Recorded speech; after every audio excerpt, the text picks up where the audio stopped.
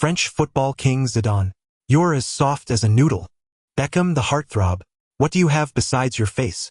Portuguese star Figo. Your speed is as slow as a turtle. And you, Su something, Su Hang. You being in the match squad for this game is a disgrace to Real Madrid. It's a corruption of European football, a blasphemy of money against the beautiful game. You made us lose the only trophy we could win this season. Inside the locker room, Real Madrid head coach Suarez ranted and raved, berating the star players. This was the 2003-2004 Copa del Rey final, Real Madrid versus Zaragoza.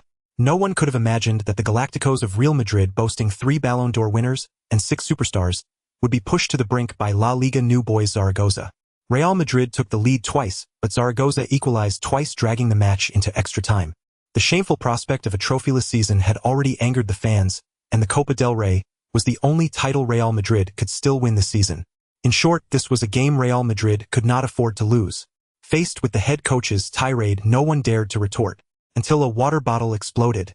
In the corner, Su Hang, who had been bowing his head, stood up and shook the water off his hands. You can scold anyone else as you wish, but I'm just a substitute who didn't even play. How can losing be my fault? In competitive sports, mediocrity is the original sin. When you lose, you must accept it. Su Hang knew that because his father's sponsorship had secured him a spot on the squad, Suarez had always resented him.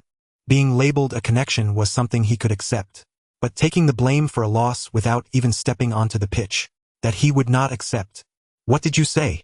After a brief shock, Suarez gritted his teeth. Good. You think I'm definitely going to be sacked, don't you? You're finished, kid. This time, no matter how much your father sponsors Real Madrid, I'm going to kick you out of the youth academy. Get out. You don't deserve to be in this locker room. You're a garbage player. And that sentence insults both the player and the word garbage.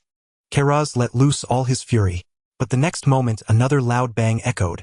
Su Hang rushed over and pinned Suarez against the locker. Since he had already offended Suarez and his playing career was in jeopardy, he might as well vent all the pent-up frustration. His own and his teammates. Do we always have to find a scapegoat in this locker room when we lose? When Makelele left at the last minute last summer, didn't you see this coming? Who's to blame? Blame Florentino for giving the other stars 6 or 7 million euros in wages, but refusing to give Makelele a mere 4 million. Do you dare to yell at Florentino? You don't. Su Hang's barrage of questions stunned Suarez. Zidane's pupils contracted. Sharp, too sharp, gasps filled the locker room. These words had been pent up for a long time, but no one had ever dared to speak them aloud. Because in this team, everyone who had questioned club president Florentino had been kicked out. Bosque Hierro Makelele. Whether head coach or captain, the atmosphere in the locker room dropped to freezing point. Everyone finally breathed a sigh of relief when Su Hang slowly released Suarez. Of course, they all knew that having roasted the head coach, he too would inevitably be expelled from the team. Sigh, what a pity. The unpleasantness in the locker room did not affect the match, and Su Hang still appeared on the substitutes bench. Ladies and gentlemen, welcome back. This is the 2003-2004 Copa del Rey final between Real Madrid and Zaragoza, now in extra time. As the announcer spoke, the battle resumed. In the 112th minute, Zaragoza's star striker David Villa scored a crucial goal, putting his team 32 ahead of Real Madrid, just one step away from lifting the Copa del Rey. The players are back on the pitch and the match continues. Real Madrid have 8 minutes left to change the score. Can they uphold the pride of the Giants? Stay tuned. Su Hang was also observing the situation. Even though these might be the last 8 minutes of his entire football career at Real Madrid, he still wanted the team to win. It had nothing to do with his conflict with Suarez. It was simply because he truly loved football, loved this great competitive sport. The 118th minute. Real Madrid forward Portillo fell to the ground. The team doctor checked him and shook his head at Suarez. Portillo could not continue. Suarez turned to look at the only substitute forward on the bench, a glint in his eyes. Su Hang had a bad feeling. Su Hang, get ready to go on. Sure enough, Suarez called out his name. The surrounding players were stunned. Su Hang felt as if he had swallowed rat poison. Just moments ago in the locker room, he had been full of bravado, but he knew his own technical ability on the pitch all too well. Come on, I can't even play well in youth games. How can I go on in the Copa del Rey final? Is this to have me publicly executed in front of the entire world? Su Hang had to admire Suarez's ruthlessness. But is it worth it to humiliate me at the cost of a Copa del Rey trophy? Suarez looked at Su Hang, his eyes full of contempt. What's the matter? Scared? If you don't dare to play, then apologize to me. Not just a verbal apology. I want you to write me a 10,000-word confession. You Chinese are supposedly good at that. Bang! Su Heng ripped off his substitute bib, threw it to the ground, and walked toward the sideline without looking back. Screw your apology. Ill play. If we lose, we all go down together. He was truly riled up, not just for himself but for his skin color. I am a proud descendant of the Yellow Emperor, a son of China. What do I have to fear? By the sideline, the fourth official raised the substitution board. No. 11 Portillo was replaced. No.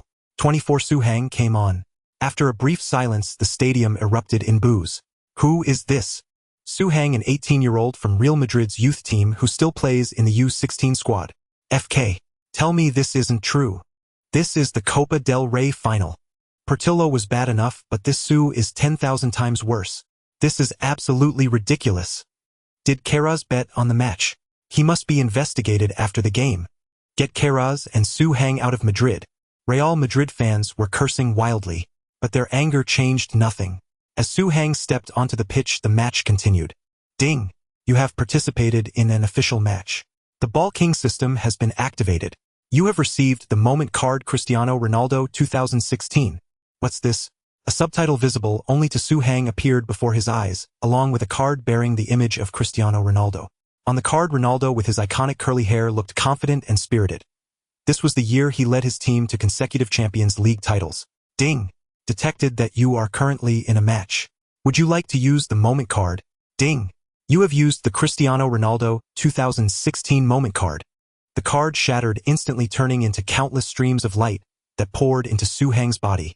In that very moment, Su Heng felt power surging through every fiber of his being. His understanding of the game underwent a radical transformation.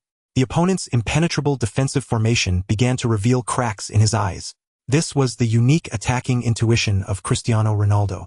But to outsiders, Su Heng seemed frozen in place after stepping onto the field, as if stunned with fear. The fans of Zaragoza jeered. The Real Madrid fans also cursed Su Heng's clumsiness. On the pitch, Zidane delivered a brilliant no-look back pass to Figo on the right wing. Figo cut inside with the ball. Su Heng snapped back to reality and immediately ran from the center to the right flank, hoping to draw a defender away and create space for Figo. It was the awareness and movement expected of a professional forward. Yet, no defender followed Su Heng to the right. He was ignored. No one cared how a rookie ran on the pitch. Zaragoza's midfielder Ponzio even deliberately swerved away from Su Heng to double-team Figo. This was the ultimate insult to a forward. In an instant, Figo was swarmed by multiple opponents and desperately needed support. Su Heng immediately called for the ball. Figo. Here. His reading of the field led him to make the optimal choice. Bang! Figo instinctively passed the ball to him. Su Heng could even see the regret on Figo's face. He thought Su Heng would surely lose the ball. On the right, Su Heng's mind flashed with Ronaldo's handling, and with a single touch, he flicked the ball forward and burst into speed. With just one swift move, he completely bypassed Toledo. It was simple and fierce, but Su Heng's performance didn't end there. After the dribble, he immediately cut inside. He blocked Toledo's forward path, causing the chasing defender to collide with him, and used that impact to accelerate cut inside success. The 2016 Ronaldo had long transformed into a terrifying goal-scoring machine, but cutting inside was still an inseparable part of his soul. He had countless experiences and techniques in this regard, enough to destroy any defender. Oh! The Real Madrid fans who had been booing suddenly fell silent. It's as if Su Heng has them by the throat. They know the game. Su Heng's cut inside just now was even sharper and more efficient than Figo's. The only question is, was this luck or is it real skill? The stadium announcer voiced what every Real Madrid fan was thinking. Bang! Before the announcer could finish, Su Heng was already on the ground. Toledo, unable to catch up, slid in from behind. But the next moment his face turned ugly, because Su Heng fell inside the penalty area. The referee blew his whistle. Penalty. The referee awards a penalty. Oh, the referee also shows a red card to Toledo. Red card and penalty. Su Heng has made a crucial contribution. Zaragoza are protesting, claiming Su Heng hadn't entered the box when he fell, but the referee clearly. Real Madrid not only have a man advantage but also a chance to equalize directly. Zidane steps up to take the penalty. Beautiful goal. 3-3. Zidane scores from the spot, equalizing in the 119th minute. Nerves of steel. Zidane has always been that kind of clutch player. Of course, Real Madrid fans must thank substitute Su Hang. This penalty came from his breakthrough. Ha! Su Hang rushed into the goal, picked up the ball, and signaled to his teammates not to waste time celebrating. He wanted to win, not go to penalties. This player's desire for victory was incredibly strong. There's still time. We can still win, Su Hang shouted to his teammates. Real Madrid players immediately snapped out of it and ran back to their own half. The match resumed. There were 2 minutes of added time. In the 120th minute, Beckham crossed from the wing, and Zidane headed wide. In the 121st minute, Figo cut inside and took a long-range shot that was saved. Ponzio controlled the rebound and passed to David Villa to launch a counterattack. However, Beckham slid in to dispossess Villa in midfield. Zidane, who had tracked back, took the ball, and without even lifting his head, heard a call from his left front. Zizou. Through ball. Su Hang waved, cutting inside without the ball and sprinting towards the center. Bang! Zidane threaded a through ball that split Zaragoza's midfield.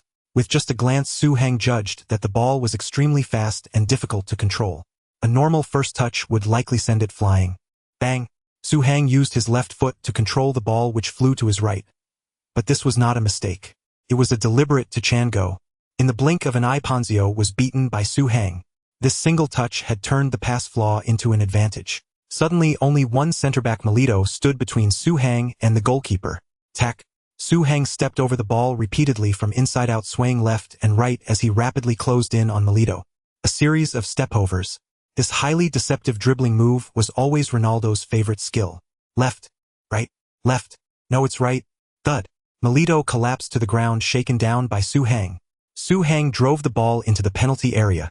Zaragoza goalkeeper Lainez charges out aggressively. He roars angrily, trying to intimidate the inexperienced youth academy player. Is Su Hang intimidated? Shot. Su Hang shoots. Bang. The camera quickly panned to follow the ball toward the goal.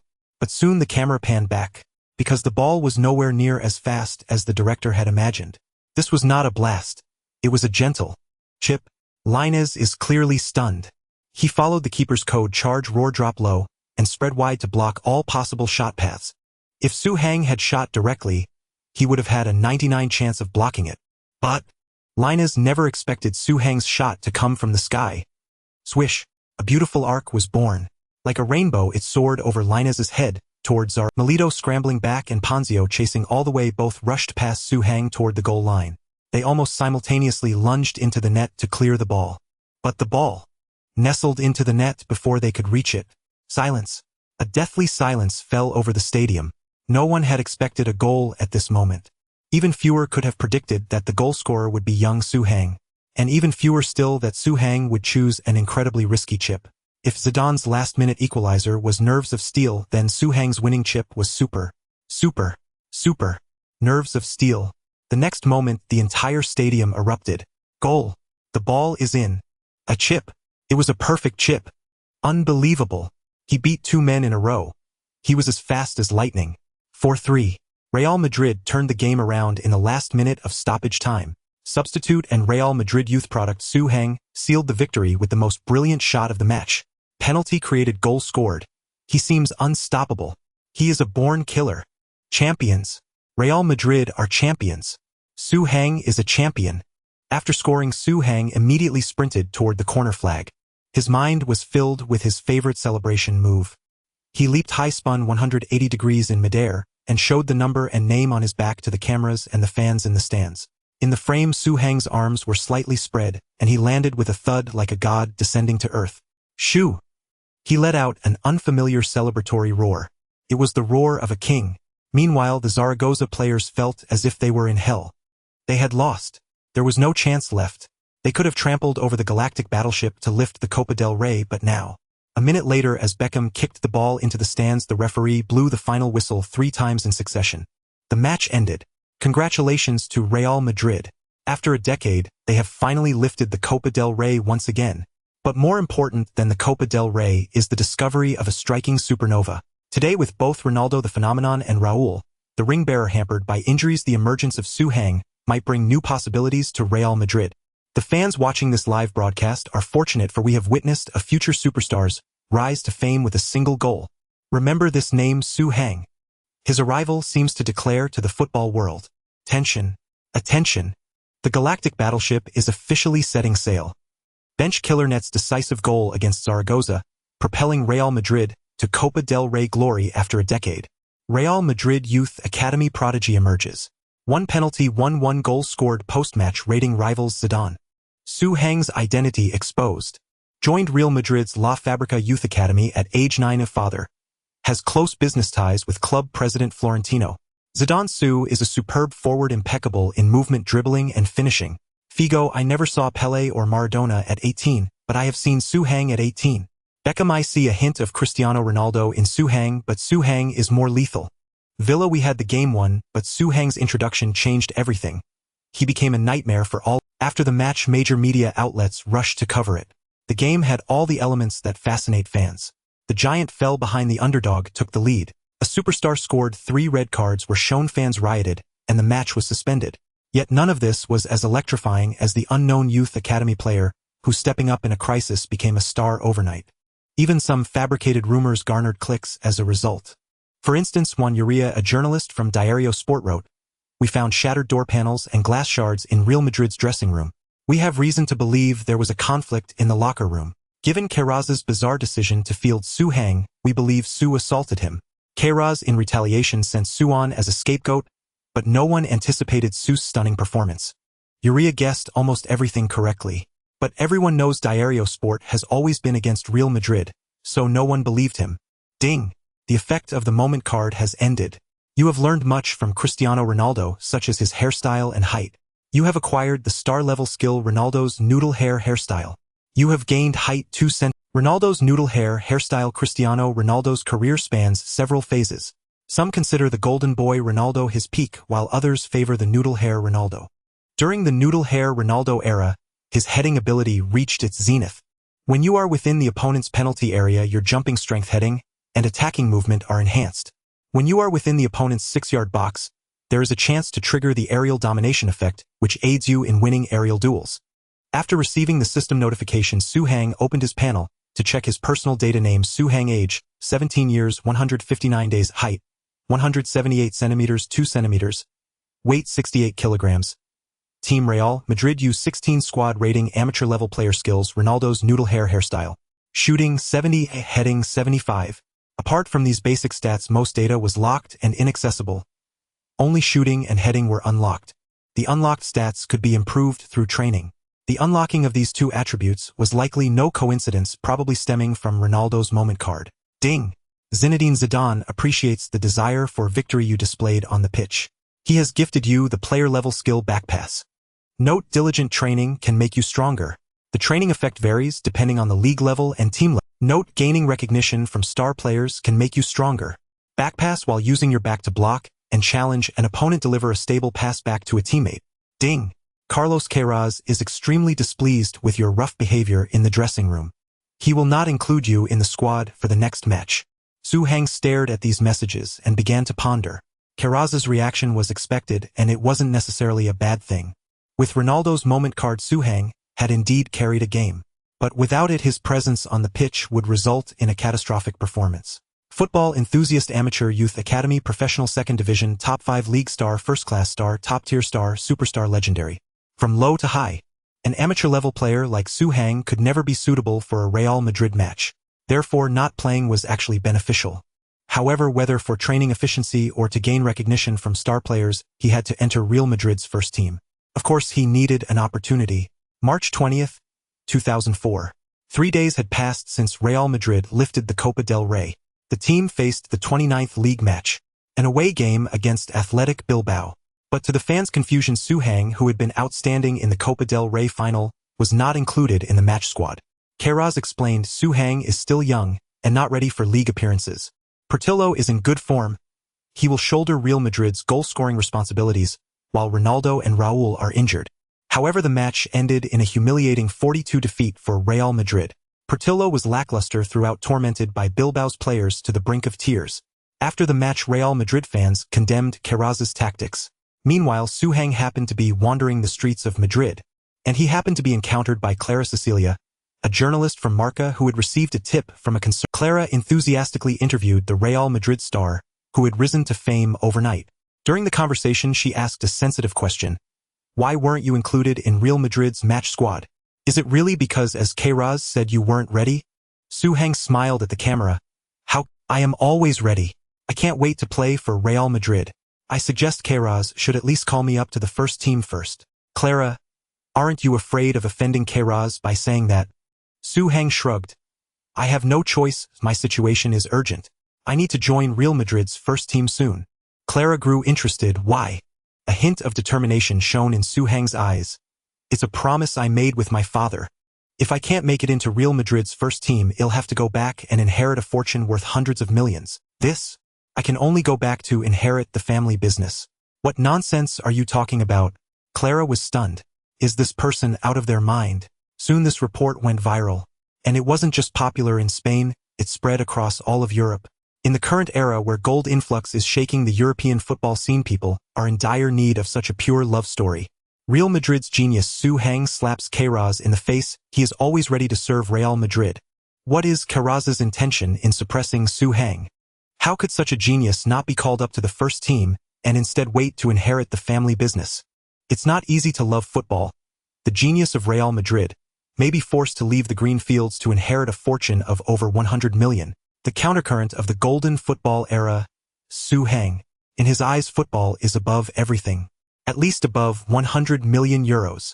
Calls from all walks of life urged Real Madrid to include Suhang in the first team. Ultimately unable to withstand the pressure, Real Madrid officially announced, "We are calling up U16 age group training player Suhang to the first team. He will train alongside the first team players." In response, Suhang expressed satisfaction. This is the power of humor and public opinion. In the age of social media, methods that have been overused are still powerful. Any gimmick is enough to be revered as classic by the unscrupulous paparazzi of Fleet Street. But it's a bit unethical, better to use them less in the future. March 21st. Real Madrid's training ground. The first team players were all sizing up the new member, Suhang. Zidane was particularly perplexed. Is Suhang not very smart? If he wants to play for Real Madrid, why offend Kairaz?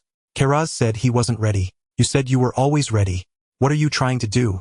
To really tear the face?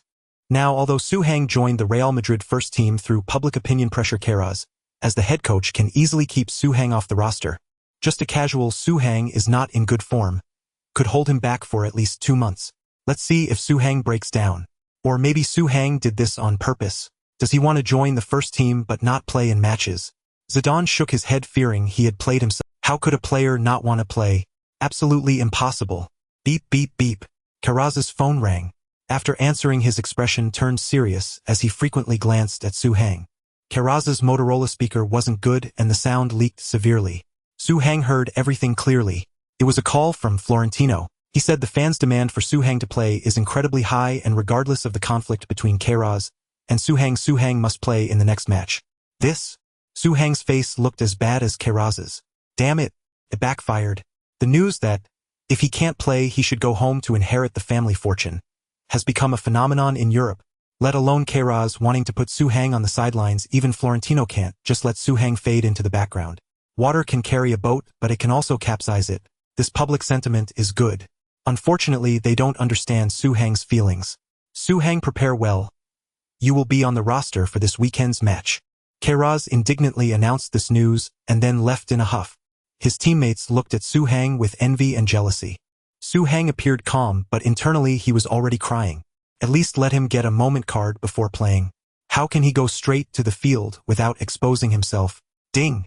Zidane has been observing you. He thinks you are calm and composed, not showing off or being affected by external things, and he believes you are doing better than he did at your age. He granted you the moment card. Zinedine Zidane, 1993. Zidane is the best. Suhang turned to look at Zidane, truly living up to being the future Zidane. He knows how to treat people. I would like to call you Real Madrid's timely reign, the French song Gong Ming. Feeling Suhang's fervent gaze, Zidane felt a chill. This kid wouldn't. Ding. Zidane is worried about your orientation and plans to secretly give you some adult literature to guide you towards healthy development. Suhang smiled even brighter. I didn't expect you to be this kind of Zidane. Just talking about it. Oh my God. Is this really a player from our Real Madrid first team? My God. His footwork is horrifyingly poor. I haven't seen such a ridiculous trap in years. He looks like a headless fly. He completely doesn't understand positioning. It's hard to imagine that he really played in the King's Cup final. He looks like he can't play football at all. He should be an amateur player, right? At this level, he's not even a youth training player. On the training ground, both Real Madrid players and coaches were stunned by Su Heng's incredibly poor basic skills. This player helped Real Madrid win the King's Cup championship. On the sidelines, Queiroz' face turned pale with anger as he shouted, "Su Heng, go train alone over there. With your attitude, you'll never get on the field. Never." Who knew? Su Heng's face lit up. Really? It's a deal. Zidane and the others couldn't help but laugh. Su Heng is just too mischievous. Did he deliberately perform poorly to anger Queiroz? It's that kind of feeling, you look down on me, but you can't get rid of me. Absolutely. Neither Zidane nor Figo or Beckham believed Su Heng's skills were genuinely this poor. After all, they had fought alongside Su Heng before. In the King's Cup match, although Su Heng's touches seemed a bit stiff, they were quick and efficient. His ball control can't be said to be top-notch, but it surpasses 80% of professional football players without a doubt. Cristiano Ronaldo, are you sure it only exceeds 80%? In response, Su Heng could only say, is it possible that his skills are just this poor? In the following days, there was no significant improvement in Su Heng's training performance. But he did not feel ashamed. On the contrary, as his heading attribute rose from 75 to 76, he was full of enthusiasm for training. Staying in the Real Madrid first team, within a year his heading and shooting skills will surely reach world class. By then he could be a goal-scoring machine standing firm anywhere. However, the French football king Zidane still found a slight flaw in the hidden talents of Su Heng. Su's heading is quite good. Zidane mentioned Su Heng while chatting with his teammates, and his back-to-goal receiving skills are also quite good. Does his return pass remind you of Morienti's? Raul nodded repeatedly. His back-to-goal passes are very stable. Such comfortable passes are not something ordinary players can deliver. Especially for forwards, this is even rarer. On March 28, 65,000 fans flooded into the Bernabeu Stadium. Before the team's exit from the Champions League, this figure was 75,000. The Champions League defeat inevitably wounded the hearts of some fans. Today's match was Real Madrid hosting Sevilla at the Santiago Bernabeu. Sevilla shared a close bond with Barcelona, naturally making them sworn enemies of Real Madrid. Thus, the atmosphere of today's game was thick with hostility. Before the match, Queiroz announced Real Madrid's starting 11, Su Heng, Solari, Raul, Zidane, Beckham, Guti, Carlos, Bravo, Helguera, Salgado, and Casillas. It was a 4,231 formation with Figo suspended for this round. Su Heng, as the team's sole forward, was deployed as a lone striker in his first start. The burden of scoring goals weighed heavily on him. This tactical arrangement was in fact far from scientific. Those with insight could already discern Queiroz setting Su Heng up for failure. In a 2 or 3 striker formation, a lack of goals would at least distribute the blame among 2 or 3 players. But with Su Heng as the lone striker, if Real Madrid failed to score, wouldn't he be the sole scapegoat? In response, Queiroz explained it as the team needs to strengthen its defense. A solid defense wins matches. As time elapsed, the players from both sides began to enter the pitch. Su Heng, a new face, naturally drew attention. Not every fan recognized him. Who is that yellow-skinned player? Where is Ronaldo? Ronaldo is injured and hasn't returned yet. Why isn't Postiga playing? Isn't Postiga better than this player? I've never even seen this guy before. Brother, you must have been too busy to read the papers lately. This is Su Heng, the key contributor to Real Madrid's Copa del Rey victory. He's a homegrown talent from Real Madrid's youth academy. He's a clutch striker. As some knowledgeable fans spread the word, more people came to know Su Heng. Yet few truly acknowledge. After all, Real Madrid's fans were always the most discerning. An ordinary striker could never win their favor. Countless stars had faded away in sorrow here. Every single one of them was more illustrious than Su Heng. On the pitch before the match began, Zidane was briefing Su Heng on key points. There, in a 442 formation today, with a twin strike force of Silva and Baptista. Among them, Baptista is extremely dangerous. Nicknamed the Beast, he has moved from defensive midfield to attacking midfield and even to striker. So if he ends up defending against you, don't be surprised. He's a player who can cover the entire pitch. Their right-back Alves is fast and a good passer, strong in attack but weak in defense. If you need to drift wide to support the play, focus on attacking his side, using your physicality to gain an advantage. Su Heng nodded. Zidane's guidance was invaluable. As the world's premier midfielder, he could always pinpoint the opponent's fatal vulnerabilities. The referee's whistle blew. With the sound of the whistle, the match officially commenced. The home fans immediately erupted into cheers, rallying behind their team. The first minute, Su Heng dropped back from his striker position, allowing Raul to surge forward. Guti spotted the opportunity and attempted a through ball to connect with Raul, but it was intercepted by Sevilla's defensive midfielder Cascoro. The 5th minute, Suhang dropped back again, drawing the opposing centre-back out of position. Raul once again made a run forward, forcing the other centre-back to cover. Sevilla's defensive line was thrown into disarray. Zidane passed the ball sideways to Suhang. Suhang played a one-touch pass back to Beckham's feet. The pass was impeccable, whether in terms of distance, control power, or spin. Beckham, meeting the ball, launched a long pass, directly lofting it to the left side of the penalty area. Solari cut inside without the ball, received it on the left edge of the box, took a dribble forward, and unleashed a powerful shot. The ball rocketed into the net. 1-0. Goal. Solari. Brilliant. Beckham directly linked up with Solari. Real Madrid's attack was beautifully structured, tearing through Sevilla's defense. Of course, Suhang, Raul, and Zidane also played indispensable roles in this goal. Especially Suhang, his decoy runs and pass back were perfectly timed. The commentator understood the game. He recognized Suhang's contribution to the goal. On the sidelines, however, Queiroz couldn't muster a smile. Suhang was incredibly lucky. Though he didn't score or assist, he still managed to claim a sliver of credit. Alas! Suhang is in an offside position. What a pity! Zidane wants to play a through ball, but Suhang is offside again, so he can't pass. Raul has the ball, he looks at Suhang, but Suhang is offside. Over the next 10+ minutes, Real Madrid's fans grew increasingly anxious. Why was Suhang constantly offside? On the pitch, Suhang kept wiping sweat from his brow. It wasn't fatigue but fear. Fear of his teammates passing him the ball. Why was he always offside? Because he did it on purpose. Only this way could he avoid receiving passes. If he touched the ball too often, his poor first touch and ball control would be exposed.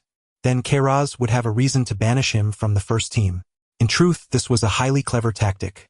Suhang avoided getting passes while creating the illusion of a tireless worker harassing the opponent's defense. No one would criticize a hard-working player, right? But Zidane had a different interpretation of Suhang's movement. Could Suhang possibly not know how to position himself? Absolutely not. So what was the reason for his frequent offsides? Complacency. He was lulling Sevilla's defenders into complacency. By constantly straying offside, he desensitized the opponent's wary nerves, setting the stage for a truly lethal run. Suhang was indeed no ordinary player. This kind of long-term strategic thinking was what many less intelligent strikers lacked. What a cunning little fox. The 19th minute, Sevilla striker Baptista dribbled forward and drew a foul from Guti, earning Guti a yellow card. The 26th minute, Suhang dropped back again, but this time Cascoro didn't give him room to play.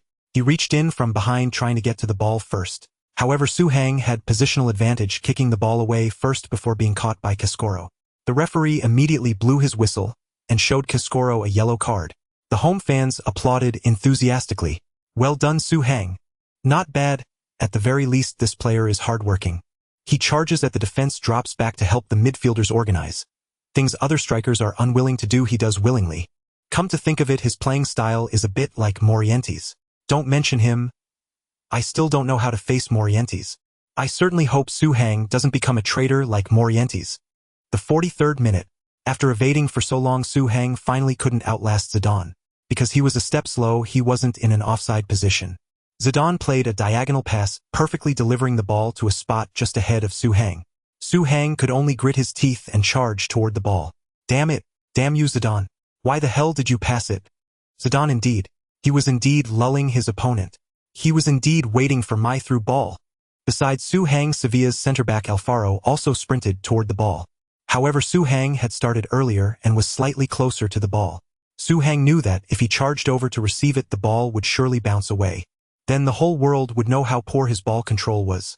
So he chose to shoot directly without stopping. A missed shot was still better than a botched stop, wasn't it? Bang! Watching the ball roll toward the right front, Suhang was dumbfounded. He had still overestimated his own ability. At high speed, Suhang was incapable of adjusting his stride. Consequently, when he intended to shoot with his right foot, his left foot, which went out first, inadvertently touched the ball first, nudging it away. His subsequent right leg swing for a shot met only air and he stumbled clumsily to the ground.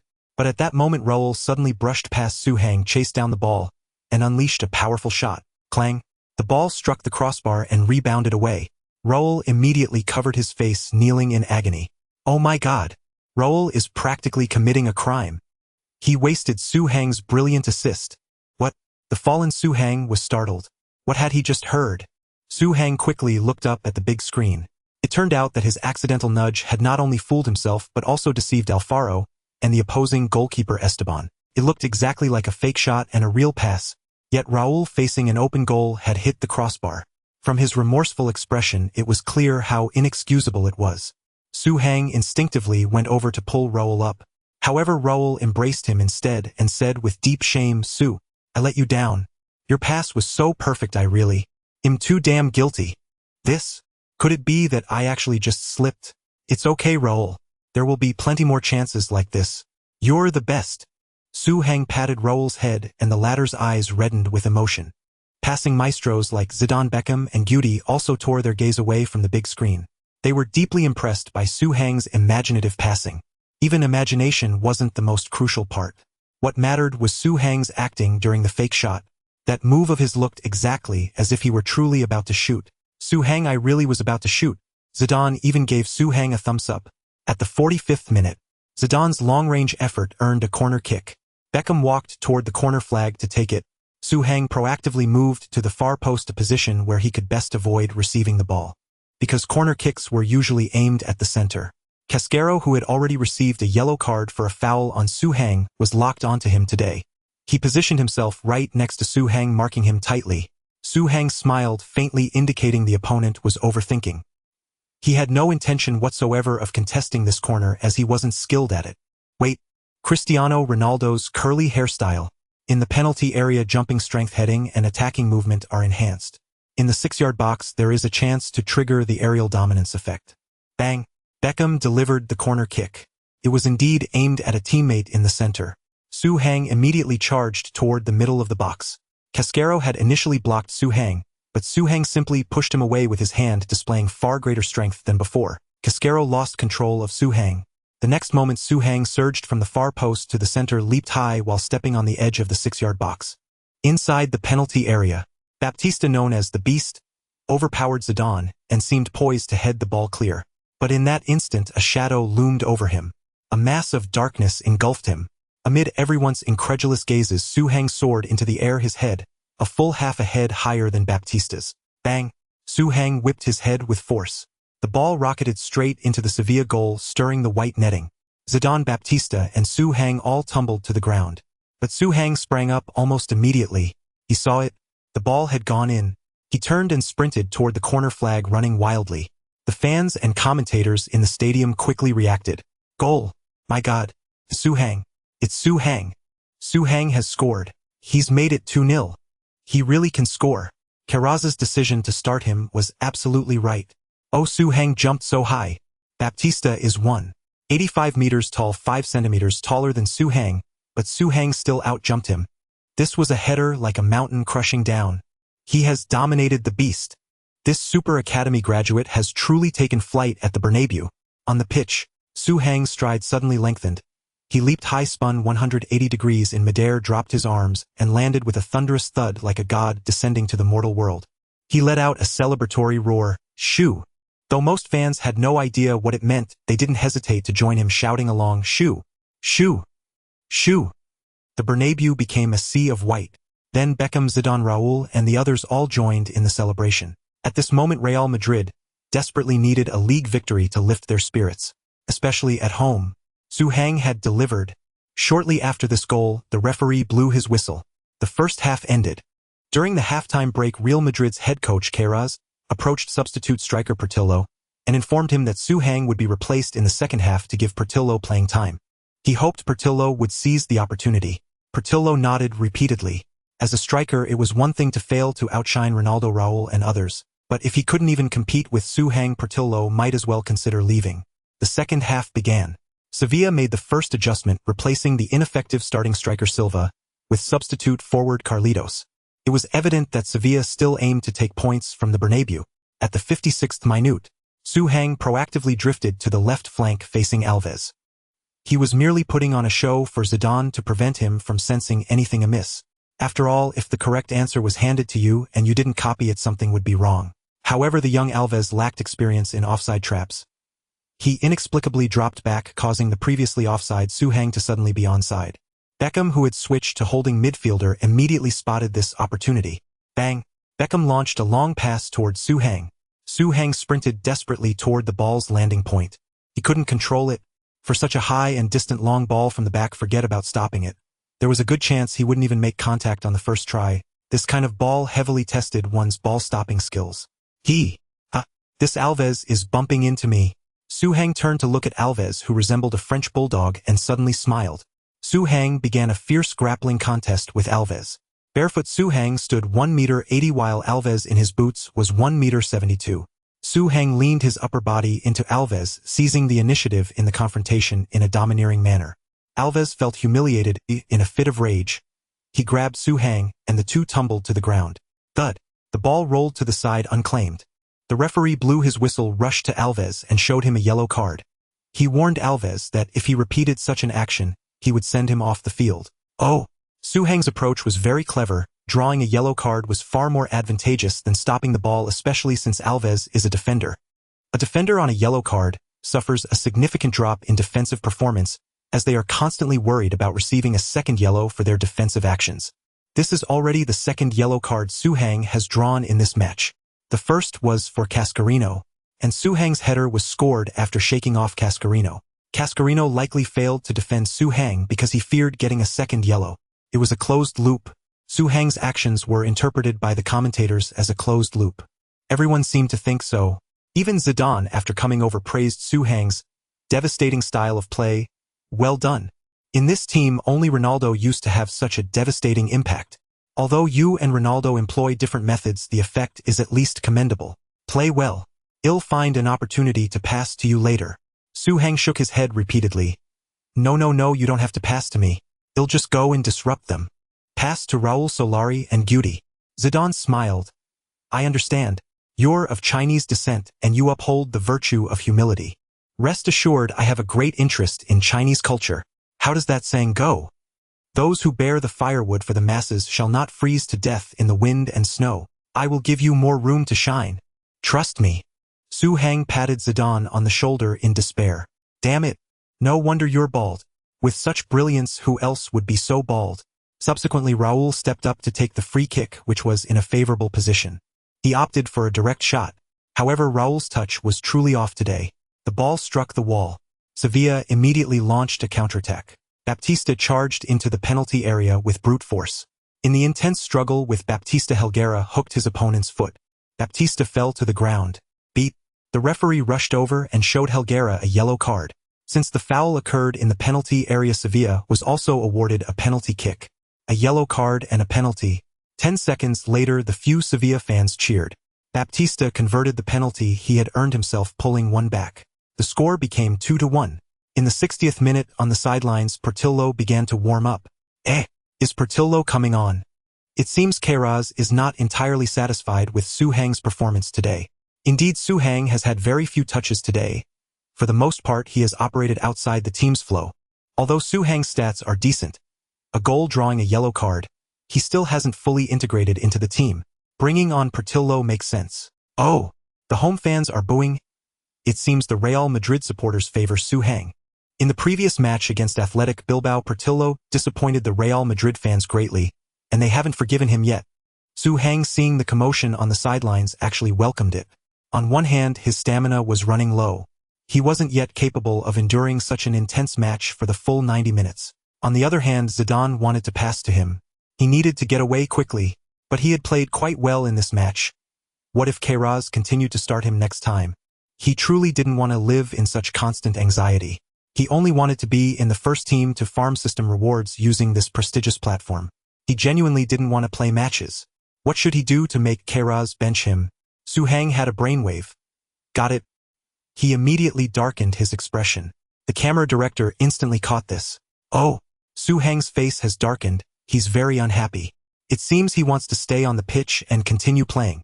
Indeed, Su Hang scored today, and the team is leading. Queiroz substituting him seems somewhat harsh. Queiroz hasn't changed his mind. The fourth official is already preparing the substitution board. It is rumored that Su Hang and Queiroz have a strained relationship. Now it seems these claims are not unfounded. When Su Hang is substituted, could there be a conflict with Queiroz?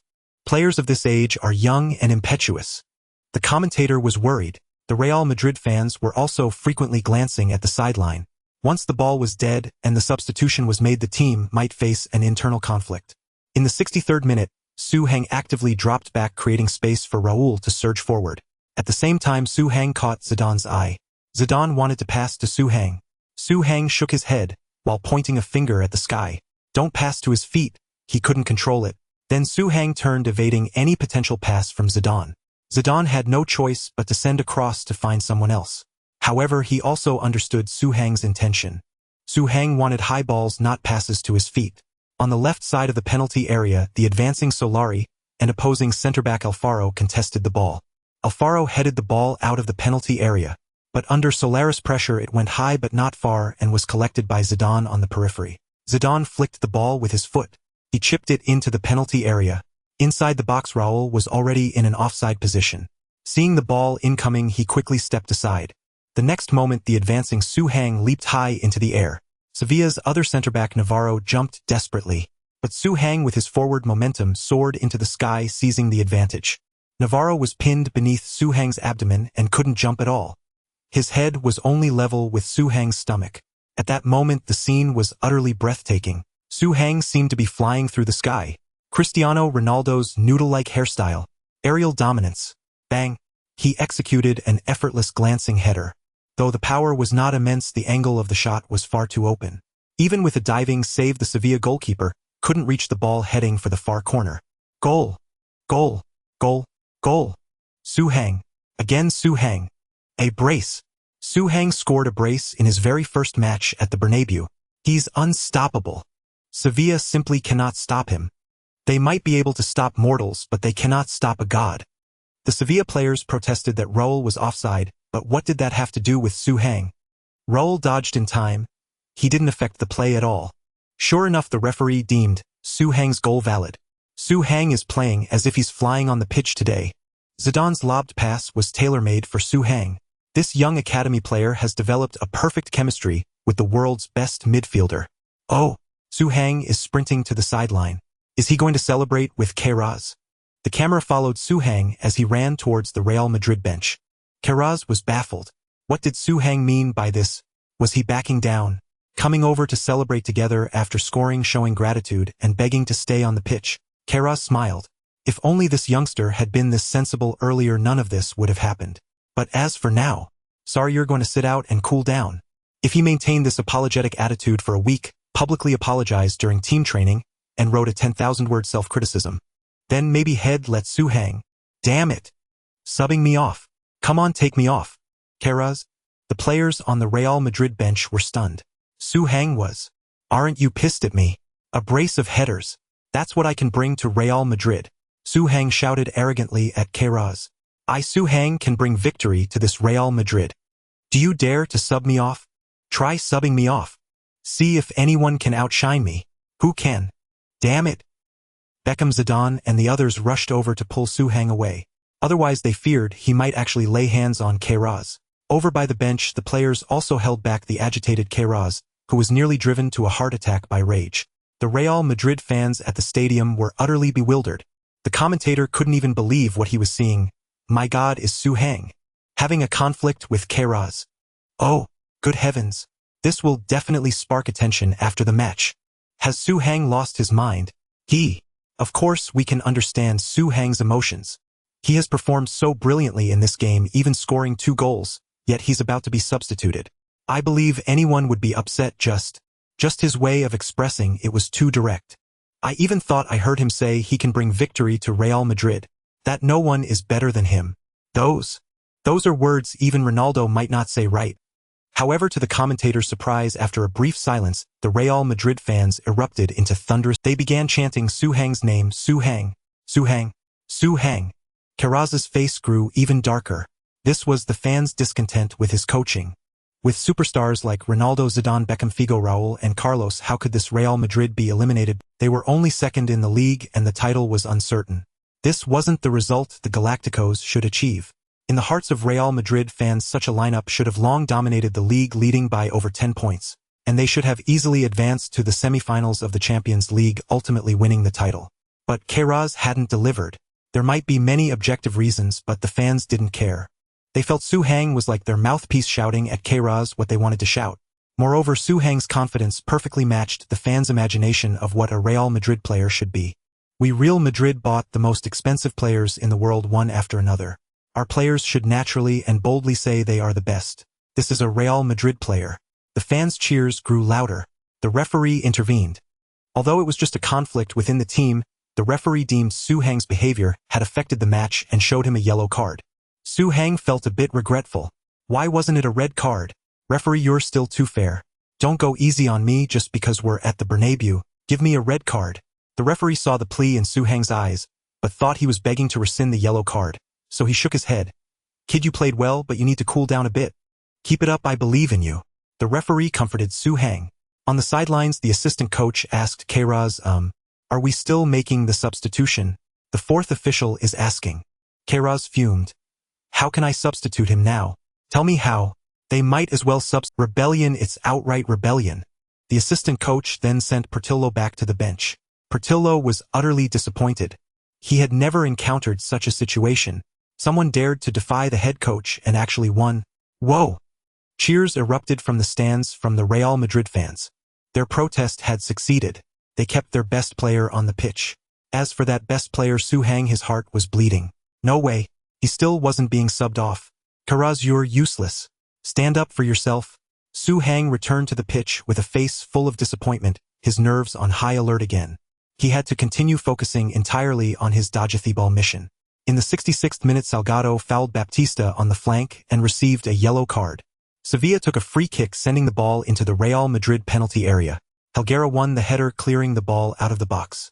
The ball happened to fly towards Su Heng. At that moment, Su Heng was in despair. He engaged in a fierce battle for position with Casquero. In such intense physical combat, he couldn't possibly control the ball successfully. This was far beyond his ability. He couldn't even outmuscle Casquero, who gradually gained the advantage and was more likely to claim possession. Out of the corner of his eye, Su Heng spotted another Sevilla player, Alejandro. In a split second, he shouted, "Attack! This ball is mine!" Raul, Carlos, Solari, Zidane, and the others immediately sprinted towards the opposing half. Counterattack. The Real Madrid players had entered counterattack mode early. They trusted Su Heng, completely believing he could launch a brilliant counter. Similarly, Alejandro panicked, charging at Su Heng, and together with Casquero sandwiched and knocked him over before the ball arrived. The referee blew his whistle to stop the play. Alejandro received a yellow card. Alejandro stopped Real Madrid's counterattack at the cost of a yellow card. This is the third yellow card Su Heng has drawn in this match. His impact is palpable. He is the best player for Real Madrid today. Casquero was bewildered. I already had the position. Why did you come? I could handle him. Alejandro, I thought you were in trouble. Real Madrid's players were already countering. The two were speechless. Su Heng simply smiled faintly. You believed me just because I said you're still too naive. Real Madrid fans once again erupted in applause. They were celebrating Su Heng's yellow card hat trick. Fouls are the only way Sevilla can stop Su. Su is truly formidable. What are they waiting for by not promoting such a player to the first team earlier? Queiroz must be deliberately suppressing Su. He doesn't want Real Madrid's youth to shine. He's always wanted to bring Manchester United's striker Ruud van Nistelrooy here. I think Su is no worse than Van Nistelrooy. Su is only 18. Van Nistelrooy is 28.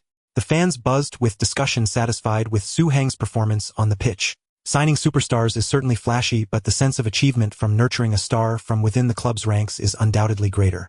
Su Heng had already shown such potential. His debut at the Bernabeu was no less impressive than Ronaldo's first appearance there. The 70 Real Madrid, leading 31, were not satisfied. They besieged Sevilla's penalty area, launching frequent attacks. Su Heng repeatedly called for high balls inside the small box, because there he had a chance to trigger his aerial dominance trait. However, demanding the ball in that position placed extremely high demands on his teammates' passing accuracy. Even Zidane tried to send the ball in twice but failed both times. The 75th minute, Salgado and Guti surged forward.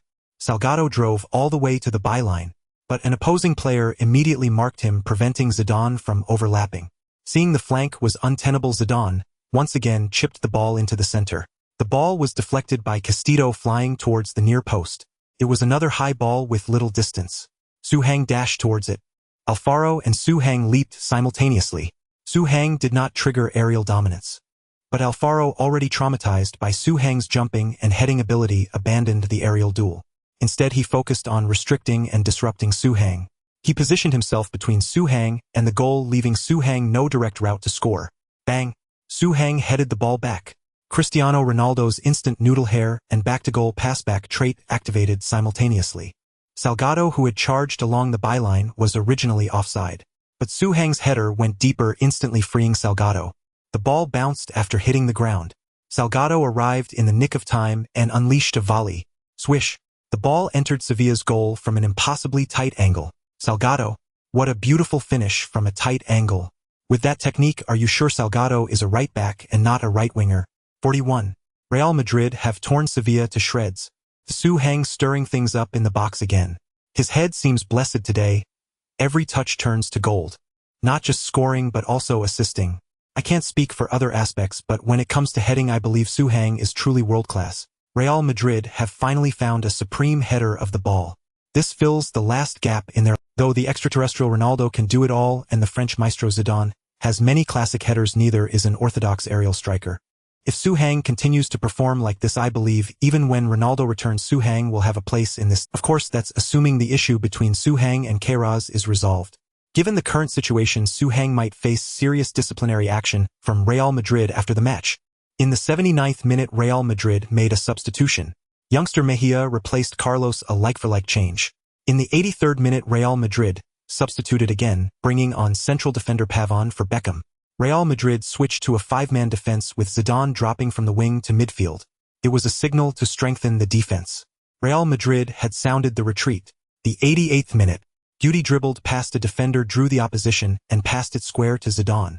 Zidane intended to thread a through ball to Su Heng, but Su Heng stood motionless in an offside position, hands on his hips. No more. Can't run anymore. Can't play this game. Do whatever you want. Bang. Zidane struck from distance, choosing to shoot himself. However, his glance towards Su Heng deceived Sevilla's defenders.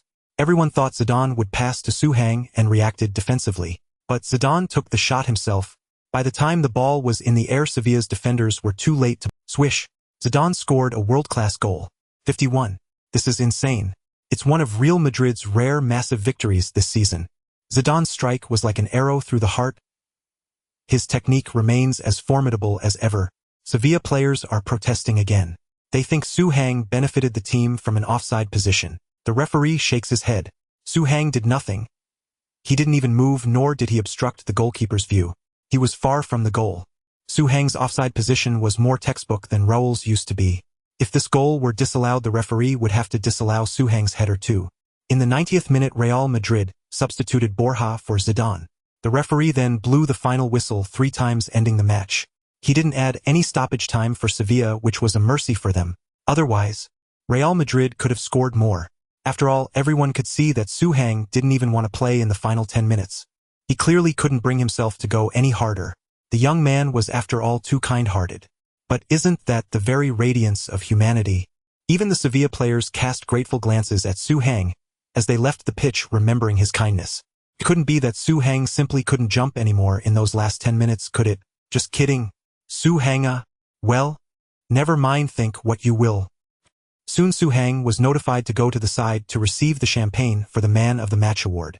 At the same time, a crowd of media swarmed around him for interviews. The reporters all asked questions at once, and Su Heng couldn't hear a thing. However, he spotted a familiar face among them. It was Clara Cecilia from Marca. Clara, you asked the question. Su Heng remembered her kindness. Clara was delighted. Su Heng, you had a conflict with head coach Queiroz during the match. Will you apologize for it? The other reporters fell silent instantly. Wow, we were just going to ask about his feelings on scoring and you go straight for the jugular. Would Su Heng refuse all your interviews forever? That was really throwing him under the bus. But Su Heng just laughed. Sister Clara really understood him. Su Heng feigned anger for an excellent striker being substituted when physically fit is a disgrace. I believe Queiroz doesn't respect me enough, so he won't get my respect either. I'm not targeting Portillo or am only targeting Queiroz. Therefore, I will never apologize to Queiroz. Never. Oh, the scene erupted in uproar. Su Heng was really burning all bridges with Queiroz. In any team, such a blatant conflict between a player and the manager is a disaster. And the outcome is often the player being abandoned by the club. It seemed unlikely Su Hang would stay at Real Madrid next season. Even if Queiroz leaves, the new manager wouldn't favor such a troublesome player. Among Ronaldo, Zidane, Beckham, and Figo, is any of them not more formidable than Su Hang? Yet who would dare to express discord with the head coach so openly? Su Hang has violated a team taboo. Such an uncooperative player, no matter how well he performs, risks being sidelined by the club. Did I ask something wrong? Clara realized from the reactions around her that she might have caused trouble for Su Hang. Not at all. You were brilliant. You're an outstanding journalist. Su Hang even gave Clara a high five. Copa del Rey victory no fluke. Real Madrid's supernova helps team slaughter Sevilla 51. 1 assist, 2 goals, 3 fouls drawn. Su Hang conquers the Bernabeu, named man of the match. Chinese origin striker explodes in 2 games. Proof this is no accident. Real Madrid Youth Academy delivers. Florentino's Zidane Pavon policy may not succeed, but Zidane Su Hang works wonders. Beast Baptista, his aerial dominance is overwhelming. If him the beast, then he's the airborne. Sevilla goalkeeper Su Hang bombarded our box, he ruled the entire sky. Morientes, that traitor need not return to Real Madrid for Su Hang, is a premium version of Morientes. After the match, Su Hang completely dominated the entire La Liga football page. Such is the influence of Real Madrid. Regarding Morientes, the emotions of Real Madrid fans are complex. Su Hang's emergence helped Real Madrid solve a problem. Morientes was originally the main center forward for Real Madrid, but after the club signed Ronaldo, he was relegated to the bench. Last season he had 28 appearances for Real Madrid, but only 2 as a starter. As long as Ronaldo was around, Morientes stood no chance. For team harmony, Real Madrid loaned Morientes to Monaco this season. For a renowned star, this was a humiliation. Yet not long ago, the loaned-out Morientes led Monaco to eliminate his true club Real Madrid in the Champions League quarterfinals. This was hard for Real Madrid fans to accept. Many called Morientes a traitor. It was one of the most classic acts of revenge in history. It also led to the emergence of the Morientes clause. Thereafter, when loaning out players, Real Madrid often required them to avoid playing against the club to prevent a similar situation. Yet some supported Morientes, arguing that such an excellent player should never have been loaned out. Now there's no need to discuss Morientes any longer. Let that traitor be forgotten. Isn't Su Hang more appealing? Clara, the Marca journalist who first contacted Su Hang, broke the news that if Su Hang can't play football, hell, go back to inherit his billion-dollar fortune. After Su Hang's resurgence in fame, Clara earned the opportunity to open her own column in Marca, a privilege reserved for renowned journalists. In her column, Clara continuously promoted Su Hang, even stating, as a premium version of Morientes, Su Hang can coexist perfectly with Ronaldo and Raul. He can maximize the relief of pressure on Ronaldo, sparing the extraterrestrial from injuries. He's willing to do the dirty work on the front line. In this match, he even drew 3 yellow cards.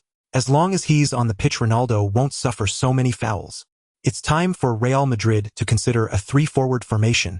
This isn't for Su Hang, but for Ronaldo, for Real Madrid to achieve ultimate offense. I've even thought of a name for the front trident of Su Hang, Ronaldo and Raul. HR. H stands for Su Hang's Hang. R stands for Ronaldo and Raul. It's the same abbreviation as House of Rolls-Royce. HR. Europe's most distinguished front trident. House of Rolls-Royce. Admittedly, Clara has a certain talent. Her first column article became a hit once again. The name HRR resounded throughout Spain. Even media from other European leagues took an interest. After all, Ronaldo is a 2-time Ballon d'Or winner and 3-time FIFA World Player of the Year. Raul is also a superstar, having finished as high as 2nd in the Ballon d'Or rankings. So who is this H? Real Madrid's platform, combined with the fame of Ronaldo and Raul, propelled Su Hang to rapid fame in Europe.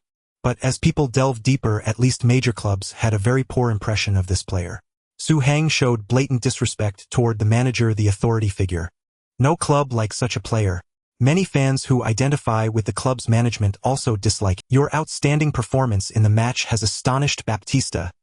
He considers you an aerial beast. You have acquired the superstar skill, Baptista's beastly physique.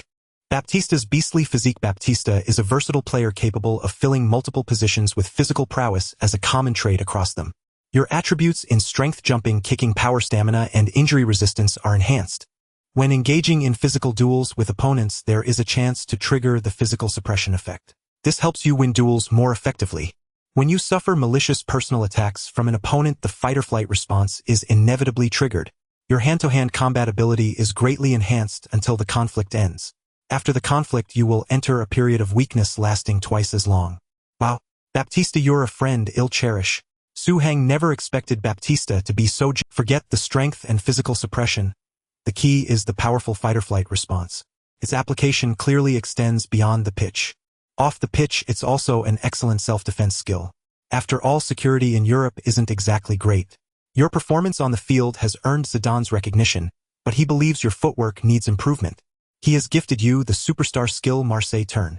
Skills named after players are often classics.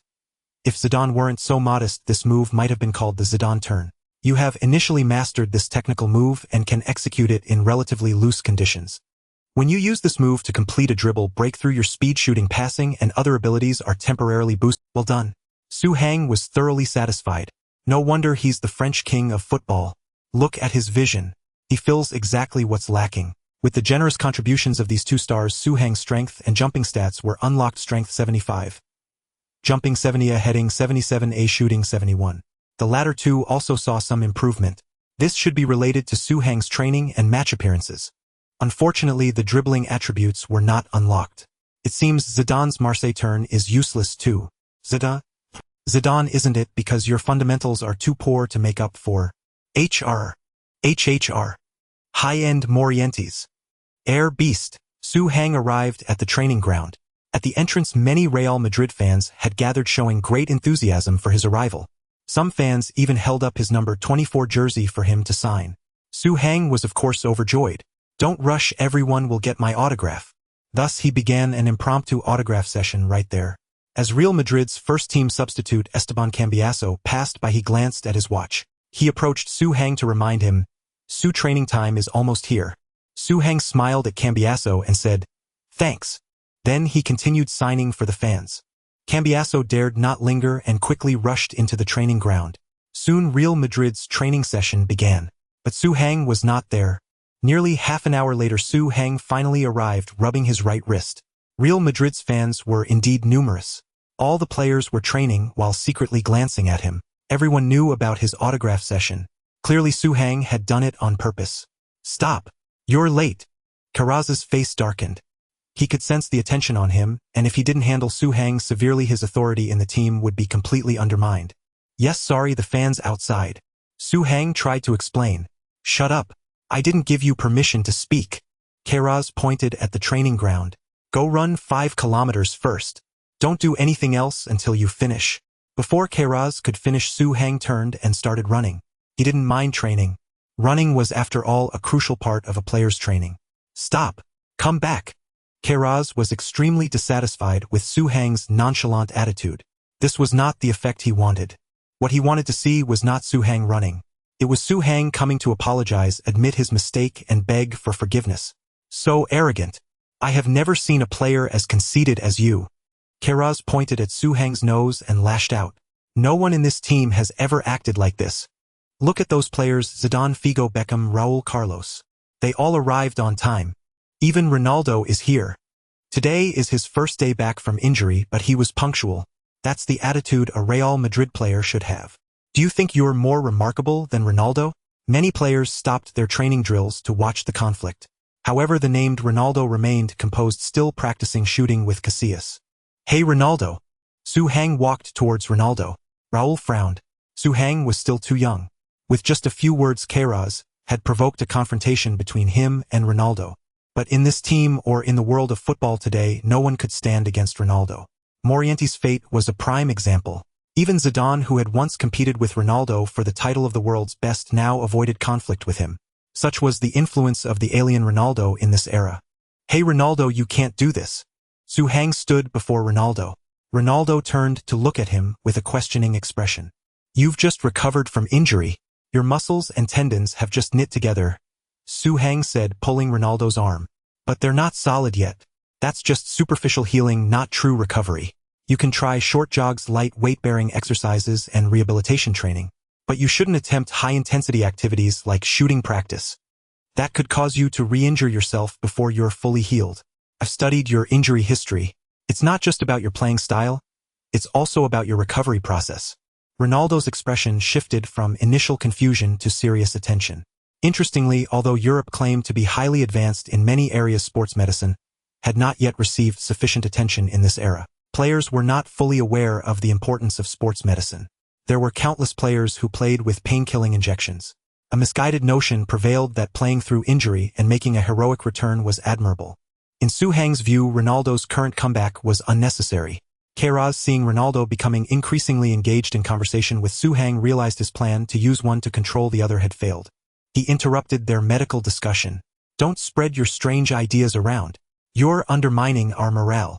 Ronaldo's condition is clear to him and to me, and we both know it better than you. He's in excellent shape. In the next match, Hell, use the pendulum dribble to fool the goalkeeper and score. That's how Hell announced his return.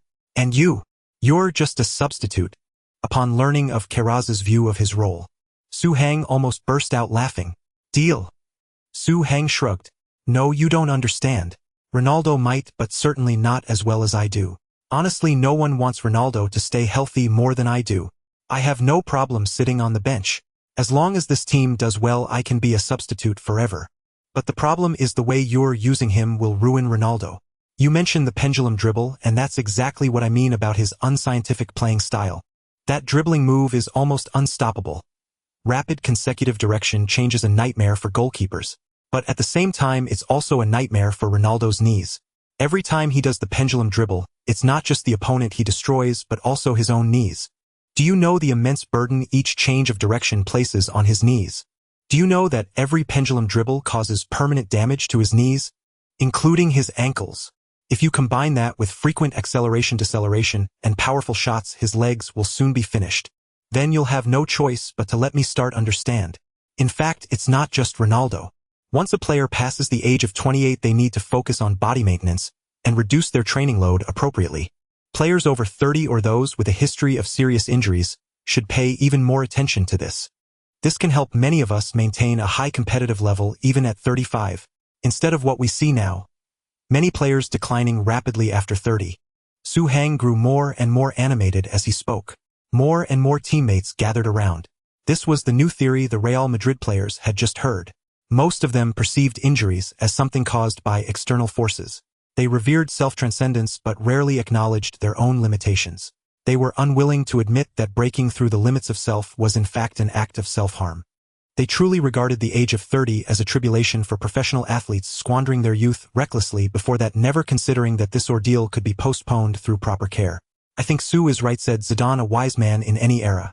"We need a truly healthy Ronaldo, one who can play a full season. Otherwise, it will be difficult for us to achieve the desired results." And indeed, the heavy training has burdened the injured and the older players. Watching the players' expressions, Queiroz knew that Su Hang's sophistry had succeeded. He didn't believe in this so-called maintenance at all. What he advocated was relentless and arduous training. Anyone unwilling to train was just lazy. Zidane supported Su Hang because he was 32, had achieved glory, and no longer wanted to train excessively. It must be so. Queiroz thought he had seen through Zidane's little scheme, but he couldn't call it out. After all, Zidane's and Su Hang's influence within the team were vastly different. "Humph!" Queiroz stormed off. In the following days of training, he acted as if Su Hang didn't exist. Su Hang was naturally quite satisfied with this state of affairs. It was so comfortable. Without the team's mandatory demands, he could devote all his energy to the 4 areas: shooting, heading, strength, and jumping. Because training other aspects was meaningless for him now. Only these few could improve rapidly. And as he trained in his unique way, everyone soon noticed his strengths. "Oh, Su Hang's shooting is decent. Yeah, it's at the level expected of a forward. In the last match, he didn't have a single shot, so I thought his finishing was poor. His heading is really good. He's not that tall, 8 meters, but he jumps so high, and I feel he jumps even higher in real matches. Yes, I think so too. In yesterday's training match, he looked like he was taking off. His physicality is also decent. I think he's more robust than Raul. Ahem, no need for comparisons. I'm not a physical forward." Raul defended himself. The overall atmosphere within Real Madrid was quite good. Until the day before the next match. Because on this day, Queiroz was to announce the players selected and even the starting lineup. The Real Madrid first team currently had 30 players, but the squad only needed 18 and the starting 11. The competition was brutal, particularly fierce for the forward position, as Real Madrid had only one striker spot and Ronaldo had just returned. Before Queiroz's announcement, Su Hang voluntarily said, "I can stay out of the squad. I think many forwards here are better than me." He was telling the truth. In training, despite his advantages, almost every player was better than him. After all, this was Real Madrid. Even the reserve forwards like Portillo, who rarely got playing time, were far superior to Su-Heng in overall ability. Most importantly, being selected meant traveling with the team, which wasted training time. Su-Heng had increased his strength by 1 point just yesterday. He was utterly absorbed in this process of gradual improvement and didn't want to be disturbed. Queiroz gritted his teeth in anger. The Su-Heng must be doing it on purpose. You just won man of the match in the last game, and now you can't even make the squad. Isn't that blatantly showing that I, the head coach, am petty, prioritizing personal grudges over the team's interests? So despicable. Now that you've said that you've won the teammates' favor, and I have no choice but to put you in the squad. How sickening. In the end, with a tone that could devour him, Queiroz included Su-Heng in the 18-man squad for the next match. But to Su-Heng's relief, he was a substitute, not a starter. He probably wouldn't have to play and worry. After all, Ronaldo was there. As expected, the public approved of the list. Even Su-Heng's most ardent fans didn't think he deserved to start over the returning Ronaldo. Never mind one man of the match award. Even if he were the player of the season, most would still choose Ronaldo for the position. On April 4th, La Liga matchday 31. Real Madrid faced Albacete away. With Ronaldo's brace, Real Madrid won 21, securing their second consecutive victory. Around the 70th minute, Queiroz could have substituted Ronaldo, who had scored twice, to give him rest, and allow young players like Su-Heng more playing time. But he didn't. He knew that if Ronaldo came off, Su-Heng would have to go on or the fans wouldn't accept it. So he simply didn't make the substitution. The result was that Ronaldo, after playing the full match, felt some discomfort in his ankle. On April 11th, La Liga matchday 32. Real Madrid hosted Osasuna. 60,000 fans packed the stadium. Yet Real Madrid suffered a humiliating 0-3 defeat. After the match, Real Madrid faced criticism from all sectors of society. Many media outlets pointed out Queiroz's deficiencies in on-field management. Marca, it's hard to imagine Queiroz's substitutions didn't include Su-Heng. When Ronaldo was clearly out of form, why not give the Real Madrid super rookie a chance? Yes, even if he didn't want to replace Ronaldo, why not bring on Su-Heng to switch to a 2 or 3 forward formation? I think the HRR Trident is definitely worth a try. El Mundo Deportivo: Real Madrid signed so many superstars, yet now they're arguing about why a young player like Su-Heng isn't playing. That, in itself, is deeply ironic. Sport: what Ronaldo couldn't do, Su-Heng naturally couldn't either. Queiroz's decision not to play Su-Heng is understandable because Su-Heng still hasn't apologized for his argument with Queiroz during the match. Marcus Clara column even published several photos of Su-Heng training. Su-Heng is arguably the hardest working player in Real Madrid's training. After daily training, he goes to the gym for strength exercises. His physique has changed noticeably in a short time. He's the type who looks slim in clothes but ripped without. Queiroz doesn't give Su-Heng any chance at all. His pettiness is truly frightening. He is retaliating against Su-Heng with the team's results. To be fair, these news articles pleading Su-Heng's case caused him great distress. Especially Clara. This girl really speaks too much for Su-Heng. Su-Heng, in fact, I really enjoy training. It doesn't matter whether I play or not. Clara, is it Queiroz who is forcing you to say this? Su-Heng, I'm doing this voluntarily, really. I still have shortcomings in my abilities, and now is not the best time for me to contribute to Real Madrid. Clara, at this time, you're still thinking about Real Madrid. You should think more about yourself. Su-Heng, I know this is hard to understand. There are some things I can't tell you directly, but as long as you understand that my not playing is better for everyone, that's what matters. Clara indicated that she understood Su-Heng's meaning. The next day, Clara's column in Marca. I met with Su-Heng and his condition is very poor. I seriously suspect that Queiroz is mentally controlling Su-Heng. I even heard Su-Heng say not playing is better for everyone. Su-Heng is too naive. This is workplace bullying. I, Clara Cecilia, a media professional, am now seriously warned. Immediately stop your mental control over Su-Heng. I have already contacted the doctors at the Madrid mental hospital. As long as Real Madrid agrees for Su-Heng to be examined, we can immediately gather evidence. To be honest, when Su-Heng saw this news, he was stunned. Clara looks quite pretty with curves, but how can she be so brainless? Are you trying to pressure Queiroz? You're pressuring me. Is it so hard not to want to play football? I see so many substitute players who spend their whole lives on the bench, and it's quite easy, right? Hazard. Clara's news caused a huge stir in Spain. Real Madrid officially rejected the request from the Madrid mental hospital for Su-Heng's examination. They have their reasons for doing so. Players cannot even learn about their injuries from the hospital without the team's consent. But Clara then united with the Real Madrid Fan Association to again call for Su-Heng to undergo a mental assessment. They believe Su-Heng has been mentally controlled. This is very evil. Of course later this was referred to as workplace PUA and it appeared more frequently in people's lives. Europe places great importance on various human rights.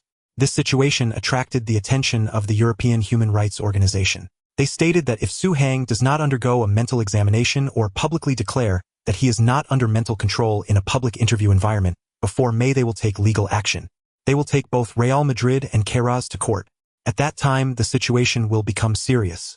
Real Madrid president Florentino was both amused and frustrated upon hearing this news. Mental control. How is that possible? The last time Su Hang gave a speech in the team, he almost got into a fight with HRR.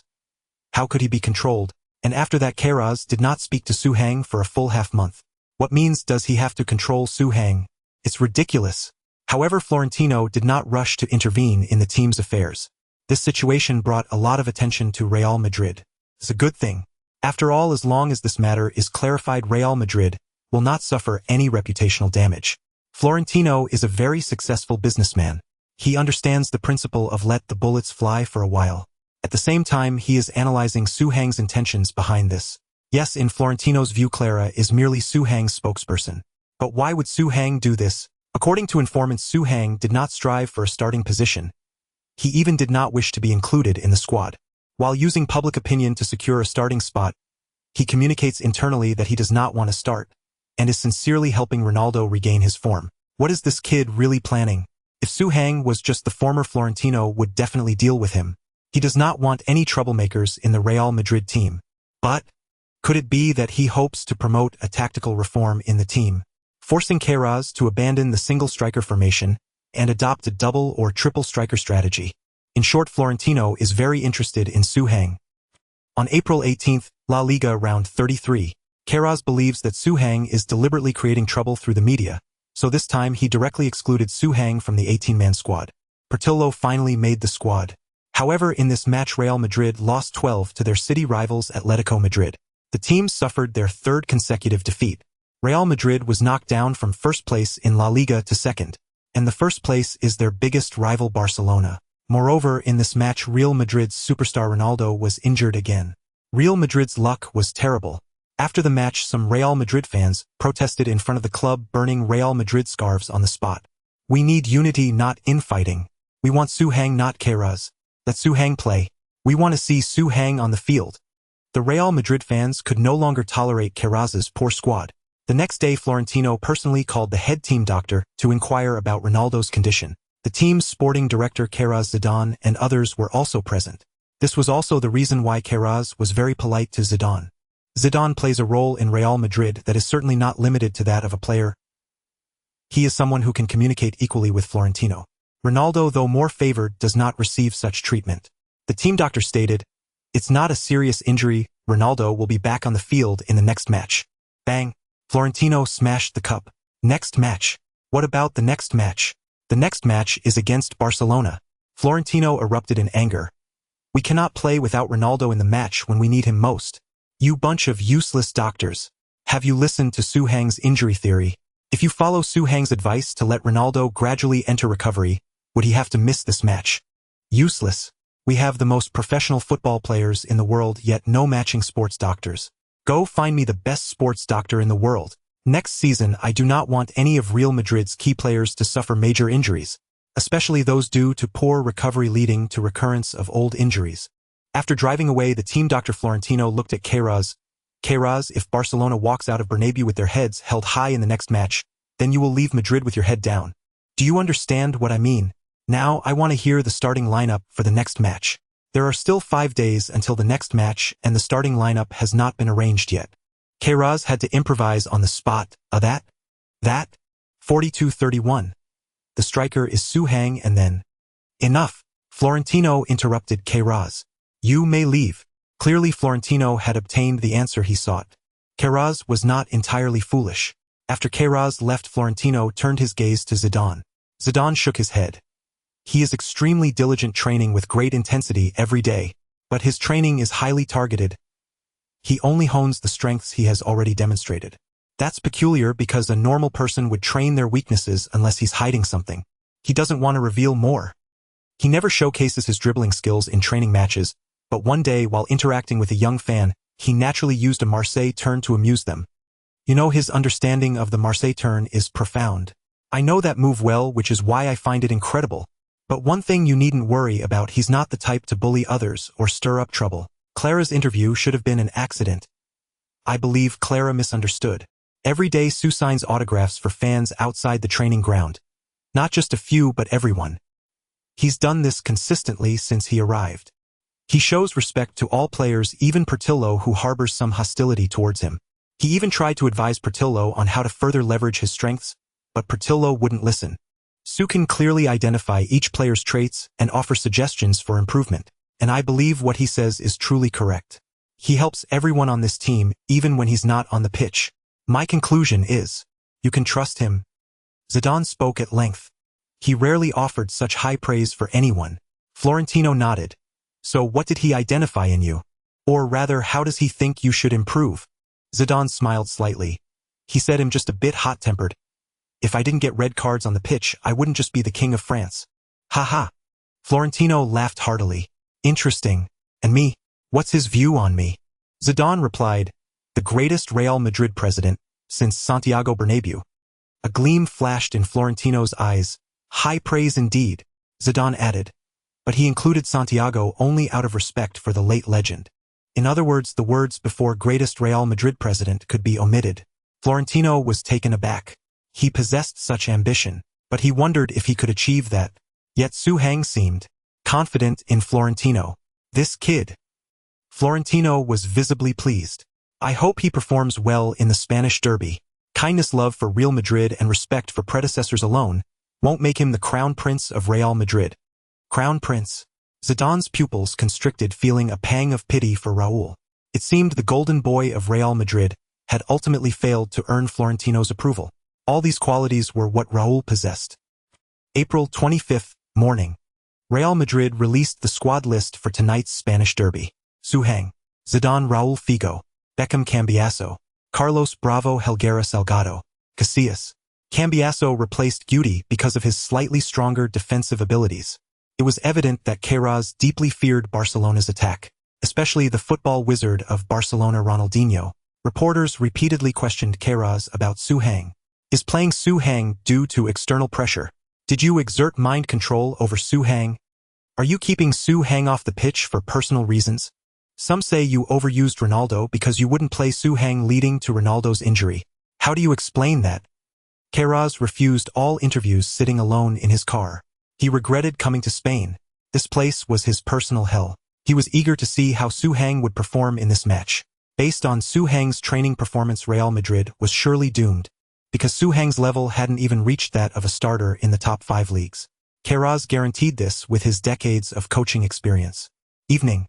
The Bernabeu Stadium was packed to capacity. The top-of-theatable clash between Real Madrid and Barcelona. The Spanish derby. The battle between Zidane and Ronaldinho, the old and new world's best midfielders. A duel between the youth academy goalkeepers Casillas and Valdez. Additionally, it was a contest between Barcelona's newly acquired young forwards like Saviola and Overmars, and Real Madrid's own youth academy forward Su Hang. 80,000 fans flooded the Bernabeu, filling every seat. As far as the eye could see, a sea of white. The atmosphere surpassed even the Spanish Kings Cup final. This was also Su Hang's first time participating in such a grand match.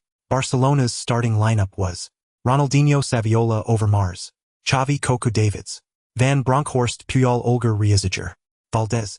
In terms of star power, Real Madrid utterly outshone Barcelona. But on the league table, Barcelona held the lead. Even in the player tunnel, the tension between the two sides was palpable. It was a fierce battle between two sworn rivals. From the very start, the match descended into a brutal struggle. The physicality was intense. The referee acknowledged the level of contact. He knew the match couldn't be played by the book. This degree of physicality posed great difficulties for Su Hang. His dribbling, ball control, and passing were insufficient to handle the ball under such fierce pressure. In the 9th minute, Su Hang dropped back to receive a pass from Beckham but lost the ball after a collision with Olger. Barcelona immediately launched a counterattack. Ronaldinho produced the first threatening shot of the match from 25 meters out. Fortunately, Casillas made a superb save, deflecting the ball away. In the 12th minute, Su Hang made amends, receiving a perfect diagonal pass from Zidane. He didn't control it, but used a Marseille turn to directly bypass Puyol. Then he took a shot. Unfortunately, he failed to keep it down and the ball sailed into the stands. His shooting attribute just over 70 was adequate in training but insufficient in high-level intense and fast-paced actual play. In the 15th minute, Ronaldinho single-handedly broke through Cambiasso using an elastico to shake him off and complete the dribble. Cambiasso pulled and tackled Ronaldinho down, earning a yellow card. The defensive bulwark that Real Madrid had specially prepared for Ronaldinho crumbled in the 15th minute. What difference was there between the defense of Cambiasso, who had been booked with a yellow card, and that of Guti? In the 18th minute, the liberated Ronaldinho began to pose a real threat, threading a through ball to Sa. The latter found himself unknown with the goalkeeper. The entire Bernabeu fell into despair, but the guardian deity Casillas executed a flawless save denying Saviola's shot. He was in phenomenal form today. In the 20th minute, Zidane himself pulled off a flashy move. Though he lacked proper passing ability, it didn't mean he couldn't pass at all. It might just not be as effective. Bracing himself against Puyol, he received a pass from Raul and used the sole of his foot to roll the ball behind him. Puyol, standing only 1.78 meters tall, was shielded by Zidane and saw nothing. The ball slipped through his legs. A beautiful pass. Zidane delivers a brilliant nutmeg pass against Puyol. Raul shoots. Valdez keeps the ball out. Both goalkeepers are displaying an exceptionally high level of performance today, but this pass led to a misjudgment among the Real Madrid players. They acknowledged Zidane's performance and began frequently seeking him out for combinations. Zidane frantically tried to stay in offside positions, but he couldn't avoid receiving the ball forever. In the 25th minute, Zidane delivered a masterful through ball. How masterful? So masterful that Zidane couldn't evade it even if he tried. Bang! Zidane was forced to stretch out his foot to stop the ball. The ball flew straight to Puyol, who was utterly bewildered. This? Are you serious? Does the Redan blue jersey on me look that much like white to you? I've heard of red-green color blindness, but red-blue height color blindness. Bang! Puyol passed the ball back to the returning Xavi. Xavi looked up, assessing the situation for a counterattack. Figo had no choice but to wrap his arms around Xavi. The referee blew his whistle and showed Figo a yellow card. He had disrupted a promising counterattack. Zidane looked apologetically at Figo, who signaled that it was nothing. An occasional poor touch was normal. Even Ronaldinho made mistakes. In the 31st minute, Figo continuously broke through on the right flank and delivered a cross that was a veritable assist on a silver platter. All Zidane had to do was charge forward and strike it. Zidane missed it entirely. Some balls look so simple that even Shaq's grandmother could score, but actually executing it is quite difficult. Such crosses are easy to miskick or completely whiff on. You must have a clear understanding of the ball's speed and trajectory, and adjust your own pace and footwork accordingly. Zidane was still grappling with Puyol, but he could only hold him off. He couldn't finish precisely while doing so. Beastly physique granted him strength, but not top-tier finishing or soccer IQ. Bang! Rezager received the ball on the other flank, nudged it forward, and launched a counterattack. Zidane launched into a sliding tackle, sending both man and ball out of bounds. Barcelona players immediately swarmed him, sparking a minor scuffle. The referee showed Zidane a yellow card. Although Zidane had touched the ball first, it was considered a danger. Zidane didn't argue with the referee, but took the opportunity to speak to Zidane. So you need to adjust your state of mind. Like when you played against Sevilla. Get excited, get focused. Zidane nodded. He found it hard to tell Zidane that he was already fully focused. No matter how hard a vocational student tries, they can't get into Peking University in a short time. In the 39th minute, Ronaldinho created another threat. After dribbling past two players on the left flank, he was brought down by Helguera outside the box. Helguera received a yellow card. Had Helguera been a second later, it would have been a red card and a penalty. His defense could be deemed successful, but Barcelona earned a free kick in an extremely dangerous position. Get back! Due to the perilous location, Real Madrid needed as many players as possible in the wall and marking Barcelona's players. Thus Zidane had to participate in forming the wall. Standing in the wall, he tried closing his eyes, but the fear of darkness and the unknown was too great, so he quickly opened them again. Being in the wall is truly a painful ordeal. It severely tests a player's grit, especially for forwards. Not that forwards lack toughness. Many forwards are incredibly brave in pursuit of goals, charging through fire and water without hesitation. Head-to-head clashes against opponents' studs are nothing to them. They might even hurl themselves into goalposts, but that's for scoring. Asking a forward to take a ball to the face for defense is something most are unwilling to do. Players choose their positions and conversely positions shape the players. So forwards become increasingly reluctant to join the wall. The referee blew his whistle. Ronaldinho charged toward the ball and struck a direct free kick. The ball curved through the air. Su Hang leaped high, but with his eyes open, he saw the ball hurtling toward him. Holy crap! Su Hang quickly turned his head, trying to dodge the ball. But Ronaldinho had curled it deliberately. Su Hang's head movement perfectly blocked the ball's trajectory.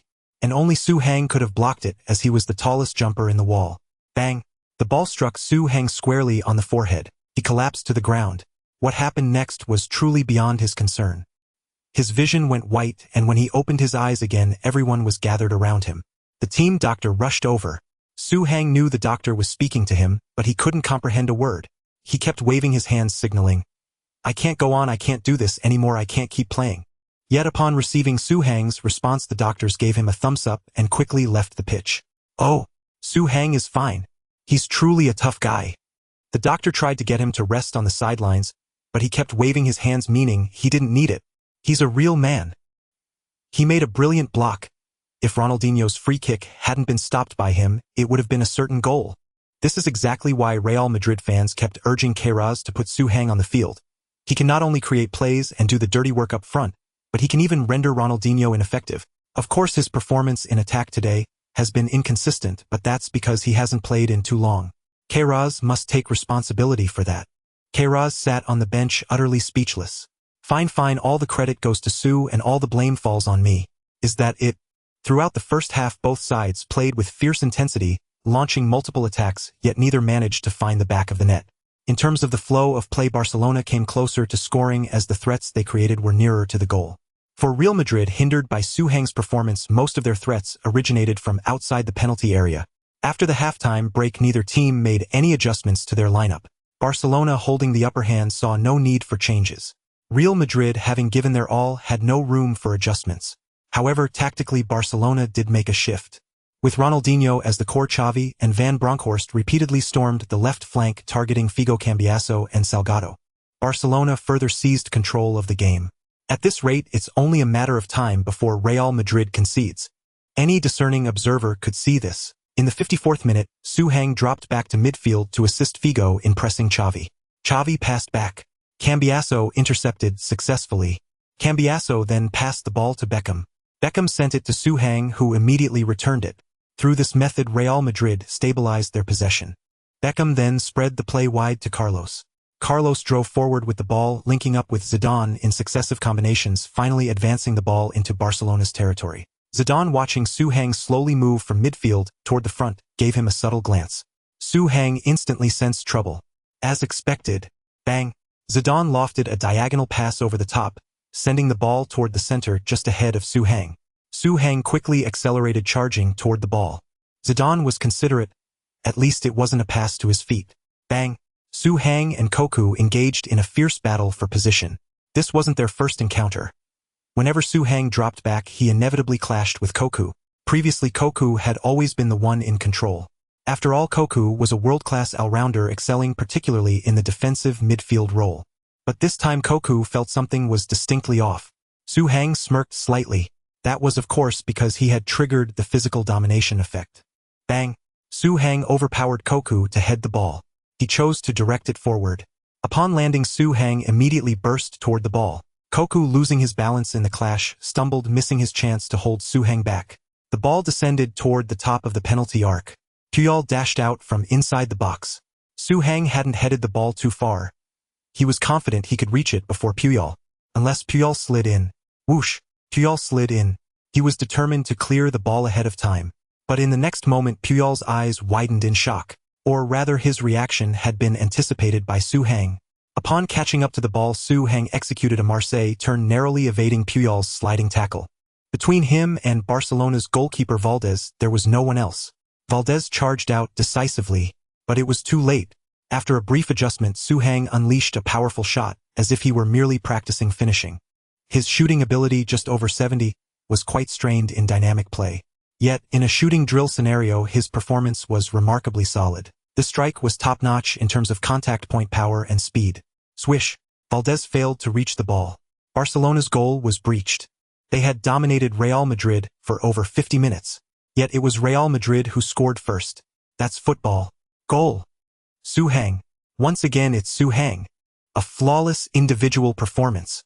First he overpowered Cocu to win the first ball, then a Marseille turned to shake off Puyol before slotting home a Union. Su Hang defeated Cocu, Puyol and Valdez in a single attack.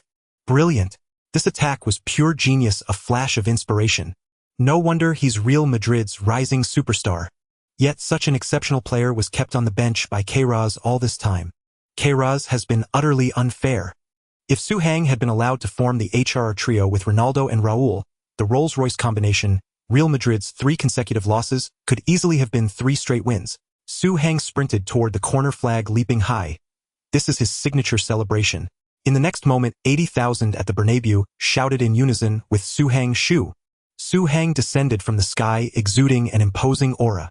Countless cameras locked onto the number 24 jersey on his back, along with the pinyin name Hang Su. El Clasico. Su Hang single-handedly stormed the fortress, triumphing in his first foray. Real Madrid's goal disrupted Barcelona's rhythm. In the 57th minute, Barcelona made 2 substitutions in quick succession. The Dutch hound Kluivert replaced the underwhelming Saviola. The latter, naturally a winger forced into a center-forward role, was bound to struggle. Additionally, Barcelona veteran Luis Enrique came on for Overmars in a like-for-like swap. After splurging on a host of youngsters, Barcelona's conclusion was, the old guard still proved their worth. And indeed it was true. Just a minute later, Van Bronckhorst received a pass from Ronaldinho on the left flank and delivered a cross. Kluivert soared high, executing a straightforward header to score, leveling the match. All those intricate maneuvers paled in comparison to the efficiency of a simple cross from the byline. Kluivert celebrated wildly, clearly displeased with the team's decision to bench him in favor of rejuvenation. Su Hang retreated to his own half. This goal seemed to hinge on Van Bronckhorst's excellent cross. But in truth, the key was Ronaldinho. Ronaldinho drew almost everyone's attention before releasing the ball, making Van Bronckhorst's cross and Kluivert's header as simple as a passing drill. Real Madrid's Ronaldo possessed a similar ability, but unfortunately, in the 69th minute, grim news arrived.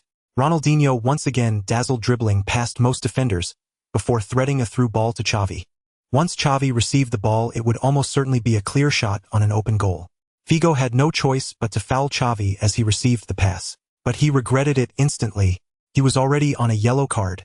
As expected, the referee showed no mercy, issuing Figo a second yellow card and his first red. 2 yellows led to a red. Figo was sent off.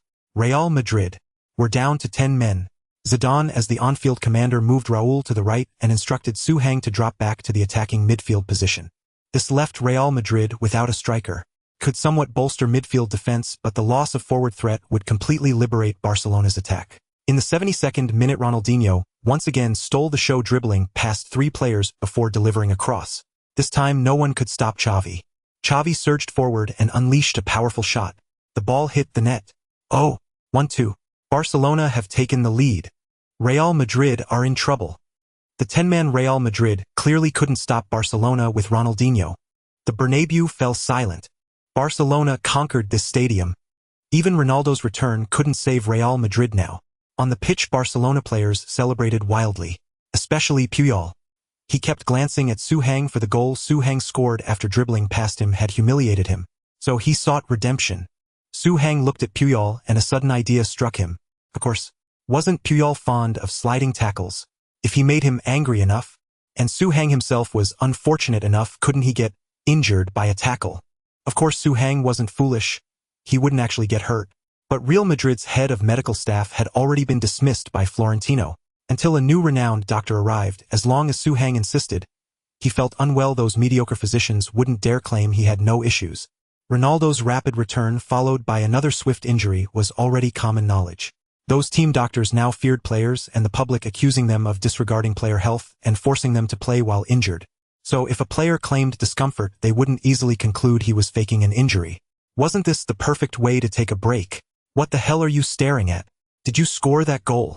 Su Hang walked toward Puyol, mimicking the way Puyol had just been dribbled past. Or did Xavi score after dribbling past me? Puyol was instantly enraged. The taunt was too timely. What did you say? You little ball boy. Do you think you're something special? Your first touch is garbage. Puyol also stepped toward Su Hang. The two collided. Su Hang was slightly taller, but Puyol, a center-back, was powerfully built. Fortunately, Su Hang activated physical dominance and held his ground against Puyol. Thanks for the compliment on my skills, but next time you speak, could you jump up? Because I always have to look down to talk to you, it's really tiring and bad for my neck. Suhang unleashed his ultimate move. FCK. Puyol swung a punch. But Suhang grabbed Puyol's arm in advance. Then teammates from both sides intervened. The stadium atmosphere heated up again. Real Madrid fans began cursing the Barcelona players. The conquered Bernabeu finally snapped back, regaining its morale. The referee issued yellow cards to both Suhang and Puyol. He especially warned Suhang. Suhang acted much more courteously before the referee, nodding repeatedly, and even flashing a friendly smile at Puyol. His face practically screamed, "Come on, tackle me. Well done." After the conflict subsided, Zidane praised Suhang. Suhang was bewildered. "This? Shouldn't you be scolding me for stirring trouble, not praising me?" Zidane looked toward the sideline. Barcelona had seized the momentum. Without that conflict from the team to the fans, our morale would have been crushed. "You brought back our will to win. You have a keen sense of morale and the potential to be a team leader." Facing Zidane's assessment, Suhang felt undeserving. "No, I didn't mean to boost morale, I just..." Zidane, even better. "It shows it's your instinct. You're born to be a leader." Suhang was about to explain but noticed Zidane's expression change. He looked toward the sideline. Queiroz made a substitution. He brought on Guti, the Golden Wolf, to replace Zidane. Zidane was clearly unhappy with the change. A true leader would never accept being substituted when the team was trailing. Even though Real Madrid currently lacked a team leader, Zidane held himself to high standards. And this was El Clasico after all. Oh, Queiroz might be worried about Zidane's yellow card. Zidane is very upset. He didn't even acknowledge Queiroz. Both carrying yellow cards. Queiroz should have substituted Cambiasso instead of Zidane. You can't be thinking about defense at a time like this, can you? Real Madrid is trailing. The team needs to chase goals and attack, yet you take off the player most capable of scoring. Queiroz made a wrong decision. In the following minutes, Real Madrid's attack showed no improvement. At the 84th minute, Queiroz had Portillo warm up. He was about to replace the fatigued Raul for a final gamble. Suhang looked at the gloomy, dejected Zidane on the sideline and made an important decision. Ding! You have used the moment card. Zinedine Zidane, 1993.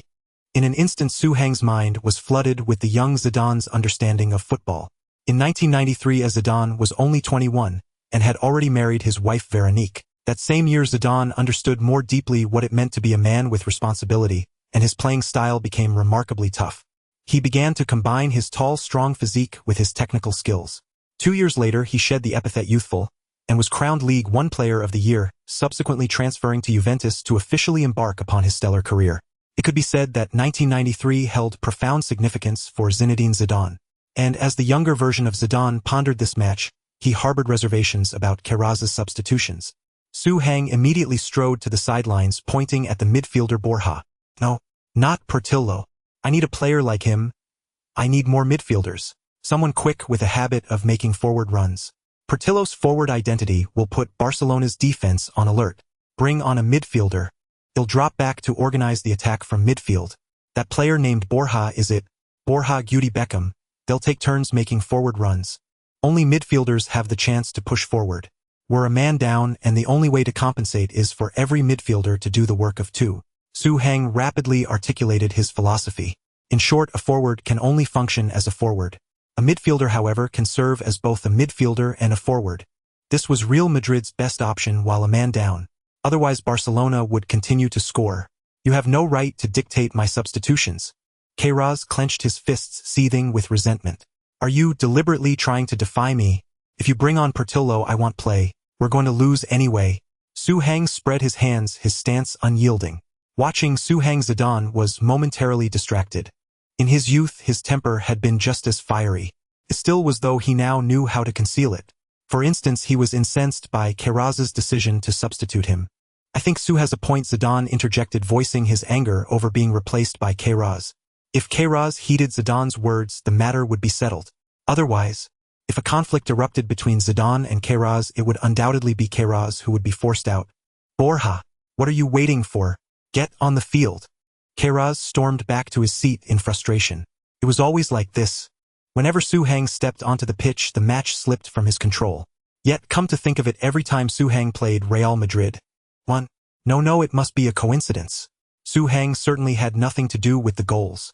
He was just lucky. With the team trailing, how could they win without a forward on the field? Now if they lost, Su Hang could take the blame. Huh. Does Su Hang have an issue with Carraz's substitution? Oh. Is Su Hang specifically calling for Borja? It seems a heated discussion is underway. Borja is on the field and he didn't even have time to warm up. And Portillo, who was ready to go on, was pulled back by the assistant coach. Oh, this is a huge blow for... Does Su Hang possess some kind of magic? Was Borja's substitution solely to accommodate Su Hang? Does he hold such high tactical authority? That shouldn't be. This is bound to spark controversy after the match. Su lacks the respect due to the head coach. Real Madrid's fans were bewildered by the substitution. They began to curse Carraz. Carraz looked utterly aggrieved. It was your shoe who wanted a midfielder, blame him instead. Push forward more. Guti, you need to drive forward more. Borja, make frequent sprints. David, take a chance and burst forward if you can. Cambiasso, hold your position and defend. Don't wander, but don't rush to tackle because you definitely won't win it. Just maintain pressure, stick to your man, and make him uncomfortable, understand? Su Hang began issuing commands on a large scale. His natural demeanor was as if he weren't the youngest and least experienced rookie on the team. Yet everyone had no choice but to heed his words. After all, he was the only one who had scored a goal for Real Madrid in this match so far. He exuded sheer authority. In the 86th minute, Su Hang dropped back to demand the ball. Guti and Borja immediately launched forward runs. Su Hang shielded against Cocu, executed a brilliant turn while lifting the ball and then threaded a through pass to Guti. Rezager lunged ahead of Guti and volleyed the ball out for a throw-in. He thwarted this highly dangerous pass. Guti gave Su Hang a thumbs-up, signaling a great pass. Su Hang moved to the sideline and again held off Cocu. Guti tossed the ball to Su Hang from the sideline. Su Hang immediately lifted his leg and chipped the ball to Carlos behind him. Carlos passed back to Bravo. Bravo found Cambiasso. Cambiasso passed to Beckham. The ball circulated around Real Madrid's back line. The team needed to reorganize their attack. Here. Su Hang dropped back for the ball again. Beckham promptly passed it. Su Hang was playing like a midfielder. Borja and Guti surged forward once more. Cocu tracked Su Hang closely. Bang! Su Hang met the ball with a backheel chip in midair. The ball sailed over Cocu and landed right in front of Borja. Cocu was stunned. Su Hang spun around, pushed Cocu aside, and sprinted forward. Here. Su Hang's voice guided Borja, who had the ball. Borja passed it sideways. Bang! Su Hang nudged the ball and burst straight into the penalty area. Puyol was marking Borja and couldn't shift laterally in time to block Su Hang. Barcelona's goalkeeper Valdez was known for his aggressive rushing. He charged out as soon as Borja passed. This time he wouldn't give Su Hang another chance. Valdez and Su Hang met head-on. To get past Puyol, Su Hang was dribbling at high speed. At such velocity, effective feints were nearly impossible. So Valdez was confident he could snatch the ball from Su Hang's feet. Unless Su Hang was Ronaldo and could pull off a pendulum dribble, this chance was already dead. Bang!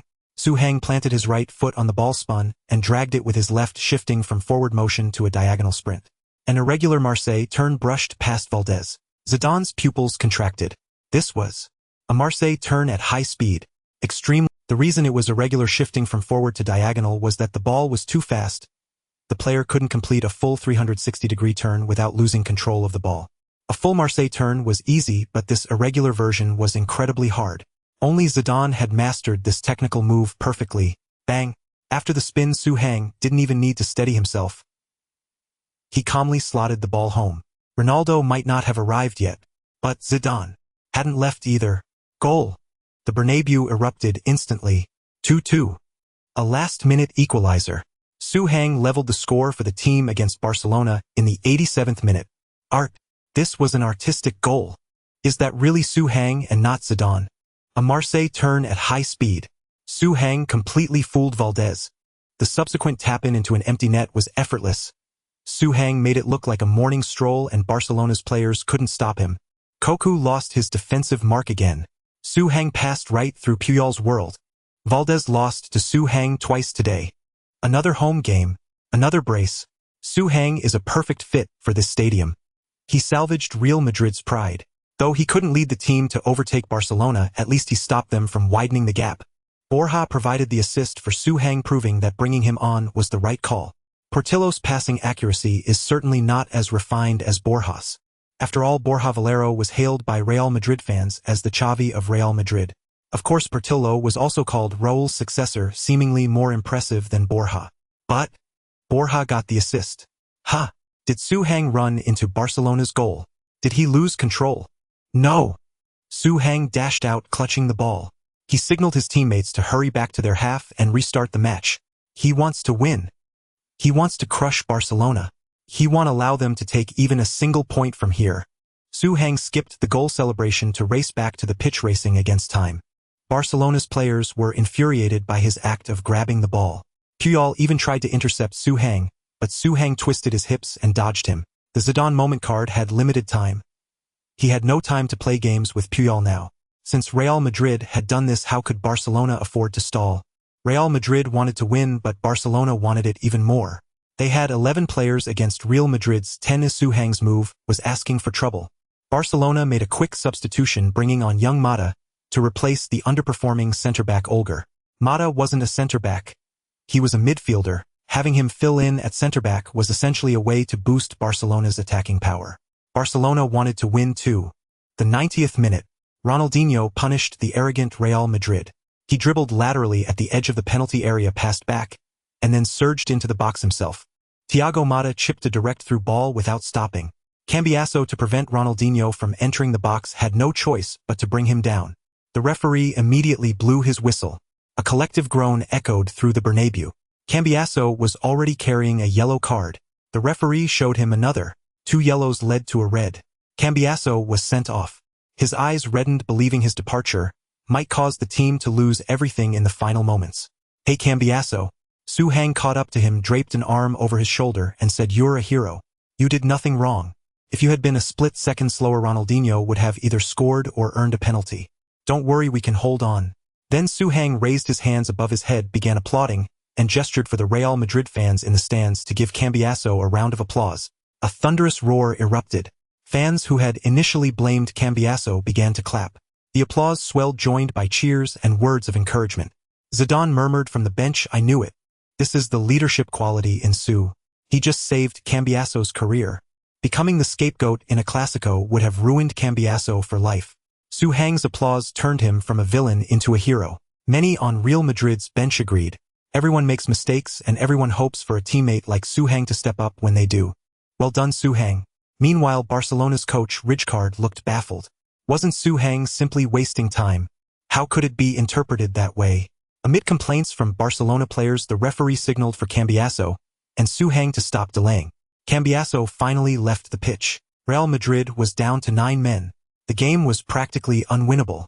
Any sane Madrid fan could only pray for the match to end quickly. Winning was unrealistic. A draw would be the best outcome. Barcelona then laid siege to Real Madrid's goal. Everyone on Madrid dropped back to defend, yet gaps remained. The 92nd minute, Ronaldinho swung in a cross from the flank. Kluivert, under pressure from Suhang, headed the ball against the crossbar. The 94th minute, Van Bronckhorst, a man far from home, drove to the byline and sent in a cross. Casillas rushed out and punched the ball clear of the box. Borja collected the ball on the edge of the area and turned to launch a counterattack.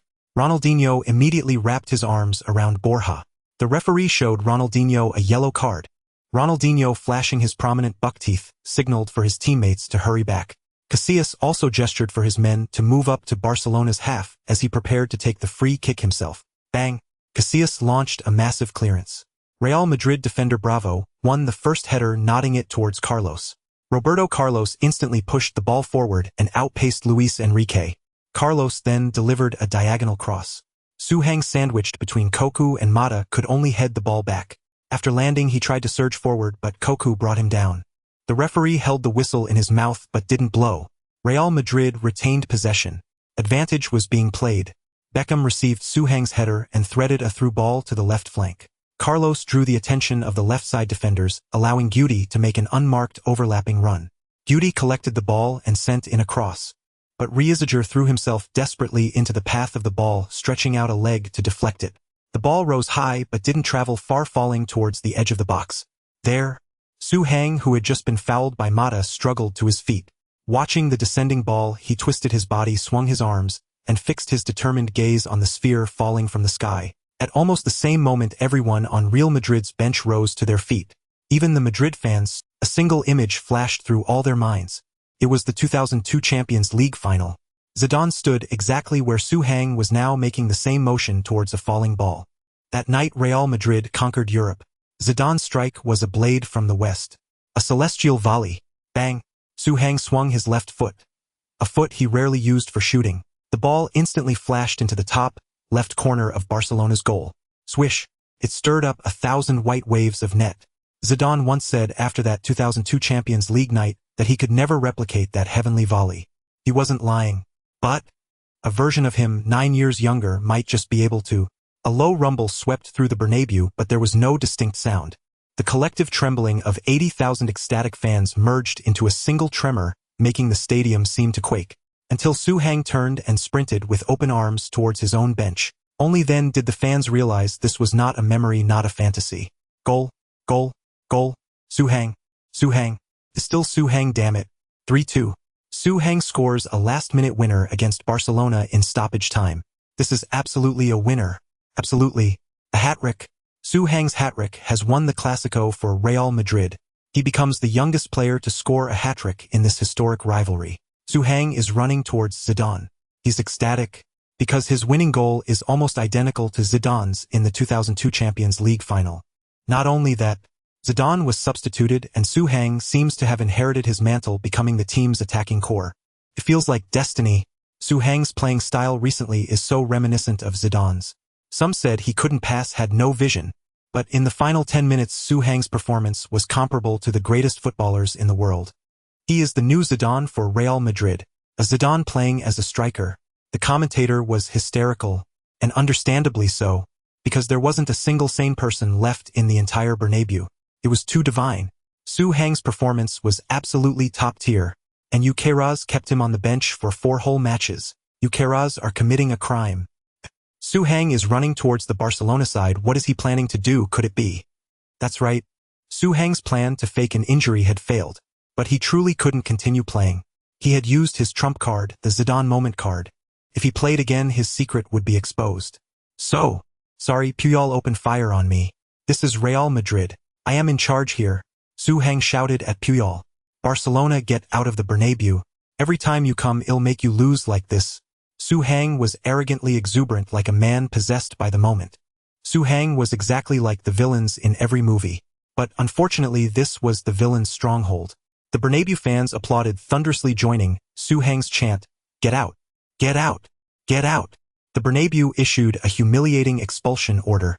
The Barcelona players could no longer hold back. They had been berated for the entire match.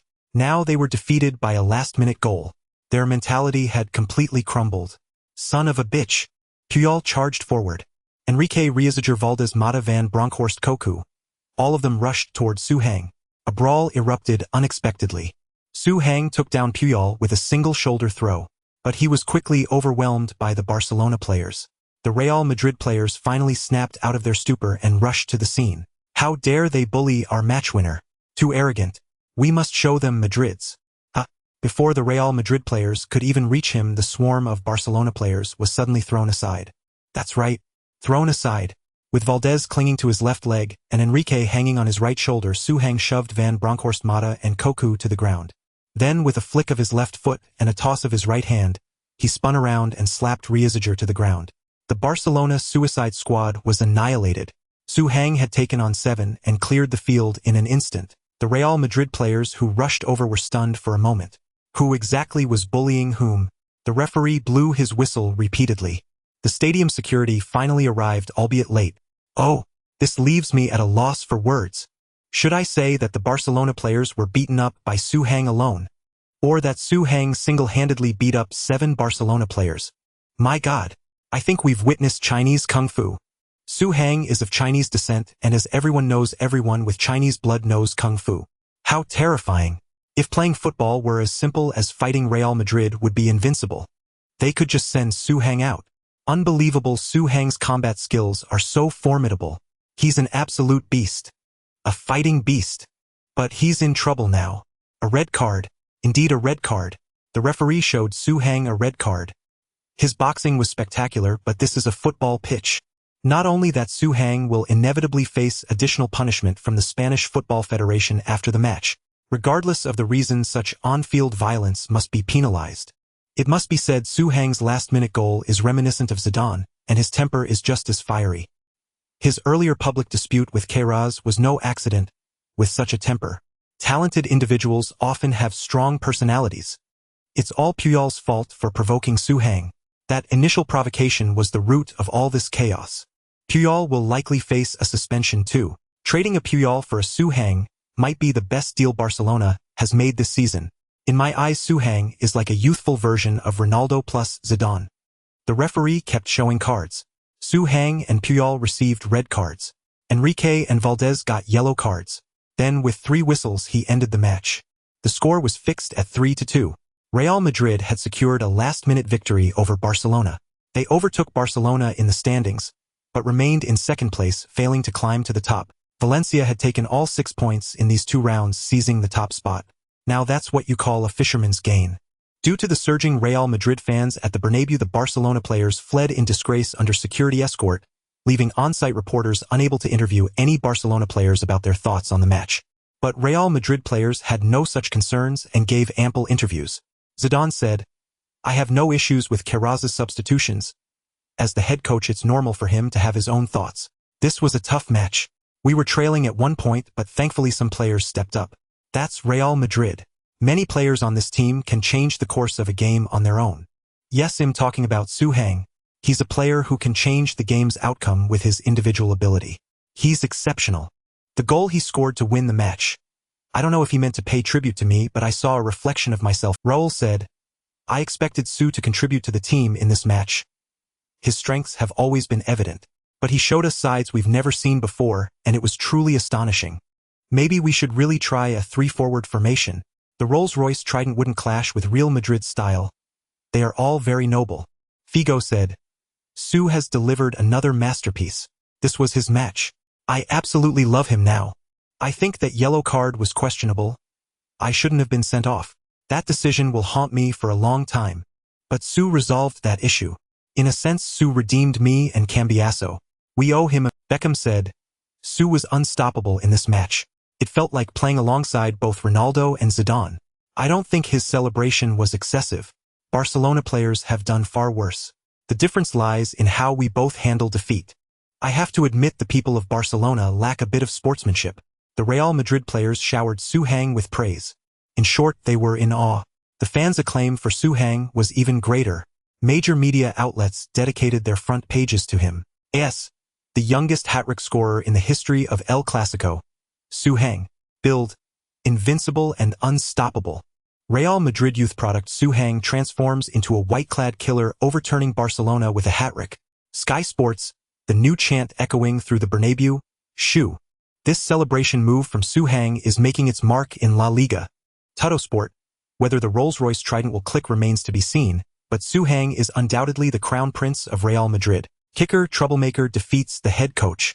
Renowned manager HRR publicly apologizes, admitting that benching Su Heng was the biggest mistake of his coaching career. Yes, HRR had publicly admitted his mistake. After the match, facing a crowd of reporters, his statement shocked everyone. This was an epic match. Su Heng demonstrated dominance over the game. This was something I never anticipated. He's not the same Su Heng I remember. HRR looked somewhat aged before the cameras. Gray hairs appeared at his temples. I have never seen any 18-year-old player adapt so well to a high-stakes match. My decades of experience in the industry made it impossible for me to believe in Su Heng. Not just because of his age, but also his ethnicity and background. This isn't discrimination. I'm just stating that before Su Heng, no one like him had achieved success in world. I made a mistake that any coach could have made. Su Heng, through his brilliant performances and victories, has made me realize this mistake. Now, before this gathering of the media and the world's fans, I sincerely apologize to Su Heng. I am sorry, Su Heng. From this day forward, as long as I coach this team, you will forever be my first choice on the front line." Applause erupted from the journalists present, acknowledging HRR's candor. In life, it is not mistakes that are feared, but the refusal to correct them. HRR's apology was unprecedented in world football. When does a leader ever apologize to a subordinate? HRR had shown remarkable courage. The reporters then turned their gazes towards Su Heng. It was unthinkable for him to skip this post-match press conference. Otherwise, the media would have torn down the Real Madrid press room. Honestly, Suhang was taken aback by Kairaz's reaction. He had just double-checked and Kairaz was not being sarcastic. It seemed he was sincere. He had truly been conquered by Suhang's godlike hat trick. The allure of competitive sports is sometimes powerful enough to turn foes into friends. Facing this provoking Kairaz further was futile. From now on, when it was time to play, Suhang truly could not avoid it.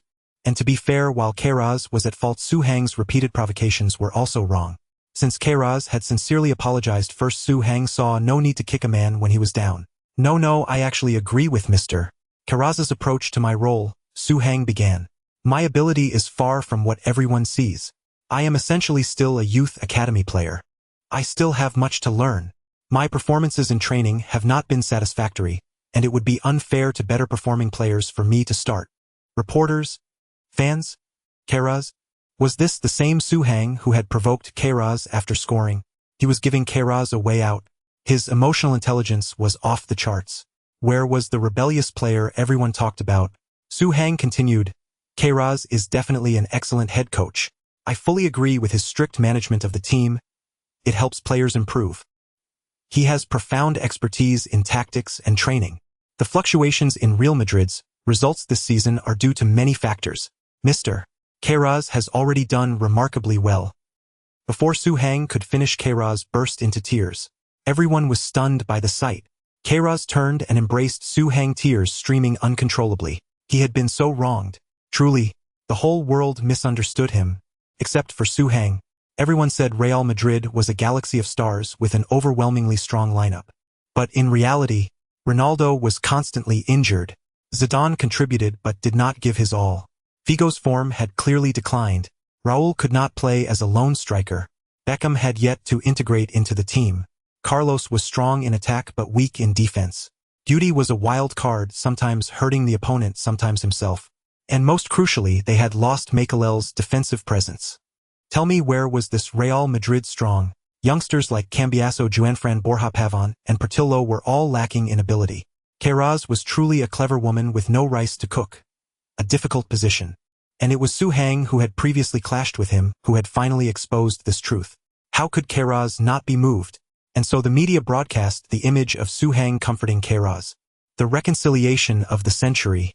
Real Madrid's crown prince Suhang, righteous and magnanimous, embraces coach Kairaz to resolve their conflict. A touching scene after El Clasico. Rebel player Suhang comforts his former adversary coach Kairaz, showcasing his charisma. Play loudly, live humbly. Analyzing Suhang's life philosophy from the Real Madrid reconciliation. This crown prince is no simpleton. If you want peace, I offer an embrace. If you want war, I give you a roar. Decrypt the wise life of Real Madrid's crown prince Suhang. Paid content. If the term emotional intelligence might seem too slick and not entirely positive to some, then words like sincerity, generosity, responsibility, and manliness were truly the media's and the public's verdict on Suhang. This grand drama of reconciliation at Real Madrid was deeply moving. For a time, some even began to speak well of Kairaz, something previously unimaginable. However, the warm public sentiment ended as the Barcelona team returned to Catalonia. The Catalan media outlets fired off articles angrily attacking Suhang and targeting Real Madrid. El Mundo Deportivo. Is this football or murder? Suhang's brutality has reached an almost shocking level in European football history.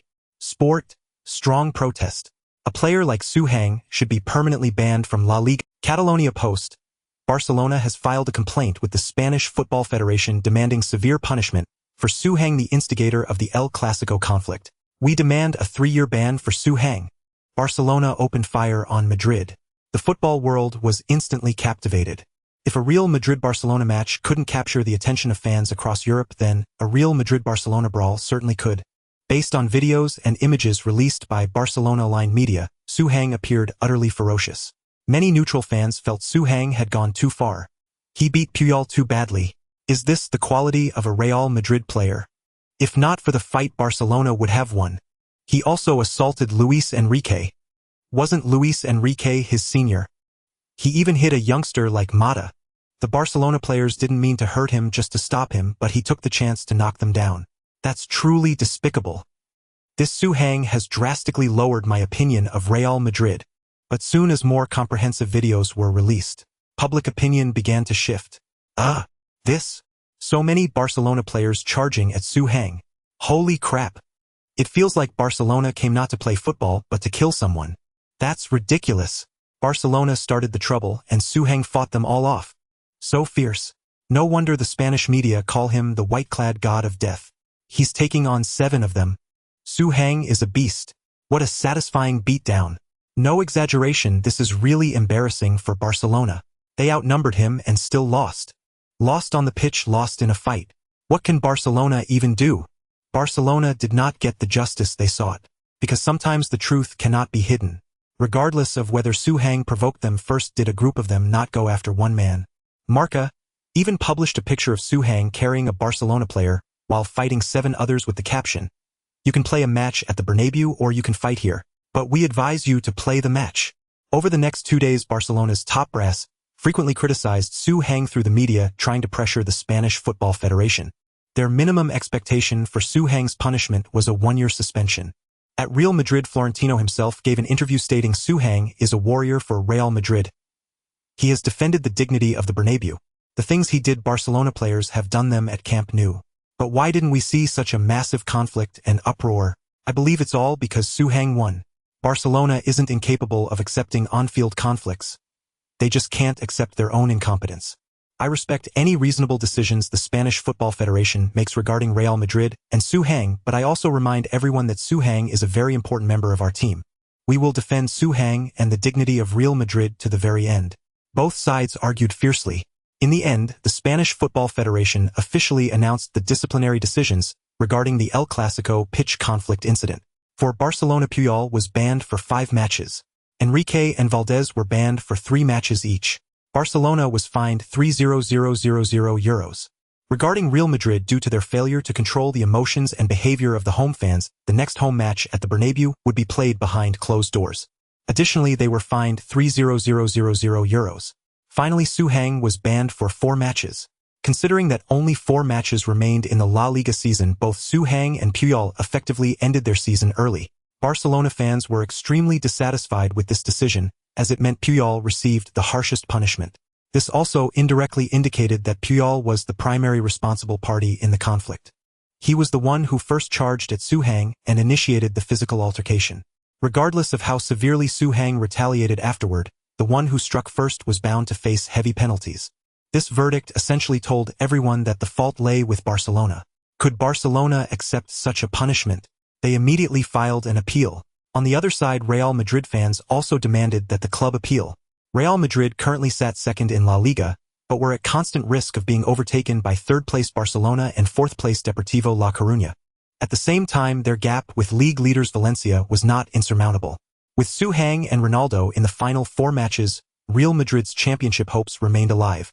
But without Su Hang, the worst-case scenario could see them drop to 4th place. Therefore, Real Madrid had to appeal. The internal meeting at Real Madrid also decided on this course of action. However, Queiroz' phone rang. With Florentino's nod, Queiroz put the call on speakerphone. Su Hang said, "I suggest the team does not appeal." Real Madrid? Su Hang, the authority of the Football Federation, must not be taken lightly. Right or wrong, the verdict is final. If decisions are changed arbitrarily, every future ruling by the Federation will be questioned. Every punishment by the Federation inevitably offends at least one side. Putting pressure on them now will likely result in additional penalties. Moreover, angering the Federation could lead them to subtly disadvantage us in next season's fixture schedule, causing us significant trouble. It's simply not worth it.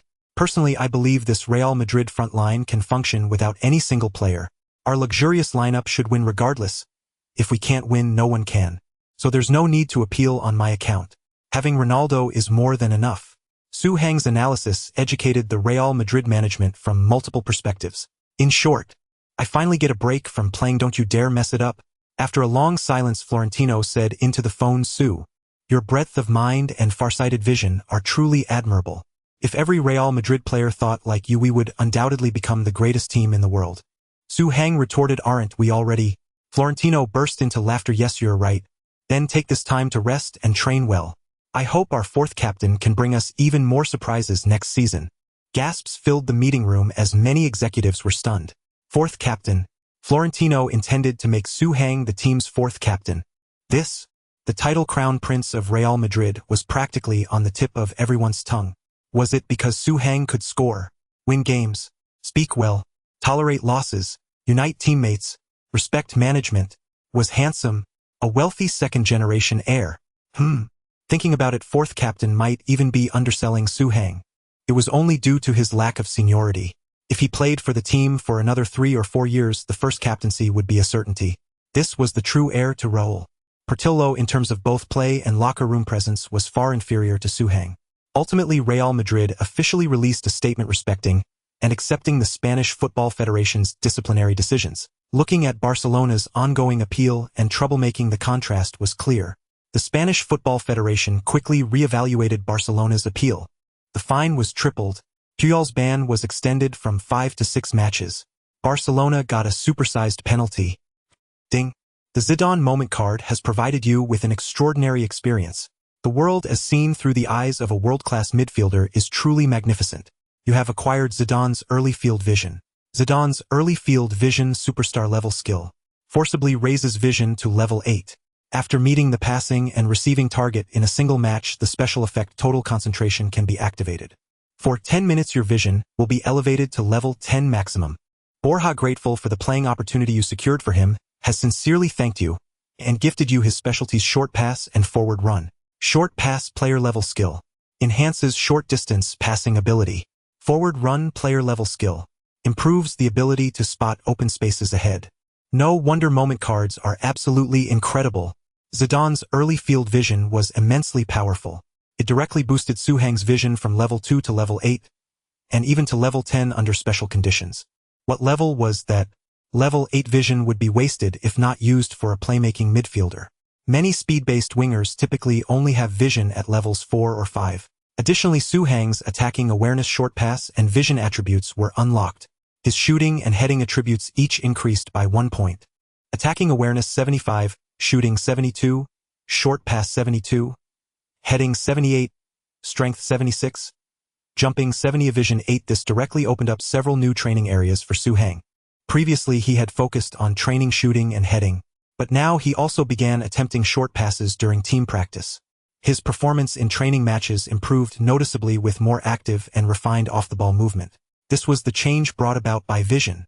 Vision is a crucial professional quality often underestimated in many sports. Often the opportunities that fans can see are completely invisible to players on the field. Most people who have experienced basketball, football, or stage performances initially feel a blurring of the world as if they cannot see those around them. That state of mental blankness is something players must adapt to and overcome. It defines their on-field vision. After becoming accustomed to this state, most people find their vision improves, returning to normal levels. That would roughly be a vision level of 4, 5, or 6. However, some individuals never recover their vision. Once on the field, they are as if blind. It is not about being unwilling to pass, but truly being unable to see their teammates. No matter how talented these players cannot develop this skill. They struggle even as role players, requiring extremely rigid tactics to be effective. Moreover, when tactical runs go awry, they often freeze. Yet there are others born with they see exceptionally far and clearly, possessing ultra-wide-angle and dynamic vision. Their peripheral sight is remarkably broad. They can precisely gauge the distance of different players on the same line and judge the speed of teammates or defender. If such a player also has powerful memory and spatial imagination, they can almost visualize a panoramic three-dimensional map in their mind. It is a God's eye view. Suhang's vision originally belonged to the category that could not be trained or at best could reach level 5 after extensive practice. But now, he has become a vision superhuman. Within Real Madrid, players with this level of vision include Zidane, Beckham, Figo, Ronaldo, and Raul. The world's best left-back Roberto Carlos likely did not reach level 8. When he played for Inter Milan, coach Hodgson wanted him in midfield, but Carlos struggled, found it hard to adapt, and eventually fled to Real Madrid. Additionally, the Golden Wolf Guti is uncertain. He often delivers exquisite surgical throughballs but also gifts the ball to the opposition. Either his passing or his vision is lacking. There are always some flaws. This is Real Madrid, the Galacticos, the most luxurious team in the world. Even here, only a few possess level 8 vision, let alone other teams. Some might not have a single player with level 8 vision. Regarding Suhang's improved vision and ability to find space, Real Madrid's central defenders, Bravo, Pavon, and Helguera, felt it deeply. He was noticeably harder to defend. On May 2nd, in the 35th round of La Liga, Real Madrid faced Deportivo La Coruña away, who were 4th in the league. Deportivo won 20-0, defending their home honor. Having once topped the league in the 11th round, they were not afraid of Real Madrid. On May 8th, the 36th round of La Liga, Ronaldo returned from injury. Real Madrid lost 23 at home to Real Mallorca, allowing Barcelona to close the gap. On May 16th, the 37th round of La Liga, Real Madrid suffered a shocking 12-away defeat to Real Murcia. The shock came from Murcia being the league's bottom team. They were already relegated. Losing to them was pure bad luck. Real Madrid's league ranking dropped to 3rd. On May 23rd, the final round of La Liga, Real Madrid suffered a 4th consecutive defeat, losing 14 at home to a complacent Real Sociedad. They finished the disastrous season in 4th place. The world was stunned. Real Madrid had spent the longest time at the top of La Liga that season. They led the league for 17 rounds. Yet they plummeted from 1st to 4th with a string of devastating losses at the season's end. How could Real Madrid fans accept this? Queiroz, get out of the Bernabeu. Queiroz is trash, unworthy of coaching Real Madrid. Losing such a great lead is a disgrace. Pavon is a pile of shit. We conceded 10 goals in the last 4 rounds. Even a wooden post is better than raw defenders like Pavon and Bravo. Before Suhang's suspension, you had a chance to fight for 1st or 2nd place. But you dragged the team down to 4th. How can you face Suhang? How can you face Real Madrid fans? Florentino, step down. You are unworthy of being president. The fans' anger needed. Seeing attempts to shift blame to him, Florentino decisively sacked coach Queiroz. Queiroz could only accept it. He arrived in Madrid with grand ambitions, greeted by thousands. Now he left in disgrace with no one to see him off. No, there was one. Boss. Suhang waved to Queiroz at the airport entrance. Queiroz was surprised, unsure of Suhang's intentions. Did you think I hated you? Suhang helped with his luggage. I'm not two-faced. When I'm upset with you, I mean it. But when I say we're reconciled, I truly mean it. You are a great coach who came to the wrong team. I hope you move past the setback. No one can save this Real Madrid now. Not Zidane, Ronaldo, or Beckham. You couldn't either, and that's nothing to be ashamed of. Queiroz was deeply moved. He never expected Suhang to be the one who understood him most. I apologize for all my past criticisms. You are the most promising player in the world. You have great character. Queiroz embraced Suhang. I will always follow your growth. If anyone can save Real Madrid, I believe it will be you. Good luck. They parted ways. Headlines: Real Madrid sacks Queiroz. Galactico's crashed career in jeopardy. Experts analyze unbalanced squad, weak defense led to failure. Queiroz was a scapegoat. Ferguson invites Queiroz to join Manchester United coaching staff. Queiroz lands in Manchester, becomes United's chief assistant, joining Ferguson to dominate Premier League and chase Champions League. English media eagerly interviewed Queiroz. They hoped to hear negative remarks about Real Madrid, perhaps proving the Premier League's superiority over La Liga. Nevertheless, Queiroz displayed considerable professionalism. While he did offer some critique on the imbalance of Real Madrid's squad, he invariably praised Suhang in every interview. Suhang may not be the most talented player in the world, but he is undoubtedly the one who knows how to play the game best. He possesses an unparalleled instinct for scoring goals. He is a true big game player. The more crucial the match, the better his performance. Suhang has revolutionized my perspective on training. His training regimens for injured and veteran players will transform world football. Suhang possesses a maturity beyond his years. He is a player with leadership qualities. Everyone knew of the rift between Suhang and Queiroz. Yet now Queiroz was praising Suhang as if bewitched. Beyond the explanation that Suhang is truly exceptional, no other rationale seemed plausible. Queiroz even repeatedly urged Ferguson to acquire Suhang. Ferguson found himself in a dilemma. He had invited Queiroz, and now his assistant desired a player. Refusing to buy him would seem ungrateful. However, the previous year Real Madrid had poached Beckham from Manchester United. Wouldn't it be degrading for United to counter by buying a youth product from Madrid? If they could poach your stars, you should have the caliber to poach theirs. What was a mere Suhang? But in the end, Ferguson yielded to Queiroz's repeated requests. Ferguson eventually submitted a bid to Real Madrid. Once again, Suhang's name dominated the headlines. Manchester United inquires about Real Madrid's crown prince Suhang. Morienti's nears return as selling Suhang is a wise choice for Real Madrid. 10 million euros. Manchester United officially submits a bid for Suhang. 18 years old. 3 matches. 10 million euros. Suhang shatters the record for fastest player valuation to reach 10 million. Transfermarkt assesses Manchester United's bid as extremely risky. Suhang's true value should not exceed 2 million euros. The world awaited Real Madrid's response. Real Madrid's reply came swiftly. Suhang is not for sale. We have no intention of selling him. Ferguson was finally able to report back with a clear conscience. Yet Queiroz remained undeterred. He urged United to attempt a loan for Suhang. Subsequently, Manchester United sent a loan inquiry. Manchester United submits a loan request. Is the transfer truly inconceivable without Suhang? Suhang is Queiroz's white moonlight, but after witnessing his performance, who can resist being captivated by him? Shortly after Florentino called Suhang, he entrusted the decision regarding the loan to Suhang, demonstrating his respect. Suhang considered the offer. Manchester United was of course a team brimming with stars, boasting even Cristiano Ronaldo. However, Real Madrid's squad was undeniably more illustrious. Moreover, Suhang had already laid a solid foundation of connections at Real Madrid, which he could reap in the coming years. Going to Manchester United, everything would be uncertain. He saw no reason to embark on a new adventure. Suhang replied to Florentino, at Manchester United, I might only be able to contribute 20% of my potential, but as long as I can offer even 1% to Real Madrid, I will choose to stay. Florentino was astonished by Suhang's response, but at Real Madrid, you will only be a substitute for the foreseeable future, perhaps even confined to the bench for a long time.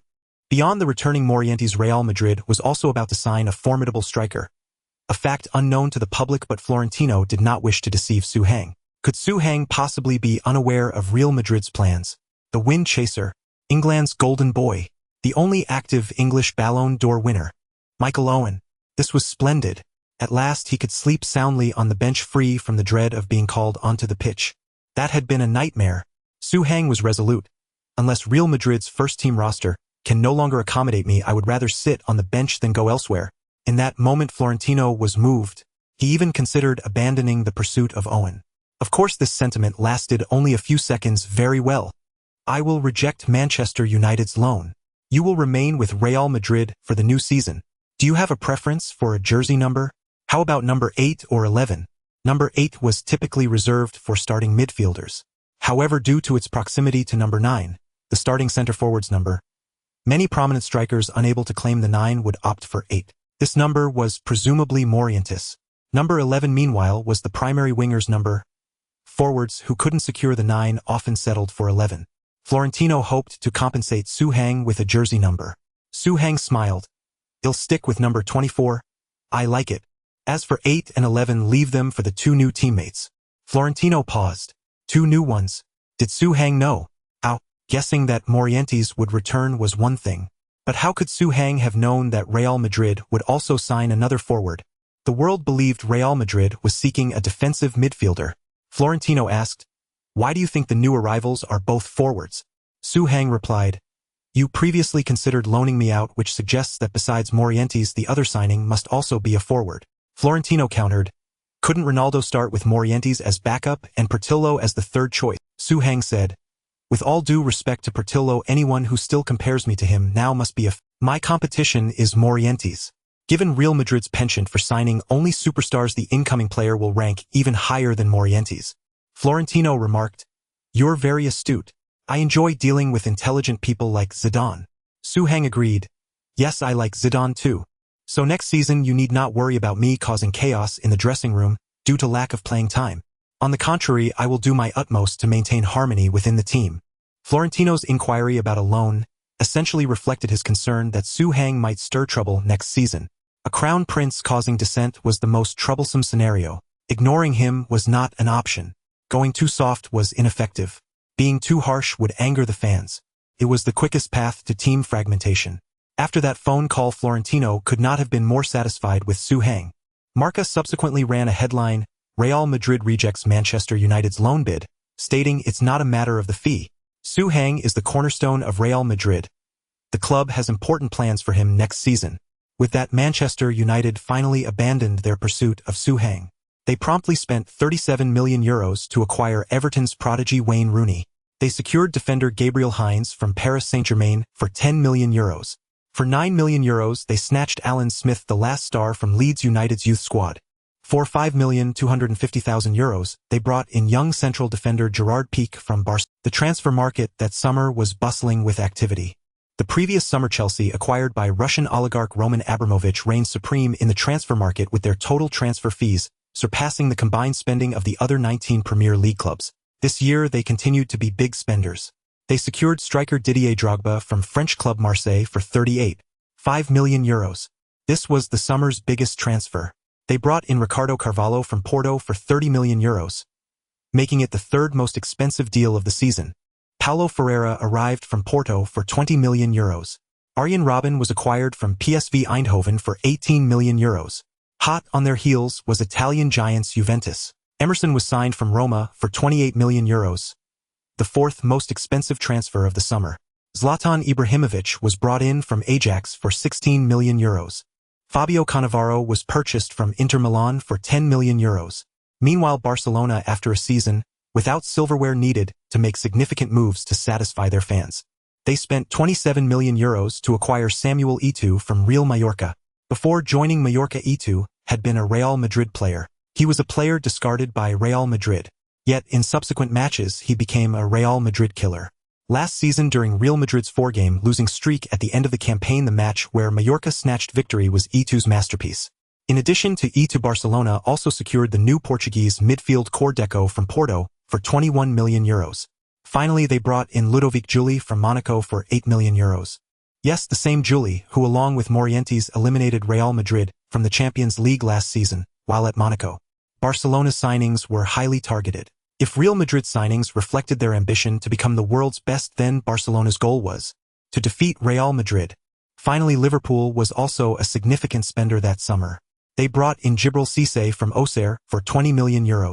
They paid €16 million to take Real Sociedad's midfield core Xabi Alonso.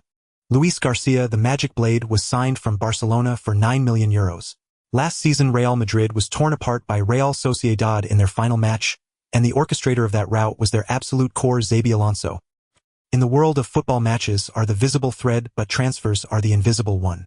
Many outcomes are already predetermined in the summer, before the season even begins. Last season could only be described as disastrous for Real Madrid. Despite winning the Copa del Rey with Suhang's help, the dual failures in the Champions League and La Liga left many indignant. It also declared the failure of Florentino Perez's Zidane's y Pavon's policy. Therefore, signing reliable, expensive, and established defensive players was an urgent necessity. But to preserve Perez's dignity, Real Madrid also had to continue bringing in superstars for the attack, fulfilling his promise of one Galactico per year. Otherwise, Perez's rivals would use it against him. In the end, Real Madrid pried away the wonder boy Michael Owen from Liverpool, who had only 1 year left on his contract, for a bargain price of €12 million plus Nunez. This infuriated countless Liverpool fans. At the same time, Real Madrid welcomed back Fernando Morientes from Monaco.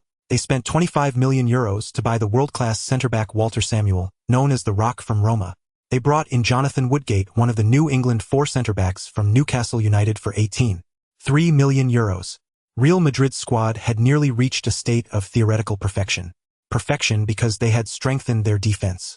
Nearly because strengthening the defense involves signing both good centre-backs and a good defensive midfielder. But Real Madrid did not reinforce the defensive midfield position. They only recalled Albert Salades, who had been on loan at Bordeaux. However, anyone with insight knew that Salades could not fill the void left by Claude Makelel's departure. With that, Real Madrid's squad for the new season was essentially finalized. Forwards: Ronaldo, Raul, Owen, Morientes, Suhang, Portillo, Soldado. Midfielders: Zidane, Figo, Beckham, Solari, Guti, Salades, Borja. Defenders: Carlos, Samuel, Woodgate, Salgado, Helguera, Pavon, Bravo, Juan Fran. Goalkeepers: Casillas, Sanchez, Diego Lopez. Listed in order of importance. Based on such a formidable squad, Real Madrid fans had every reason to hold immense expectations for the new season. Champions League title, La Liga title, Copa del Rey title. The fans wanted it all. But soon news emerged that new Real Madrid coach José Antonio Camacho was dissatisfied with the squad. Camacho was an iconic figure for Real Madrid in the 70s and 80s. After retiring, he started his coaching career, but aside from leading Rayo Vallecano and Espanyol to promotion, his coaching record was unremarkable. His 2 years in charge of the Spanish national team were a disgrace to a footballing powerhouse like Spain. This was his second stint as Real Madrid's coach. The first time he lasted only 22 days, setting the record for the fastest managerial sacking in the club's history. Diario Sport reported that Camacho was not happy with Real Madrid signings. He needed a top-class defensive midfielder, but Perez brought him Michael Owen. Additionally, the same outlet published some food photos that Suhang had shared on social media that summer commenting Su Hang loves Chinese food, especially heavy spicy Sichuan cuisine. This is very detrimental to an athlete's body. His physical condition is worrisome. He should be eating healthy salads every day. Camacho will definitely not like such an undisciplined player. Judging from the weight Su Hang posted, he has gained 15 pounds this summer. This piece of news garnered more attention than the one about Camacho criticizing Real Madrid's transfers. The rise to stardom and the fall from grace are the two most captivating stories in football. Was Su Hang about to fade away so quickly? For a time, all sorts of opinions circulated. Alas, Su's family is so wealthy he treats football as just a hobby. It's normal that he lacks discipline. He probably traveled the world this summer, right? I saw on his social media that he visited at least 5 different countries. Now that he's famous, he doesn't have the same drive as before. I've heard some people think he's Real Madrid's crown prince, but I don't agree. A youth academy graduate like Portillo who rose through long-term hard work is more qualified to be the prince. Stop hyping Portillo. He's good, but compared to Su is a player who should form the Rolls-Royce attacking trident with Ronaldo and Raul. Morientes isn't even as good as Su. Saying Morientes is inferior to Su, that's the talk of a fake fan. Besides, with Owen arriving, both Su and Morientes will have to step aside. Owen is injury-prone and Ronaldo is plagued by injuries too. With Su Hang's terrible eating habits, he's bound to become a glass cannon. It'd be a miracle if those 3 don't end up as the glass trident. Amidst all the chatter, Real Madrid's new season training officially commenced. Every player had to undergo the entry medical examination. Most players had gained weight over the summer. It was only natural. However, when Su Hang's physical test results came out, the entire team was stunned. Ronaldo, Su, weren't you supposed to be eating nothing but junk food? Beckham, 8% body fat. That's the best I've been in years. Didn't you gain weight? Zidane, Hangzi, those 15 pounds you put on. They're not all muscle, are they? Figo, what about all that traveling you talked about? You, Raul, don't tell me you trained all summer. These chatterboxes had guessed pretty close to the truth. Su Hang nodded. You can't trust the news out there. I do eat Chinese food because anyone who has tried it finds it hard to resist. But Chinese cuisine is vast with various culinary styles. Its nutritional balance is no worse than red wine salad or steak. I did gain weight, but it's not fat. The increase is indeed muscle. 15 pounds is the limit. I'm still growing, so I can't suddenly pack on too much muscle to avoid 8% body fat. Hasn't fully met my standards yet. As my fitness plan progresses, I aim to maintain it around 6%. Lastly, I did train all summer because I know that even so I'm still far behind all of you. I visited several countries, but that was to invite top-tier trainers. Specialists in sports medicine training, design, football training, physical conditioning, visual training, about a dozen people in total. If anyone needs them later, I can have my training team provide their services. The personal team, a standard for future superstars, wasn't yet popular at this stage. Many stars considered it a complete waste. But time would tell them that spending money is the way to make more money. In terms of personal teams, this was truly an area where you couldn't cut corners.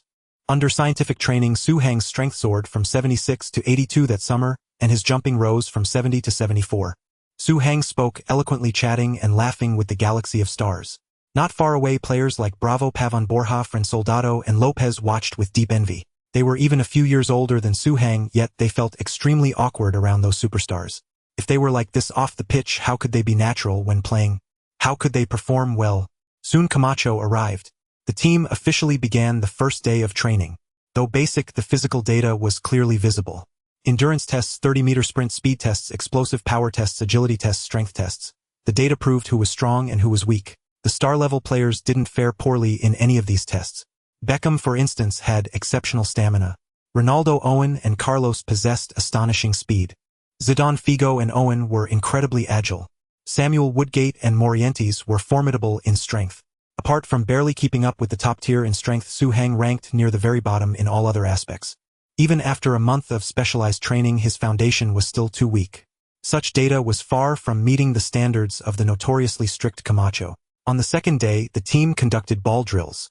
The gap between the superstars and the regular players widened even further. Among the stars, Ronaldo and Zidane stood in a class of their own, shining even brighter. As for Su Hang, he was even worse. His ball handling skills weren't just terrible. They were an absolute mess. He firmly secured the last place in the entire team. Camacho was shocked. He asked his assistant coaching team if Su Hang had been this bad last season. Real Madrid's goalkeeper coach Simon shook his head. No, he's performing much better now than he did in training last season. His progress has been very rapid. Camacho nearly spat out a mouthful of blood. This was after improvement. Did Real Madrid's fans know their prodigy couldn't control a ball within 10 meters? This was absurd. How did a player like this get into Real Madrid? Even the worst first-team player from the Segunda División team Camacho used to coach was far better than Zidane. Camacho began to sympathize with his predecessor Queiroz. Having a player in the team who could barely kick a ball yet being pressured by external forces to play him. How agonizing must that be for a coach? Camacho started brainstorming, because what Queiroz had to deal with he would have to face too. The preseason training camp quickly reached its final stages and Real Madrid played a couple of friendlies. But the results weren't great. Camacho had a crucial task to change Real Madrid's formation from a single striker to two strikers. Otherwise, it would be a waste of the luxurious midfield and forward line. This was a direct order from Florentino. However, Camacho soon ran into trouble. He didn't play Zidane in those two friendlies, and Real Madrid's fans were very upset about it. Why isn't Zidane playing? If this is Camacho's attitude, he should be sacked right now. If he won't use Zidane, is he going to bench him for another season? Owen is indeed sharp and Morientes integrates seamlessly, but isn't it too much to not even give Zidane a chance to compete? Is it because Zidane is young? Does Camacho have a prejudice against young players? Wave after wave of public opinion began to attack Camacho. Camacho was furious. On August 7th, during a Real Madrid intra-squad training match, Zidane, playing as a forward for the reserve team, was ineffective against the defending duo of Woodgate and Helguera. Camacho watched, shaking his head and sighing. A player like this, would you dare to play him? How much do you hate winning? After the training match ended, a quarrel broke out in the Real Madrid locker room. It started when Woodgate complained to his English compatriot Owen about Zidane. Woodgate believed Zidane's skill level was too poor, and that he was unqualified to compete with Owen for a starting spot. Owen didn't say much in response, telling Woodgate that since they were new arrivals, they should be careful with their words to avoid unnecessary misunderstandings. Unfortunately, Borja overheard this conversation. Borja wasn't an outstanding player, but he was the one in the team most grateful to Zidane. He would never allow anyone to speak ill of Zidane. Borja immediately demanded that Woodgate apologize to Zidane. Woodgate considered himself a top English centre-back, while Borja was merely an average product of Real Madrid's youth academy. Why would he apologize? As the dispute escalated, Pavon Bravo and Fran, upon learning of the situation in the locker room, immediately rushed to support Borja, and the two sides nearly came to blows. It was only when Captain Raul intervened that the situation was brought under control. As more players entered the locker room, the atmosphere grew increasingly awkward. Many players turned their gazes towards Zidane. In theory, Raul had the authority to decide how to resolve the matter. However, after those crucial matches last season, Zidane had already established a certain standing within the team. Coupled with his good relationships with superstars like Zidane, Ronaldo, Figo, and Beckham, especially Zidane, Raul still had to respect Zidane's opinion. When Raul also looked at Zidane, Owen realized Zidane's true status in the team. This was trouble. Zidane, a substitute striker worth only $2 million, was actually more important in the eyes of players like Raul than Woodgate, whom Real Madrid had purchased for a hefty €18 million. Because Raul hadn't even glanced at Woodgate from start to finish. This was astonishing. If Pavon Bravo and Fran supported Zidane due to positional conflicts with Woodgate, then the team's attacking superstars had no reason not to back Woodgate, a defensive stalwart. It's all right, Zidane stepped forward. Let's not be so serious. Woodgate is right. I still need to improve in many areas. Of course, Woodgate, next time you have any feedback you can tell me directly on the spot. If it's during a match, you can talk to me or Captain Raul right after. We are a team. We all belong to Real Madrid. Pointing out a teammate's flaws and helping them improve. Making everyone better. That's one of the purposes of our locker room. Owen was stunned. Woodgate's face flushed crimson, and he was at a loss for words. This Zidane was far too kind. No one is flawless. We can all become better. Zidane scanned his teammates, then pointed at Ronaldo. You, Ronnie. I must warn you, you did something very wrong today. Ronaldo frowned. Did you use the pendulum dribble again? Zidane said. Even though it wasn't a full swing, I saw it. You definitely did. I've told you you need to take care of your knees. Real matches are one thing, but in training or friendlies, no pendulum dribbles. That cheat-level move is only for opponents. If you don't mind, I can have my team give you a physiotherapy session tomorrow to help relieve the fatigue in your new signing. Samuel nodded inwardly. This kid had exceptional emotional intelligence. He had both admonished Ronaldo and strengthened their bond while diverting everyone's attention from the Woodgate incident. What was this? This was leadership. This kid was a born leader. He knew how to get along harmoniously with superiors, peers, and subordinates. This was a rare quality. How many heroes had been stumped by a single book on emotional intelligence? Su Hang then announced that tonight, he as Master Su would treat everyone to a grand dinner to unwind. Zidane was the first to nod in agreement, showing his support for Su Hang through action. The others found it hard to refuse. During dinner, Su Hang made a point of toasting Borja and others who had stood up for him, saying he would remember their loyalty and never forget his brothers. A few tipsy young Real Madrid players were so elated they nearly swore brotherhood with Su Hang. The incident reached the ears of Camacho and Florentino that very night. Camacho realized Su Hang's special influence within the team. Su Hang was not just an ordinary youth academy player or a substitute. He understood that if he couldn't deal with Su Hang quickly, he would lose all initiative in his coaching tenure. The next day, Camacho announced the starting lineup for the first leg of Real Madrid's European qualifier. In 3 days, Su Hang, Owen, Solari, Zidane, Beckham, Figo, Carlos, Samuel, Woodgate, Salgado, Casillas. Meanwhile, Salad's Borja, Pavon, and Guti were named on the substitutes bench. Real Madrid's top superstar Ronaldo was absent due to possible physical discomfort.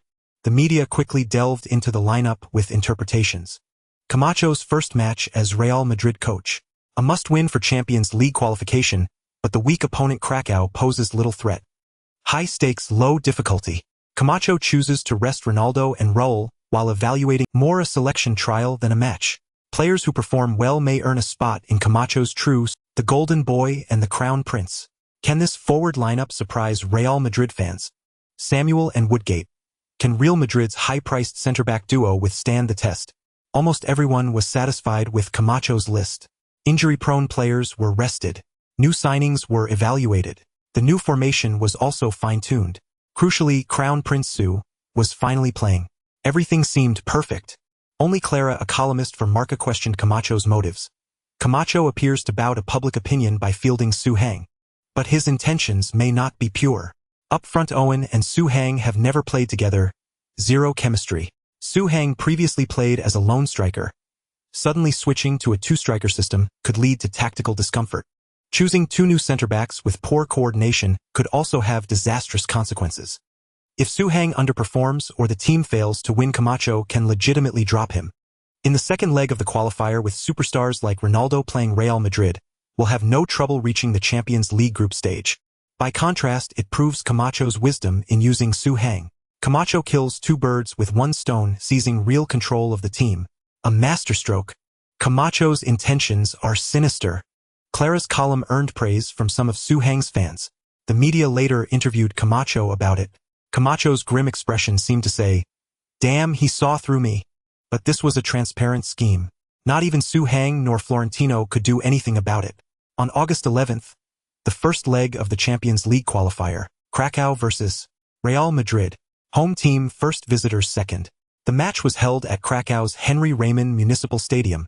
The venue could only hold 10,000 fans, yet it was packed. Outside, the crowd was immense. Despite the absence of Ronaldo and Raul, many football stars were present. The Poles wouldn't miss this chance to witness the brilliance of football legends. As for the match outcome, they harbored no strong expectations. Scoring a goal would be a victory. After all, their opponent was Real Madrid. As the referee's whistle sounded, the match officially began. Su Hang appeared solemn, but inwardly, he was a bundle of nerves. Without a time card, every match was a torment. However, he soon sensed a difference. The level 8 field of vision was like stepping into a brand new world. Su Hang found that even deliberately offside moves became effortless. He no longer had to linger on the offside line like a fool as he used to.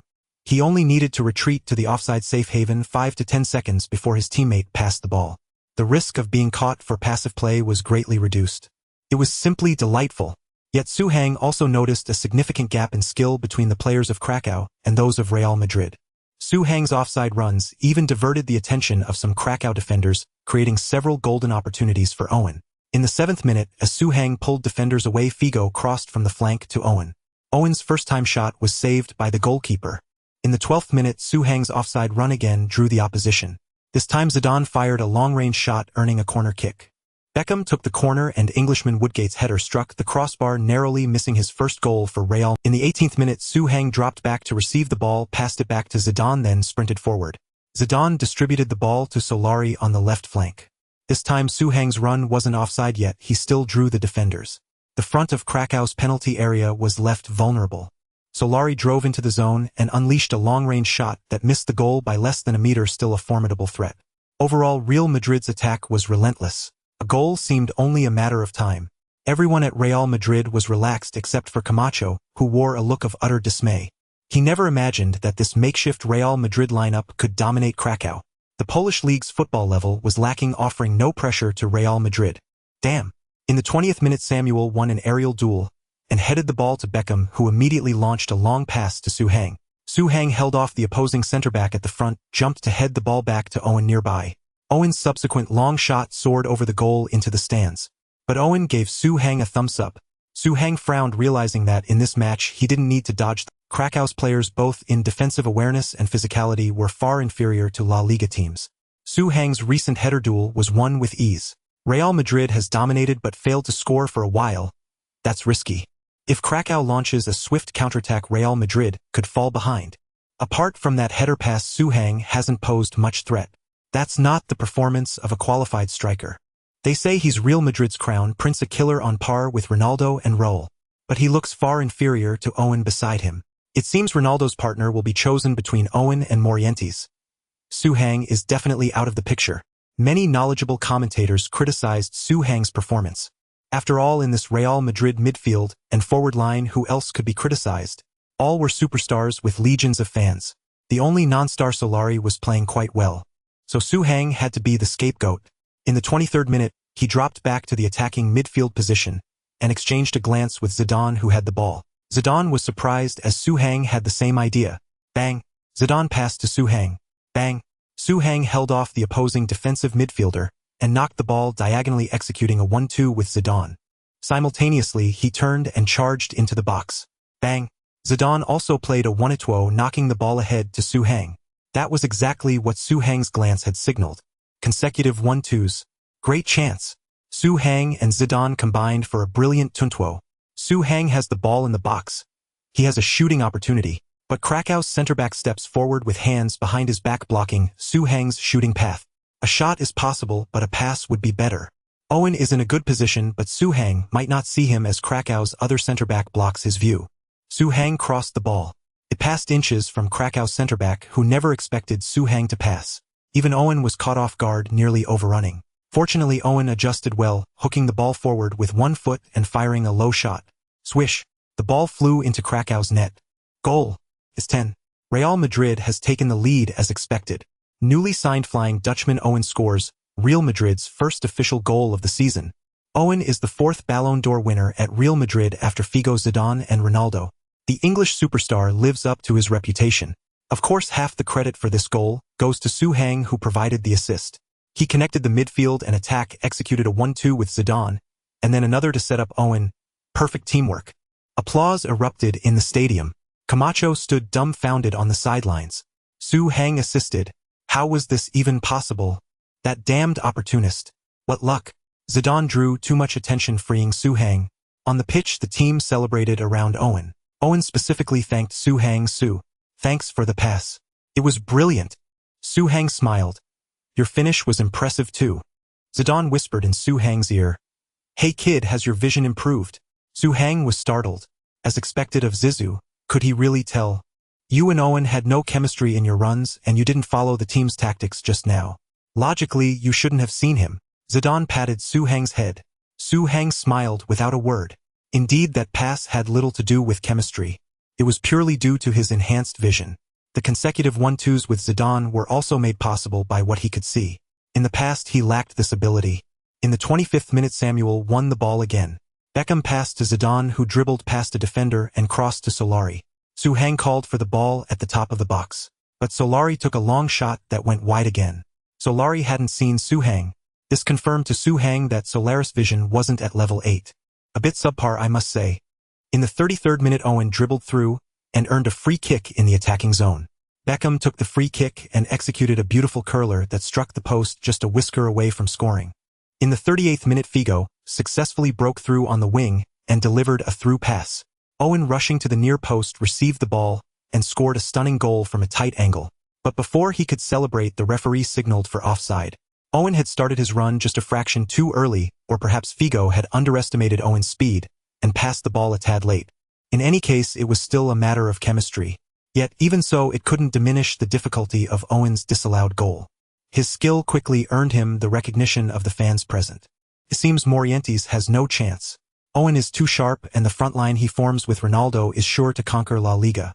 As for Zidane, aside from his earlier assist, he hasn't shown any remarkable performance. All I see is an ordinary forward. I don't know why he is hailed as the Prince of Real Madrid. I also don't understand why HRR holds Zidane in such high regard. Sky Sports broadcast this match due to Owen and Woodgate, but their evaluation of Zidane was quite low. This is because Transfermarkt recently released a list of 2004 football's rising stars. This list is filled with promising young talents. Torres, Quaresma, Company, Sneijder, Eschen, Iniesta, Adebayor, De Rossi, Milner, Tevez, Robinho, Rooney, Cristiano Ronaldo, and so on. They either emerged as prodigies from a young age, led weaker teams to impressive results, or became the hope for revival in prestigious clubs. Yet Zidane made it onto this list merely by playing 3 matches last season, which sparked significant controversy. Moreover, his ranking even surpassed that of England's star Wayne Rooney. Can you believe it? The English media was filled with malice towards Zidane as a result. In the 41st minute, Zidane retreated to receive the ball. This time, the opposing midfielder deliberately obstructed Zidane, cutting off Zidane's connection with him. Boom! Zidane spread the ball to Figo. Figo made another successful dribble down the wing. In the past, Zidane might have panicked a bit, unsure of how to position himself, especially with many new teammates around. But now, even if many teammates weren't running into position, as required, Zidane could still spot some gaps in the crowd. If unsure of how to position, running towards the gaps is always a safe bet. Zidane pulled to the right, arriving at the periphery of the penalty area. Boom! Figo crossed from the wing. The ball was deflected by a defender, altering its trajectory. By coincidence, it flew towards Zidane. He hesitated not at all, took 2 steps forward and blasted a shot. The 72 shot wasn't particularly high, but with no defenders in the open space, the accuracy was quite reliable. Swish! The ball went straight into the Krakow net. The commentator from Sky Sports looked pained. He had just said Zidane was lackluster, and now he scored a goal immediately. Zidane's luck is indeed extraordinary. The deflected ball came to him, and this shot was practically effortless. This is an opportunity anyone, even my grandmother, could score from. 2-0. Real Madrid's advancement to the Champions League group stage is virtually guaranteed. Though the match is two-legged, Real Madrid has already proven that Krakow is not on their level. The commentator from Sky Sports downplayed it, but HRR, who was also watching, disagreed. The deflection was an accident. However, Zidane's positioning was not accidental. Opportunities are reserved for those who are prepared. The position Zidane ran to was inherently favorable for receiving Figo's pass. Moreover, if Figo lost the ball, Zidane's position could form the first line of interception against the opponent. It was an excellent spot. The only players who discovered this position just now were Zidane and Zidane. After Zidane saw Zidane run over, he moved to fill another more concealed spot. Soon the first half ended with a score of 2-0. Both teams returned to the locker rooms for adjustments. Krakow needed to find a way to catch up on the score. Meanwhile, Real Madrid aimed to get more players on the field to find their game rhythm. This was Camacho's exact words. He substituted 3 players during halftime. Borja replaced Zidane. Guti replaced Beckham. Pavon replaced Samuel. It seemed like there were no issues. However, in the first half, the midfield core Zidane had a lot of connections with Zidane. Although Beckham played a bit deeper, he also had several good combinations with the retreating Zidane. Additionally, Samuel, who performed the best defensively in the first half, was also substituted. Camacho basically replaced all the players who performed well and had good chemistry with Zidane. As expected, Real Madrid's performance in the second half immediately worsened. Zidane played as the midfield core while Borja played as a midfield worker, and Guti's defending and passing were also not as steady as Beckham's. In the 68th minute, Krakow obtained 3 consecutive corner opportunities. Real Madrid's defense was in peril. Pavon's defensive shortcomings compared to Samuel's became. Borja sent a knife ball, and Zidane's ball-handling ability was not strong to begin with, let alone with such a difficult pass. The opponent immediately stole the ball from Zidane and launched a fluent counterattack. Pavon's defensive judgment failed, and the opponent easily shot and scored. 1-2. Krakow pulled one back. The 10,000 fans on site were ecstatic. They even believed their team had achieved their biggest goal of the season. They breached Real Madrid's defense. Pavon's performance was terrible. He made quite a few mistakes today, even though he had only been on the field for a little over 20 minutes. But the main culprit for this goal should be Su Hang. Oh, his ball handling ability is too poor. This counterattack was initiated from stealing the ball from him. Sky Sports seemed blind, not commenting on Borja's pass. While the opponent celebrated, Su Hang found Borja, don't feel compelled to pass to me, pass to other teammates more. I'm mainly drawing the opponent's fire. Borja suddenly understood and nodded repeatedly. He had a good relationship with Su Hang and always thought about passing to him, but unexpectedly caused trouble for Su Hang instead. In the 79th minute, Borja held the ball in the center and was besieged. Su Hang retreated to because in the previous few instances Borja hadn't passed to Su Hang. The Krakow players didn't specifically aim to cut off that option, making it not difficult to defend against Su Hang with the ball. Borja passed the ball to Su Hang, successfully alleviating the crisis. Before the opponent could arrive, Su Hang returned the ball to center-back Woodgate. Then he turned and made a forward run. Borja also initiated his run shortly after. Woodgate passed to Guti. Guti, however, suddenly channeled Beckham and sent a long pass to near the penalty area. Guti's passing is generally not as good as Beckham's, but occasionally one of his passes can surprise everyone, which is why he is referred to as the Demon Blade. This kick was almost locked onto Su Hang's head as he surged forward. Seeing this, the two center-backs of Krakow advanced together, attempting to block Su Hang. However, Su Hang had been dispossessed earlier because the opponent used excessive force bordering on a foul.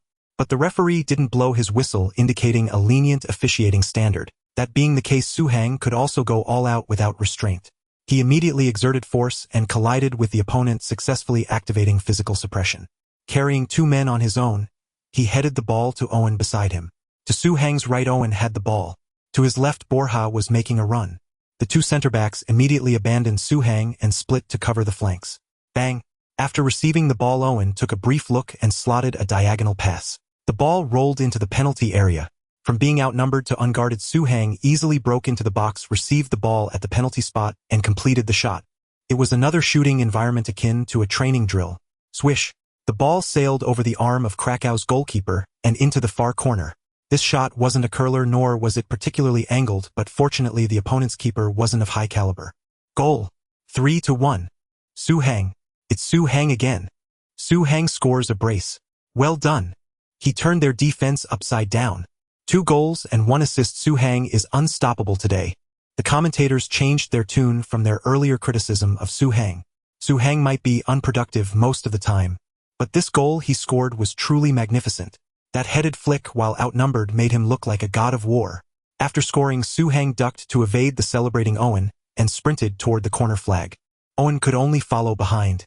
Su Hang leaped high, spun 180 degrees in the air, dropped his arms, and landed with a thud. Shoo! In the camera frame, the number 24 Su Hang came into view.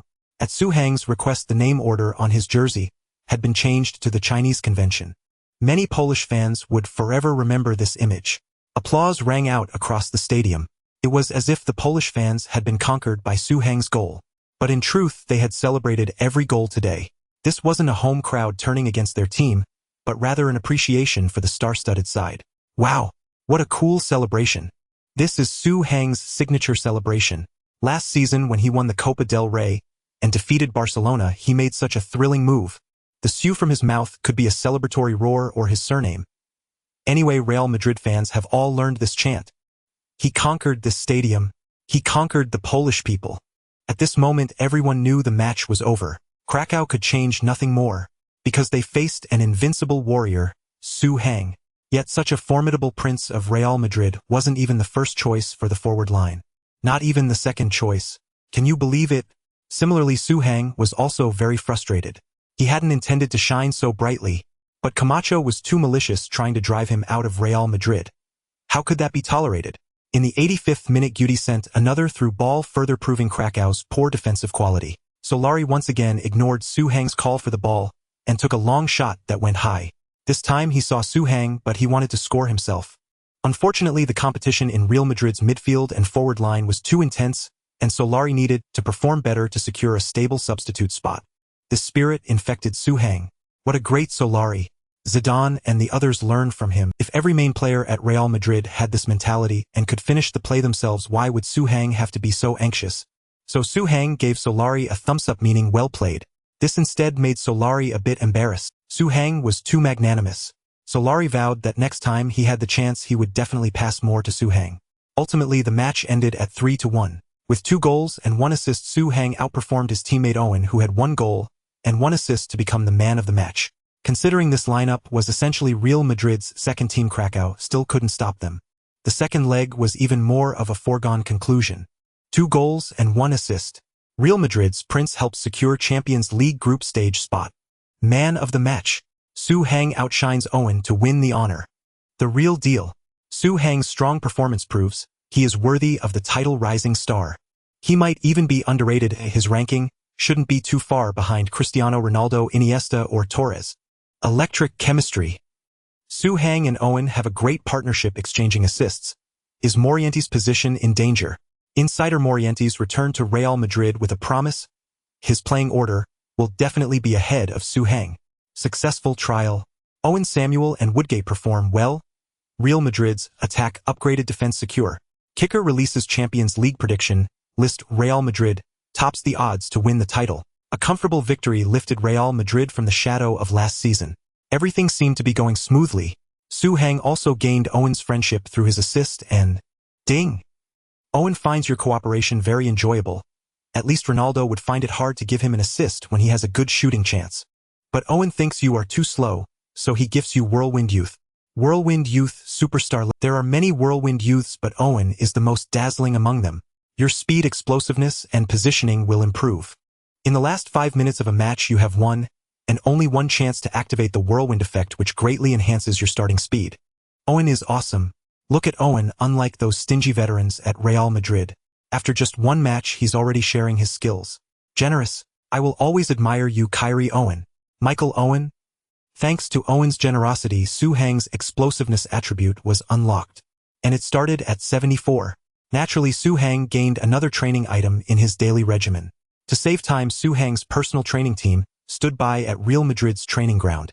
As soon as the team training ended, Su Hang began his personal extra practice. Camacho was very displeased with this showy behavior. Didn't I train you well enough? You still need extra practice. Camacho spoke to the training ground manager that day, hinting that he should tighten security and not let unrelated personnel into the facility. But the next day, Camacho found Su Hang's team there again. He confronted the manager, who told him Su Hang's team had been personally approved by Florentino. Camacho was furious and shivering. Su Hang had gone over his head.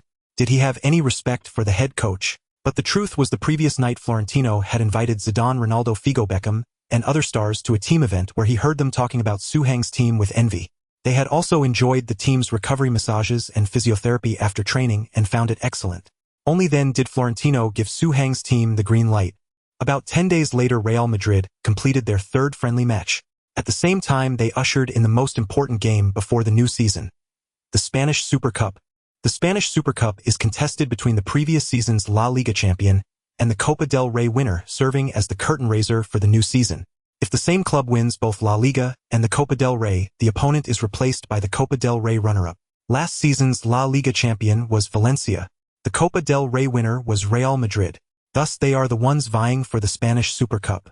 Other countries have similar competitions: the Italian Super Cup, the French Super Cup, the German Super Cup, the English Community Shield. The rules may differ slightly, but the general idea remains the same: a clash of champions. Every year, the Champions League winner and the Europa League winner also compete in the UEFA Super Cup, which is arguably the grandest of them all.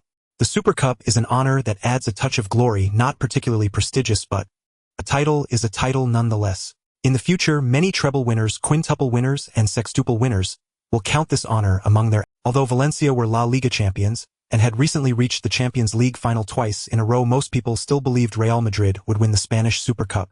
Such is the influence of the Galacticos. Facing a strong opponent in a match that involves a title, Camacho dared not take any reckless risks. Before the match, he announced what he considered to be Real Madrid's strongest lineup: Ronaldo, Owen, Zidane, Raul, Figo, Beckham, Carlos, Samuel, Woodgate, Salgado, Casillas. Apart from whether Woodgate was necessarily stronger than Helguera, this lineup was flawless on paper. To accommodate Owen, Camacho altered Real Madrid's traditional single-striker formation. He removed a defensive midfield position, specifically Guda's spot. Whether Beckham, as the sole defensive midfielder, could shoulder the burden of anchoring the defense was a key focus of this match. Just how luxurious was this lineup? Ronaldo, Owen, Zidane, Figo, 4 Ballon d'Or winners. Raul, Beckham, Carlos. All had finished as runners-up in the Ballon d'Or voting. Almost Ballon d'Or winners. With this lineup announced, the identities of Valencia's players became irrelevant. But soon someone noticed a new point of interest in Real Madrid's squad. It wasn't the starting 11 but the substitutes. Nor was it the renowned bench players like Morientes, Guti Helguera or Solari. It was Suhang. Marca, have my eyes deceived me, or did Real Madrid make a mistake? In this season's La Liga player registration, the list of captains submitted by Real Madrid actually includes Suhang. This news ignited Spain almost instantly. Every league requires a team to have 4 captains, 1 primary and 3 deputies. Because football involves various rotations and substitutions, if the captain is not on the pitch, the armband passes to the second captain and so on down the line. Real Madrid's first captain was Raul. The second captain was Guti. The third captain was Salgado. According to Real Madrid's rules based on time spent with the first team, the fourth captain should have been Casillas. But the list submitted by Real Madrid this season showed their fourth captain as Suhang. Everyone was stunned. How could it be Suhang? He was the last player to join the first team last season. He had played in the fewest matches among the squad. By seniority, ability, or influence, he was the least likely candidate. This meant an external force had intervened in Real Madrid's captaincy declaration. Undoubtedly, it was Florentino. If previously people calling Suhang the crown prince of Real Madrid was merely a hopeful wish, then from now on Suhang truly was the crown prince of Real Madrid. It was officially recognized. Looking back at Real Madrid's rejection of Manchester United's loan request, people gained a new understanding. It turned out that Real Madrid had already cemented Suhang's status back then. Casillas, who should have been the fourth captain, expressed his disappointment. But he didn't cause any trouble. After all, he hadn't been stripped of his captaincy title. He simply hadn't been promoted. The blow to his pride wasn't too severe. Some media interviewed Suhang before the match. Reporter: Suhang, congratulations on becoming the youngest fourth captain in Real Madrid's history. Suhang humbly replied, "Thank you all for your kindness.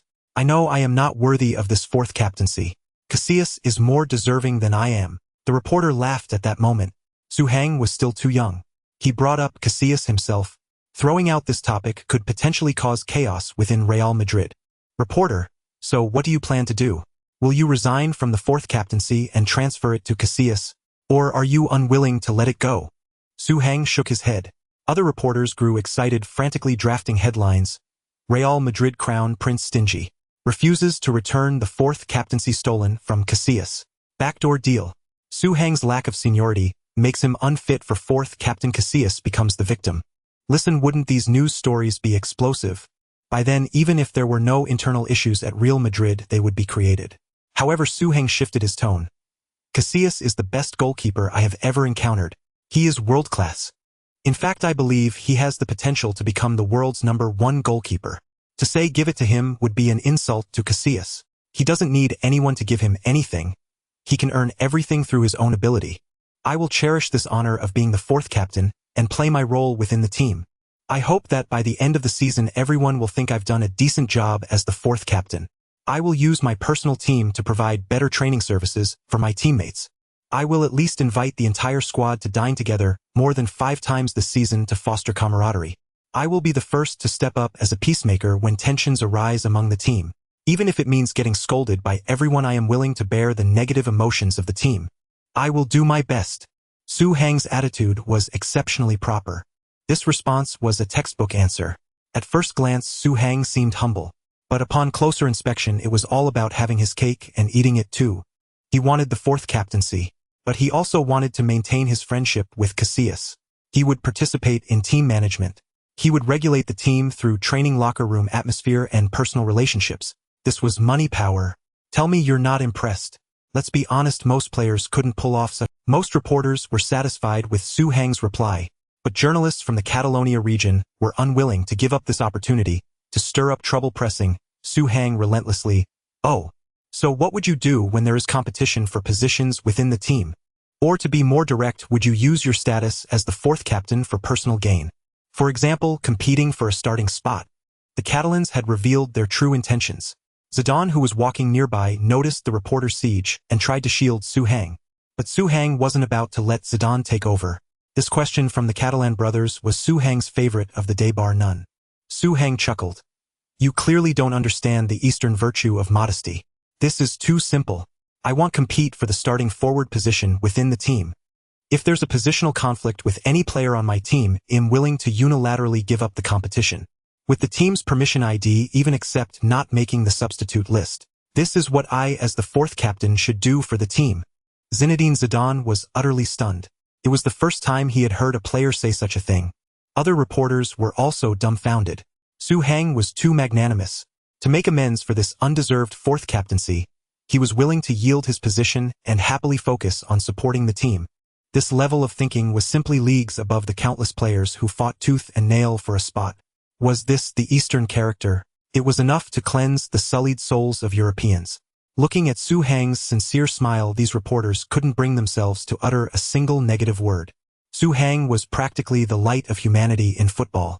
This interview also directly dispelled the hostility from players competing with him for a position such as Morientes Portillo and Soldado. They had thought Su Hang would use his status as the fourth captain to pressure them and gain an unfair advantage in the playing order. But then, was this Su Hang? This was Jesus. The greatest fourth captain in Real Madrid's history. Su Hang willing to withdraw from the forward line. Su Hang young willing to give opportunities to those who need them more. Su Hang letting good players play is my responsibility as fourth captain. Sacrificing the self for the greater good. Su Hang shows world football the radiance of humanity. This is a true crown prince. Su Hang is as merciful as Jesus. For the team, he would rather sacrifice himself. Reading these headlines, even Su Hang felt a bit embarrassed. The truth was his abilities hadn't matured yet, and he simply didn't want to play for the time being. Just let him train quietly at Real Madrid's facilities for 2 years, and they'd see how different he'd become.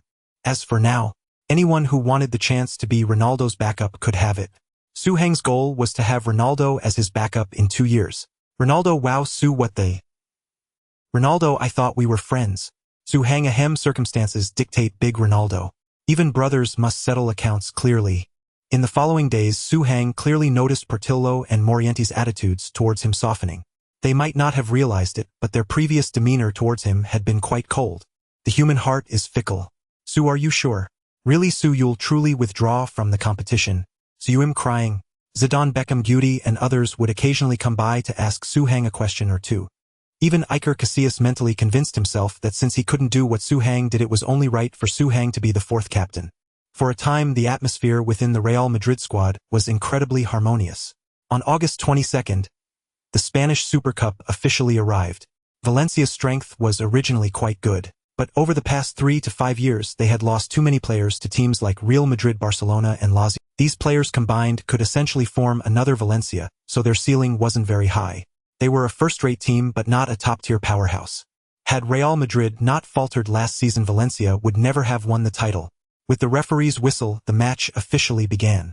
In the 3rd minute, Valencia winger Vicente cut into the box, shook off Woodgate, and fired a shot which was collected by a sharp Casillas. Woodgate's weakness for being easily faked was exposed. English centre-backs for the most part are physically imposing but lack finesse. In the 9th minute, Real Madrid launched an attack. Carlos delivered a cross from the byline. However, both Ronaldo and Owen missed it, and the ball eventually went out for a goal kick. Ronaldo was undoubtedly one of the most perfect strikers, but his physical template wasn't flawless. At 180 meters, he was a bit short, although his heading was also quite good. It paled in comparison to his footwork. Owen at only 173 meters certainly didn't excel at heading for crosses. Carlos' crosses from the byline were more effective when Morientes or Su Hang were on the pitch. This pass became a microcosm of Real Madrid's play for a while. The passers and the finishers just couldn't connect. In the 26th minute, during a Valencia corner kick, centre-back Pellegrino headed the ball against the crossbar, coming close to opening the scoring. In the 29th minute, Real Madrid launched a counterattack. Zidane threaded a pass to Ronaldo. Ronaldo tried to play a 1-2 with Owen. However, the two had absolutely no chemistry. Owen suddenly drifted wide and failed to receive Ronaldo's pass. It was a very regrettable mistake. In the 42nd minute, Ronaldo threatened again, his long-range shot deflecting off an opponent's centre-back's leg. The ball bounced to the side.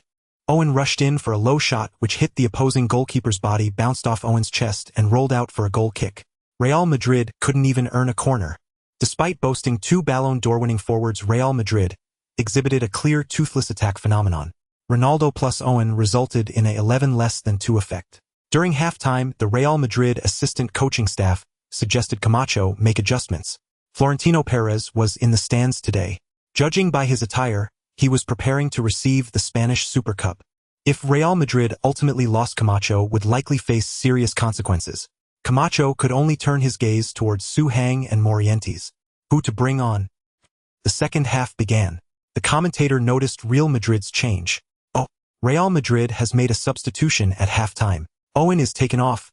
He was ineffective in the first half, and Camacho is clearly unhappy with his performance. The English golden boy hasn't found his form yet unless his partner is Suhang. Real Madrid's replacement for Owen is Suhang. Shouldn't it be Morientes? This substitution is interesting. The camera cuts to Morientes. His expression is somewhat grim. Suhang said he wouldn't compete for positions, but when it comes down to it, he still gets picked over Morientes. That's a bit hard to justify. On the pitch, Suhang was cursing internally. Camacho had set him up. Suhang had just declared he wouldn't compete, and now he was the primary substitute. What would people think? They would surely think Suhang was a hypocrite. Once Suhang's relationships within the team crumbled, Camacho could drop him without any resistance. Furthermore, by disciplining Suhang, Camacho achieved the effect of killing the chicken to scare the monkey. After all, he didn't dare to directly target superstars like Ronaldo or Zidane, but he was a coach who liked to establish his authority by punishing players. If Queiroz was rigid, demanding high training volumes which led to conflicts with the stars, then Camacho simply wanted to be above the players. So he would inevitably clash with Real Madrid stars, and the conflict would be even greater. At the 56th minute, with Suhang's entry onto the pitch, the dynamics began to shift. The greatest difference between Suhang and Owen lay in his ability to drop back and link up play. Suhang dropped back to receive a pass from Raul, then holding off Navarro behind him, distributed the ball to Zidane on the flank. Zidane feigned an adjustment, only to execute a sharp dribble that left the defender bewildered. Bang! Zidane delivered a low-driven cross. The ball curved perfectly, bypassing Pellegrino to find Ronaldo lurking behind him. Ronaldo latched onto it and slotted home with ease. Goal, 1-0. Real Madrid has finally broken the deadlock. Zidane and Ronaldo, the two best in the world, connecting brilliantly. I said it all along. Real Madrid could score at any moment. They just needed to find their rhythm to defeat Valencia. One must admit Suhang's entry was pivotal. That pass he just gave Zidane. Seemingly simple yet profoundly clever, it was precisely what helped Zidane tear open the defense. In less than 10 minutes on the pitch, Suhang orchestrated an attack. Suhang stood dumbfounded. Was that even considered orchestrating? Did he think Zidane's dribble was insignificant? This goal was Zidane's merit, wasn't it? That curved cross was the true essence. Suhang glanced at Morientes on the bench. His face had darkened further. At the 63rd minute, Carlos and Zidane executed an overlapping run. After beating his man, Carlos spotted Ronaldo drifting to the left flank. Bang! Carlos passed the ball to Ronaldo. The latter received it and cut inside immediately, though terms like inverted winger or cutting inside to shoot hadn't yet been clearly coined in that era. Ronaldo had already mastered them. In this world, paths are always forged by those who walk them first, then followed and codified by others. Ronaldo dribbled past two defenders, charging into the box with intent to continue. But Valencia's goalkeeper rushed out early, colliding with Ronaldo. The referee held the whistle to his lips. It was a foul by the Valencia keeper. It should have been a penalty. Yet he didn't blow the whistle because after the collision the ball rolled loose. And Real Madrid's number 24 in white arrived on the scene, slotting into the empty net. Goal, 2-0. This match is secured.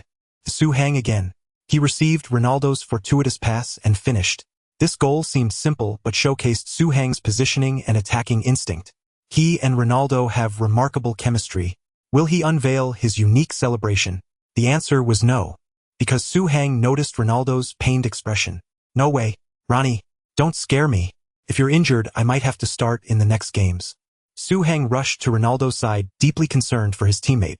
The medical team is entering. This is terrible news. Ronaldo seems injured and can't continue. Real Madrid substitutes Morientes for Ronaldo. The game has taken a twist. Both Morientes and Suhang lack a bit of explosive power. Real Madrid's attack might stall. The situation unfolded as the commentator predicted. After Ronaldo's departure, Valencia launched a fierce counterattack.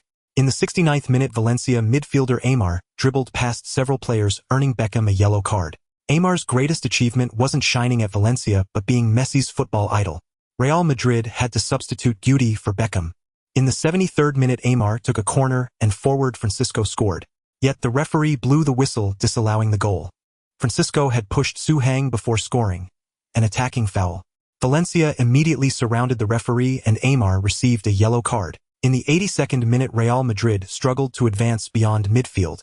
Facing a surging Valencia, they needed to weather the storm. Zidane deliberately passed back multiple times, controlling the ball in their own half to drain the opponent's energy. But Guti failed to grasp this, hoofing the ball forward with a long pass, infuriating Zidane. Up front, Suhang engaged in fierce positioning battle with Navarro. As the ball flew in, Suhang leaped early, winning the first header and nodding it aside. Morientes, towering at 188 meters, jumped higher and headed it on. Zidane, charging forward, met it with a header. The ball nestled into Valencia's net. A triple header, an aerial link-up. The crowd erupted. 3-0. Zidane seals the deal. This goal kills the game. Suhang, Morientes, Zidane. The ball never touched the ground in that sequence. What a free-flowing, imaginative combination. Suhang seems to click with Morientes too. So far, he's the only player to harmonize with every Real Madrid forward. And that was thanks to Suhang's level 8 vision.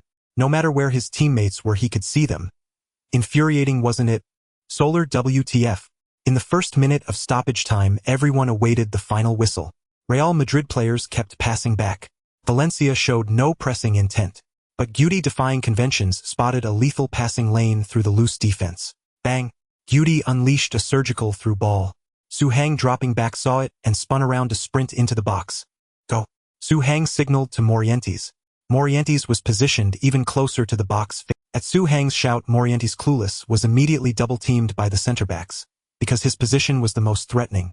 Morientes was pinned down, but that cost them the chance to contain Suhang. Then everyone saw Suhang break free from the crowd. Valencia midfielder Albelda tried to chase Suhang. They started almost simultaneously, but within a second Suhang left him behind. Suhang's acceleration stunned everyone. In that moment, people even saw a glimpse of Owen in him. It was the wind-chasing youth, the wind-chasing effect. In the final 5 minutes, there was only one chance to drastically boost acceleration. Suhang sprinted alone, creating a unknown with the keeper. The next moment, the ball caught up from behind. Man and ball arrived together. Bang! Facing the charging Valencia goalkeeper, Suhang needed no fancy tricks. A powerful shot, as if in training. Sometimes the simplest is the most lethal. The Valencia goalkeeper anticipated Suhang to feint, but to his surprise, Suhang acted with such decisiveness. Before he could even go to ground, the ball had already flown past him. Swish! 4-0. Real Madrid is on fire. Suhang scores a brace. He's playing like a Superman today. Suhang! Suhang! Suhang! The Real Madrid fans at the stadium began to chant Suhang's name, signaling him to perform his signature celebration. Even Zidane gestured to Suhang with a spinning motion, urging him to celebrate and not keep the fans waiting. Suhang could only oblige, sprinting toward the corner flag and leaping high. After a 180-degree turn, he landed majestically from above. The entire stadium roared along with Suhang. The scene filled Morientes, watching from the sidelines with envy and jealousy. If only he had scored that goal. Alas, in the end, thanks to Suhang's brilliant performance, Real Madrid secured a thrilling 4-0 victory to claim the Spanish Super Cup. They kicked off the new season with a trophy and a great start. Suhang scored a brace and contributed to the other 2 goals, an unrivaled performance that earned him the Spanish Super Cup Best Player award. This was his first genuine individual honor. The Crown Prince of Real Madrid was blazing with glory. Staying low-key was impossible. Real Madrid clinches Spanish Super Cup. A winning start to the new season. The youngest 4th captain in Real Madrid history silences critics with a brace. Not a starter, but better than one. Suhang comes off the bench to orchestrate a 4-0 rout in 45 minutes. Chemistry with everyone. Suhang possesses his own system compatible with all types of players like Ronaldo, Owen, and Morientes. A difficult choice. Suhang might be Ronaldo's best partner, but he previously announced he would withdraw from the striker competition. Will he break his word? Consecutive braces. Suhang is in top form. How can such a player be benched? This is the 2nd trophy Suhang has brought to Real Madrid. It's time we recognize the true strength of Real Madrid's crown prince. Let Suhang start. It's a matter of respect for all Real Madrid fans and the sport of football. After the Spanish Super Cup, the media buzzed with discussion. Everyone debated Suhang's position. Some genuinely had his best interests at heart. Others merely sought to ignite a controversy over Real Madrid's forward line to cause trouble. But one thing was universally acknowledged: Suhang's ability. Even his rival Morientes expressed his admiration for Suhang. Ding! Morientes enjoyed working with you, though he believes you are inferior in certain aspects such as turning under pressure. You have thus learned turning under pressure proficiency. Turning under pressure proficiency player level skill.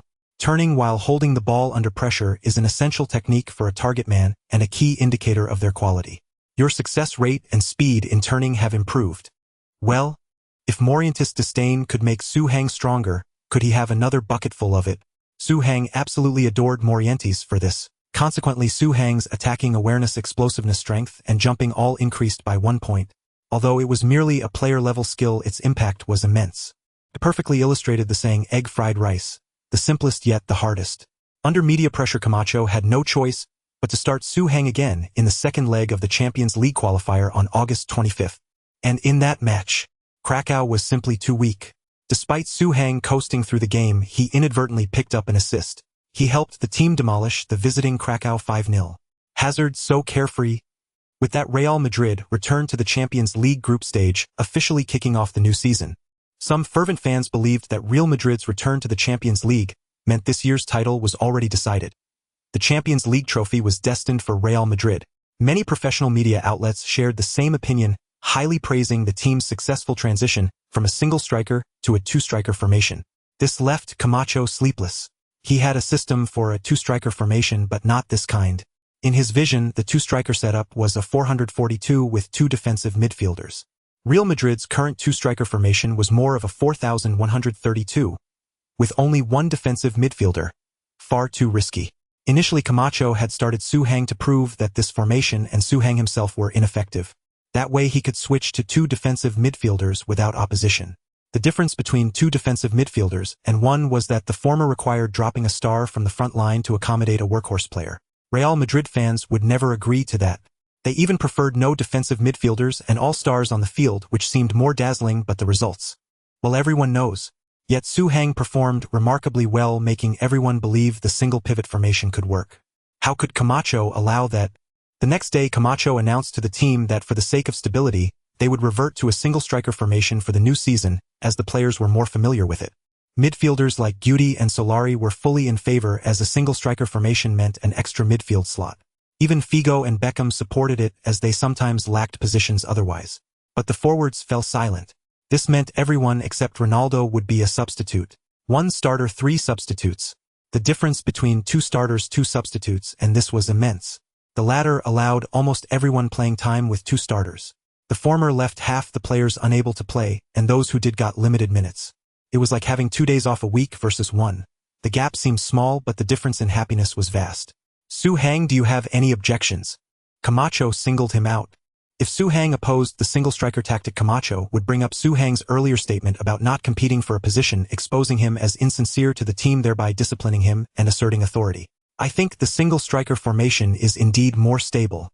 I support this decision, Su Hang said, barely suppressing a laugh.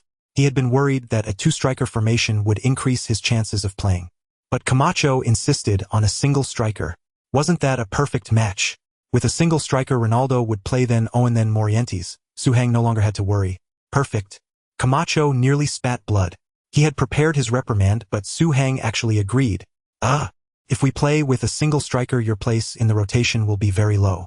You might not even make the 18-man squad. Camacho hinted for Su Hang to resist.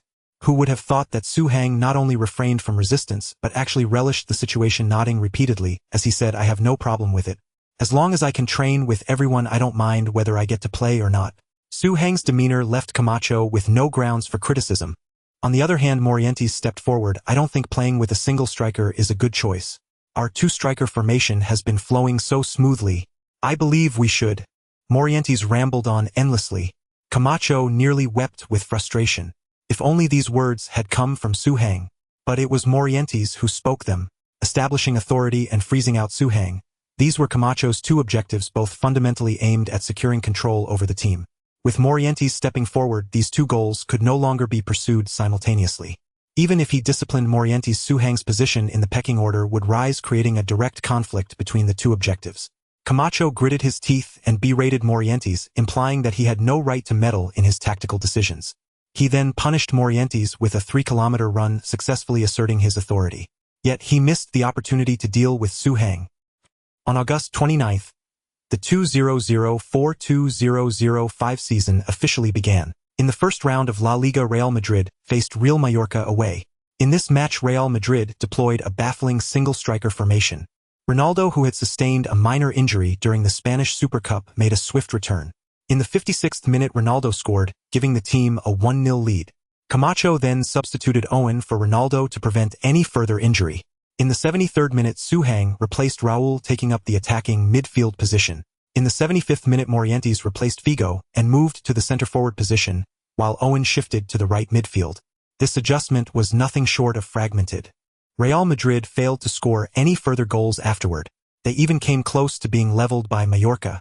In the end, Real Madrid secured a narrow 1-0 victory away at Mallorca. However, after the match, the media heavily criticized Camacho's substitutions as utterly poor. If you intend to play with a single striker, why did you put all the strikers on the field?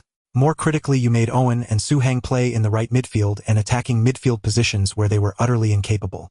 Camacho's substitutions seemed as if he knew nothing about football. But if one understood Camacho's inner thoughts, the intent behind these substitutions was not hard to discern. Substituting Owen for Ronaldo was only natural. Yet Camacho was most adept with a two-striker formation and would inevitably return to it. His ideal combination was Ronaldo and Owen with Morientes as a substitute. Raul could occasionally shift to the striker position, which was more than sufficient. However, at this stage, Zidane's popularity was high, and if a two-striker formation were adopted, he might well become a starter. Camacho found it difficult to tolerate Zidane, who was lacking in fundamentals, becoming a starter. Poor fundamentals meant Zidane could hardly execute the various tactical tasks Camacho assigned. Outsiders focus on goals, but insiders look at tactical execution. Zidane was loved by fans because he could score. That he was disliked by the head coach, on the contrary, indicated that the coach had some competence. A goal-only mentality would only harm the team. Therefore, Camacho had to let Zidane fail before the team switched to a two-striker formation. So Zidane had to play, and he had to perform poorly. But if Zidane played, Morientes also had to play, or otherwise people would always think Zidane was better than Morientes, and Camacho would eventually have to use Zidane as a substitute. Thus such a convoluted substitution emerged. On September 11th, the second round of La Liga, Real Madrid hosted the promoted team Numancia. Yet against this weak opponent, the mighty Real Madrid failed to score any further goals after Beckham's curling free-kick direct goal in the 17th minute. In the second half, Owen, Zidane and Morientes were brought on one after another once again, plunging the team into a dire situation. Although the team won 1-0 again, fan dissatisfaction reached its peak. Many began to vehemently criticize Camacho. This was something Zidane had not anticipated. In this match, his performance was quite poor. He might have lost possession more than anyone else on the field. But surprisingly, no one blamed him. Fire at me, comrades. Don't go soft. On September 18th, the third round of La Liga, Real Madrid faced Espanyol away. In this match, pressured by public opinion, Camacho had no choice but to opt for a multi-striker formation. He fielded Raul, Ronaldo, Owen, Zidane, Beckham, Figo, Carlos, Samuel, Woodgate, Salgado, Casillas. A bizarre 433 formation. It was bizarre because neither Raul nor Owen were traditional wingers. Figo was not a traditional midfielder. Beckham was not a traditional defensive midfielder. This lineup was a complete mismatch. The performance was predictable. In the first half, Real Madrid trailed 0-1.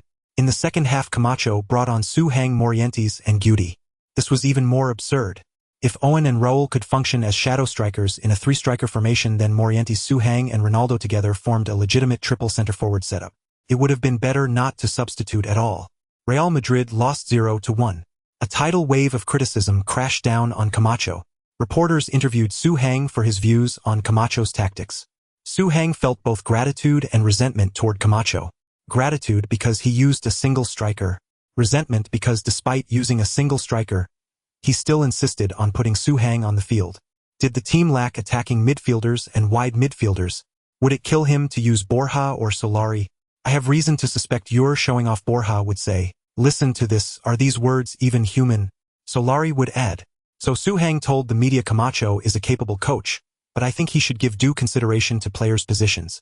A player cannot excel in every position. Perhaps he should let players appear where they are meant to be.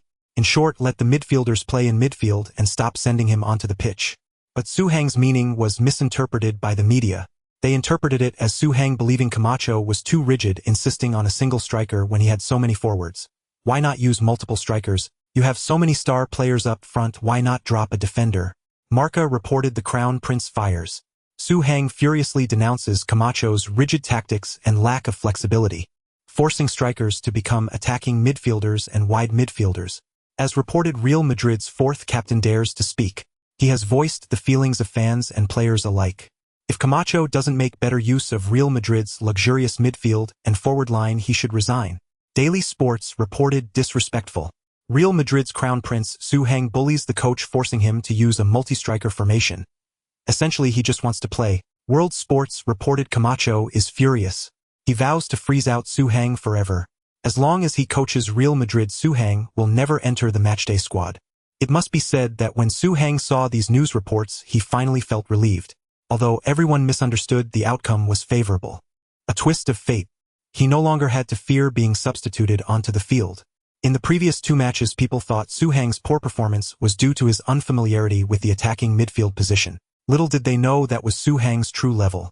Deprived of the offside privilege and unable to stay largely detached from the team's system, Hang's performance was nothing short of disastrous.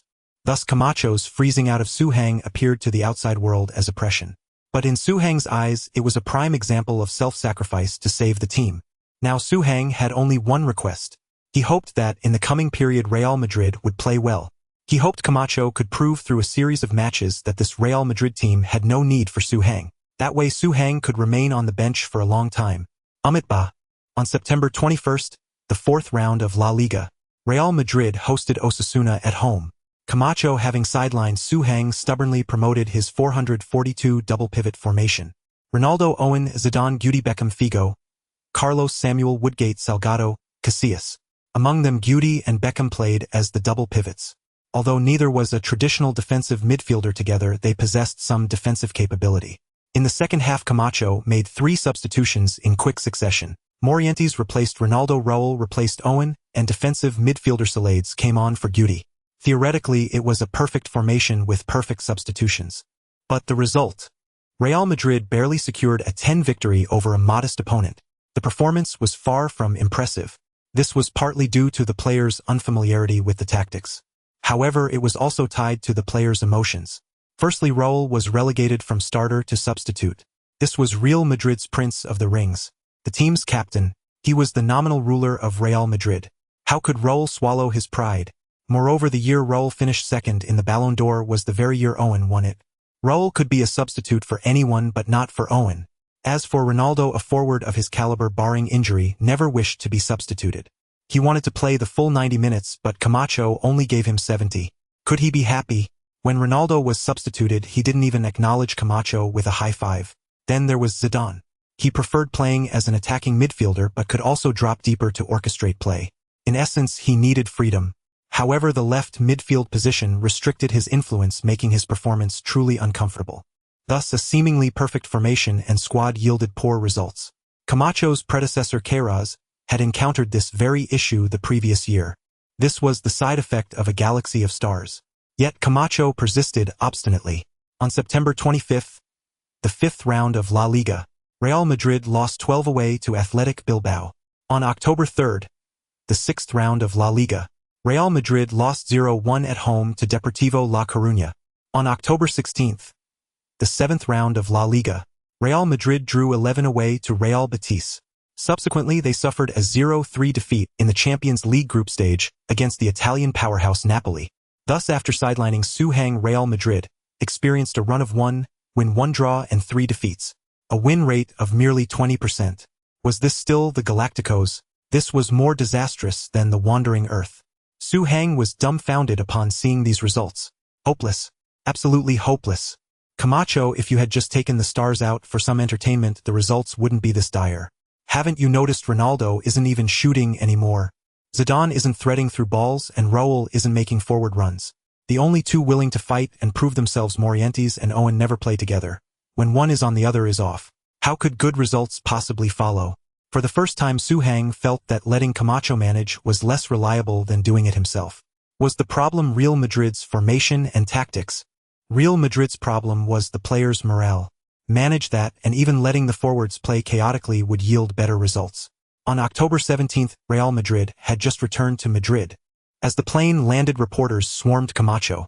"Reporter Camacho, are you aware you've been sacked by Real Madrid?" Camacho was utterly bewildered. He hadn't received any notification, but now he had. Thus Camacho in his second stint was dismissed by Real Madrid once again. Outside the airport, a sea of Real Madrid fans celebrated Camacho's dismissal. Many held up enormous banners. They bore Su Heng's image. The media captured it all. Su Heng is not just a symbol of confidence for Real Madrid. He is tangible combat effectiveness. Without Su Heng, Real Madrid's win rate is a mere 20%. With Su Heng, it soars to 80%. Camacho's gravest mistake was benching Su Heng. He disrespected reality, and reality did not respect him. Camacho flees Madrid like a beaten dog. Crown Prince Su may be the key for the new manager. Revealing the candidates for Real Madrid's new manager. Regardless of who it is, reinstating Su Heng is a foregone conclusion. So who would be Real Madrid's new manager? Unfortunately, in the middle of the season, few top-tier managers were available, and Real Madrid looked down upon mediocre ones. Thus, for a time, they couldn't find a suitable replacement. Yet the team could not be without a leader. Ultimately, Real Madrid appointed the more senior member of the coaching staff, goalkeeping coach Simon, to temporarily take over as interim manager. A few had confidence in Simon. More expressed understanding of Real Madrid's predicament, but hoped they would secure a genuine top-tier manager during the winter break. Simon felt his opportunity had finally arrived. However, his first training session as manager was far from pleasant. In Real Madrid's restroom, Carlos, Ronaldo, Samuel Solari, and other Latin American players were chatting. Carlos opined, "I think the club should invite Luxemburgo to coach. He can bring out the best in Ronaldo." Ronaldo appreciated the sentiment. Luxemburgo was a renowned coach in American football, having led teams to a series of miracles. He had led teams to multiple Brazilian championship titles. In 1999, he guided Brazil to victory in the Copa America. Su Heng in the farthest stall felt awkward.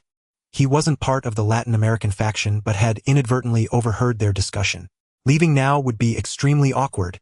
Su Heng could only remain in the restroom, but Su Heng understood that Carlos had personal motives for wanting Luxemburgo. Take the four captains, for instance. To fans, being captain might seem inconsequential, not adding goals or assists. But people are social beings. One's feelings are often confined to their small social circle. Within a group, you have a corresponding status. No matter how wealthy, famous, or powerful you are, if those you associate with surpass you in these aspects, you will not, even if you are better off than 99 of people. This is why so many wealthy individuals are unhappy. It's also why many local magnates live joyfully, even arrogantly. And being captain is a manifestation of status. Becoming captain grants you the right to speak publicly on any team matter, even intervening in issues between players and management. This means more responsibility but also greater rewards. Carlos had little left to achieve on the pitch. He had even finished second in the Ballon d'Or and knew that was his ceiling. As a fullback, statistics were unimportant to him. What he could pursue was his status within the team. Carlos hoped that Luxemburgo, with whom he had a good relationship, would come to coach the team and bring in more American and Brazilian players, thereby elevating his own status within the squad. Players like Pavon and Bravo. Did they really have the ability to be starters? Of course not. Yet, under the Spanish-dominated Real Madrid, they managed to secure relatively stable positions on the field. Was Raul comparable to Ronaldo? Far from it. But no matter which manager came, they had to find a way to include Raul in the starting lineup. They would even shift Zidane to the left wing just to let Raul play in the attacking midfield role. That was the power of status. Not to mention the benefits and respect the native Spanish players enjoyed off the pitch. Carlos had no issues with Su Heng. He admired Su Heng's character. However, he believed that during the transition period between Raul and Su Heng, Carlos could temporarily take charge of the team. The throne rotates. This year it's my turn. Thus Carlos actively pushed for Luxemburgo to coach Real Madrid. After Carlos and his group left, Su Heng had just opened his door when he noticed the door of the adjacent private room opening as well. He and Simeo stared at each other, the atmosphere momentarily awkward. "How about we go out for a drink?" Su Heng suggested. "Yes, we need one," Simeo replied, nodding with a heavy heart. Inside the tavern, Simeo drank heavily, lamenting his dedication to the team and how the attitudes of Carlos and others chilled his heart. He didn't know how to begin his coaching career at Real Madrid, but he knew that if he didn't start soon, it would all be over. Ultimately, Su Heng offered Simeo a solution. Su Heng said, "Rely on the Spanish contingent. Let Raul and Ronaldo play as a strike duo. Solari on the left midfield and Guti rotating with Beckham and Figo. For rotation up front, let Morienti substitute for Raul. That way both can accept it. You've built connections over the years here. As long as the Spanish faction backs you, earning a permanent position isn't impossible. This arrangement would hurt Owen and Su-Hang the most, as they would have almost no playing time. Next would be Figo and Beckham, who would frequently be substituted. But their voices were indeed the weakest. This was the most favorable approach for Simeo. However, but this will hurt you. This means you'll be stuck on the bench. Simeo felt it necessary to remind Su-Hang of the consequences of his suggestion. Su-Hang smiled. I don't mind. You can even leave me out of the substitute list. That way on the surface it won't seem like you're favoring the Spanish faction. Su-Hang was also part of the local contingent. By promoting Raul Solari and Guti, while sidelining Su-Hang, it would be hard for outsiders to accuse Simeo of forming cliques. Everyone would think it was purely tactical. Seeing Simeo's hesitation, Su-Hang pressed on. Simeo, there's no time. Real Madrid has slipped to 6th in the league. Every match we delay could become an irrecoverable 3 points by the end of the season. Someone has to make a sacrifice now. If it has to be me, I'll do it without hesitation. That's my duty as the 4th captain of Real Madrid. Simeo was deeply moved. Was this the awareness of a crown prince? It was humbling. His eyes reddened as he raised his glass to Real Madrid. Su-Hang nodded repeatedly. To Real Madrid. After downing the drink, Su-Hang felt relieved. He could finally take it easy for a while. The next day, the newly appointed Simeo displayed his impartial side. During a training match, Su-Hang's performance was subpar. Simeo directly announced that Su-Hang would not be included in the squad for the next 3 matches. The entire team was stunned. After all, rumors were swirling that Camacho had been ousted because of Su-Hang. Why was Simeo targeting Su-Hang instead? Did Simeo come armed with a mandate from above? Uncertain of Simeo's stance, the American faction held back for the time being. Meanwhile, the Spanish native faction found Simeo's tactics favorable to their play, and naturally threw their support behind him. On October 23rd, the 8th round of La Liga, Real Madrid still used the 442 formation, but the player positions had been adjusted. Ronaldo, Raul, Solari, Zidane, Beckham, Figo, Carlos, Samuel, Woodgate, Salgado, Casillas. Raul finally returned to the starting lineup. Zidane moved back to midfield. It was largely a win-win situation. The Frenchman, Portuguese, and Englishman all played with great effort. Feeling pressure from the local faction, the American faction had no choice but to give their all in matches, resulting in a strong overall performance from Real Madrid. They ultimately defeated Valencia 10. This was their 2nd victory over Valencia that season. On October 31st, the 9th round of La Liga, Real Madrid beat Getafe 20 at home. Raul and Solari each scored, boosting the morale of the local faction. On November 7th, the 10th round of La Liga, Real Madrid faced Malaga away. Ronaldo and Raul found the net, securing a 20 victory and their 3rd consecutive league win. Everything was moving in the best direction. Su-Hang couldn't have been happier. This was his ideal scenario. With focused training, his short passing and shooting attributes each increased by 1 point, reaching 73. Meanwhile, major media outlets were building momentum for Simeo's miracle coach. Simeo, after ending Real Madrid's 3-match winless streak, he has led the team to 9 consecutive points. Marca, Real Madrid doesn't need to look elsewhere. Simeo is the best coach for this season. He deserves to be made permanent.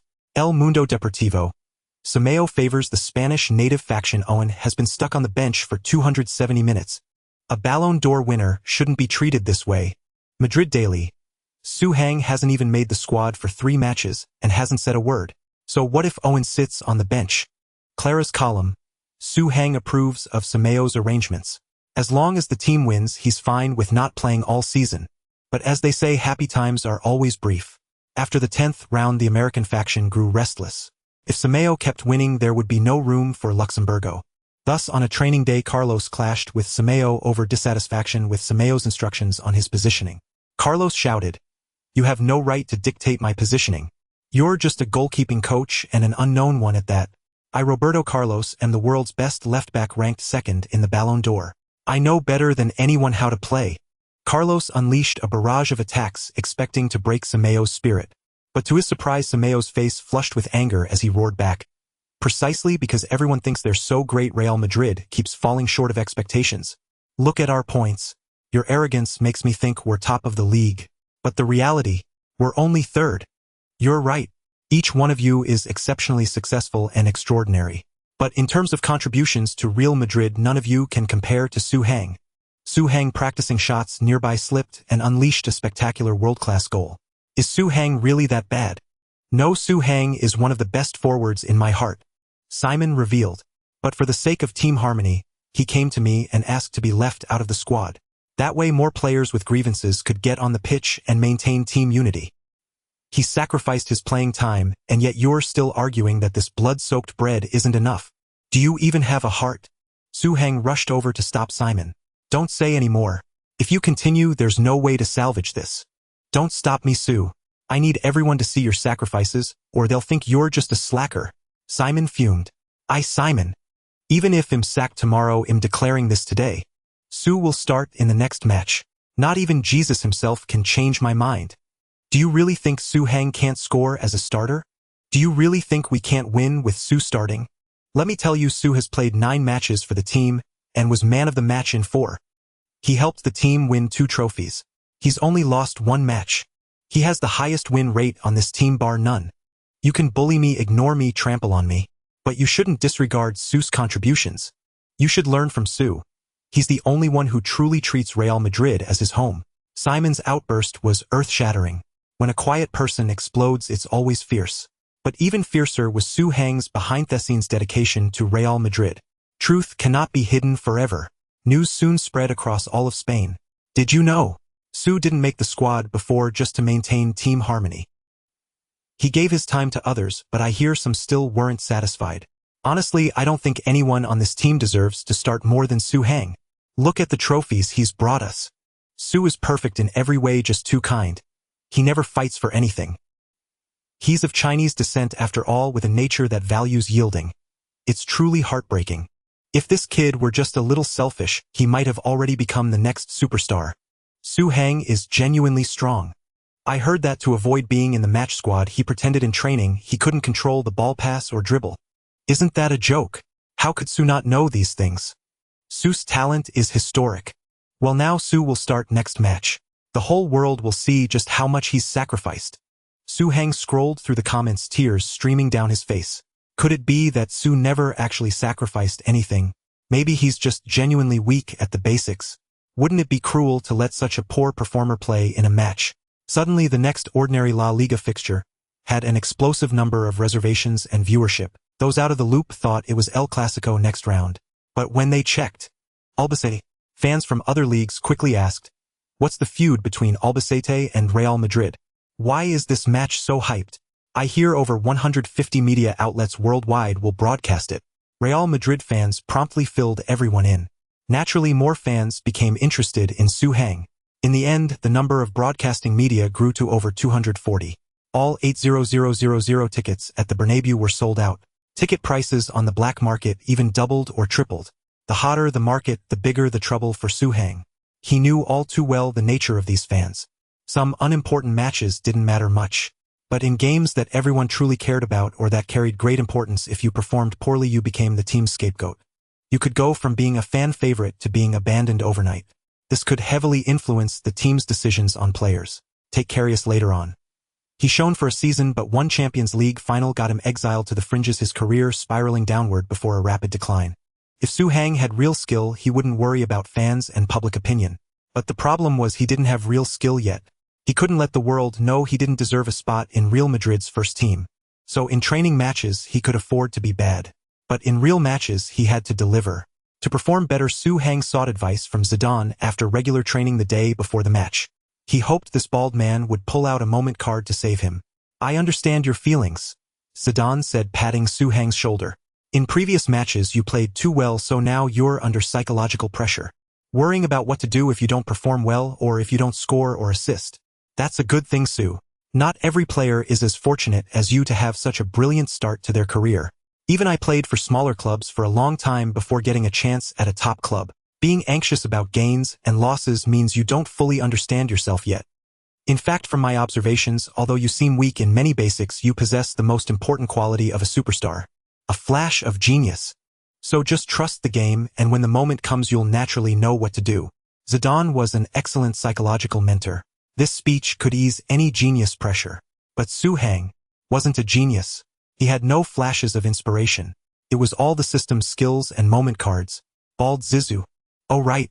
If I had to say something, I think you could use more 1-2 passes with teammates up front.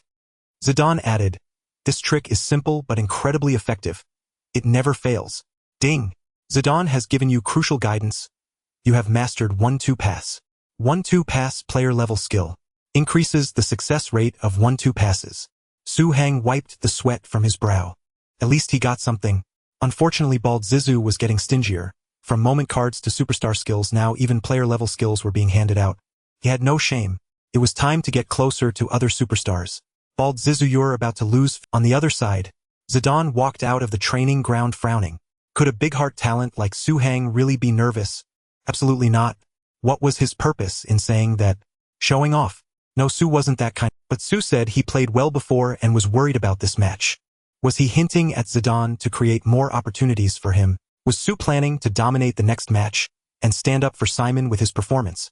Zidane fell into thought. Helping Su out wouldn't hurt. After all, compared to the Spanish faction, Zidane disliked the American faction even more. After all, Ronaldo and Zidane have always been at odds. They are both considered the best in the world of their time. Even if they are on the same team, a distinction between them is inevitable. Even if they do not differentiate now, people will surely make distinctions when evaluating their historical status. With the rise of the America's gang, Zidane's contributions will undoubtedly be criticized while Ronaldo will be praised. This is beyond the control of the two. It is simply the natural progression of events. On November 14th, during the 11th round of La Liga, Real Madrid faced Albacete at home. To be fair, the players of Albacete were probably the most frustrated people in the world at that moment. What qualifications do they have to enjoy the treatment usually reserved for Barcelona? Just because both have Barça in their names. The streets are deserted. 80,000 home fans. The venue is filled with white scarves, and if they weren't wearing Albacete jerseys, these players would have longed to join the Real Madrid fans and cheer for them. Such a home atmosphere will undoubtedly affect the performance of both teams' players. As the players entered the field in formation, the atmosphere peaked. The camera frequently focused on Su Hang, who was starting today. Su Hang returns to the starting lineup after missing 3 matches. There has been much discussion online about Su Hang. Some believe it's true, while others think it's just his fans making up stories to save face. Regardless, we will have answers after this match. Furthermore, after leading the team to 3 consecutive victories, Simon has also put forth his understanding of Real Madrid with Su Hang's return. He has deployed a rare 3 center-back formation today, with 3 forwards, Su Hang, Ronaldo, and in reality Su Hang is more suited for the central position, but considering Ronaldo's stature, Su Hang can only play on the left. The 4 midfielders are Carlos, Zidane, Beckham, and Figo. It's rare to see Carlos in the left-winger position, but everyone believes his technical abilities can handle it. The 3 center-backs are Samuel Woodgate and Helguera. The goalkeeper is Casillas. 343. This is Real Madrid's first attempt at a 3 center-back formation in recent years. After all, one of Real Madrid's biggest shortcomings is the lack of top-notch center-backs. However, under Su Hang's suggestion, Simon has developed a new understanding of the 3 center-back setup. Because our 2 center-backs can't contain the opponent, we need 3 center-backs. Do you see the logic behind? In a 3 center-back system, the defensive area of the 3 center-backs is larger, allowing them to cover for Beckham, whose defensive skills are not strong. This enhances the defensive strength of the defensive midfielder. Of course, gaining something means losing something. Real Madrid's wing defense is practically non-existent. But to be honest, Carlos' defense was never exceptional. It might be better to forego wing defense altogether, which would also free him to focus entirely on attacking. In the 3rd minute, Carlos showcased his strength in offense. He directly carried the ball to the bottom line and completed a low cross. Unfortunately, he wasn't quite familiar with the opposing goalkeeper, who was a keeper with a large range and liked to rush out, quickly intercepting the cross. Zidane had the opportunity for a follow-up shot. However, the opposing center-back positioned himself well, causing Zidane to kick the opponent's ankle. The referee called a foul on Zidane. In the 7th minute, Carlos passed the ball to Zidane, who feigned observation but directly flicked the ball through the opponent. The opponent, humiliated and angry, body-slammed Zidane. The referee surprisingly only called a foul. Zidane was furious at that moment. He felt that surely a yellow card should have been issued. However, the referee had his reasons for not showing a card. Previously, when Zidane fouled, he kicked an opponent's ankle. Zidane may not have intended to hurt anyone, but that was definitely a yellow card-worthy action. But since the match had just begun, and especially with it being Real Madrid's home ground, the pressure was immense, so the referee did not show a card in a timely manner. Not issuing a card for the opponent's yellow card-worthy action was a form of balancing. As a result, Zidane kept arguing with the referee's decision. To maintain the referee's authority, the referee had no choice but to show Zidane a yellow card to keep him quiet. Zidane was furious. This French king had many virtues, but sometimes he could be hot-headed. Seeing that he was about to continue arguing, Su Hang hurriedly went over to pull Zidane away. Zizou, don't be angry. They'll take on the opponents later or you find an opportunity to score and show them what we can do. Su Hang coaxed and persuaded, which calmed Zidane down a bit. But strangely, most people can't really hold Zidane back. After all, Zidane is known for angrily berating teammates. Only Su Hang, the true stubborn one, could manage it. Subsequently, Su Hang made 2 consecutive retreats trying to coordinate with Zidane, but Zidane was unresponsive and did not even glance at Su Hang. Raul awkwardly smiled in the front. This is Zidane. When his temper flares, he doesn't even recognize his own teammates. Su Hang probably won't get a pass from Zidane today. Commentators are also criticizing Su Hang. Since he is positioned as a winger, he should be stretching wide. Frequently retreating to the center actually invades Ronaldo's territory. In the 13th minute, Helguera cleared with a long kick from the back. Su Hang contested for the ball near the center circle. Bang!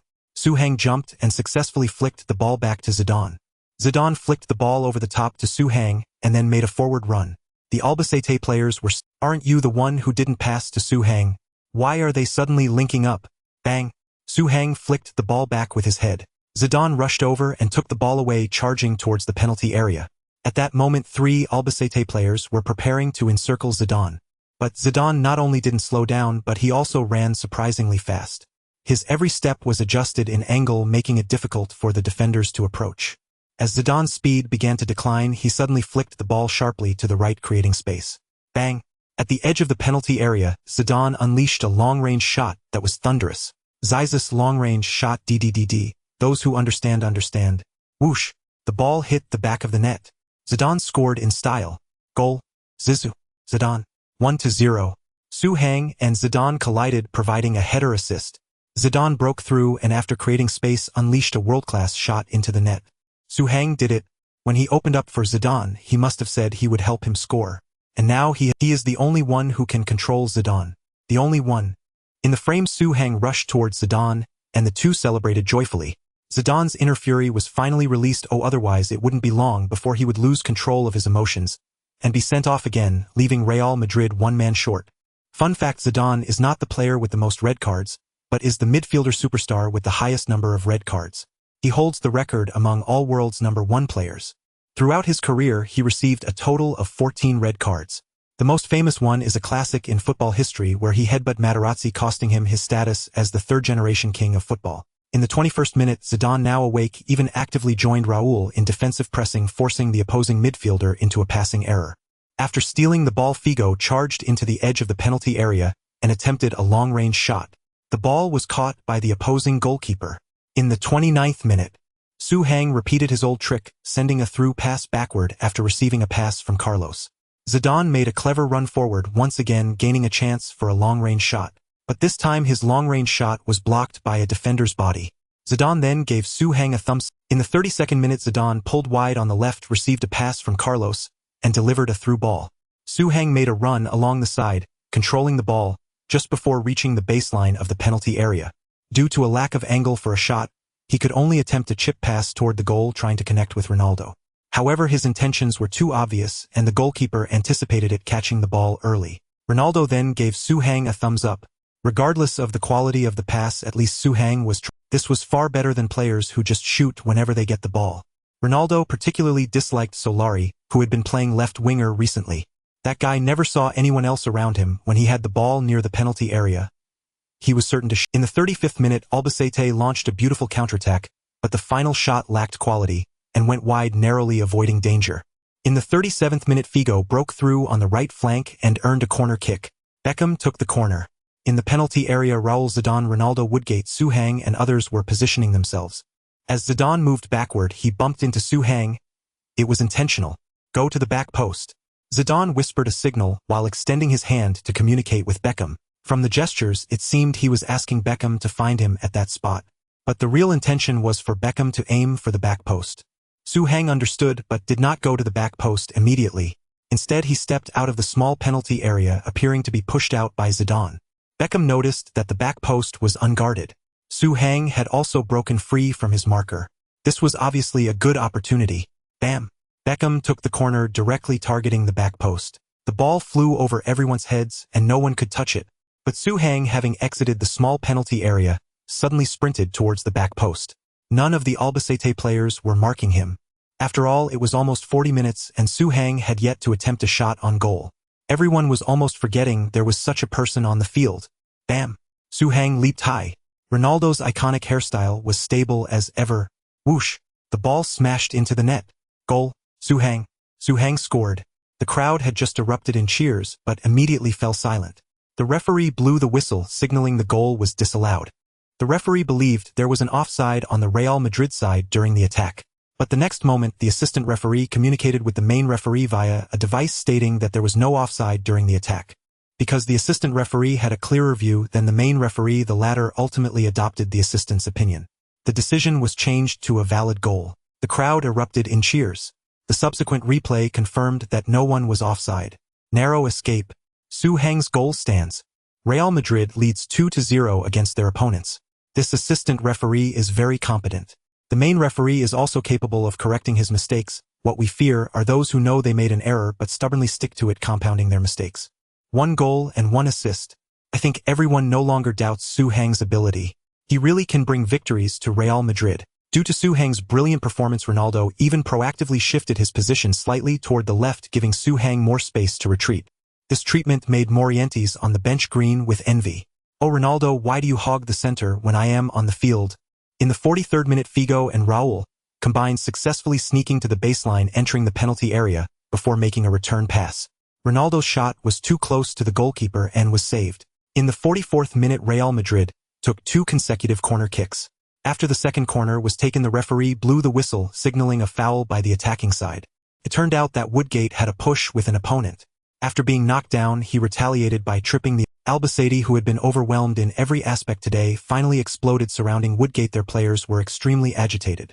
The Real Madrid players could only go over to mediate, and their attitude was relatively calm. Only then was the situation resolved. Woodgate received a yellow card as a result. As the centre-back had more space to handle the ball, his roughness was exposed. You can let him clash with the opponent, but when you give him the ball at his feet, he becomes somewhat flustered. The match then entered half-time. In the second half, Albacete seemed to have had their energy rejuvenated and aimed to score at the Bernabeu, thus fiercely contesting the ball. Zidane immediately organized everyone to retreat, appropriately letting Albacete vent their frustrations. After about 10 minutes, their energy would wane. As Albacete struggled to break through, their players' physical stamina began to falter. Zidane seized the opportunity to initiate a pressing, helping Beckham complete the steal. Beckham sent a through ball to Ronaldo. Ronaldo charged towards the penalty area, challenging 3 defenders. Bam! After dribbling to attract defenders, Ronaldo passed sideways to the approaching Suhang. Suhang, without stopping the ball, tapped it into the penalty area. A wall pass. Ronaldo accelerated, shouldering a centre-back to complete a powerful shot. The ball found the back of the net. When describing a player's shooting skills, people often say among the top 5 in the world, because declaring someone as number 1 is too controversial. However, during this period, and in the next, saying Ronaldo's shooting is number 1 in the world is something most people would agree. This period's Ronaldo is the original Ronaldo. The next period's Ronaldo is Cristiano Ronaldo. The alien has killed the game. 3-0. Ronaldo is in excellent form. Another assist from Suhang. I've said it before, he has chemistry with Ronaldo. He has chemistry with everyone. He's simply a heartbreaker. But I love this kind of heartbreaker. Suhang's sacrifice is truly great. Some fans say he is the youthful version of Morientes, but from this match we must admit that Morientes is merely the older version of Suhang. At the 61st minute, Carlos and an opposing player went down in a scramble. As another opponent came over to kick the ball away, his studs grazed Carlos' head. Carlos was unharmed, but the situation was perilous. The irate Brazilian rose and shoved his adversary. A fresh confrontation erupted, with numerous players shoving each other. The Bernabeu erupted in jeers, and the Albacete players' morale teetered on the brink of collapse. Ultimately, the referee brandished yellow cards for both the opponent who kicked the ball and Carlos. After this clash, the intensity of both sides escalated. The match grew fierce and fragmented. At the 76th minute, Zidane, as the world's premier midfielder, keenly detected another bout of fatigue in the opponents. It is well known that reckless, all-out pressing inevitably leads to a period of exhaustion. Yet few could exploit this gap. Zidane executed a Marseille turn in midfield to evade a tackle, then chipped a pass to the advancing Beckham. Beckham launched a long pass to Figo, who had pulled wide on the right flank. Figo dazzled on the wing with a series of feints to beat his marker. However, instead of crossing from the byline, he opted for a cutback pass. Because Ronaldo's position in the box was unfavorable, a cross might not reach him. Bang! Zidane deftly tapped the ball, playing a 1-2 with Ronaldo, who had dropped out of the penalty area. Ronaldo dribbled laterally, seeking a shooting opportunity. But under pressure from the opposing center-back, his final touch was too heavy. The ball rolled perfectly into the path of Su Hang, who was charging in from the left. Bang! Su Hang met the ball with a thunderous strike. Chaos reigned in the box.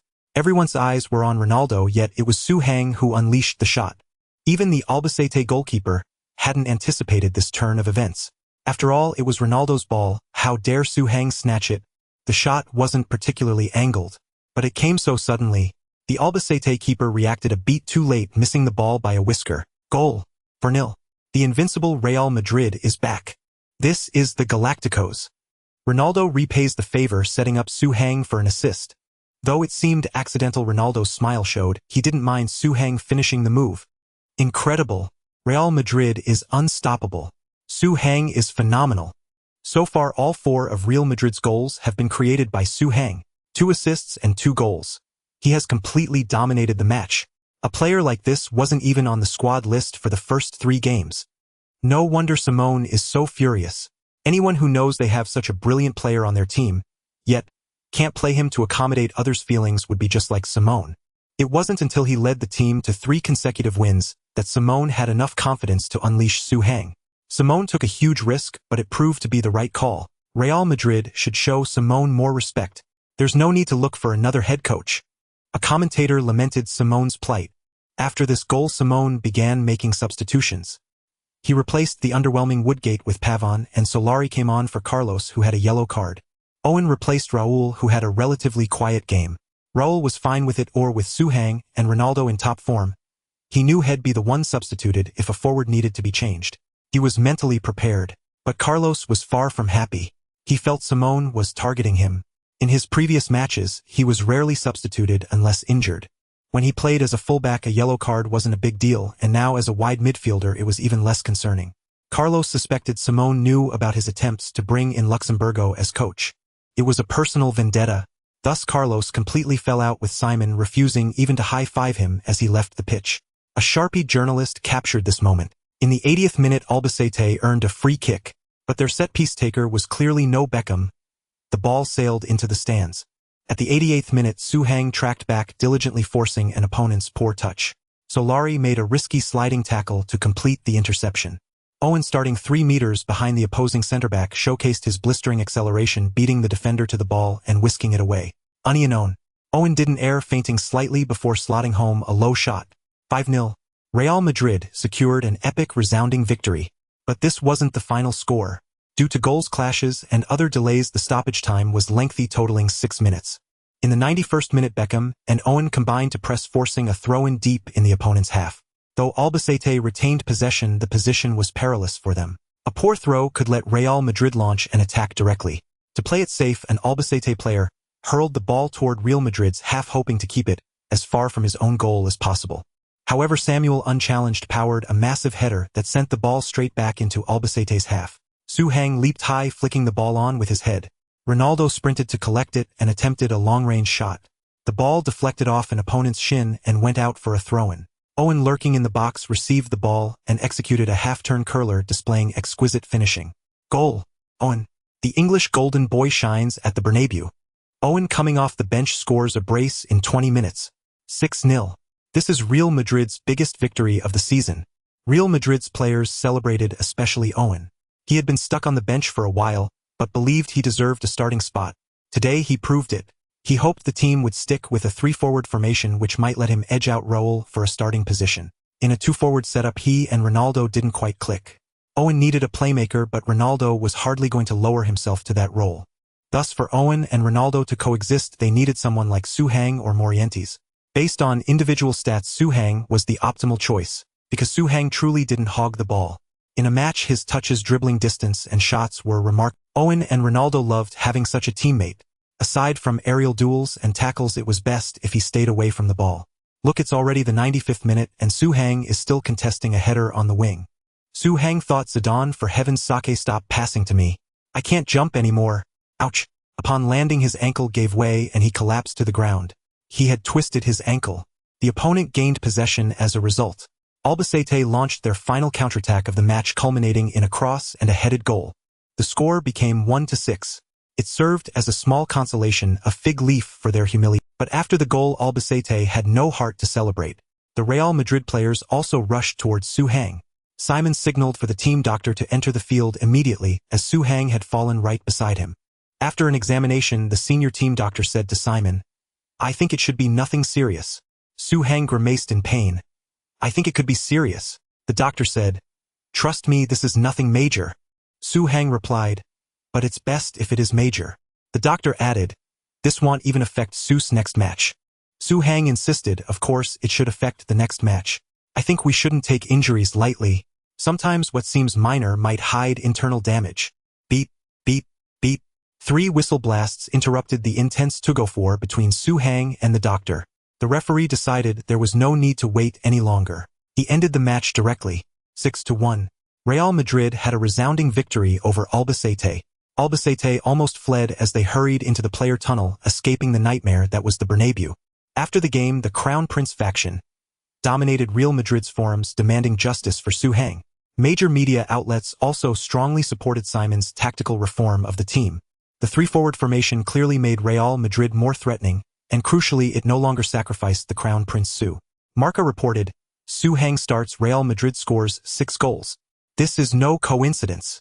AS declared 2 goals and 2 assists. He is once again the man of the match. Real Madrid's bench is terrifyingly strong, and Crown Prince Su is simply another Ronaldo.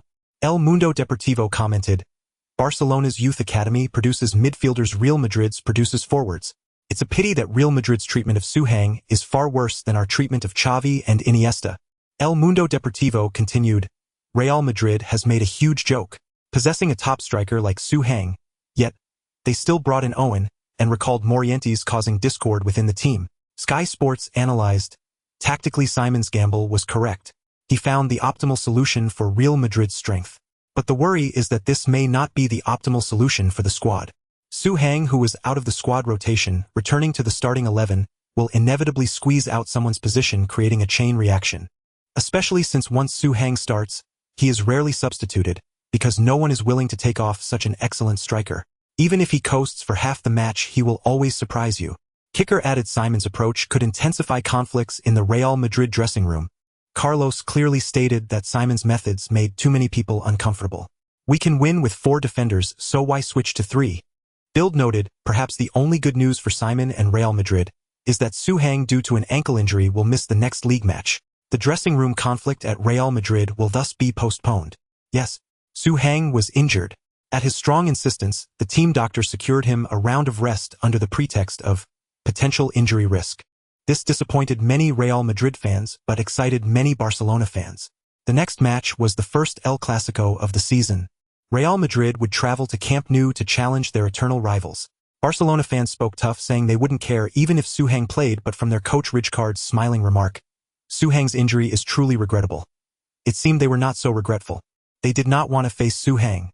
It all stemmed from the previous El Clasico. The player named Su Hang had terrified Barcelona with a hat-trick. On Real Madrid's side, even Ronaldo called the news of Su Hang missing the next match terrible.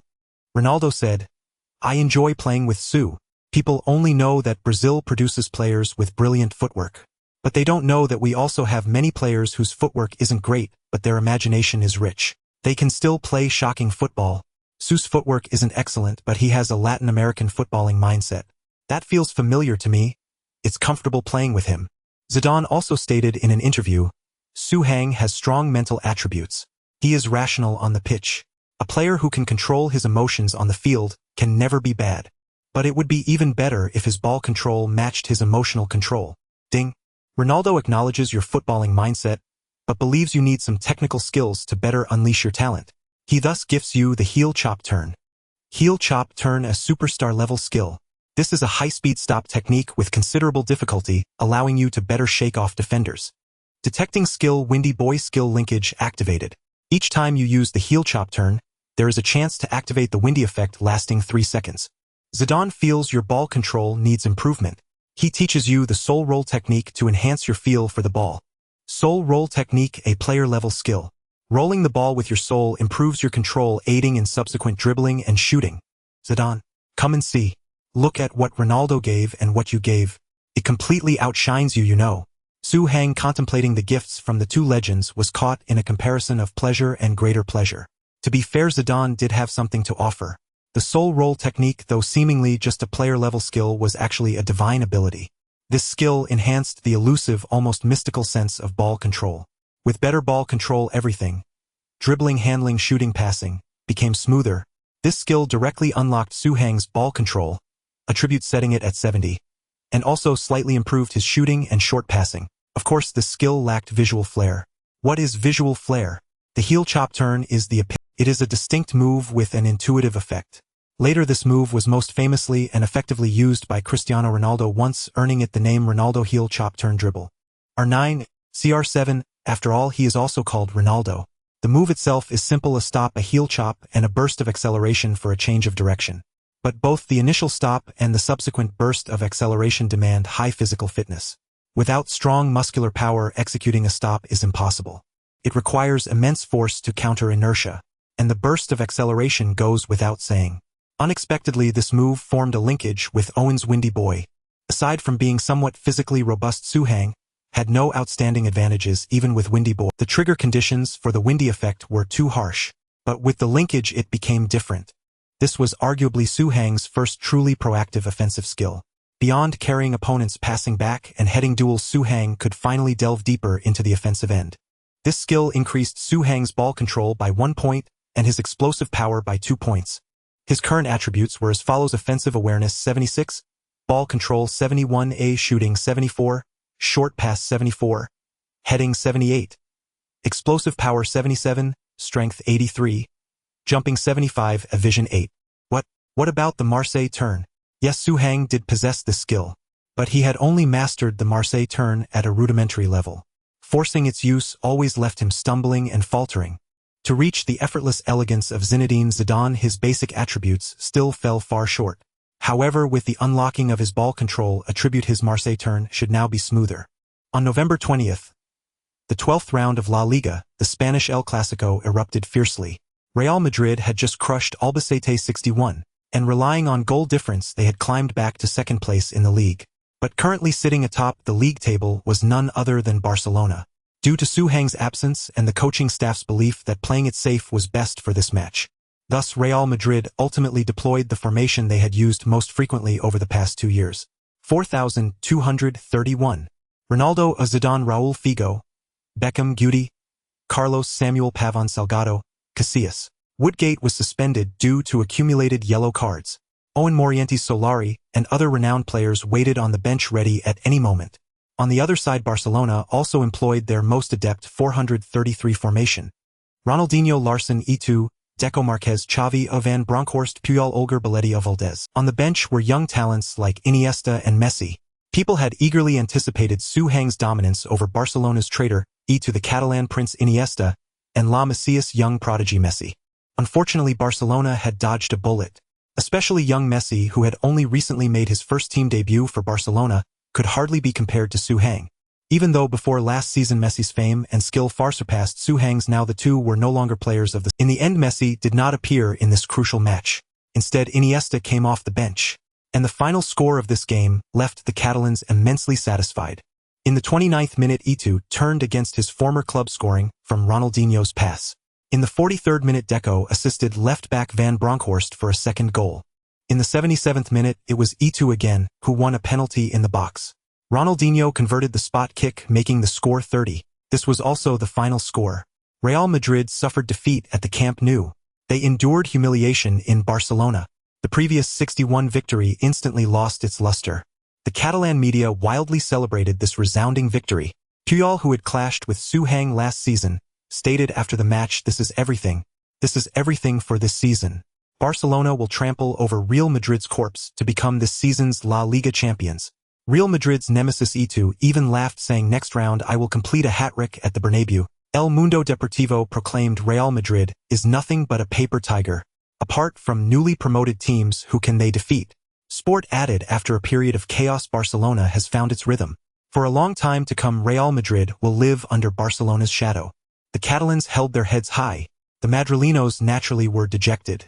Everyone was brimming with determination, waiting for the next El Clasico. When that time came, they would show the Catalans who truly ruled Spain. In front of Real Madrid's training ground, countless fans had gathered spontaneously. Su Hang was signing autographs as usual, but today they were not there for his signature. Su, will you be able to return for the next match? A young boy wearing Su Hang's jersey cut in line. He looked about 6 or 7 years old. Sorry, we're about to return to France. He didn't mean to. Apologies.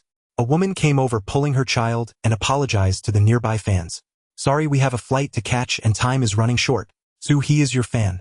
We came especially to watch your game, but unfortunately you didn't appear in the El Clasico. After Real Madrid lost, he cried his heart out.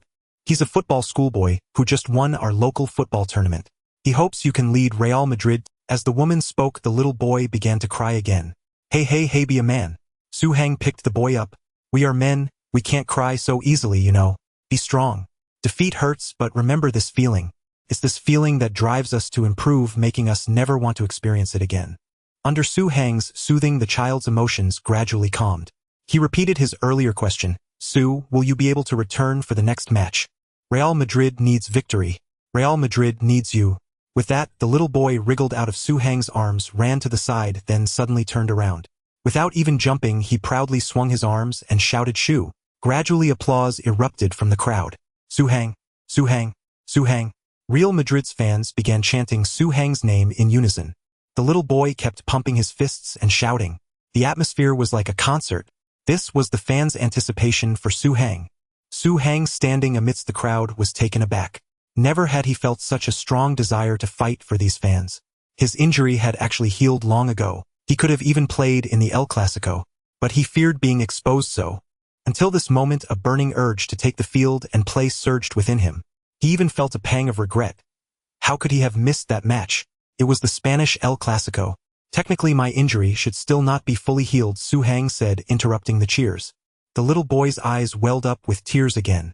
But Su Hang pointed at the boy, for the Real Madrid fans in the next match. Su Hang turned and walked toward the training ground. Near the entrance, he suddenly accelerated, leaped high, and spun in the air.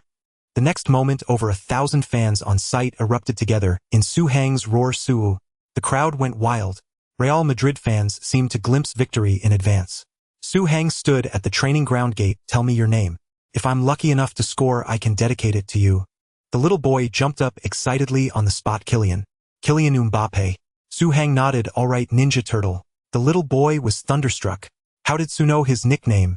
He really disliked that nickname. Really disliked it. Su Hang made a heroic comeback for the young fans volunteering to fight in the next round. A touching scene unfolded outside the Real Madrid training ground, as Su Hang promised the young fan he would bring victory to Real Madrid.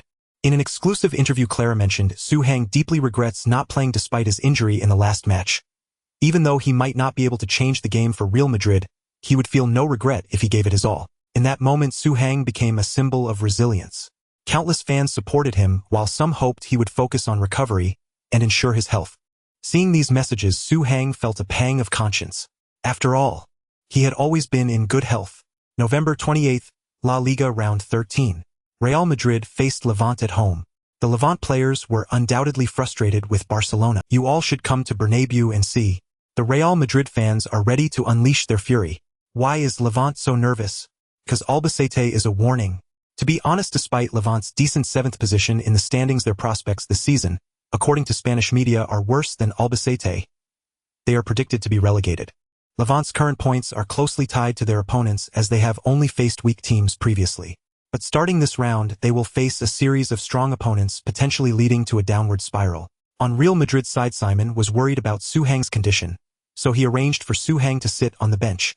Yet everyone knew, barring any unforeseen circumstances, Su Hang would definitely take the field. At this moment, Su Hang was no longer just Su Hang. He was the only support that allowed the fans of Real Madrid to hold their heads high after the team's crushing defeat to Barcelona.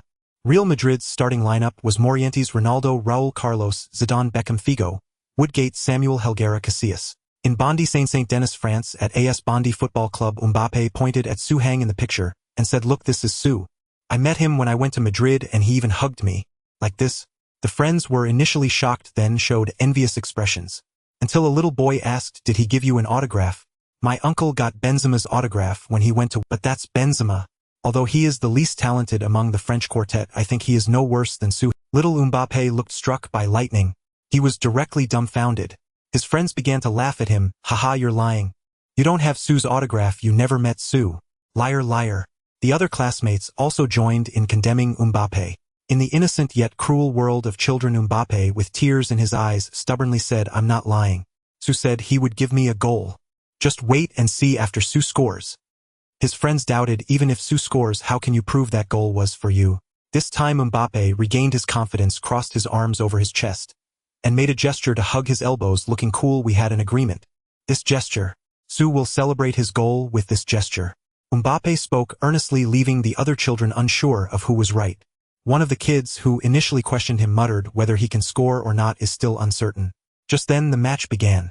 Real Madrid, playing at home, undoubtedly had the upper hand, taking the initiative in the first few minutes. However, in the 4th minute, Woodgate made a mistake in the backfield, gifting the ball to the opposing winger. The Levant winger attempted a through ball to the striker, but unfortunately the pass was too strong and the ball went out of play.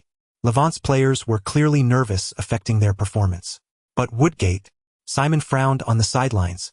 After nearly 20 matches, Woodgate's performance still left much to be desired, with numerous mistakes. It seems it's not just a matter of adaptation, but rather a question of skill. This centre-back is likely below standard, with abilities no different from Real Madrid's own Pavon and Bravo, far inferior to Samuel and Helguera. In the 7th minute, Zidane delivered a brilliant pass and Figo's shot was blocked by the opposing centre-back. Raul followed up with another strike, but it was also blocked.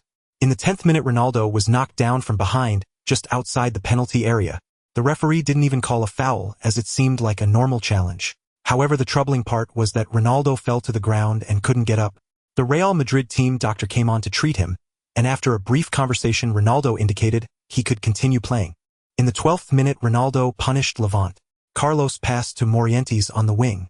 Morientes set up Zidane, who without stopping passed the ball to Ronaldo. Ronaldo received the ball, stopped, suddenly turned and cut inside, all in one smooth motion. He easily shook off the defender and curled a shot from the left side of the penalty area. An exquisite goal. Goal. 1-0. This is Ronaldo. This is the alien of Bernabeu. He punished his opponent, who injured him with petty moves, in the most beautiful way possible. A relegation team is indeed no match for Real Madrid. In the 15th minute, Levant's counterattack was caught by Real Madrid, who seized an opportunity for a quick break. Carlos tried a long-range lob shot after crossing midfield. Unfortunately, he misjudged the power and the ball flew over the crossbar. Otherwise, it would have been a classic goal. In the 18th minute, Figo was fouled on the wing, earning a free kick. However, Zidane, with his quick wit, executed the free kick successfully. Raul received the ball and took a long shot, catching the opponent by surprise. Real Madrid led 2-0. In the 35th minute, Levant's winger entered Real Madrid's penalty area with the ball and effortlessly faked out Woodgate, firing a powerful shot into the net. However, the linesman raised his flag for offside. Real Madrid escaped a crisis, but Woodgate's amateur performance left fans unsatisfied. In the 40th minute, a defensive player from Levant made a mistake under Real Madrid's pressure. Zidane's challenge found Ronaldo. Ronaldo attempted a volley, but unfortunately he misfired and sent the ball flying into the stands.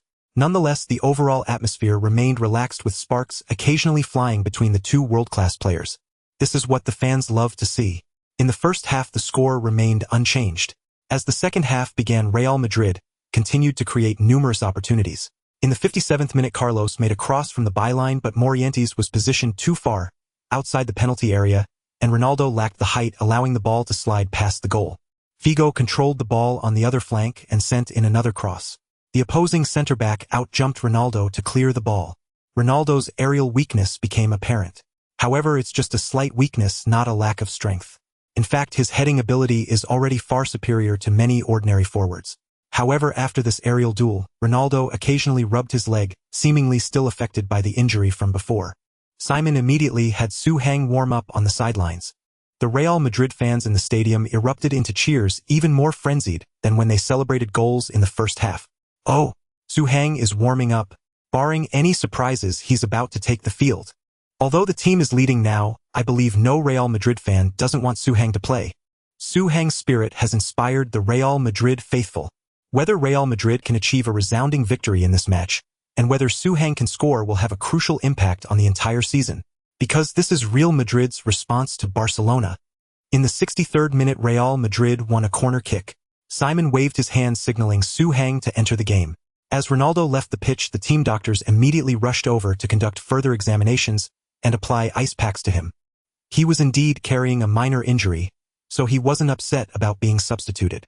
But while the doctors were still wrapping bandages, Simon was also exchanging a few polite words of praise with Ronaldo. Suddenly the stadium erupted. Ronaldo, Simon, and the others looked up. Real Madrid's players were gathered in Levant's 6-yard box, celebrating wildly.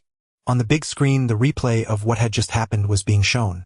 After coming on, Su Hang sprinted all the way into the penalty area. At the referee's whistle, Beckham took the corner kick.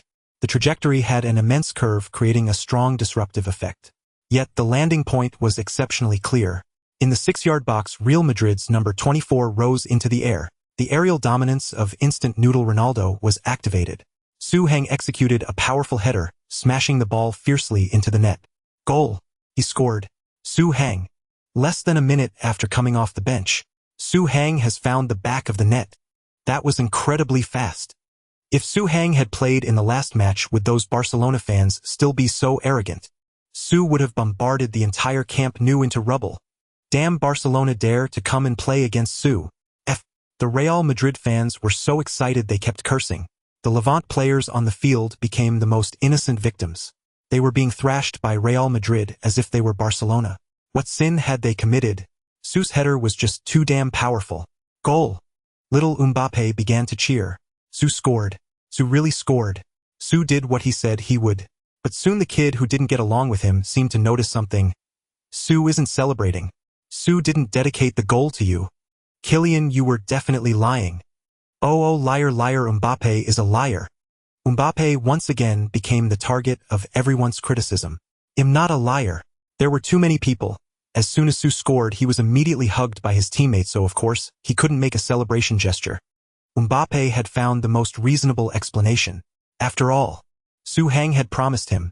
It couldn't be that Su had forgotten, could it? Su wasn't that kind of person. In the camera shot, after celebrating, Su Hang felt like he had forgotten to do something. Su! Zidane called out, stopping Su Hang's train of thought, and gave him a thumbs up. Well done. Su Hang smiled and nodded. In the 65th minute, as Su Hang pulled wide on the offside line, Morientes moved into the central area, helping Zidane shake off the siege. Zidane then sent a through ball. Raul cut inside without the ball, but his snapshot inside the penalty area went wide. On the sideline, Simon made another substitution. Owen came on to replace Morientes. Both Morientes and Su Hang could serve as target men, so there was no need for both to be on the field together. Although Morientes was a better passer, Su Hang had just come on, so Morientes had to be the one substituted. Raul looked quite pleased. He ultimately didn't want to be replaced by Owen. In the 74th minute, Carlos delivered a cross from the flank. Su Hang leaped high at the near post, flicking the ball on with his head, becoming the absolute master of the airspace. Unfortunately, Owen, who had just come on, hadn't found his touch yet. His sliding shot was more like a clearance, sending the ball into the stands. In the 78th minute, Beckham went down injured after a tackle. Gutierrez replaced Beckham, using up Real Madrid's 3 substitution slots. In the 81st minute, Gutierrez, who had just come on, gave Levant's midfielders a completely different experience compared to Beckham. Beckham, playing in the defensive midfield position, prioritized stability with his long passes mainly aimed at switching play to the wings. But Gutierrez was more aggressive, preferring through balls down the middle. Although it was dangerous if intercepted, when it worked the payoff was high. And indeed, Gutierrez played a through ball from the center circle. The football cut through the opponent's defense like a sharp blade. Golden Wolf Gutierrez, the blade-like through ball. Zidane is on the path of the ball. He can receive it and distribute it to Owen and Raul, who are cutting in from the left and right flanks. Zidane. Zidane lets the ball run through his legs. He doesn't take it. Su Hang. Su Hang makes a forward run, charging towards the ball. Oh dear. The opponent's number 2 player has held his position well. This center-back has been outstanding today, breaking up many of Real Madrid's chances. If it weren't for him, Real Madrid might have scored 2 or 3 more goals. The Levant center-back chose his defensive position very cleverly. It was right where Su Hang would take his first touch after receiving the ball. If Su Hang tried to dribble after receiving it, the center-back could tackle him directly. If Su Hang went for a first-time shot, the center-back could block almost all shooting angles. He had already blocked shots from Raul and Figo consecutively earlier. He seemed to be highly skilled in this aspect. Seeing this scene, Zidane was already retreating. He guessed that Su Hang would be dispossessed. Bang! Just as Su Hang was about to touch the ball, Su Hang suddenly hopped forward and backheeled the ball. At that moment, Su Hang and the opposing center-back were almost face-to-face. This center-back already knew what was about to happen. Bang! Su Hang nudged the ball to the right and instantly accelerated.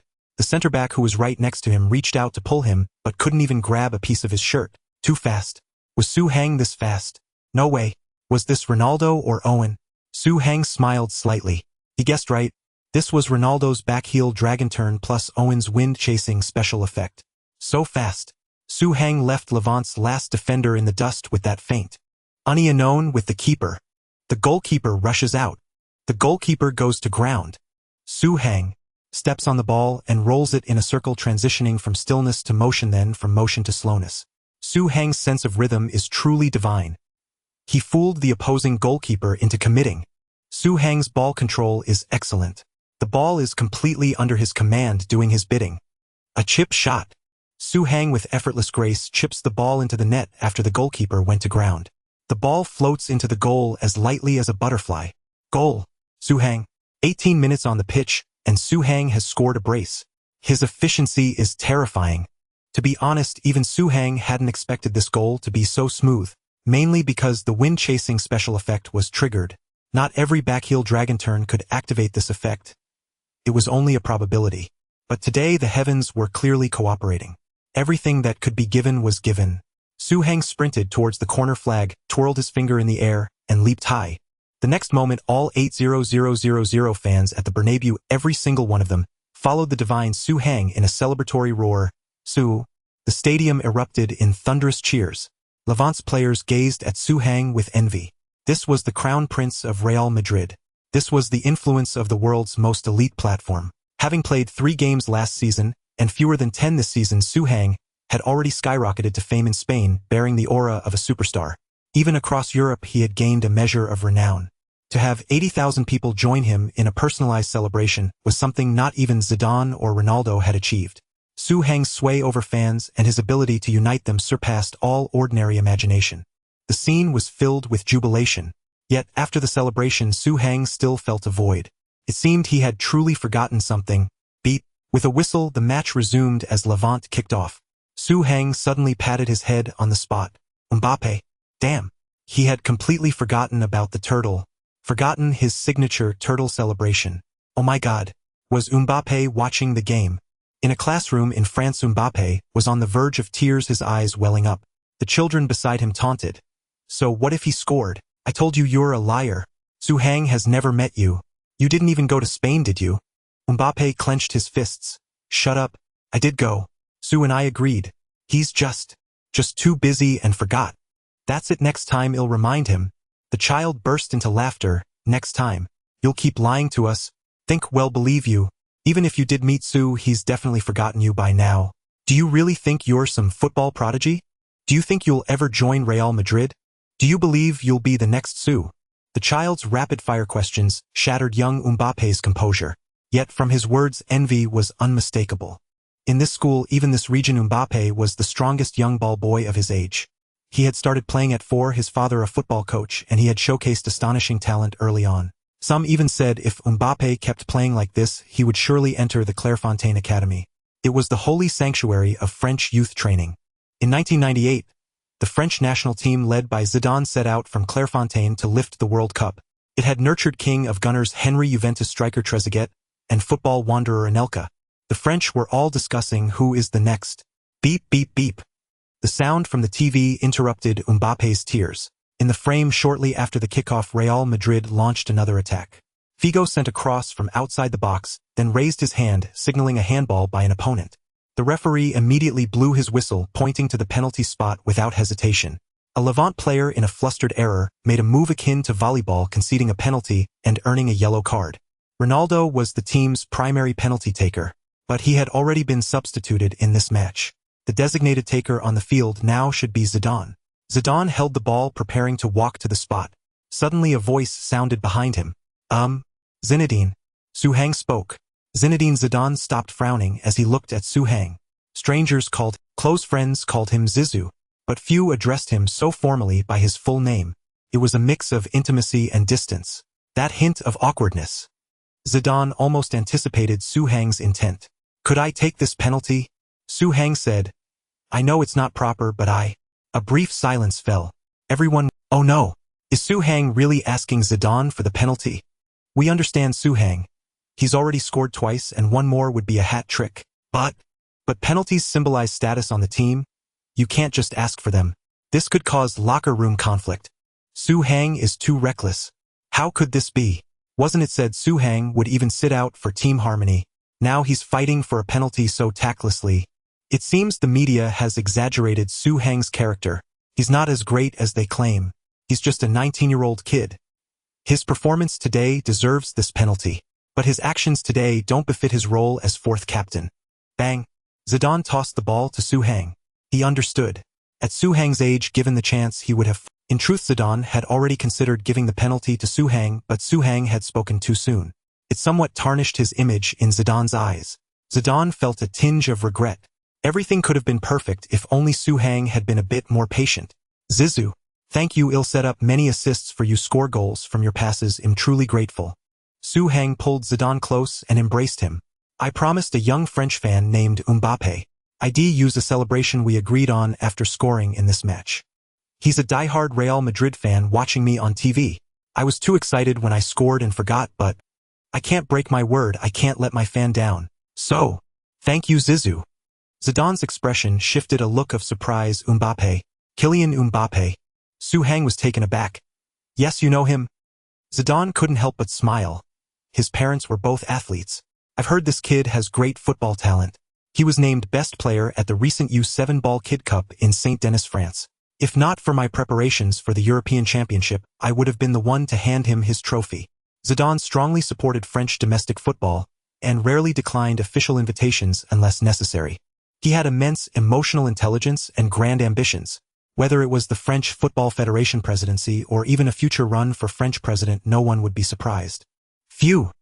Su Heng breathed a sigh of relief. Then you can't hold a grudge against me. I truly meant no disrespect. If I earn any penalties in the future, I'll give everyone to you. Zidane ruffled Su Heng's hair. No need, kid. This is a goal you're gifting to our future French star. You'd better score it. Otherwise, I won't have another penalty to give you. On the pitch, the atmosphere suddenly eased. The conflict people imagined never materialized. And it seemed Zidane wasn't displeased at all. He even smiled as he pushed Su Heng into the box. The journalists were astounded. How was this possible? How could Zidane give up the penalty? Zidane's character was extremely tough. No one could take what was his. He possessed wisdom but was not slick. He placed great importance on his status and treatment at Real Madrid. How could he possibly do something that would undermine his own authority? What magic did Su Heng possess? Su Heng placed the ball on the penalty spot, adjusting it carefully. Then he stepped back outside the box. At the referee's whistle, Su Heng began his run-up, charging toward the ball. His shooting stat was 74. That was certainly enough for a penalty kick. But only if he didn't aim for extreme angles, seek curve, or attempt any fancy tricks. Otherwise, even a 99 shooting stat would send the ball flying. Taking a penalty was all about maintaining a calm mind. Even someone as strong as Cristiano Ronaldo relied on the simple trick of striking the ball with power. Even if the goalkeeper guessed the direction, as long as he wasn't decisive enough, he couldn't reach the ball. Bang! Su Heng chose to shoot toward the left side of the goal. This was the most conventional direction for a right-footed shot. Without aiming for an extreme angle, it was theoretically easy to save. But the opposing goalkeeper stood frozen in place. He had thought Su Heng would attempt a Panenka-style chip. After all, Zidane was most famous for his Panenka penalty. Hadn't Su Heng exchanged so much with Zidane, surely learning penalty-taking experience? Goal. Su Heng scores from the spot. He didn't let Figo's penalty win or Zidane's concession go to waste. 5-0. 3 goals in 20 minutes. Su Heng comes off the bench to complete a hat-trick. This is also the fastest hat-trick in La Liga this season. Su Heng runs toward the corner flag, searching for the camera. He doesn't use his signature celebration. This is a new celebration. He points at the camera as if saying something. In the shot, Su Heng crossed his arms over his chest. He kept repeating a name, but the roar of the crowd drowned it out. Yet, in a distant French classroom, students suddenly cheered Mbappé. It's Mbappé, he's shouting Mbappé. Mbappé. Mbappé. Children from other classrooms noticed that the sound matched Su Heng's lip movements on TV. They too began shouting Mbappé. Mbappé. In the classroom, young Mbappe laughed and cried, "I told you I wasn't lying. I met Su. He promised me. He promised to score a goal for me." Mbappe was in tears. Su Hang returns in style. Hat-trick helps Real Madrid crush Levante 50. Barcelona dodges a bullet. Without Su last match, they might not have won. 5 goals and 2 assists in 2 matches. Su Hang is on fire. A lethal weapon. Real Madrid's crown prince scores a hat-trick at home. 8 games this season, 3 starts, 5 sub-appearances, 9 goals and 3 assists. 90%. Su Hang has played 10 games for Real Madrid, only 1 without a win. Another man of the match. Su Hang comes off the bench, scores 3 in 20 minutes, rated 9.7. Levante coach, "We became Barcelona's scapegoats. I hope Barcelona will come to the Bernabeu and feel Real Madrid's passion, especially Su Hang's." Levante captain, "This is terrifying. Real Madrid already had an alien, now they have the strongest." Su Hang's explosive performance swept across Europe instantly. The entire continent was reporting on this match. All of Europe was relieved for Barcelona. They had escaped the wrath of Real Madrid's crown prince. Of course, the media were also very interested in the penalty kick at the end of the match. The media first interviewed Zidane, wanting to see if he was truly as magnanimous as he appeared on the pitch. Or had he been forced to concede the penalty to Su Hang because of the 8,000 fans? Zidane smiled at the camera. "This is a touching story, and I think Su Hang should tell it himself. I can only say that I am happy for a certain young French fan. Your football idol is truly amazing. He almost angered the irritable me just to keep his promise to you." What? Zidane had piqued everyone's curiosity. He certainly knew how to handle the media. He was clearly someone who had seen the big stage, knowing to let the story simmer. After Zidane's teaser, football fans across Europe were eager to hear the full story. It involved a fan and a player, making it relatable to everyone. Eventually, a beautiful reporter from Marca donned her seductive battle gear and conducted an in-depth, unknown interview with Su Hang. The truth came to light. Clara's column published a set of photos. They were a series of images released by the media when Su Hang announced his return for the match. 2 of them were pieced together. One showed Su Hang at the training ground entrance, arms spread wide, doing the shoe pose. The other showed a 6 or 7-year-old boy in a Real Madrid No. 24 jersey also doing the shoe pose. His name is Kylian Mbappe, the best player of the U7 Ball Boy Cup in Saint-Denis, France. His prize, provided by Zidane, who missed the award ceremony due to the European Championship, was 2 VIP tickets to the Spanish El Clasico. Last match, little Mbappe and his mother went to the Camp Nou, but the boy in his Real Madrid jersey witnessed Barcelona crushed Real Madrid 30, which was too cruel for little Mbappe. On the day they left Madrid, he waited outside the training ground and met Su Hang, who was about to train. Little Mbappe made that gesture, pleading with Su Hang to play in the next match and restore Real Madrid's confidence. Su Hang then made the same gesture, announcing he would return for the match against Levante and dedicate the goal to Mbappe. The thousands of fans on site erupted in joy. Then came everything we witnessed. Su Hang and little Mbappe had agreed on a celebration. But little Mbappe never imagined that Su would give him not just 1 goal, but a hat-trick. Su Hang's request received a warm response from Zidane, who greatly admired Su's spirit of keeping his word for the fans. This perfectly aligns with his philosophy of never letting fans down. Once the story was reported, all of Europe applauded. There are many stars in Europe, but there are also plenty who are ungrateful. After being lifted up by fans, they start ignoring them or even going against them, especially the English stars, one after another learning bad habits, good at everything except football. But look at Real Madrid's crown prince. Sky Sports' Su Hang's character should never be doubted. He sacrifices for the team, and he still insists on signing autographs for fans outside the training ground every day. France football on match day after Su Hang completed his hat-trick, Mbappe's school echoed with his name for Transfermarkt. Su Hang is a quality footballer in every aspect. La Repubblica. 70% of Real Madrid fans support Su Hang, becoming the club's next leader. Record: Real Madrid has contracted Su Hang syndrome, be it in scorelines or the team's image. This is a success for Su Hang, but not necessarily for Real Madrid. Ding! You have consistently converted the passes delivered by Guti, significantly improving his individual stats. He is extremely satisfied with you, and is willing to impart all his knowledge, including his signature move, the Demon Blade through ball. Demon Blade through ball, superstar level skill.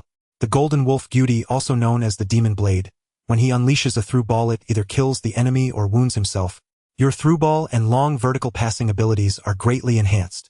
The more opposing players the through ball bypasses, the higher the passing accuracy, and the easier it is for your teammate to handle.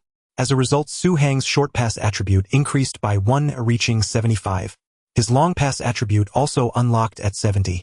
Guti had truly given Su Hang an unexpected surprise without a word. No wonder he was the second captain. Though Guti often oscillated between the bench and the starting 11, he remained an indispensable key figure in Real Madrid's midfield. Handsome, fiery-tempered, and highly aggressive, he was a player of immense character. This directly led Su Hang to shower Guti with praise during the next day's training. Su Hang was the hottest star in the team, yet he showed such respect for Guti. As a senior, wouldn't you be pleased? That kid Su is really something. Guti mentioned Su Hang in a subsequent chat with Raul. Yes, he's excellent. With him around, we don't need those superstars from outside. Raul looked around and spoke in a low voice. The ambitions of the American, or rather the Brazilian faction, were now an open secret.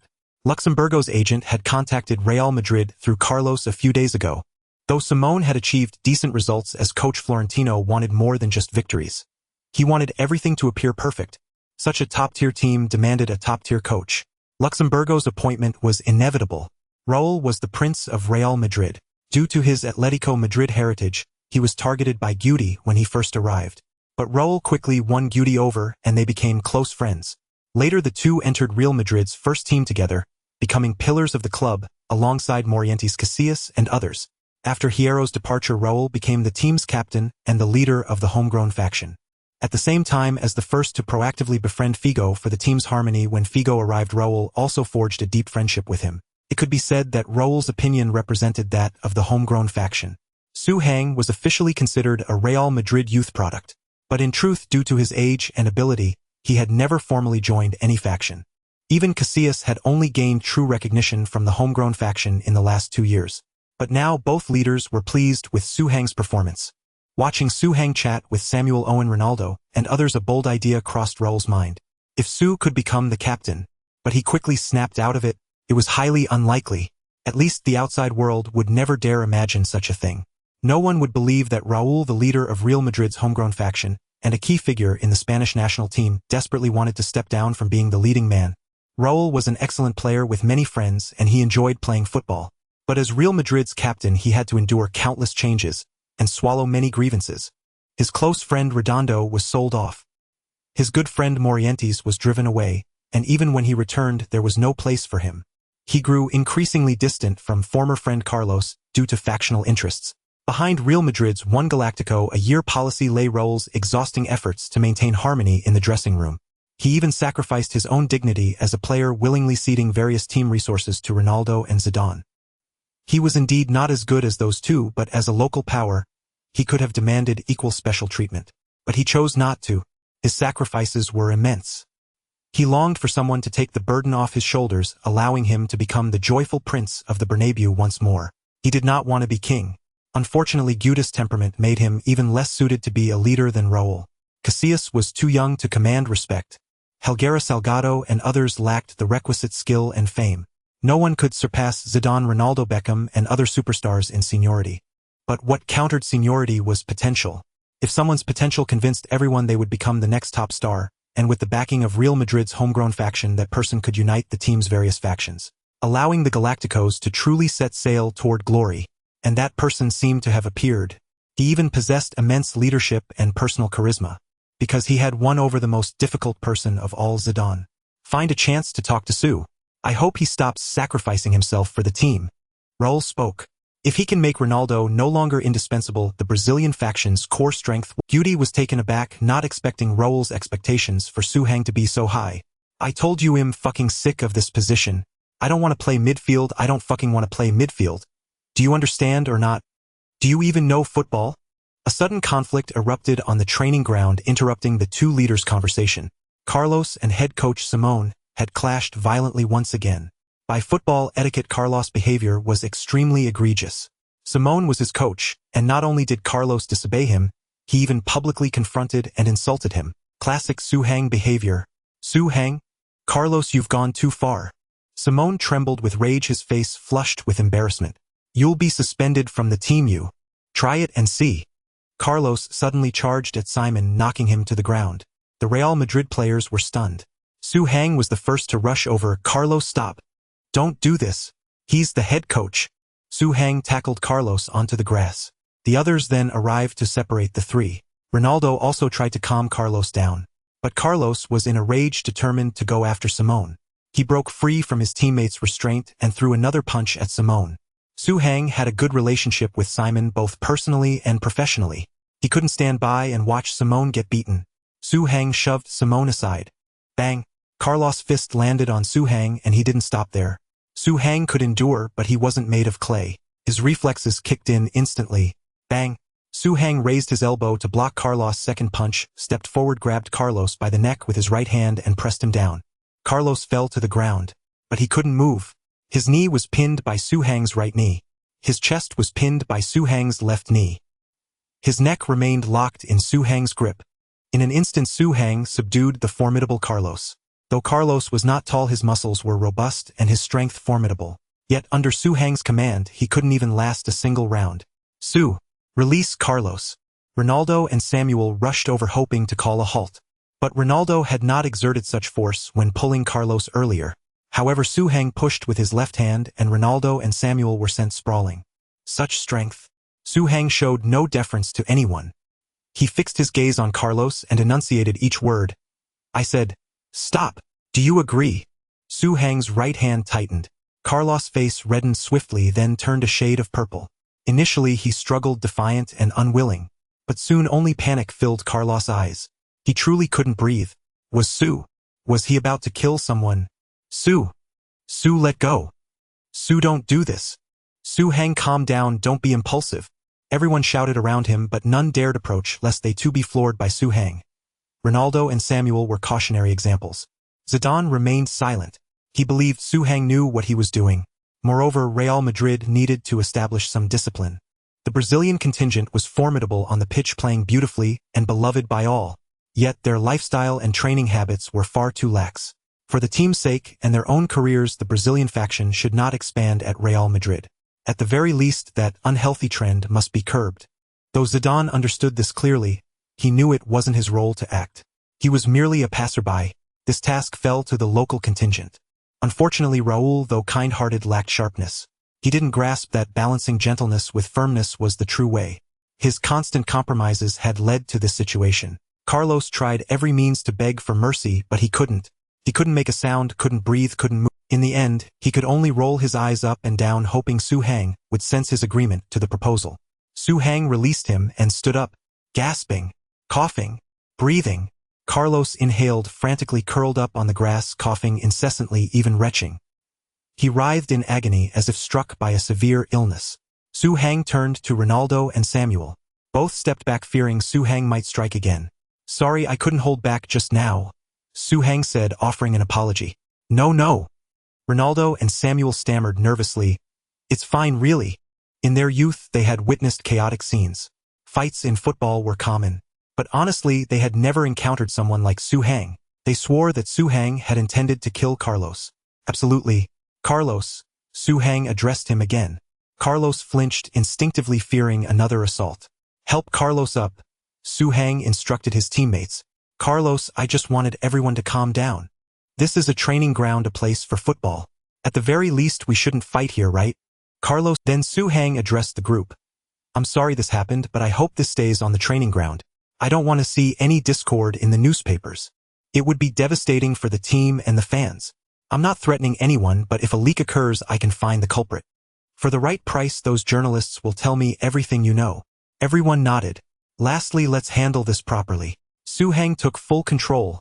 Here on my behalf, I once again apologize to everyone for putting you through such an unpleasant incident. Regardless, I used force and bear responsibility. I accept any punishment from the team, including internal suspension. The dagger was finally revealed. Su Hang admitted he hadn't planned this initially, but as he spoke, inspiration struck. Given what happened, today's training would end early. Simon needed to report the incident to Florentino's office. For fairness, Raul would accompany him to provide details and ensure accuracy. Then everyone dispersed. But Zidane honked as he drove past Su Hang, signaling him to get in. They drove in near silence until they reached a reservoir. Zidane got out and walked toward the lake. Su Hang followed. Did you know Luxemburgo will coach Real Madrid after the winter window? Zidane dropped a bombshell. It would happen over a month later. He was well informed. Simon is a good man. He doesn't deserve such treatment. Su Hang wasn't alarmed by Zidane's news, as he had known it even earlier. Zidane noticed this, barring surprises Real Madrid, will bring in many Brazilian players next season. Do you realize what you've done? Simon won't last at Real Madrid. You've bet on the wrong horse, kid. Su Hang smirked, no bet Zizou. Simon offended Carlos because he changed the formation for me. I can't let him down. I know the Brazilian faction will become a powerful force within Real Madrid, but that's none of my concern. I just want to train with the first team. I don't even want to sit on the bench. Zidane shook his head. That may not be up to you. Once Luxemburgo arrives, the Brazilians will be strong. You and Carlos. Carlos isn't bad, but even if he doesn't cause trouble, others will. You're of Chinese descent. You understand human hearts better, don't you? Now that you're caught in this vortex, there's no escape. Go to Raul. It's time you joined the local faction. Beep beep. Su Hang's phone rang. Duty was calling. Zidane's eyes narrowed. It seems Raul is more eager than I thought. He's been waiting for you for a long time. Su Hang was puzzled. Why? Zidane replied. Because Raul just wants to play football. That's a piece of advice I'm giving you too. Don't get lost in factional struggles. We are players. Our core competitiveness will always be our own ability. Ronaldo isn't the leader of the Brazilian faction, but the leader has to appease him. He's not part of the local faction either, yet Raul has to elevate him. You should aim to be the next Ronaldo, not the next Carlos or Raul. Su Hang roughly understood. It seemed that he, the crown prince, was about to ascend the throne. Raul, the king of the rings, was eagerly looking forward to it and willingly abdicating. Can't I become the next Zidane? Su Hang joked. Zidane shook his head repeatedly. At my age, I doubt you'd play better than me. But even at your current age, you possess more leadership than I ever did. Sometimes I'm truly envious. Your goal-scoring luck is incredible. In every crucial match, you've shouldered the pressure and delivered the most astonishing performances. Yet you're so mature in handling people. Not striving is for better striving, and striving is for not striving. Zidane sighed with deep emotion. If he had possessed Su Hang's insight a few years earlier, perhaps he would have long been the king of Real Madrid. He would have won more league titles and Champions League trophies. He might even have been crowned the king of football upon retiring in a couple of years. Come on, I'll drive you there. But I can only go as far as the city center. It's not convenient for me to interact with the local faction now. Zidane walked toward the car. You're still a coward, Zizou. Su Hang muttered as he walked. What leadership did he possess? It was all due to his good mindset and his reluctance to play. If anyone didn't want to play, they too would gradually become a popular figure in the team. That was the logic, but as a player who wouldn't want to play, Bale, what did you say? Hazard, are you sure? Zidane, I don't want to be used as a pawn by the local faction. Su Hang, be brave and be yourself. Don't care about others' opinions. Zidane, get lost. No one knew what Raul and Guti said to Su Hang, including Zidane. But the next day, Real Madrid's top management seriously dealt with the on-field brawl. Carlos publicly apologized to Simon and Su Hang within the team. He then accepted a fine and a 2-match internal suspension. Undoubtedly, Carlos became the biggest loser this time. Moreover, Real Madrid's official website announced the disciplinary action to the world. This meant the incident would spread to every corner of the football world. It was a massive blow to Carlos. According to reports, Real Madrid initially intended not to heavily punish Carlos. After all, Simon was merely an interim coach and insignificant transitional figure. The club's favored coach was likely Luxemburgo, who was coaching in Brazil. But Real Madrid's captain Raul personally met with Florentino. Some media outlets even published Raul's words at the time. Raul supports Su Hang, demands severe punishment for Carlos within the team. Marca Raul didn't want to fall out with Carlos, but the matter involved Su Hang. If Carlos went unpunished, it would mean Su Hang was wrong, and Su Hang was Raul's most favored successor. So, El Mundo Deportivo, Real Madrid's dressing room explodes. Carlos forced to apologize to Junior Su Hang, losing all face. Likely to seek a transfer in the winter window. World Sports, Real Madrid's internal factional strife intensifies. The Spanish faction targets Latin American players. Sky Sports, true righteousness or false compassion. Su Hang announces joint suspension with Carlos. Ahem. How could Su Hang miss such an opportunity to slack off? With such a suspension, he naturally wanted to seize it. This earned him another wave of goodwill. Among them, Germany's Bild conducted an in-depth analysis of the incident. Bild, Raul may have made the most mistaken decision of his career. The incident began when Carlos refused to accept Simon's discipline. Su Hang, as the fourth captain, stepped in to prevent the situation from escalating, but Carlos punched Su Hang. Then Su Hang fought back. Morally, Su Hang was right. But why did Carlos show such disrespect to Simon? Carlos isn't foolish. He must have known something in advance to act this way. Thus we boldly speculate that during the winter window Luxemburgo will take over as Real Madrid's new head coach. And Su Hang, who chose Simon along with Raul Guti, and even the entire Spanish faction who got involved to defend him, will all pay the price. This also gives Luxemburgo an opportunity to strike at the local faction. The future largest faction within Real Madrid could shift from the Spanish local faction to the Brazilian faction. Real Madrid is about to change, and all players who sided with the wrong camp before this may have their careers affected.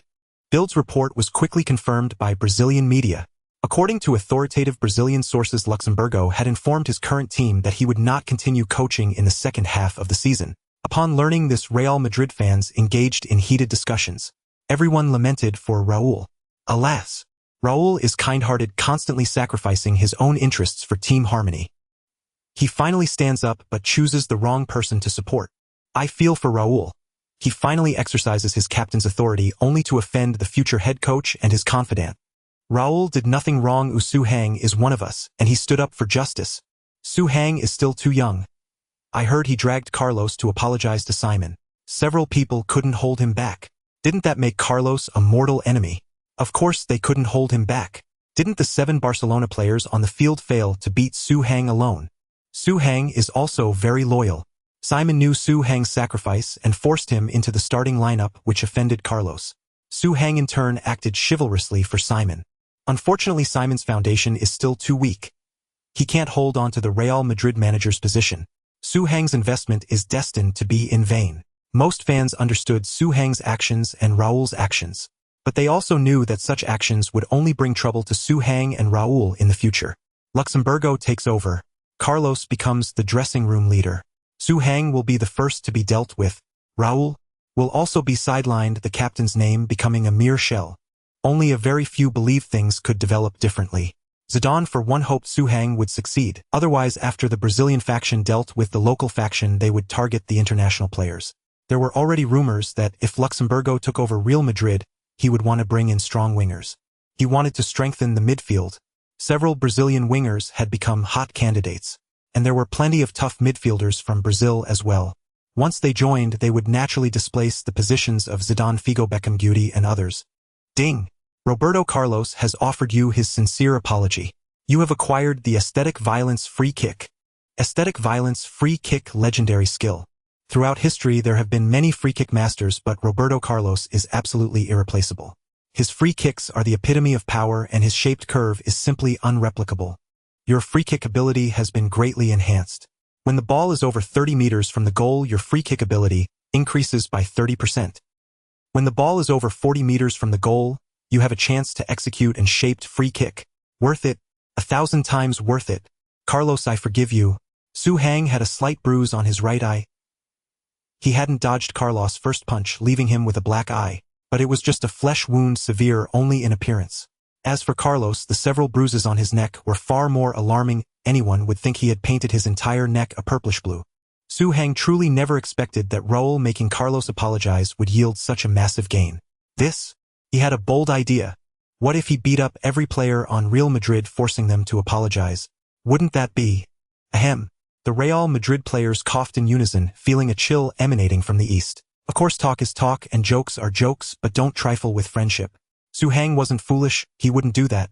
Otherwise, even if you were the crown prince of Real Madrid or even the emperor emeritus, you'd still be expelled. Thanks to Carlos' apology, Su Hang's set-piece attribute emerged starting at 80. Additionally, his shooting attribute increased from 74 to 75. Su want to train together. Besides, Su Hang teammates like Pavon and Borja invited him to join their training. Su Hang was more than willing. After all, players like Pavon were less skilled.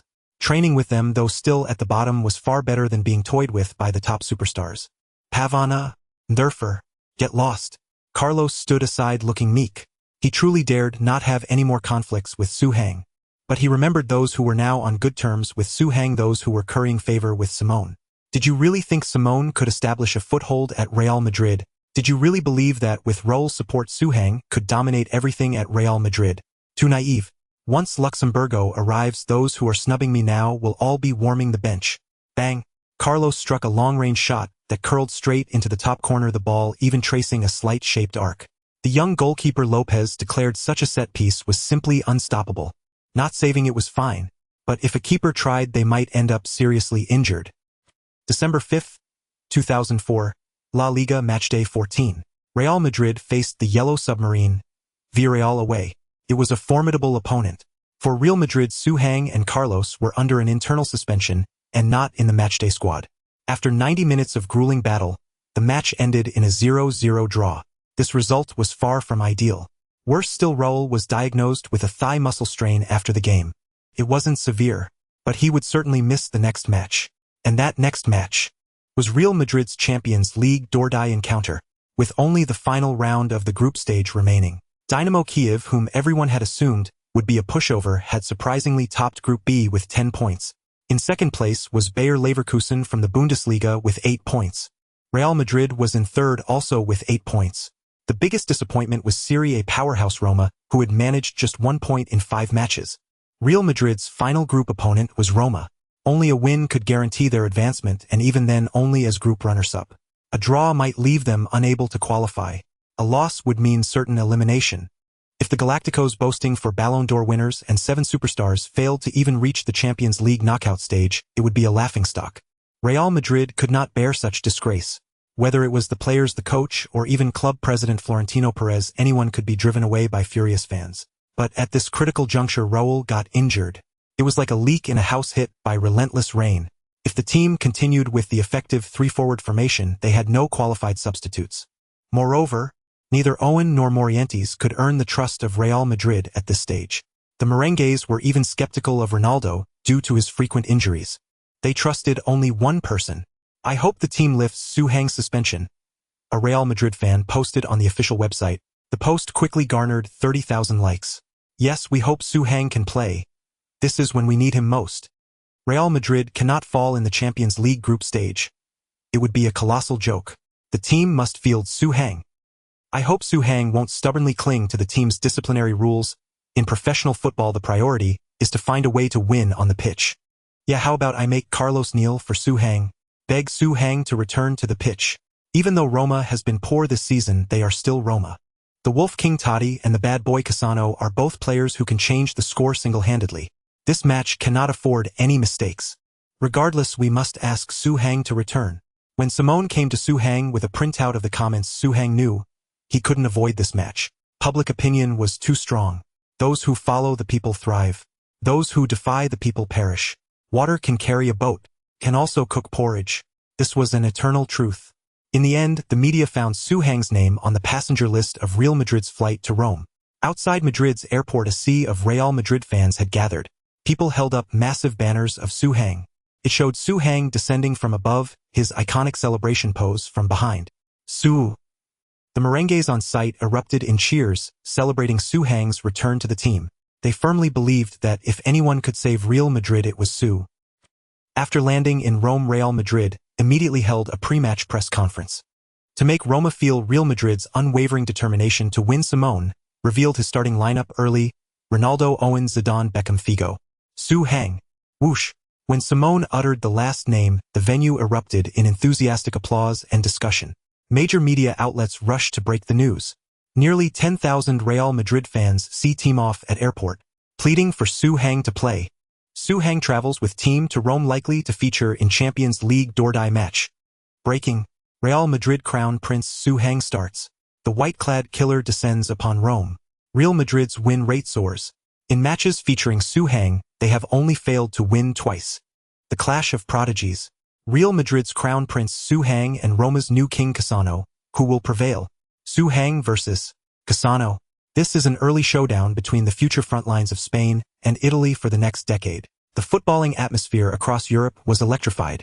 In the final round of the Champions League group stage, many groups had already been decided, but the matches still shrouded in suspense were undoubtedly far more tantalizing.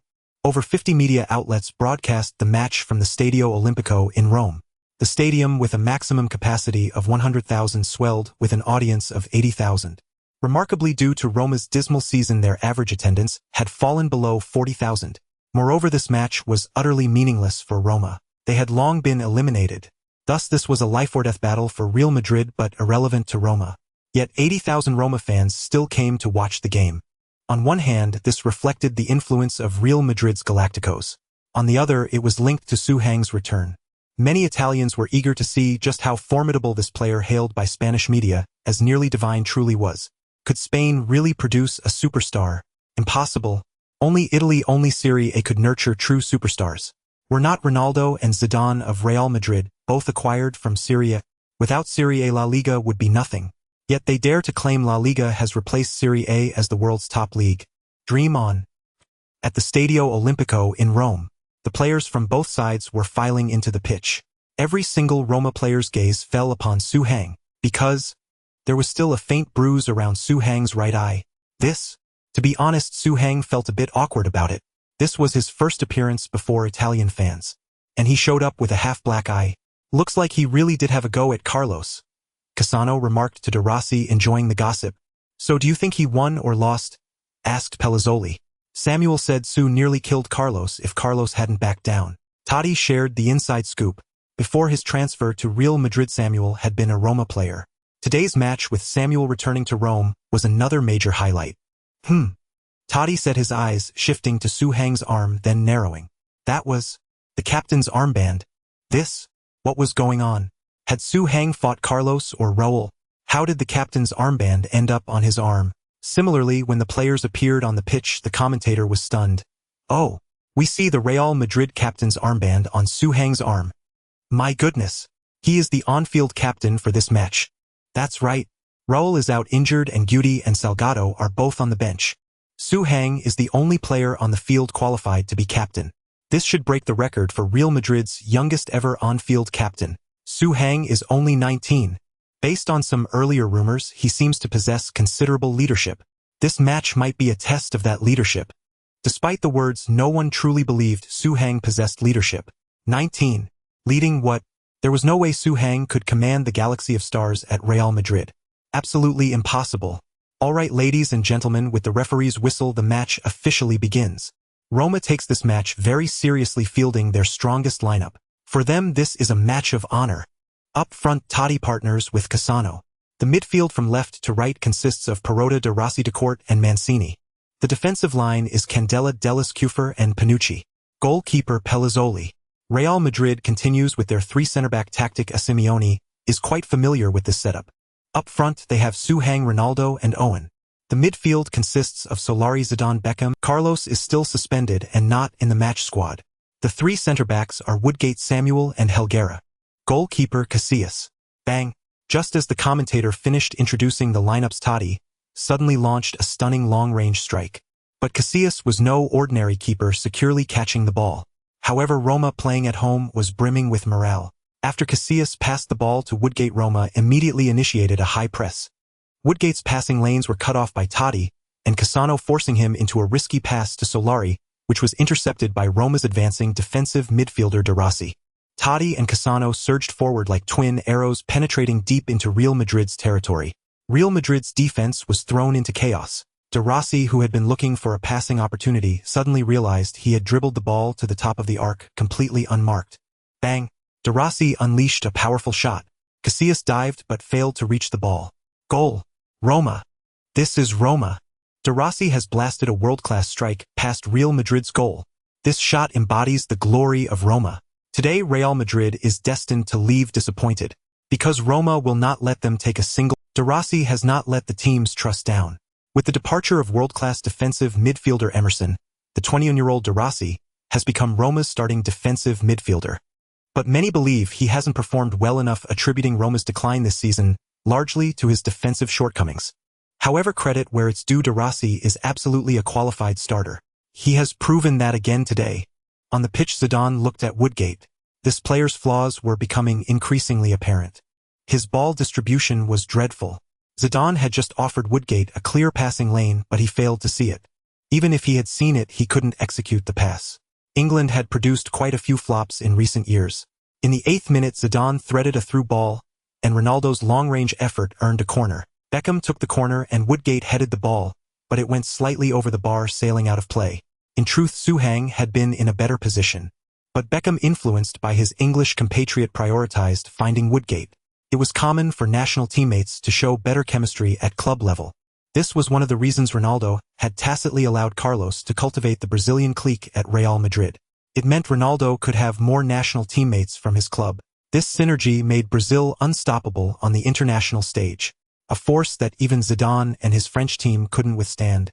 It also further solidified Ronaldo's central role in the Brazilian national team. At the 10th minute, Suhang passed back to Solari, who then threaded a through ball to Ronaldo. Ronaldo was brought down by Delis inside the penalty area. However, the referee did not award a penalty kick. The referee deemed that Ronaldo had not yet touched the ball, and thus had no control over it. Ronaldo complained to the referee, and subsequently received a yellow card. "Hey, why did you give our player a yellow card? I don't think his behavior offended you in any way." Suhang rushed over, restraining Ronaldo with one hand, while arguing with the referee himself. "Don't think this is an insignificant match. It is a very important one. Every decision you make should be sufficiently prudent, sir." Suhang reminded the referee, implying that while a home field bias could be tolerated, he must not forget how many people were watching this game. All his actions would be subject to scrutiny after the match. The referee glared at Suhang, but inwardly, he already regretted giving Ronaldo the yellow card. It had indeed been somewhat hasty. Subsequently, the referee's whistle became slightly fairer, serving as a form of compensation for Real Madrid. Ordinary fans would not notice this, but insiders paid close attention to such shifts, as they often foreshadowed a goal or a conceded goal. Suhang's negotiation with the referee was effective. He had done what a captain should do. So far, at the 31st minute, Ronaldo, during a dribbling run, passed horizontally to Owen on the right. Owen's angled shot struck the side netting. At the 45th minute, Cassano pulled wide and delivered a cross. Casillas cleared the ball. De Rossi gathered it on the periphery and unleashed another powerful strike, but Samuel deflected it away with his leg. Subsequently, Roma's corner was headed out of the box by Suhang, and the referee blew his whistle. The first half ended. Roma was leading 10. If the match ended with this score, Real Madrid would finish third in the group and have to play in the UEFA Cup. That would be a great disgrace for Real Madrid. During halftime, Simeo attempted some motivational words for Real Madrid, but the effect was uncertain. These seasoned veterans were not easily swayed by pep talks. However, Suhang spoke individually with Zidane, Ronaldo, Figo, Beckham, and others, successfully unifying the team spirit. Everyone was willing to work together. At the 47th minute, Solari attracted defenders on the left and passed horizontally to Zidane. Zidane threaded a pass through the channels. Suhang received the ball at the left edge of the penalty area, dribbled to the byline, without cutting inside, thereby evading Kufur. Kufur, initially intimidated by Suhang's reputation as Real Madrid's crown prince and white-clad killer, expected such a prodigy to cut inside. He was surprised to find Suhang seemingly timid. This allowed Suhang to seize an opportunity. Bang! Suhang attempted a narrow-angle shot from deep on the left side of the penalty area. Kufur leaped and raised his leg to block the ball. Kufur felt a hint of contempt. Is this all? The much-hyped Real Madrid crown prince just this?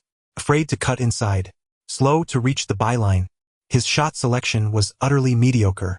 Even though I was half a beat late, I still successfully anticipated his move and executed a fine defensive play.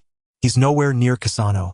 With that through ball from Zidane, Cassano would have controlled it, feinted, and shot with certainty. Bang! Amidst Kufur's disdain, Suhang jumped and headed the ball back into the small penalty area. By the time Kufur landed, he could only watch helplessly as the ball sailed over his head. This crown prince might lack skill, but his jumping speed was impressive. The next moment, Ronaldo leaped and executed a volleyed tap-in. Swish! The ball nestled into the net. Goal! The ball is in. A brilliant tap-in from Ronaldo. The invincible alien has returned. This was an extremely difficult shot, one that only Ronaldo could master. Of course, Suhang, who provided the assist, also deserves immense credit. His headed layoff was crucial. Suhang's performance may not look flashy, but he always makes an impact. That's why Real Madrid fans petitioned for him to play. Suhang is compatible with any striker. Real Madrid fans have always dreamed of Suhang, Ronaldo, and Raul forming the Rolls-Royce Trident. But now the trident of Suhang, Michael Owen, and Ronaldo is equally formidable. Mrs. Mr. Su. I call it the Mr. Su Trident. Good heavens. These commentators were quite adept at coining names. They could probably perform stand-up comedy at a comedy club. At the 58th minute, Figo executed a dazzling dribble on the flank and delivered a cross. Ronaldo fell again in the penalty area. Once more, the referee did not award a penalty. Hang immediately charged toward the referee, his gaze resolute. The referee repeatedly explained. The contact wasn't intense. Ronaldo seemed to go down deliberately, implying Ronaldo was diving. And, in truth, that was indeed the case. Had it not been for the earlier harsh decision against Ronaldo, the referee might have given him another yellow card. After hearing the referee's report, Hang signaled his teammates to quickly retreat. He behaved very much like a true captain. At the 64th minute, Zidane delivered a through ball. Ronaldo blasted the shot over the goal. It was evident that the alien had lost his patience, because on the other pitch the score remained 0-0. If Real Madrid also drew 11, the teams advancing would be Bayer Leverkusen and Dynamo Kiev from that other match. Real Madrid's agitation was keenly detected by the Roma players. At the 68th minute, Real Madrid's attack failed and Roma gained possession. Totti, dropping back into his own half, launched a long pass to initiate a counterattack. Up front, the bad boy Cassano engaged in fierce positional battle with Woodgate. During the collision, Cassano slyly elbowed Woodgate, successfully controlling the ball. He then nudged it forward and accelerated toward the penalty area. Samuel and Helguera were both some distance from Cassano. Ultimately, Cassano beat Casillas Union, scoring a solo goal. Oh, Cassano! This is the Prince of Rome. Well done, Cassano. 21. This is Roma's statement. They are determined to thwart Real Madrid and knock them out of the Champions League. Didn't Florentino previously express interest in Cassano? What about now? Does he still dare to be interested? Hang, who was hyped up before the match, has only performed so-so. He's nowhere near Cassano. Cassano has far more flair than Hang. During their first encounter this season, Marca reported Real Madrid's interest in signing Cassano. This was clearly a false rumor, as Real Madrid was not short of forwards at the time, so why would they bring in Yet this news once sparked a conflict between the Wolf King Totti and the prodigy Cassano. The dramatic decline in Roma's season record was largely due to internal discord. Now Cassano's goal served as a punishment for Real Madrid. The camera panned to the Galacticos, their expressions etched with dismay. On the sidelines, Simone furrowed his brow. There was no choice but to gamble everything. In the 77th minute, during a stoppage in play, Real Madrid initiated a substitution. Morientes replaced Solari. This substitution made it clear to everyone that Real Madrid was desperate, replacing a midfielder with a forward and a center-forward at that. Real Madrid's formation shifted to 334. In the 79th minute, Los Blancos laid siege. Beckham crossed the ball to the surging Helguera. Helguera launched a diagonal cross into the box. No finesse, all passion. One word. Smash it in. Inside the penalty area, three towering center-forwards, Ronaldo, Morientes, and Hang, vied for the header. An air raid siren seemed to flash over Roma's penalty area. Morientes outjumped Delis to reach the ball, but it bounced vertically upward. He leaped again but lacked the power, or the ball floated weakly towards the goal. Ronaldo charged towards the ball. At the critical moment, Pelazzoli punched the ball away with his fist, then inadvertently struck Ronaldo on the head. Ronaldo collapsed, clutching his head. The ball fell to the penalty spot. Hang and Roma's defensive midfielder De Rossi rushed towards it simultaneously. Hang raised his foot as if to shoot. De Rossi slid in for a desperate tackle. Both wore expressions that screamed, "This ball is mine." Whoever flinched would lose the chance for possession. Finally, bang, the ball ricocheted away. Hang and De Rossi collided shin against shin in a brutal clash of legs. Cries of pain rang out successively from Ronaldo, Hang, and De Rossi in the box. The battle was fierce, but Real Madrid's advantage in attacking numbers became apparent. Figo rushed forward and struck the bouncing ball. Swish. Victory from chaos. Goal. Figo. Figo has delivered. Hang and De Rossi's collision caused the ball to break free, and Figo seized the opportunity with a cool finish. So intense. The battle is incredibly intense. 2-2. Real Madrid has equalized. We see Ronaldo has stood up holding his head, but Hang and De Rossi are still on the ground. Could they be injured? Soon the medical teams from both sides entered the field. For De Rossi, the doctor shook his head. He couldn't continue. Roma's substitute midfielder on the sideline quickly began warming up. For Real Madrid, after examination, the doctor confirmed Hang could continue. Simone breathed a sigh of relief but still sent Portillo to warm up. At this rate of intensity, someone might genuinely get hurt. Hang is incredibly tough. In that clash of legs, he and De Rossi practically gambled their careers. This is a very dangerous tackle. Both sides are back on level terms. On the other pitch, Bayer Leverkusen scored 2 goals in 5 minutes, almost securing the top spot in the group. Real Madrid only needs a draw to advance to the knockout stage. Maintaining the current scoreline keeps Real Madrid's Champions League hopes alive this season. In football, fortunes change in an instant. Real Madrid's situation shifted from dire to suddenly promising. As long as they didn't concede another goal, they would safely qualify. But would Roma allow it? Dragging Real Madrid down was the sole purpose of this match for them. In the 81st minute, Totti played a 1-2 with Mancini and surged forward. Beckham, having been bypassed, pulled Totti down. Totti got up and confronted Beckham. Zidane immediately rushed to the scene using his chest to hold back Totti, while listening to his trash talk. The referee then arrived, showing Beckham a yellow card. He also warned Totti and Zidane to avoid. This warning was essentially directed at Totti, as Zidane had remained composed and kept his hands to himself throughout. Real Madrid substitutes Guti for Beckham, who was on a yellow card. Guti has frequently played as a defensive midfielder since last season, making him more suited to the role than Beckham, who only recently took up the position this season. In the 87th minute, Zidane, under pressure, knocked the ball sideways to a retreating Zidane. Zidane played a 1-2. Zidane surged forward to break the deadlock, forcing Roma's centre-back to step out and cover him. Bang! Zidane slotted a diagonal pass into the box. Ronaldo, holding off Kufur, executed a scorpion kick with his heel. It was a stroke of genius. But unfortunately, luck was not on Ronaldo's side today. The ball curled just wide of the far post. Apart from that volley, all of Ronaldo's shots today were just barely off. In the 90th minute, the fourth official held up the stoppage time board. 3 minutes of added time. Real Madrid had only 3 minutes left. Beep. A whistle blew. Zidane collapsed in the midfield area. The referee pointed at Roma's defensive midfielder de Court, having seen him deliberately bump Zidane after he released the ball. Zidane sat on the ground, slapping the turf in frustration. His gesture implied, "You're not even giving him a yellow for that." But from that position, a yellow card was theoretically unnecessary. Grumbling, Zidane got up and kicked the ball away. A quick free kick. Beep, beep, beep. The referee blew his whistle, repeatedly signaling it wasn't allowed. This truly infuriated Zidane. He stormed towards the referee. "Are you sure your decision is fair? Why wasn't the quick free kick allowed? You clearly saw me take it. Your decision is controversial. Do you understand? Controversial." Unsurprisingly, the referee showed Zidane a yellow card. That hot-headed bald man. "Hey, Zizou. Zidane went over and held Zidane back. "Calm down. We can still advance. This scoreline works in our favor. As long as we don't concede, we can advance. Do you understand what I mean? You did well, you just wasted at least 30 seconds for them." Zidane gradually calmed down, reminded by Zidane.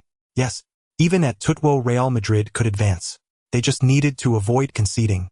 But now this free kick became a problem.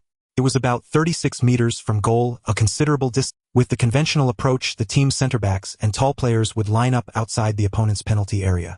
Zidane would then loft the ball in for them to contest. Somewhat like a header, it's a high-percentage scoring method and the standard way to take long-range free kicks.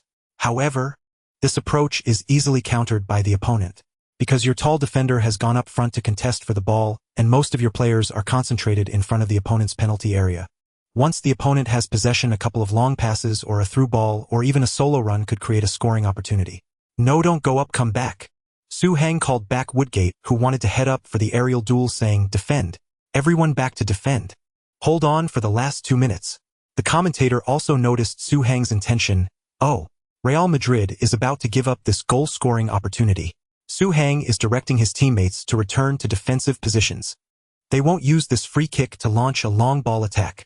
But to give up this precious opportunity like this, if Roma scores next, will they regret not valuing this chance?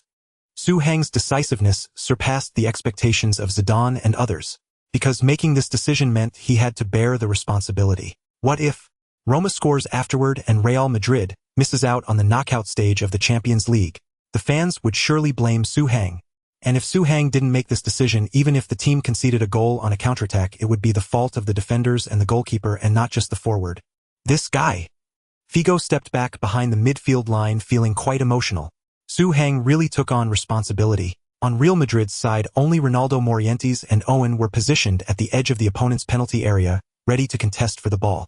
But around them, aside from Cassano and Totti, everyone else from Roma was there. 3 against 8, it was clear they had no chance of scoring. Zidane stood behind the ball. "Zizou, let me take it." Zidane pointed to the midfield, indicating he would take the free kick, and Zidane stepped back to defend. This way, even if the opponent launched a counterattack, there would be one more person to defend. After all, Su Hang joining the aerial contest was just 4 against 8 and they still had no real chance. Zidane nodded and retreated to the center circle. Suddenly boos erupted from the stands. Coward. Softy. Is this how Real Madrid plays? Real Madrid. More like yellow tortoise, right? Just a circus. So cowardly. This is a complete insult to football. And they still dare to call themselves the Galaxy Battleship. I've never seen such a timid Galaxy Battleship. With a team like this, how can La Liga claim to be the world's top league? Get out of this stadium. You are not welcome here, softies. The Roma fans knew very well that once Real Madrid decided to defend, they would not be able to break through the Real Madrid goal in the remaining 2 minutes. Their wish to drag Real Madrid down failed. The decibel level on site soared above 100. All of this was the insults of the Roma fans. The Real Madrid stars on the field were extremely frustrated. The supporters watching the game on TV were also disgusted. But for the sake of advancement, they supported the team's conservative approach. However, far away in Madrid, Florentino frowned. He brought in so many superstars for Real Madrid not to turn them into turtles. Real Madrid needs to have the demeanor of nobility. They need the aura of a giant. Even in the face of traps, they must trample down all schemes with iron hooves. Not avoid the spotlight. Otherwise, how can Real Madrid distinguish itself from other giants in the world? Su Hang, you are the Prince of Real Madrid. You should know what Real Madrid needs most. Florentino mumbled. Real Madrid doesn't want to draw. What Real Madrid wants is victory. Real Madrid would rather die seeking victory than survive in a turtle's shell. You have really disappointed me. Boom. Florentino threw the cup in his hand to the ground, startling the assistant beside him and the famous South American agent Fierro. Fierro was Luxembourgo's agent. He clearly understood Florentino's thoughts. There's a reason he became a giant in South American agencies. Fierro said, in fact, Su Hang's performance in this match surprised me. His maturity does not resemble that of a 19-year-old player. He is indeed qualified to be a captain in most teams. But Florentino looked at Fierro. But he lacks the sharpness that young people should have. Without that sharpness, no matter how well he performs, he will just be the next Raul. But what Real Madrid needs is clearly not another Raul. To put it bluntly, even Cristiano Ronaldo, whom Ferguson highly praises, would be more in line with Real Madrid's temperament than Raul. That kind of unique temperament, that is what Real Madrid needs. That is what can truly differentiate Real Madrid from other teams. And Luxembourgo has always been seeking this style of play, this kind of player. If Real Madrid were under his guidance, they would certainly win everything through offense. There's no need to turn into turtles at the last moment, being ridiculed by the whole world. Dignity swept to the ground. Boom. A loud noise suddenly came from the TV. It interrupted Fierro. He turned to look at the television. He found that the TV was replaying the scene and it was in slow motion. Su Hang was far from the ball. As the referee blew the whistle, he began to sprint. Then, with a powerful kick, the ball shot out instantly. At the edge of the penalty area, Ronaldo, Morientes Owen, and others took a couple of steps and realized something was wrong. This isn't a pass. This is a shot. Su Hang is shooting. No, this isn't just a shot, this is completely a thunderous strike. This kick was powerful and heavy, feeling as if Roberto Carlos had possessed him. A super long free kick from 36 meters directly on goal. Has he gone mad? Can he do this? Among the entire Real Madrid squad, only 2 people are capable of taking a free kick from this distance: Beckham and Roberto Carlos. And Beckham's chances of scoring from this position are close to 0. So only Carlos has the capability to attempt an attack here. And Su Hang. Whoosh! The ball flew at high speed. In the blink of an eye, it soared over Ronaldo and the others' heads. They immediately turned to look at the goal. They couldn't see the ball, but they saw a white splash. The splash spread out like ripples. Then the Roma Olympic Stadium fell silent in an instant. Silence. Silence. Still silence. Until Su Hang raised his arms and rushed toward the corner flag, where the Real Madrid fans were. Everyone seemed to come back to life. My God! My God! A last-minute win. Su Hang's free kick has killed Roma. This is definitely a last-minute win. 3-2. Su Hang has slain Roma. The shadow of the peach blossom falls, the divine sword flies, a single sword glows cold across 19 provinces. A super long free kick from 36 meters, Su Hang actually chose to shoot directly. This is a bold choice that even Zidane wouldn't dare to make. Su is insane. He must be insane. Do you see that, Italians? This is Su Hang, the most dazzling talent of Real Madrid. This is the Su Hang who makes Barcelona tremble in fear. This is the Su Hang who helped Real Madrid secure 2 championship trophies in just 10 matches. This is Real Madrid's 4th captain. Look at the captain's armband on his arm. This is the power of Real Madrid. What an audacious choice. No one could have anticipated Suhang doing this. Such confidence. A true prodigy. Those who claim Real Madrid is conservative who say Suhang is timid. When Suhang directed his teammates to defensive positions, did you truly believe he was thinking about defense? He was merely telling his teammates that defeating Roma required only him. On the pitch, mid-sprint, Suhang's legs suddenly gave way and he stumbled into a tumble. The cheers from the Real Madrid fans in the stadium fell into a momentary hush. How awkward was that? But the next moment the rolling Suhang scrambled back to his feet and dashed toward the corner flag. He wagged his finger. With a leap he soared into the air. A 100-day tide-grease spinning, mid-air turn, revealing to the world the number 24 and the name Suhang on his back. Though not many Real Madrid fans had made the trip to Rome, every single one of them knew exactly what to do in that moment. They joined Suhang as he descended from the sky, unleashing a unique celebratory roar. Su! Then an endless stream of Real Madrid players rushed towards Suhang, encircling him. The atmosphere in the stadium was electric. Real Madrid president's office. Florentino suddenly beamed with joy. Beautiful. I knew it. Su, I knew you would never let me down. Florentino pumped his fist in celebration, as if the teacup on the floor hadn't been thrown by him at all. The assistant was so startled, he quickly grabbed some emergency heart medication, just in case the old man got so excited he passed out. Figure's pupils contracted. Staring at the television, he etched Suhang deeply into his memory.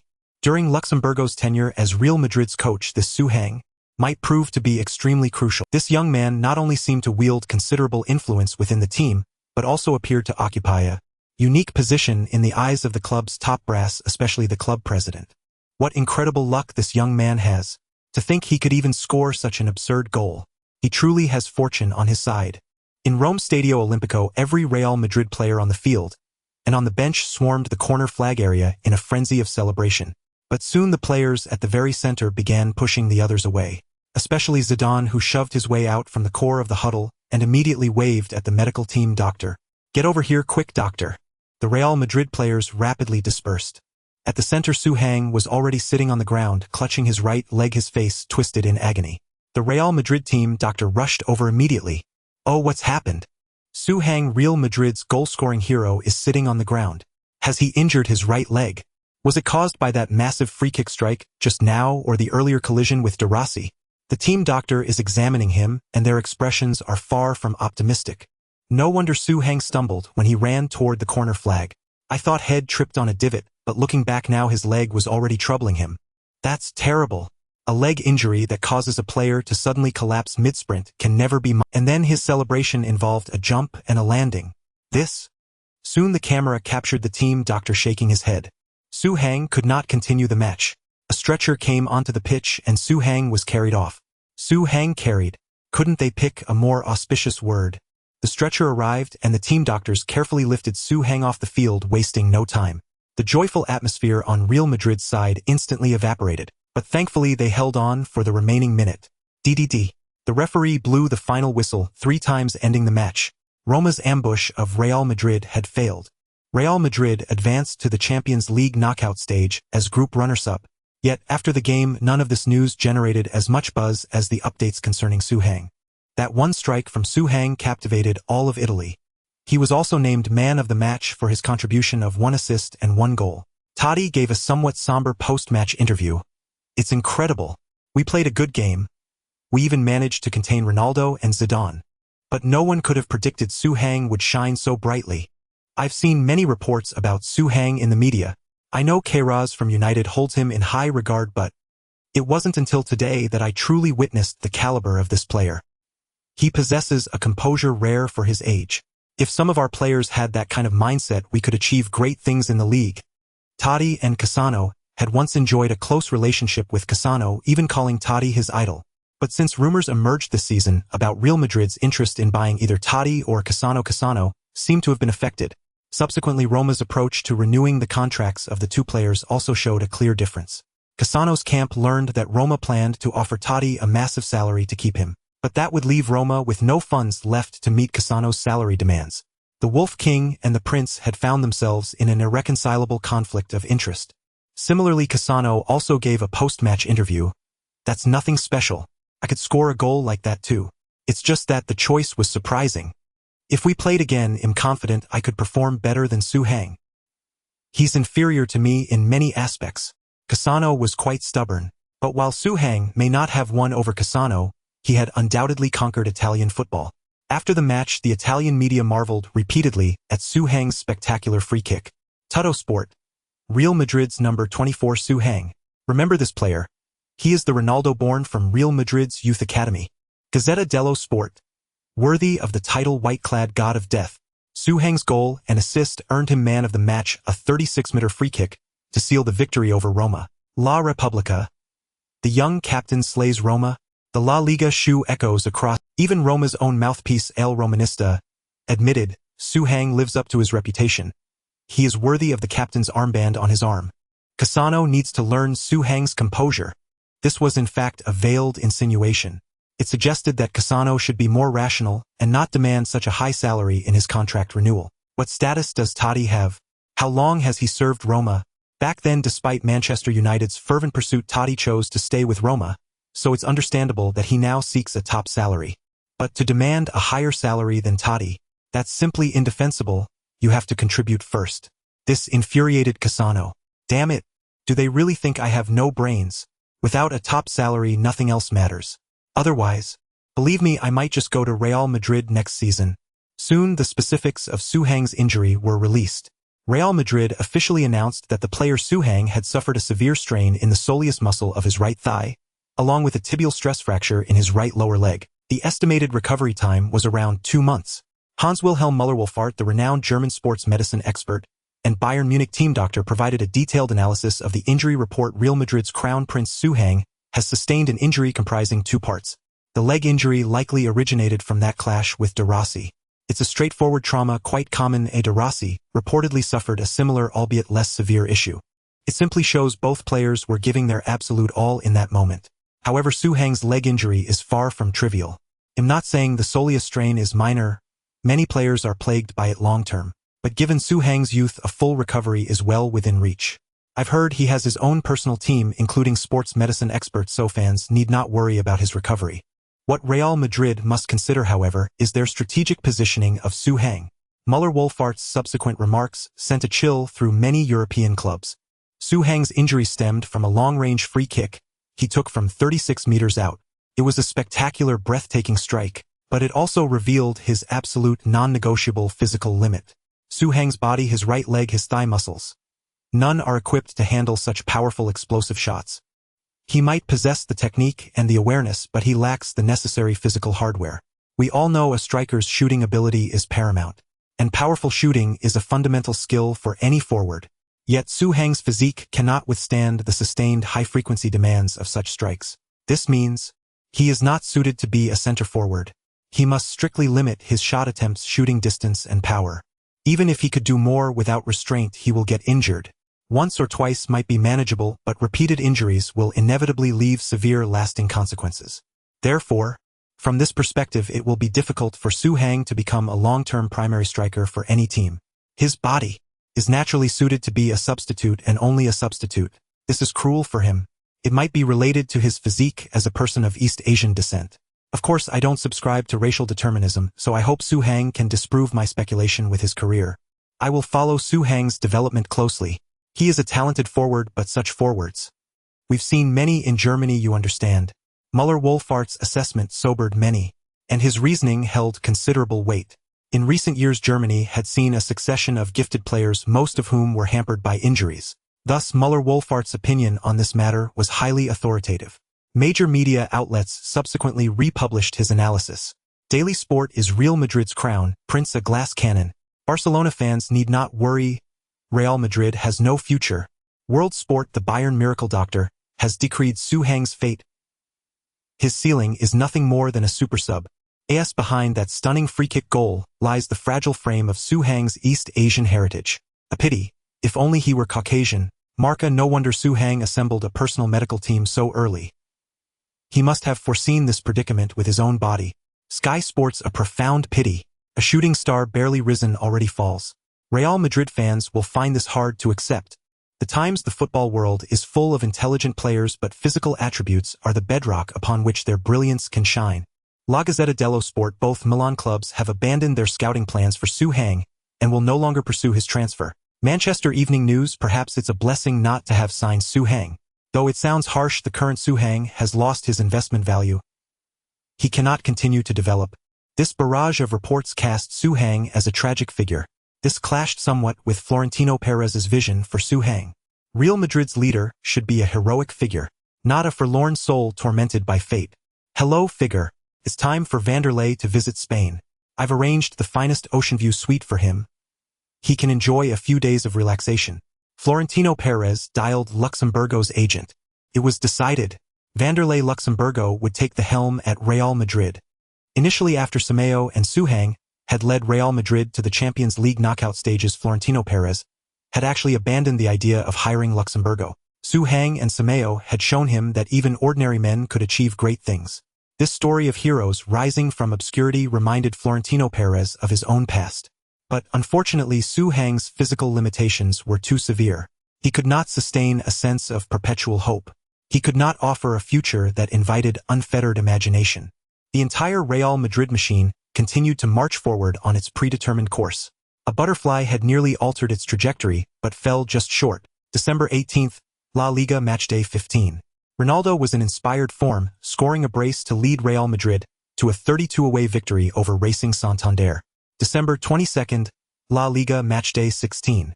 Ronaldo could not replicate his divine performance.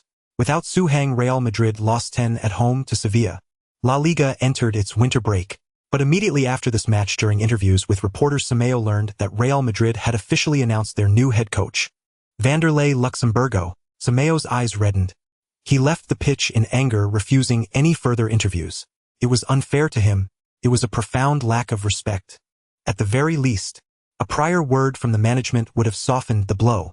Upon hearing the news, the defeated Roberto Carlos was even more elated than if he had won. He declared to the cameras, "Luxemburgo will bring us everything. The league title, the Champions League. I am incredibly optimistic about Real Madrid's future now. We are all full of drive." Zinedine Zidane, pressed by journalists, offered a few polite words. "I know Luxemburgo. He is a very accomplished manager. But as for specifics, I don't know yet. I can only hope we can work together pleasantly at Real Madrid." Turning away, Zidane let out a soft sigh. "Su, you lost this round. Can you withstand this blow?" As Simeo's staunchest supporter, with Luxemburgo's arrival, Su Hang was certain to be sidelined. Youth, shallow roots, injury, a bleak future, being Asian, the predecessor supporters. These labels, when combined, constantly reminded Luxemburgo it was time to make an example of someone. Su Hang's path was fraught with difficulty. But Zidane could never have imagined that Su Hang, with his right leg in a cast, would let out the most relaxed and carefree laugh he had in recent times. He had a good relationship with Simeo, but he truly didn't want to play for the team anymore. Simeo had lost control, you understand. Su Hang supported Simeo in the hope that Simeo wouldn't need him. Yet, moved by Su Hang's charisma, Simeo fought desperately to get Su Hang on the field, to have Su Hang's talent seen by more people. Real Madrid stripping Simeo of his head coach position was also a way to cool Su Hang down. Of course, even if he didn't cool down, there was no other choice. The hospital's diagnosis for Su Hang's injury was 2 months. But Su Hang would consider it a loss if he didn't sit out the entire season. Want him to recover? It wasn't that easy. "Su, why are you smiling? Don't you feel a sense of betrayal?" Clara, the deputy editor-in-chief of Marca, was conducting an exclusive interview with Su Hang. Yes, the beautiful Clara had been promoted. Her column boasted high readership and had become one of Marca's flagship features. All of this was thanks to her ability to always get exclusive reports from Su Hang. Many of Su Hang's devoted fans strongly supported Clara's column. You know how news can become fandom. Betrayal. Su Hang shook his head. "No, Real Madrid wants to find a better head coach. There's no problem with that. It's essentially for the good of the team." Clara asked.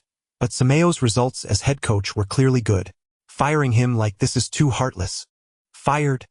said Su Hang. "No, it's written here. Simeo has been transferred to the sports department as deputy director. In that position, he can still contribute to the team. This way, Real Madrid has 2 head coach-level managers in Luxemburgo and Simeo." Clara was shocked. Was Su Hang not thinking clearly? How could Simeo possibly stay with the team after being humiliated like this? Su Hang smiled. "I know what you're thinking. Simeo must be very sad now, but for the greater good of the collective sometimes these details don't matter. We just need to ask ourselves, what do we truly want? Is it a dignified farewell for the team, or is it truly making the team better? Or is it using one's abilities to genuinely help the team and thus realize one's own value? If it's the latter two, then Simeo should stay and continue to help the team in his own way to prove himself. I will persuade him to make this choice. Clara seemed to understand. So just like you, even though you have the ability to be a starter, for the good of the team, you can also accept sitting on the bench. Su Hang gave a sunny smile. Of course. Of course not. Su Hang wasn't that saintly. He wanted Simeo to stay at the club for only one reason. That was when he was strong enough to support Simeo in becoming Real Madrid's true head coach. This way Su Hang wouldn't just enjoy the treatment of an ordinary starting player at Real Madrid. He would enjoy core treatment, the same treatment as Zidane and Ronaldo. If he relied purely on his own strength and reputation, he might not achieve such treatment even after 5 more years of playing. But as long as the head coach was willing to listen to him, Su Hang could achieve core status instantly. So striving was for the sake of not striving. Not striving sometimes was for the sake of great striving. Truth and falsehood intertwined. This was Eastern philosophy. Think about it, savor it. Real Madrid only wanted famous coaches. Unless Simeo became a top-tier famous coach elsewhere, he would have no chance of returning to Real Madrid in the future. But staying at Real Madrid to accumulate experience, and playing the sentiment card later, could still earn him a brief probationary period. Real Madrid had a tradition of letting their own people fill in when choosing interim head coaches. The next day, Clara compiled and reported this exclusive interview. The headline was so high-profile that even Su Hang would feel embarrassed reading it. Clara's column in Marca, with a mortal's body, he stands shoulder to shoulder with the gods. Number 24, a fringe number in the world of football. A player of Chinese descent with no successful precedent in world football. Some say he is Real Madrid's crown prince, the white-clad god of death. But the German doctor's diagnosis sentenced his future to life imprisonment. His body is fragile and vulnerable. Whether in physical test data or on-field stats, with the ball he was so ordinary. Yet it is this ordinary man who time and again steps up. The Copa del Rey, El Clásico, the Spanish Super Cup, the Dorday Champions League group stage match again and again. Among the galaxy of stars, the alien, the French king, the Portuguese right-wing celestial, the English headliner, England's only current Ballon d'Or winner, the world's best left-back, the defensive rock, Spain's new top goalkeeper. The mediocre, he shines no less. I know he is not a god. He is just an ordinary man.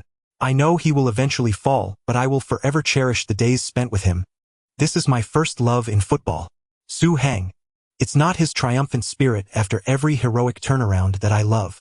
What I love is the earnest look of him applauding his teammates from the bench, signing autographs for fans outside the training ground, and strategizing for the team's future from his hospital bed. This article quickly spread across all of Europe.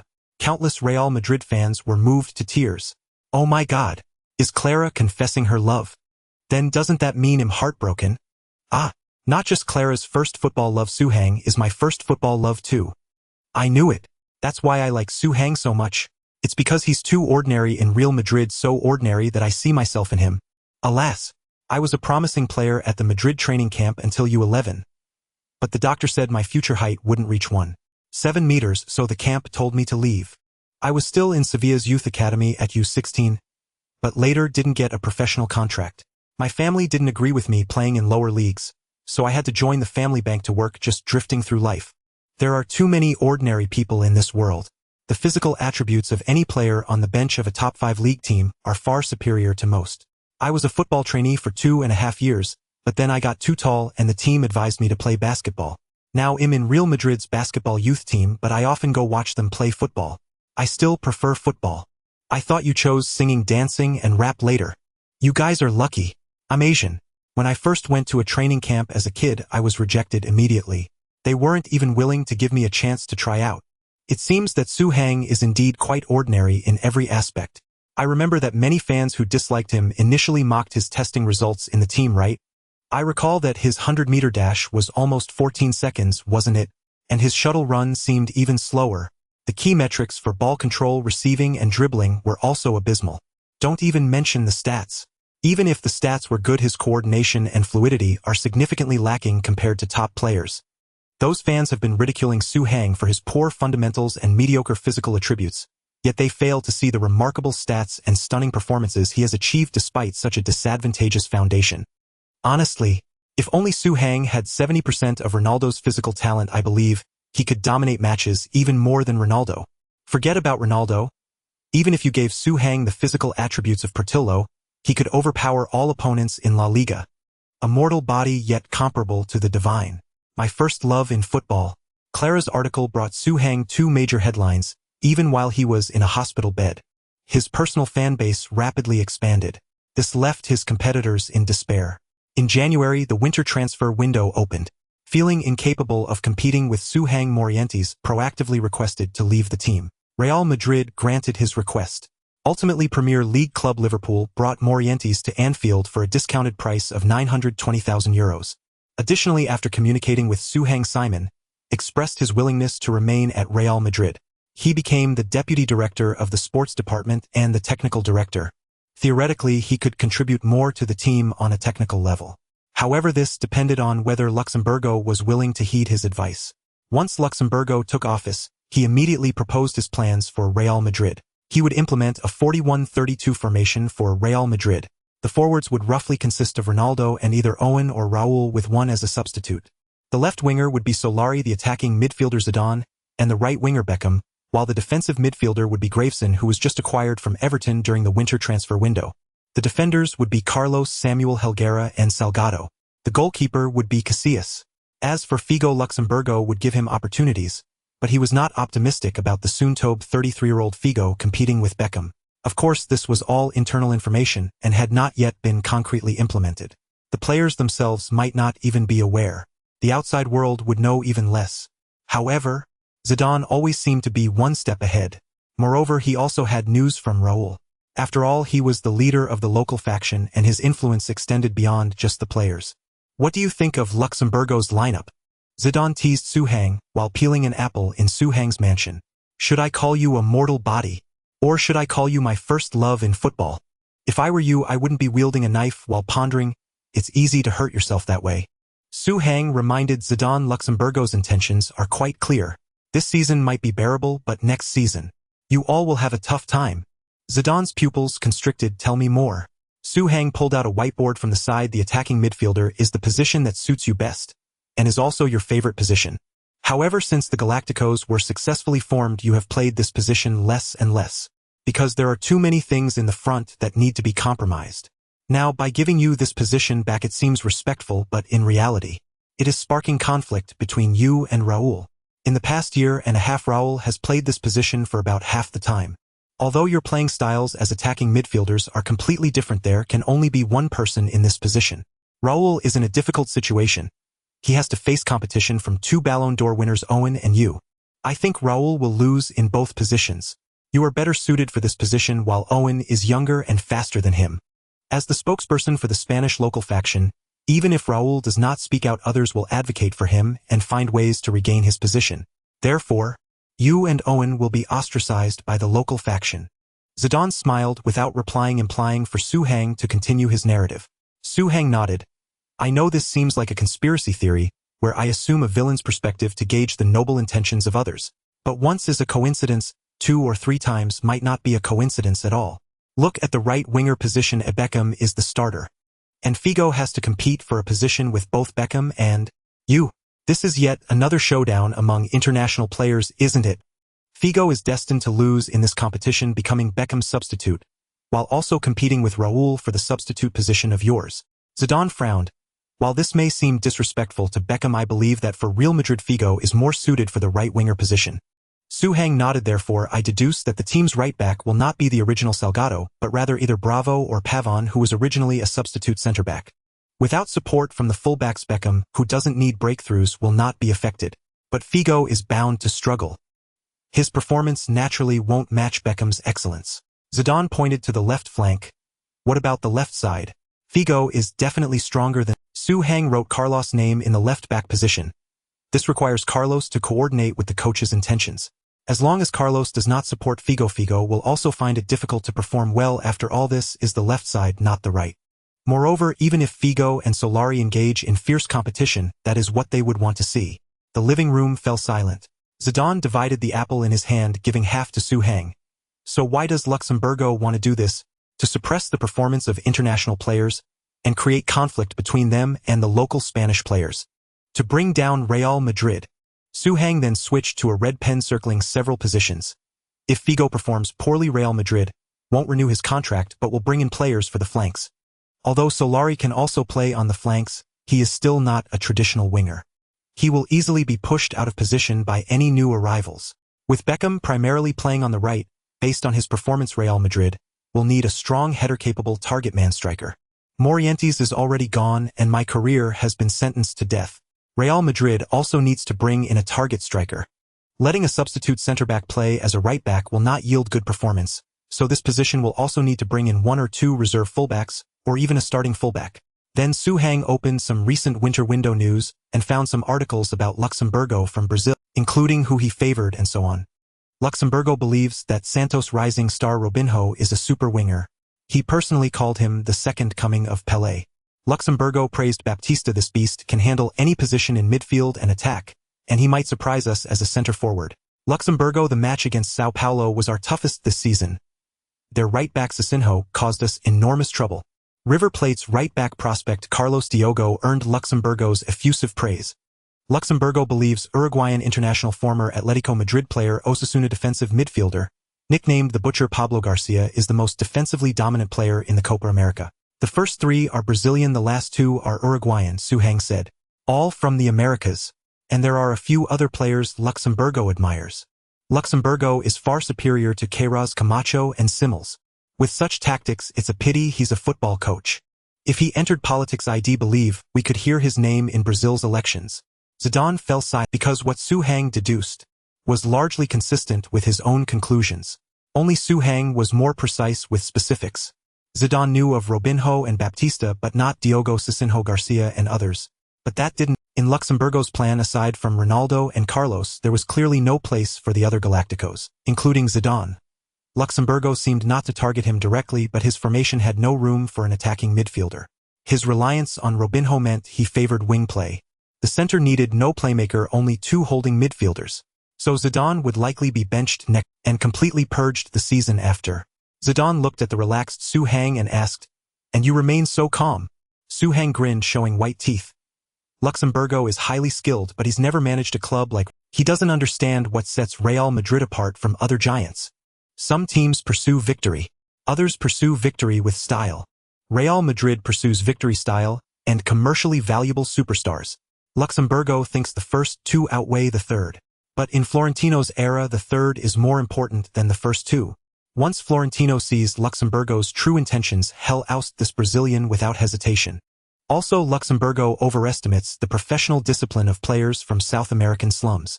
Once they peak, they rarely pursue excellence like you. They quickly indulge in a hedonistic lifestyle. Zidane looked around. That sounds like racial discrimination. Suhang waved his hands. No, I don't mean that. I detest racism, but we must understand everyone around us correctly. Only then can we make the most accurate judgments. I believe there are extremely disciplined, self-reliant, and self-respecting individuals among them. But I need to see that first. Zidane sighed. You're an excellent leader. Suhang, so are you. Zidane, pity we're both at the wrong place at the wrong time. Suhang.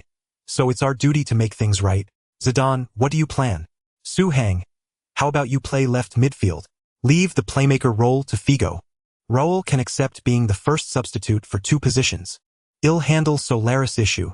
The local and international factions haven't clashed. Instead, they've united to achieve Real Madrid's best results. I believe even if Luxemburgo brings in his desired players, he can't arbitrarily change the starting lineup. The fans won't allow it, nor will Florentino. Zidane grabbed his jacket to leave. So let Luxemburgo set his trap. In the end, he'll find that beneath his scheme lies your web. It doesn't matter how many he brings. The key is that the Galacticos under Luxemburgo's pressure will give 200 effort and return to their peak, winning everything this team deserves. Suhang laughed heartily. It's our web. Smith, take my Ferrari Enzo to drive Zizou to the airport. Oh, his flight home is about to depart. Zidane declined. No need, I drove. Suhang pulled him. You'll get stuck in traffic in a Mazda. As Real Madrid made swift moves in the winter window, the team immediately began practicing new tactics after the break. On the training ground, the first team was playing a friendly against the youth squad. Figo sat on the bench, keenly aware of his grim situation. In fact, Luxemburgo's cunning lay in why he targeted Figo first. Because Figo's contract with Real Madrid expired at the end of the season. If Figo wanted to stay he'd demand a high salary. But amid the brilliance of Zidane, Ronaldo, Beckham, and others, Figo, the predecessor, had somewhat faded. So Real Madrid wouldn't offer him top wages. Of course, even a near-top salary would be acceptable to Figo. But if the club denied him a starting spot, that insult was unbearable. After all, he was a Ballon d'Or and FIFA World Player of the Year from the same era as Zidane and Ronaldo. He could cooperate with old rivals, but being benched before them was a disgrace he couldn't stomach. If Figo were benched for the remaining half-season, he'd leave Real Madrid on his own. Luxemburgo would subdue the enemy without fighting. "Hey Su, what are you doing here?" Several people on the bench stood up. Su Hang appeared on the field on crutches. He had just had his cast removed, but he was far from fully recovered. Shouldn't he be at home enjoying paid leave? Look at future Hazard gaining weight during injuries. Or Bale sharpening his golf skills. Those are the smart ones. No worries, have fun. Oh, I mean, keep training, don't mind me. Su Hang greeted his teammates and sat down beside Figo. Figo did not initially notice anything amiss with Su Hang. It was only when Su Hang mentioned some sensitive topics during casual conversation. "Figo, your speed has dropped a lot now, hasn't it? I feel you might not even be faster than Beckham." Beckham was never known for his speed. Figo, as the world's best right winger for a period, naturally had speed as his advantage. Figo frowned. Why wasn't Su Hang's tongue coated with honey today? Could bone fragments from his tibial fracture have traveled through his blood vessels to his brain, causing a decline in emotional intelligence? Figo ignored Su Hang. He decided to forgive him, but Su Hang pushed his luck. According to Luxemburgo's current arrangements, you and Beckham have become direct competitors. Luxemburgo places great emphasis on defense. Although the difference between a wide midfielder and a right winger is small, Beckham as a traditional midfielder is clearly better than you a forward in defense. Moreover, to strengthen the defense, substitute centre-back Bravo has become one of the options for the starting right-back position. He can't provide support to the wide midfielder. Fighting alone, your effectiveness will definitely not be as good as Beckham's, who has a deadly crossing technique. Figo finally turned his head. He looked at Su Hang with some anger, as if to say, "Don't you, a junior, know that one should not hit someone in the face?" "Su, this offends me," Figo said. "You have indeed become a hero for Real Madrid, but you must know that 5 years ago, I was also revered like a god in the hearts of Madrid fans. Everything you are experiencing now, I have experienced before. I advise you as someone who has been through it, so you cannot be arrogant. Because today's me might be tomorrow's you." Figo's words were heartfelt. Su Hang quickly waved his hands in apology. No, you misunderstood, Luis. My discussing this with you is absolutely not sarcasm. The peak you once reached is a height I may never achieve in my lifetime. I absolutely forever and ever will not, and am not qualified to mock a god descending the mountain. A god descending the mountain. Those 4 words struck Figo. That was his truest portrayal. "Sorry, Su, I overreacted. Figo's thoughts were in disarray, his emotions fragile, and he became sentimental. This was one of the typical signs of a person in decline. At the end of this season, Vinicius shed tears on the field, due to racial abuse largely, because Real Madrid had lost hope of winning both the league and the Champions League, leaving his heart in a vulnerable state. "It's okay, Luis, I didn't express myself clearly." Su Hang brought out a monitor. "This is the first-generation tablet computer developed by Microsoft. My team has collected various match data from your past seasons. We have to admit your physical condition is not what it used to be. You've become slower and your physicality has deteriorated." Figo's expression darkened. "But your dribbling and ball control haven't declined. In fact, your vision and passing are still improving." Su Hang changed the subject. "You are no longer a standard right winger. Your technical traits combined with your current abilities and experience are sufficient for the role of an attacking core in the midfield." "An attacking midfielder?" Figo was taken aback. "Are you saying I should compete with Zidane? But that's impossible. Any player from Zidane's era could not deny his brilliance." As a teammate, Figo firmly believed that at his peak his abilities, talent, and statistics were in a league of their own. Yet he had to admit that Zidane and Ronaldo were half a level above him. Fellow World Footballer of the Year or Ballon d'Or winners like Rivaldo, Nedved, Shevchenko, Owen, and Ronaldinho all had to acknowledge this. Su Hang smiled. "If it were you, Zidane could move to the left side to operate." Figo's pupils contracted. "This is Zidane's idea?" Su Hang nodded. "Yes, and you yourself are capable of playing on the left even if you don't like it. If you play as an attacking midfielder, theoretically you and Zidane can interchange positions endlessly. Imagine it. This is almost unstoppable." With your perfect coordination with Zidane, I can't think of anyone who could defend against you too. Figo was tempted. Is it really possible? Su Heng swiped on the tablet, of course, but before that you must first solve one problem, or you'll struggle to produce convincing performances in the attacking midfield position. You need to regain your ability to break through. These words deflated Figo again. His speed was irretrievable, a law of nature beyond human resistance. However, Su Heng pulled up a video of his own training. This is the vertical flash breakthrough method I've summarized. My dribbling is crude, but you'll get the idea. Like this, steal a step. It seems you and the opponent start at the same time, but you've already taken one step. This not only steals a step, but also gives you a faster initial speed. In a short period, this breakthrough method gives you a huge advantage. Of course, over time, the opponent will still catch up.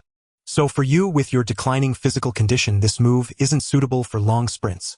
But as an attacking midfielder, this move is enough to maintain a speed advantage within 10 meters. You can return to your peak state within 10 meters. I believe this is absolutely enough. To defeat the best defender in the world, a 10-meter Figo is sufficient. Good. Figo slapped his thigh, his eyes reddening. He saw a chance to return to his peak. His opponent was not another player, but time. Luis Figo was about to set sail again, reclaiming all respect with his peak form. He was by no means a mere spare part of the Galacticos. He was the first superstar of the Galacticos, the founding member of this galactic armada. Because of him, the Galacticos existed. Ding! Your help has reignited Luis Figo's faith in football. He regards you as a close friend despite the age gap. Based on his observation of you, he bestows upon you the moment card right-wing Maestro Figo 2000, basic crossing and basic ball control. Basic crossing player-level skill. Your crossing ability is enhanced. Basic ball control player-level skill. Your ball control ability is enhanced. Absolutely incredible. Figo is forever brilliant. What does it mean to be generous? This is generosity. The skills Figo gifted were tailor-made for Su Heng. What is basic ball control? It means when Su Heng holds the ball and thinks it's harder for opponents to steal it. When Su Heng is bumped or fouled by opponents, he can better shield the ball. This is an essential ability for a target man striker. Combined with his physical advantages, it allows Su Heng to become a true focal point. As for crossing, Su Heng often moves to the wing to make room for Ronaldo. Although occasionally dropping to the center to participate in attack is feasible, it's not a long-term solution as it ultimately disrupts Ronaldo's running areas and affects his performance. It even affected the performance of the attacking midfielder. However, with a cross in his arsenal, Su Heng was no longer completely useless on the wing. At the very least, if anyone dared to ignore him, his crosses could teach them a lesson. As for that moment card, it was truly a godsend. The right-wing Maestro Figo from the year 2000. For many, 2000 was Figo's peak year. He was the world's best winger and one of the finest players on the planet. That year, Figo made the iconic transfer from Barcelona to Real Madrid, etching his name into transfer history. He also led Portugal's golden generation to the semi-finals of the European Championship, creating history. Passing, shooting, dribbling, organizing. Figo was unstoppable that year. Looking back at Zidane's 1993 moment card, it was truly worthless. Zidane, have you forgotten how much you used to praise this card? With Su Heng's help, Figo's form recovered quickly. On January 5th, in the 17th round of La Liga, Figo came off the bench and displayed his electrifying speed on the wing, delivering a cross that set up Ronaldo's goal, giving his team the lead. In the dying moments of the match, Figo drifted into the center, smoothly exchanged positions with Zidane, received a pass from him, dribbled past several defenders, and scored the winning goal. Figo was named man of the match, helping the team secure a 2-1 victory over Real Sociedad. On January 9th, in the 18th round of La Liga, Real Madrid faced their city rivals Atletico Madrid away. The first half ended 0-0. In the second half, Figo again came on as a substitute, this time on the left wing. He then delivered 2 assists and scored a goal, proving unstoppable, leading the team to a 30 victory in the Madrid derby. On January 16th, in the 19th round of La Liga, Real Madrid defeated Real Zaragoza 3-1. Figo scored and assisted. On January 23rd, in the 20th round of La Liga, Real Madrid beat Mallorca 3-1. Figo provided 2 assists. Real Madrid embarked on a winning streak. Luxemburgo had indeed brought new changes to the team. Under his strict guidance, the South American players shed their previous laxity and fought with exceptional vigor on the pitch. But this was only half the credit. The other half belonged to Figo. Various media outlets expressed astonishment at Figo's form. Figo returns to his peak. In recent times, the Portuguese has shown the true prowess of the right-wing maestro. Daily Sports. A flash in the pan. Figo winning La Liga's Player of the Month for January is just a fluke. His top speed hasn't improved. World Sports. Lack of professionalism. Figo is only giving his all now because he's desperate for a new contract from Real Madrid. He was coasting before. Sky Sports. Figo in scintillating form. Highest dribble success rate in Europe for January. Cristiano Ronaldo is right behind him. The two Portuguese occupy the top 2 spots. Kicker. Euro 2004 wasn't his swan song. With form like this, Figo will still be Portugal's most dangerous player at the 2006 World Cup. Figo's recent performances were simply outstanding. Naturally, the media began discussing the fact that he was still a substitute. Figo himself spoke out in an exclusive interview with Marca. Playing only a little over 20 minutes per match is indeed a bit frustrating for me. I know my condition. I know him in the final stretch of my career peak. So I cherish every opportunity one get to play. Of course, I accept Luxemburgo's decisions. That's what a professional should do. But if possible, I'd naturally like more playing time. I'm sure I can contribute even more to Real Madrid. When asked about his ideal position, Figo also stated Beckham is doing very well on the right. We are different types of players. I don't think there's a rivalry between us. I feel my current form is more suited to playing as an attacking midfielder. Of course, I don't think I'm better than Zidane in that position. I enjoy playing with Zidane. He's the best midfielder in the world. He performs better than anyone else in any position. We've discussed this and Zidane agrees with my view. Figo's interview was a clear, albeit implicit declaration. First, regarding the decision for me to be a substitute, I haven't lost my temper but am close. It's only professional ethics that keep me from causing a scene. Second, I want to play as an attacking midfielder. Third, Zidane is world-class on the left wing too, and he's willing to vacate the central attacking role. Got it? Luxemburgo must have been furious when he saw the interview. But there was no help for it, circumstances dictated.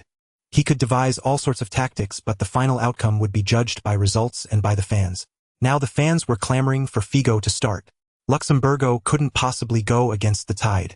On January 30th, in the 21st round of La Liga, Real Madrid faced Numancia away. Figo finally started this match. Ronaldo, Owen, Zidane, Figo, Beckham, Graveson, Carlos, Samuel, Helguera, Bravo, Casillas. The bench boasted talents like Raul, Guti, Solari, Salgado, Woodgate, and Pavon. Raul and Owen were almost alternating starts of fierce competition, but both were relatively satisfied. The fans were also very pleased with this lineup. Once Suhang returned as a forward substitute and Raul as a backup for the attacking midfielder, the squad would be perfect. In the end, Real Madrid easily defeated Numancia 2-1. The score was modest, but Real Madrid completely controlled the game. Figo, in the attacking midfield role, delivered a stellar performance, creating numerous chances alongside Zidane. It seemed that Ronaldo, Owen, and Raul had all forgotten their shooting boots that match. Otherwise, a much bigger scoreline would have been easily achieved. On February 5th, in the 22nd round of La Liga, Real Madrid hosted Espanyol. Figo and Zidane proved that their brilliance in the previous game was no accident. A 40 victory. Real Madrid overwhelmed Espanyol with a relentless storm-like attack. Espanyol, often called Little Barcelona. It wasn't hard to imagine the joy of Real Madrid fans after the match. A 7-game winning streak. Real Madrid soared, temporarily topping the La Liga table. What excited the fans even more was that the previously injured Suhang had finally discarded his crutches and stepped onto the training ground. Before this, he had been going to the training ground on crutches every day. Because he would sign autographs for fans at the entrance, everyone knew Suhang's condition. They would even chat, "Hey Su, how's it going? Can you play yet?" A fan asked. Suhang, "Definitely not yet, I can't exert any force now. Your recovery is a bit slow. I remember someone else with a bone crack was fine in a month." The fan said. Suhang, "Well, my soleus muscle was also strained. If I don't recover properly, it could leave hidden injuries." "Is it true that Wolfart said you have a weak constitution?" The fan asked. Suhang, "I don't know, so I need to avoid becoming a glass man. I have to be fully recovered before I return." "That makes sense. Safety comes first. Anyway, the team isn't in a hurry now. They finally had a winning streak." The fan said. Suhang, "Yeah. Figo is so cool. And Zidane. They're playing at their peak. It's hard to imagine players and fans communicating like this." But outside the Real Madrid training ground, this scene happened every day. Luxemburgo drove into the training ground, glanced at Suhang laughing with fans, and let out a cold snort. Did he think currying favor with fans would help? Fans are forgetful. If you disappear from the pitch for a while, most Madrid fans will forget about you, the Crown Prince. How many Crown Princes has Real Madrid had, besides Raul, who remembers anyone else? In Luxembourgo's car, Carlos spoke up, "Boss, with the situation looking good, shouldn't we move to the next phase of the plan?" Carlos was Luxembourgo's collaborator. He had been playing hard lately and things were favorable. A 7-game winning streak had firmly established Luxembourgo's position within Real Madrid. Everyone was saying Luxembourgo was a top-tier coach. Luxembourgo nodded. "These international stars are indeed strong, even though I haven't managed to create conflict among them. But I've used them to suppress the Spanish local faction's performance. Next, help me call up a few American players from the youth team. I hope they can seize the opportunity and shine." Carlos' face lit up with joy. The more people he promoted, the greater his influence in the team. "Don't worry, leave it to me. There are a few promising juniors." On February 12th, La Liga round 23, several unfamiliar faces appeared on Real Madrid's bench. These players were from the club's youth academy, all from South America. Luxembourgo explained externally that these players were talented enough and Real Madrid needed to give youngsters a chance. He hoped to cultivate more stars for the club. With the team performing well, fans naturally didn't question it. But after Real Madrid took an early 2-goal lead, Zidane, Figo, and Beckham were substituted one after another. The 3 youth players performed terribly and the situation became very passive. In the end, they nearly conceded an equalizer. Though they won 21, the match was far from satisfying. On February 19th, La Liga round 24, Luxembourgo not only failed to learn from the lesson but went further, even starting 2 of the youth players. One took the right-back position and the other replaced Owen and Raul. As the leader of the local faction, if Raul objected to developing young talent, wouldn't that seem inappropriate? So he had to reluctantly accept it. If Raul accepted it, how could Owen complain? The result: Real Madrid lost 0-2 at home to Athletic Bilbao. The Bernabeu Stadium erupted in boos against the home team. They couldn't understand how could the top team in La Liga fail to beat Athletic Bilbao. But from Luxembourgo's lineup, Suhang had already predicted the outcome. Athletic Bilbao's style was fiercely resilient. Every one of them was like a Spartan. To this day, they impose strict bloodline requirements on players. They only recruit players of Basque descent. Though this narrowed their selection pool, it ensured their spirit was pure and their cohesion strong. The youth players Luxembourgo frequently used were fine when ahead but utterly useless when trailing. Facing a meat grinder of toughness, they were pathetically weak. That's why the Madrid fans booed. Real Madrid could lose, but not in such a humiliating way. You have to go down fighting. On February 22nd, Real Madrid faced the match that truly mattered most, the Champions League round of 16 first leg. Real Madrid hosted Italian giants Juventus at home. Both teams were star-studded. Real Madrid went without saying. For Juventus, there was the Zebra Prince Del Piero, French striker Trezeguet, former Eredivisie best player Juventus new prince Swedish prodigy Zlatan Ibrahimovic, world-class defensive midfielder Emerson, known as the Jaguar, all-around wing machine Zambrata, iron-winged Camoranesi, Italian top centre-back, champion-level beast defender Thuram, Italian prodigy goalkeeper Buffon, known as Superman. This was sheer luxury versus luxury. Unfortunately, last year's Ballon d'Or winner Nedved was injured, or the star power would have been even greater. At least fans could have seen Zidane's successor versus Zidane. This match nearly took a turn. Zidane and Figo combined brilliantly to open the scoring for Real Madrid. But after the 70th minute, Luxembourgo brought on his young American players again. He seemed determined to prove these youngsters were reliable. However, Juventus launched a fierce. If not for Casillas' extraordinary performance, Juventus would have equalized. In the end, Real Madrid won 10 at home, but everyone knew the next match would be a tough battle. Juventus had every ability to overturn the deficit, even knock Real Madrid out. Real Madrid wins first leg 10, but the final 20 minutes exposed fatal weaknesses. Losing first isn't losing. Juventus, confident of advancing to Champions League quarterfinals at home. Ibrahimovic, Figo, and Zidane live up to their reputations, but apart from them, Real Madrid has no surprise. They aren't strong. We Juventus will advance. Trezeguet, the Bernabeu atmosphere affected us. Back at the Stadio del Alpi will eliminate Real Madrid with double the goals. Del Piero, this Real Madrid team has some disconnects, so we're not worried about the return leg. Across social platforms, Real Madrid fans were in despair. The winners were more distressed than the losers. Everyone knew that in the return leg, Real Madrid was more likely to lose. Over the next 10+ days, Real Madrid played 3 league matches, but their earlier 7-game winning streak was gone, with youth players frequently on the field and key players often substituted. Both individual and team form fluctuated noticeably. The 3 matches resulted in 1 win, 1 draw, and 1 loss. Real Madrid was thus caught up by Barcelona behind them. The gap between the two teams is now only 1 point. The top spot could change at any moment. Moreover, Owen got injured in the last match. A youth academy midfielder who came off the bench passed him a dangerous ball, forcing Owen into a hard collision with an opposing defender. Owen's fragile physique could hardly withstand such an impact. He was carried off on a stretcher right then. Clara was the first to publish an article in Marca interrogating Luxemburgo about his several sins. Not every Real Madrid youth academy player is Suhang. Queiroz found Suhang Simone truly liberated Suhang, and to make everyone forget his predecessor Luxemburgo went all out to promote new players. But unfortunately there has always been only one crown prince. Suhang became the crown prince of Real Madrid not because he was the only youth academy player. It's because he is the best among all the youth academy players. I hope Luxemburgo will stop rotating youth academy players with the starters disrupting the team's chemistry. These players should have a bright future, but not now. This premature push is also harmful to them. Finally, I solemnly warn Luxemburgo. Suhang's injury is nearly healed. To be safe for this trip to Juventus, you had better bring Suhang along. He is your lifeline. Saving your skin, you know. Clara's words were harsh, but Real Madrid fans gave her a thumbs up. Even Luxemburgo, amidst his anger, couldn't help but consider the idea.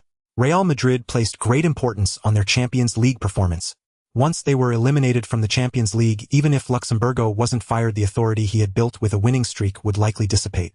In the end, Real Madrid announced the squad for the second leg of the Champions League round of 16. Suhang was prominently on the list. Only then did the fans stop their protests. On March 9th, a match day for the second leg of the Champions League round of 16. Real Madrid flew to Turin a day early. Juventus' home ground was the Stadio del Alpi, built for the 1990 FIFA World Cup in Italy. It had about 70,000 seats. However, this stadium was not a dedicated football ground. There were athletics tracks between the stands and the pitch, pushing the audience further away and dampening the atmosphere. Coupled with Turin's relatively small population, even though Juventus is a giant, the stadium often failed to fill up. But that wouldn't happen today. Juventus versus Real Madrid. A clash of titans. On the scoreline, Juventus was trailing 0-1, hanging by a thread. But after the previous round, everyone thought Real Madrid had slipped, making Juventus the likely winners. Matches where either side could win were the most captivating. From a narrative standpoint, one was the Serie A overlord, the other the flagship of La Liga. One was the former best league in the world, the other the future best. Real Madrid had also poached Juventus' most brilliant star in history, Zinedine Zidane. It was time to settle the score. The starting lineups for both sides were Trezeguet, Ibrahimovic, Zambrata, Del Piero, Camoranesi, Emerson, Pesado, Cannavaro, Thuram, Zabina, Buffon, Ronaldo, Raul, Zidane, Figo, Beckham, Graveson, Carlos, Samuel, Helguera, Bravo, Casillas. What a coincidence. Both were 4,132. However, the difference was that Juventus' two wide midfielders could essentially be seen as wingbacks. They committed 100% to defense. Thus, it could be seen as a 5-man defense, stronger defensively. In attack, these two fullbacks would also push up, acting as wide midfielders or even wingers. This was a hallmark of Italian football. Of course, it placed extremely high demands on the two wingbacks. They had to excel in defense, attack, speed, dribbling, passing, and shooting. Most teams could hardly boast such a formidable pair of wings. But Juventus did. Both Zambrata and Camoranesi were among the best in this regard. In contrast, Real Madrid's 41-32 was full of compromises. Right-back Bravo was actually a centre-back. In that position, he couldn't push forward to assist the wide players. This left Real Madrid's right flank utterly devoid of attacking thrust. The only thing Beckham could do when he got the ball was to cross. There was a lack of variety. Carlos, Zidane, Figo, Ronaldo, Raul, and even Beckham were all attacking superstars. Midfield defense relied solely on Graveson. But Graveson himself was not a top-tier defensive midfielder. And Juventus' Emerson was half a Makelele better than Graveson. If Juventus targeted the two weak points of Bravo and Graveson, they could eventually break Real Madrid down. In the final stages of the last match, they had found a breakthrough through these two positions. So in this match, they would only look to break through even faster. Of course, after their last encounter, Real Madrid had nearly half a month to patch up this vulnerability. So it wasn't that easy to pierce through. Throughout the first half, despite Real Madrid's narrow escapes thanks to the tenacious performances of Samuel and Helguera and Beckham's complete abandonment of attack to track back, Real Madrid narrowly avoided disaster several times. The score was 0-0. In the second half, Real Madrid's situation didn't improve, or it became even more perilous. Under Juventus' relentless assaults, Bravo and Graveson were truly on the verge of collapse. Even Zidane dropped back to a position behind the halfway line to participate in defense. Raul also frequently retreated to the attacking midfield role to support his teammates. Real Madrid had almost no attacking threat whatsoever. Luxemburgo couldn't replace Graveson or Bravo, as they were the best players he had for those positions. He repeatedly instructed Zidane to organize attacks and push into the opponent's half. But Zidane simply chose to ignore him. Talk to the hand. Did he think launching an attack was that simple? To break out, you first had to withstand the opponent's initial wave of pressure. But as things stood, without Zidane, Raul, Figo, and Beckham dropping deep, Real Madrid couldn't even survive Juventus' first wave of attacks. Attacking at that point would be like gifting Juventus a goal. Seeing that communication was futile, in the 74th minute Luxemburgo made a substitution, bringing on the Golden Wolf Guti to replace the French football king Zidane. Zidane couldn't hold back any longer and immediately wore a dark expression. Suhang saw Luxemburgo extending his hand towards Zidane prematurely, as if expecting a handshake, and knew trouble was brewing. What audacity! How dare he substitute Zizou first? And he wanted a handshake. Dream on. Hey Zizou. It's okay. This mess isn't your fault.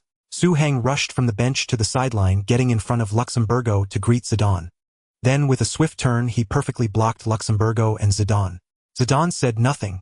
He understood Suhang's intentions. Suhang didn't want Zidane and Luxemburgo to clash openly. Either way, Zidane would have to bear a wave of public criticism first. But understanding was one thing, acting on it was another. Back on the bench, Zidane finally snapped out of it. That bastard tried to set me up. Subbing off Zidane. If the team lost to Juventus, Luxemburgo could easily pin the blame on Zidane, claiming he underperformed. If the team won, it would be credited to Luxemburgo's tactical brilliance and timely substitution. And once Zidane's refusal to shake hands with Luxemburgo stirred up more controversy, it would only be natural for Luxemburgo to bench him next season. Even Florentino, having chosen Luxemburgo, couldn't impose too many restrictions on him. From the moment he took over Real Madrid to the present, Luxemburgo's moves had been relentless, a masterclass in strategy. Even someone as perceptive as Zidane, who saw through his plans early on, nearly fell into the trap caught up in the game. First Figo, then Zidane. Luxemburgo was systematically diminishing the influence of the international stars at Real Madrid. Well, if not for Suhang's interference. But unfortunately, no matter how brilliantly he schemed or how much he gained, his last two attempts had not fully succeeded. Luxemburgo dismissed it as bad luck. But he failed to notice that such bad luck was becoming increasingly frequent. Rumble. Before Suhang could fully calm Zidane's emotions, a thunderous roar erupted from the stands. Suhang and Zidane instinctively turned to the scoreboard. A red line appeared on it. 75th minute, Juventus scored a goal. Goal scorer Trezeguet. Assist Ibrahimovic. Juventus had equalized. Real Madrid was truly in danger. Luxemburgo's face instantly darkened. But Suhang could tell from Luxemburgo's micro-expressions that he wasn't truly panicked. His steps showed no sign of disarray, because the blame would fall on Guti, who had just come on. The Spanish homegrown players were suffering again, weren't they? In the 77th minute, Luxemburgo made another substitution. Solari replaced Beckham. Beckham, who had been planning to help the team take the lead with corners and set pieces, also darkened his expression. Normally he wouldn't mind, but in a match of such importance, these superstars hated being substituted. What set them apart from ordinary players was their ability to make a difference in critical moments. That was the essence of being a superstar. Now both Zidane and Beckham had their value denied. Of course, Beckham wasn't as fiery as Zidane. He shook hands perfunctorily with Luxemburgo, and then voluntarily sat beside Suhang and Zidane. Luxemburgo's assistant approached Beckham, explaining that he had expended a lot of effort on defense and might be running low on stamina, hence the substitution with Solari. Beckham nodded, pretending to understand. But as soon as the assistant left, he covered his mouth and whispered, "Does he even want to win? Getting knocked out in the round of 16 of the Champions League will all become a laughingstock.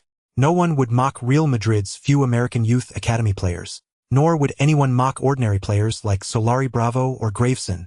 Everyone would only ridicule Real Madrid's superstars." This was a massive blow to the reputation of Beckham and the others. That's why he didn't want to be substituted. He wanted to fight until the very end. Then, a few minutes later, seeing the unchanged situation, Zidane remarked, if Luxemburgo wanted to use substitutes to turn things around, he should have also subbed off Raul, Figo, or Ronaldo after taking you and me off. But he didn't. That means his goal isn't entirely to change the situation. Luxemburgo was two-faced. What he said didn't match what he did. That was a clear red flag. He was simply looking for scapegoats. Zidane was even prepared to have a full-blown confrontation with Luxemburgo after the match. But thankfully the newly substituted Guti and Solari didn't recklessly push forward. They focused on defense, holding out until the 90th minute. Regular time ended. First leg Real Madrid 10. Second leg Juventus 10. The aggregate score was 11, with both teams having 0 away goals. Thus it was a draw. The match went into extra time. Both sides got a brief rest. Juventus made some adjustments, substituting Tacchinardi for left-back Passado. It was a like-for-like change. On Real Madrid's side, Figo and Raul were both exhausted. Figo had worse stamina but had performed slightly better. Raul, as a second striker, thrived in favorable situations. In adversity, his impact was less than that of midfielders. Ronaldo approached Luxemburgo. "Boss, I need a helper. A player who can hold his ground beside." Luxemburgo nodded. The core of the American faction was the Brazilian contingent, and while its apparent leader was Carlos, the true soul was Ronaldo. Luxemburgo knew this well, so he readily agreed to Ronaldo's request. He then signaled for Suhang to warm up. The Real Madrid fans in the stadium finally got excited. They began chanting Suhang's name. Unfortunately, this was Juventus' home ground. Suhang's name was drowned out by Juventus' anthem. As the referee's whistle blew, Suhang and Tacchinardi entered the pitch one after another. Oh, Suhang is finally on the field. It's been a full 3 months since he last graced the pitch. Coincidentally, the place where he last got injured was Italy. That was in a Champions League match against Roma, where Suhang first clashed with De Rossi, then scored a long-range free kick to seal the victory, helping Real Madrid advance to the round of 16. But his leg couldn't handle the strain, and he suffered a soleus muscle strain. This time it's said that Suhang hasn't even fully recovered. Luxemburgo brought him along largely due to fan demand. And reportedly Florentino also thought that since Suhang had won in Italy last time, it was a good omen. So for good luck, they brought Suhang again. Unexpectedly, he actually got on the pitch today. This is. Amid the commentators' confusion, Raul, who had already left the field, suddenly called Suhang back to the sideline. He pointed to the captain's armband on his own arm, then to Suhang. Suhang understood and ran back to the touchline. Raul personally put the captain's armband on Suhang. Wait, this is unprecedented. Real Madrid's second captain is the Golden Wolf Guti, and he was on the pitch. Raul should have handed the armband to Guti, so why did he give it to Suhang? Oh, Raul personally put the captain's armband on Suhang. As captain, Raul had the authority to decide whom to pass the armband to, and he chose Suhang. Suhang once again wears the captain's armband. This 19-year-old youth has become the leader of Real Madrid once more. The last time he wore this armband, he helped Real Madrid score a last-minute winner against Roma. Can he make the miracle happen again this time? The Real Madrid fans in the stands were utterly ecstatic. They shouted Suhang's name with wild fervor. No one could drown it out. Suhang! Suhang! Suhang! Amid the cheers of the Real Madrid fans, extra time officially began. Yet Suhang did not bring too many changes to Real Madrid. During the first half of extra time, most players from both sides accomplished little. Below, Luxemburgo fumed in anger, cursing Suhang for being a coward.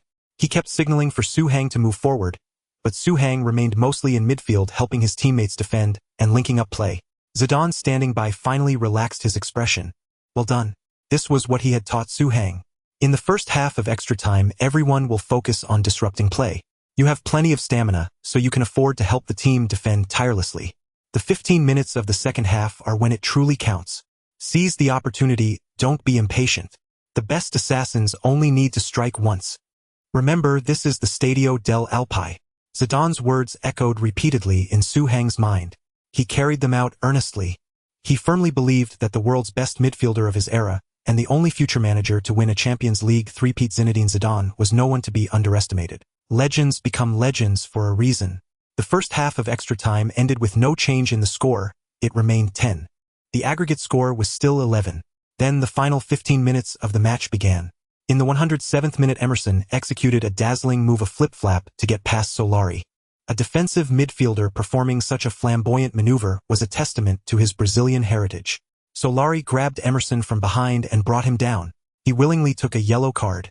In the 109th minute, Suhang received the ball at the edge of the penalty area, back to goal, contesting with Thuram. Thuram poked at the ball from behind but kicked Suhang's ankle instead. Suhang went down and the referee showed Thuram a yellow card. Real Madrid earned a free kick in a very advantageous position. However, Beckham, the most suitable taker for a free kick from this distance, had already been substituted. Zidane was also absent. The only option was Carlos, the team's third-choice free-kick taker. But Carlos' free-kick style was better suited for long-range strikes. From this close range lacking sufficient arc, it was prone to sailing over the bar. And indeed it did. Carlos blasted the ball high into the stands. Real Madrid squandered a precious opportunity created by Zidane. In the 113th minute, only 7 minutes remained. At this point, every single chance could lead to sudden death for one of the teams. Consequently, the players' nerves were stretched to the breaking point. After receiving a pass from Figo, Zidane with his back to goal held off Emerson, and then under pressure from a double team involving Zambrata fought to turn. The ball at his feet did not get lost. His basic ball control skill paid off handsomely. Bang! Zidane threaded a through ball. The trajectory of the pass was terrifyingly sharp, instantly slicing through Juventus' steel-like defense. Possessed by the Golden Wolf, a devilish through ball. Bang! Seeing the ball go past him, Thuram immediately slid in, taking out Ronaldo, who was charging after it. The ball passed, but the man did not. He knew the consequences, but if Ronaldo got through, Juventus would surely concede. No one understood the terrifying goal-scoring prowess of Ronaldo better than the Italians. No one. What the hell is this football? Do you want to break both my legs again? Ronaldo scrambled to his feet and charged into Thuram, knocking him over. Thuram, genuinely angered, got up and retaliated. No one is trying to break your legs, you're just made of glass yourself. Ronaldo was thoroughly provoked. He threw a punch at Thuram and a full-blown brawl erupted. Players from both Juventus and Real Madrid rushed over immediately. Emotions were running extremely high on both sides. Tacchinardi was the first to try and shove Ronaldo. Everyone knew Ronaldo was the biggest threat. If they could get him sent off, Juventus would be safe. But Zidane saw his intention. He burst in from the side, shoving Tacchinardi away. Then he forced his way between Ronaldo and Thuram, separating them. During this, he was hit a couple of times by unknown assailants. It didn't hurt, but it triggered his reflex response. Emerson, Zambrata, and others continued to surge forward. But Zidane exerted his strength and pushed both of them away in one go. Hey, wanna fight? I'm a black belt in karate. Ibrahimovic, Juventus' new prince, standing a full 195 meters tall, also arrived. He grabbed Zidane and tested his strength with a half-hearted effort. The next moment, Ibra was shoved back by Zidane, his hands feeling numb. It was a clear sign that Zidane's strength far surpassed his. Ibra stood frozen in place. Enough. Calm down. This is a football pitch. Zidane stood in front of Ronaldo. If you want to play football, fine. If you want to fight, we're game too. The few Juventus players who had been pushed back did not surge forward again. Because it hurt. Zidane's strength was immense. This kid, you'd never guess it was practically a human tank. Beep, beep, beep. The referee blew his whistle repeatedly, finally hurrying over. Pitchside staff also intervened. The referee first showed red cards to Ronaldo and Thuram. Ronaldo had thrown the first punch. Thuram had committed a dangerous, deliberate foul. Both were deserved. Then the referee showed yellow cards to Zambrata, Tacchinardi, and Zidane. Tacchinardi felt particularly wronged. He hadn't accomplished anything and had been knocked flying by some bastard. Why did he get a yellow card? But the referee pointed to his own eyes, indicating he had seen Tacchinardi's intention very clearly. Zidane also approached the referee. I was keeping order. I shouldn't get a card. I was doing your job for you. If it had been you, would you have found it easy to bring the situation under control so quickly? The referee nodded. Yes, I am very grateful. I could even buy you dinner after the match. But you did use physical force. You maintained order through force, which itself violates the rules of the pitch. So sorry you have to receive a yellow card. Zidane nodded, putting on a look of chagrin. His main tactic was to appear pitiable. In truth, Zidane had been prepared for this all along. But he still needed to haggle with the referee for a while. It was merely a psychological ploy. If he commits a foul later, perhaps the referee might turn a blind eye. What is this called? This is called management.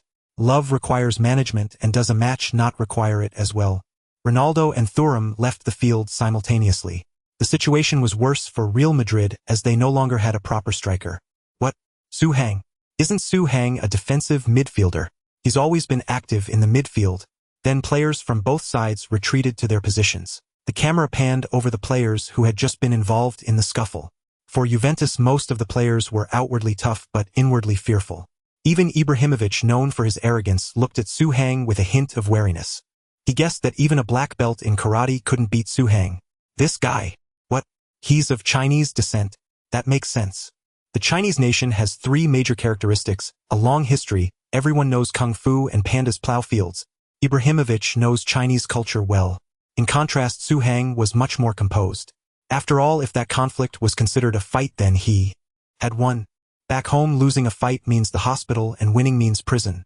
Abroad, winning means glory. The 115th minute. The aging Figo used the last drop of fuel in his tank, accelerating from the middle and dribbling forward. This was the vertical flash he had learned under Su Hang's guidance. The breakthrough was remarkably effective.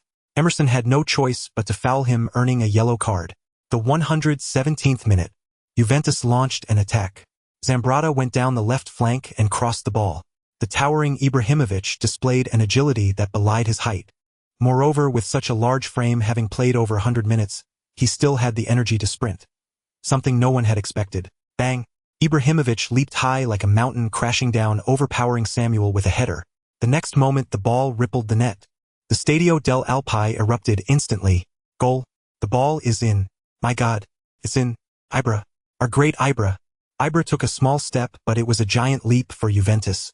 The new prince of Juventus in extra time has slain Real Madrid. This match is 20, and the aggregate score is 21. Juventus is only 5 minutes away from advancing to the Champions League quarterfinals. This is Juventus. This is Serie A. After scoring, Ibrahimovic raised his hands high, embracing the cheers and celebrations from all around like a king. At this moment, he looked down upon the Real Madrid players from above. This was a little taste of the shock that the great Ibra brings to Real Madrid. It's over. Real Madrid will probably stop at the round of 16 this year. They can't break through Juventus defense. Oh, the Juventus fans are taunting Real Madrid. Let's hear what they're chanting. This is the Stadio del Alpi. Yes, this is the Stadio del. This is Juventus territory. The camera panned to the Real Madrid players. They all looked dejected. Conceding at this moment meant losing the match. Everyone knew that. Hey, get back to your positions. Defend. Do your defense. Su Hang's voice broke through the gloom of the Real Madrid players. We still have time. Don't forget we are Real Madrid. All of you lift your heads. We can win, understand? Su Hang rushed to his teammates one by one, pulling them back to their defensive zone. Finally, he ran to the referee. Are you going to let them celebrate until the end of the match, sir? They've wasted too much time. I think all the fans want the game to resume as soon as possible. Also, I hope you can add the time they wasted to the stoppage time. You have to be fair. The referee gave Su Hang a glare. But Su Hang was right. So the referee intervened in Juventus' wild celebration, urging them to return to their positions and prepare for the restart. After all, the game wasn't over yet. Su Hang's actions drew boos from the entire crowd at the Stadio del Alpi. They thought the Real Madrid crown prince was dreaming. But on the bench, Zidane's eyes sparkled. He did it. He is a worthy captain. Beckham asked. He just glanced at you. Did you say something to him? Zidane looked around. When I came off, I told him to remember that this is the Stadio del Alpi. This is the Stadio del Alpi. Raul frowned slightly, then suddenly realized. You mean? Exactly. Su Hang, ready to take the kickoff, also had a gleam in his eyes. This is the Stadio del Alpi. That's what Zidane wanted to tell Su Hang. The preceding part of the sentence was don't rush. Put together it means, this is the opponent's home ground and our goal is an away goal. With the same score, an away goal is more valuable than a home goal. Juventus has no away goals. So when the aggregate score became 11, if Juventus scores 1 and Real Madrid also scores 1, Real Madrid advances. Unless Juventus can score 1 more than Real Madrid. So, Su Hang had enough time to stay calm. As long as he scored 1 goal, Juventus would need to score 2 to overtake them. And now Juventus had only scored 1. Su Hang, who had been quiet throughout extra time, finally awaited his moment to hunt. Among all the players on the field, he was in the best physical condition. Coupled with his constant observation on the pitch, he felt the time had come. 120 minutes. Figo passed the ball sideways to Su Hang, who had dropped back. Su Hang received the ball and threaded a through pass. Guti just sprinted past Su Hang. The two had excellent chemistry. Zambrata immediately tracked back, colliding with Guti at high speed and knocking him down. Real Madrid won a free kick from a relatively far position. All of Juventus players had returned. They just needed to hold out for the last 2 minutes of stoppage time to advance. Bang! Figo took the free kick, lofting the ball into the penalty area, aiming for Su Hang. And Su Hang indeed lived up to expectations, leaping high under a double team and successfully executing a header. However, Buffon was in excellent form and positioned himself well. He blocked Su Hang's shot with his body. Cannavaro kicked the ball out of the penalty area.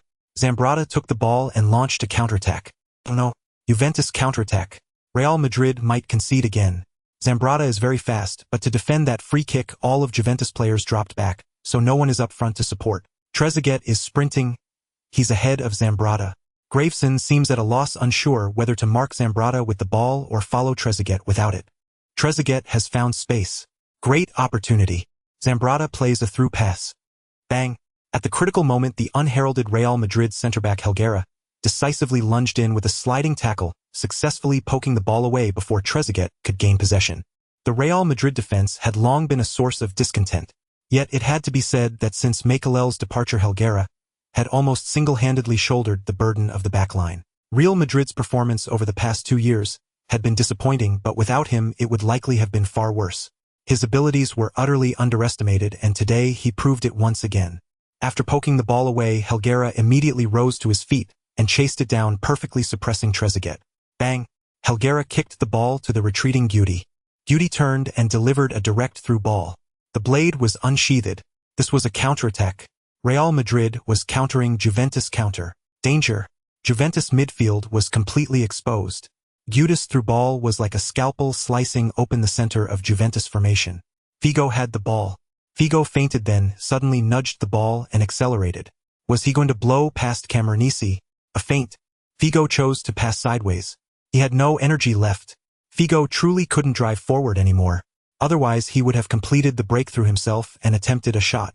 But now he could only give the ball to the man he trusted most. Su-Hang. Emerson immediately moved in front of Su-Hang. After receiving the ball, Su-Hang made a move he himself found incredibly audacious. Bang! Su-Hang kicked the ball 10 meters ahead. Emerson was stunned. Was this a power move? Oh, did Su-Hang just miscontrol the ball? How could he make such a mistake at a critical moment? It shouldn't be a mistake. Su-Hang was charging forward. He wanted to blow past Emerson. My God. Su-Hang was incredibly bold. He actually wanted to rely on speed to beat Emerson. Although Su-Hang was a forward, most media classified him as a target man. His speed was not his forte. And although Emerson was a defensive midfielder, he was quite fast. For Brazilian players, one could never judge their speed and attacking skills by their position. Su-Hang had underestimated Emerson, a world-class defensive midfielder. He was likely to fail. Although Su-Hang came on as a substitute and had plenty of energy. But Emerson was also physically strong. All in all, no one thought Su-Hang could blow past Emerson. Whoosh! Before Emerson could even reach out to grab him, Su-Hang had already swept past. At that moment Emerson was even a bit stunned. Had Real Madrid sent Owen onto the field? With this speed, are you sure this wasn't Owen? This was indeed not Owen. But it was Owen's wind-chasing youth. There was a chance to actively use the wind-chasing effect in the last 5 minutes of each match. This was what Su-Hang meant by the time has come. He got past. What terrifying speed was that from Su-Hang? Was he always this fast? My God. Su-Hang had blown past Emerson in an instant. Too fast. The substitute Su-Hang was incredibly energetic. Su-Hang got past Emerson. Takenardi came running horizontally, originally intending to double-team Su-Hang with Emerson, but he clearly couldn't make it in time. Indeed, Su-Hang didn't even adjust his dribbling direction and simply left Takenardi behind. With one long-range touch and an acceleration, Su-Hang directly devoured 2 of Juventus' defensive stalwarts. Cannavaro charged out. He was now Juventus' last line of defense. He approached Su-Hang quickly, otherwise Su-Hang could easily take a shot near the edge of the penalty area. That would still be threatening. The Juventus players would never underestimate Su-Hang.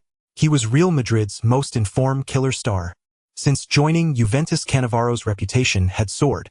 People often debated whether Cannavaro, Maldini or Nesta was the best defender in Serie A. Although many looked down on Cannavaro for his height disadvantage, this debate alone proved his quality. Bang!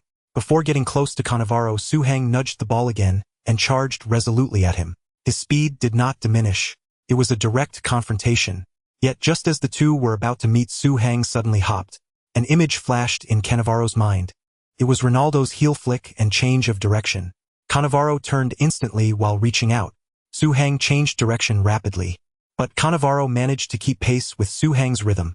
As expected of a world-class centre-back, he couldn't be shaken off by ordinary technical moves. But, bang, Su-Hang nudged the ball again, kicking it into the penalty area. The heel flick change of direction activated the wind-chasing effect once more. Cannavaro's pupils contracted. This was acceleration.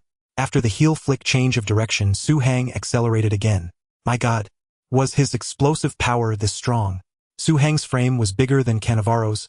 With equal explosive power, his acceleration definitely wouldn't be faster than Cannavaro's. Moreover, Cannavaro held the inside position, so Su-Hang's running distance was actually longer. Su-Hang got through. Su-Hang got past Cannavaro. Cannavaro used his hands trying to pull Su-Hang, but Su-Hang slapped his hand away. The referee had the whistle in his mouth. Cannavaro's action was enough to warrant a foul, and this was inside the penalty area. Figo was near the referee, seemingly reminding him this was a penalty, but the referee signaled because the ball was still under Su-Hang's control. Su-Hang was too honest. If he had fallen deliberately, he could have earned a penalty. He missed the best opportunity. A penalty in most people's view was the best chance to score. But not everyone thought so.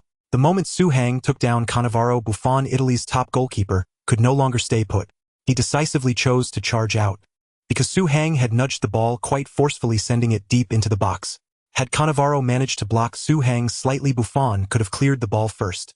But Buffon hadn't expected that Cannavaro, such a strong centre-back, would be beaten by Su-Hang in a single encounter. This centre-forward was too fast. Buffon gave it his all. He was clearly closer to the ball, but Su-Hang was charging towards it at an even greater speed. In the end, Buffon could only abandon the attempt to clear the ball, spreading his arms and legs to maximize his defensive coverage. Because he was quite close to the ball, just over a meter away, Su-Hang didn't have much of an angle to shoot. That was the point of a goalkeeper's charge. But, bang, Su-Hang didn't unleash a powerful shot after catching up to the ball. Instead, as he neared it, he suddenly lengthened his stride and delivered a direct poke shot. This sudden lengthening of stride effectively created a time difference. It was half a beat faster than the shooting rhythm Buffon had anticipated from Su-Hang. It was a preemptive strike. This was all thanks to Su-Hang's vision. He had spotted Buffon's early charge and Cannavaro's pursuit from behind. He knew he didn't have enough time to properly handle the ball. He had to race against time. At that moment, Buffon had yet to fully commit to the ground. There was still over 20 centimeters between his crotch and the turf. The football slipped right through his legs. The next instant, Su-Hang was sent tumbling. Cannavaro, who had caught up from behind, executed a sliding tackle from the rear. He would rather concede a penalty to Real Madrid than allow a direct goal. But as Su-Hang rolled midair and Buffon sat on the pitch, both fixed their gazes on the goal. Only after the ball rolled into the net at a deceptively slow pace did they finally relax. Both men allowed themselves to collapse. Buffon lay flat on the field. He had lost. Su-Hang, who had been fouled, flipped over and sprinted towards the corner flag. That area was where the few Real Madrid fans were gathered. Goal. The ball is in. Su-Hang with the counter-clincher. This is the real decisive strike. This is a golden goal. Because it's an away goal. The aggregate score is 2-2. But Real Madrid holds a crucial away goal, edging half a step ahead of Juventus. Champions League quarterfinals. Real Madrid is about to step into the last 8. They are about to eliminate Juventus. This feels like a dream. The Stadio del Alpi is dead silent. Juventus fans are utterly in disbelief. In stoppage time, Su-Hang used unparalleled speed to outrun Emerson Tacchinardi, and Cannavaro then beat Buffon Union. And it was a nutmeg shot. He breached both the small and large goals. A god. Real Madrid's white-clad killer has arrived. He has conquered the Alps. In the camera frame, Su-Hang wagged his finger, then leaped high. He executed a 100 tide grease spin in midair, showcasing his jersey number and name to the world. All the Real Madrid fans joined Su-Hang in the most thunderous roar, Su. Then countless Real Madrid players swarmed around him, tightly encircling Su-Hang. But this time they dared not pile on too hard. Everyone was afraid Su-Hang might get injured again. Zidane even asked Su-Hang in advance if he felt any discomfort. After all, Su-Hang had just been slide tackled from behind by Cannavaro. Su-Hang said he was fine. Cannavaro had actually pulled his leg back. His aim was to bring Su-Hang down, not to break his ankle, so he didn't need to use full force. He even made a protective gesture to prevent Su-Hang from crashing directly onto the turf. Of course, that didn't change the fact that Cannavaro's foul was a serious infringement. As Real Madrid celebrated wildly, the referee found Cannavaro and showed him a red card. Cannavaro left the pitch in dejection. Shortly after, just as Juventus kicked off, the referee blew the final whistle to end the match. In this game, Juventus defeated Real Madrid 21. But the aggregate score over 2 legs was 22, with Real Madrid holding an away goal. Thus, Real Madrid eliminated Juventus, and advanced to the Champions League quarterfinals. The Stadio del Alpi was enveloped in an atmosphere of sorrow. Their greatest hope for the season had been shattered. In contrast, Real Madrid was overjoyed. Zidane, Figo, Beckham, Raul, Guti, and others embraced warmly. Luxemburgo, along with Carlos Samuel and others, was also celebrating fervently, but they couldn't squeeze into Suhang's circle. Not only that, after Real Madrid had celebrated for a while, Buffon from Juventus walked over. He approached Suhang. Buffon said, "Congratulations, you played an excellent match." Suhang politely shook hands with Buffon. "You too, Juventus is strong. I hope you win the league title." Buffon tugged at his jersey and asked, "Want to swap jerseys? I want to remember this goal forever. It's a painful lesson for me." Suhang began to take off his jersey and handed it to Buffon, of course. "I'm lucky to get your jersey." After exchanging pleasantries, the two entered the player tunnel. The media were already waiting impatiently. They interviewed many players. Reporter Zidane, "What are your thoughts on being substituted so early?" Zidane, "That was Luxemburgo's decision. As a player, I respect his choices." Zidane addressed Luxemburgo by name, making his stance clear. Reporter Beckham, "Are you satisfied with being taken off early?" Beckham, "As long as the team wins, it's not a problem. But I can only say thank goodness we have Su." Reporter, "Figo, you performed brilliantly today. What brought you back to form?" Figo, "It's Suhang. He often discusses dribbling techniques with me. He always has fresh ideas that are truly eye-opening." The Real Madrid stars were practically a praise group, heaping high accolades on Suhang. Raul, "Suhang has great leadership. Giving him the captain's armband was the right decision, especially when the team is behind. Guti, Suhang is certainly worthy of that armband. In fact, his performance on the pitch is even more important than the armband, I think." However, the players from the Americas, regardless of their personal feelings towards Suhang, had to attribute the victory to Luxemburgo. Samuel, "Su's performance was key to our win. Of course, Luxemburgo's tactics were also very important." Carlos, standing nearby, was clearly displeased with Samuel's rationality. He stated in his interview, "Luxemburgo is the sole reason we won. We followed his game plan and victory naturally followed." Graveson, favored by Luxemburgo, "Luxemburgo is a great coach. We are confident we can go further under his guidance." Bravo, a young local defender promoted by Luxemburgo, "Real Madrid is on the right path. Luxemburgo knows how to lead us to victory. I am very confident about our season." So sometimes you can't judge credit by what your own side says. You have to listen to the opponents. If the opponent has poor character, the one they hate most is your biggest hero. If the opponent has good character, the one they praise is your true contributor. And the Juventus stars generally had good reputations. Buffon, "Su is the most opportunistic striker I've ever seen. He doesn't strike often, but when he does, it's lethal. I have no excuses for losing this time, but I won't lose next time." Cannavaro, "When I slide tackled from behind, I knew I'd get a card. But I didn't expect Su to disdain the penalty I offered him. I saw the true spirit of a striker in him." Emerson, "I have never encountered such an arrogant striker. He actually tried to take me on unknown. And then he did it." Tacchinardi, "Su's speed is incredible.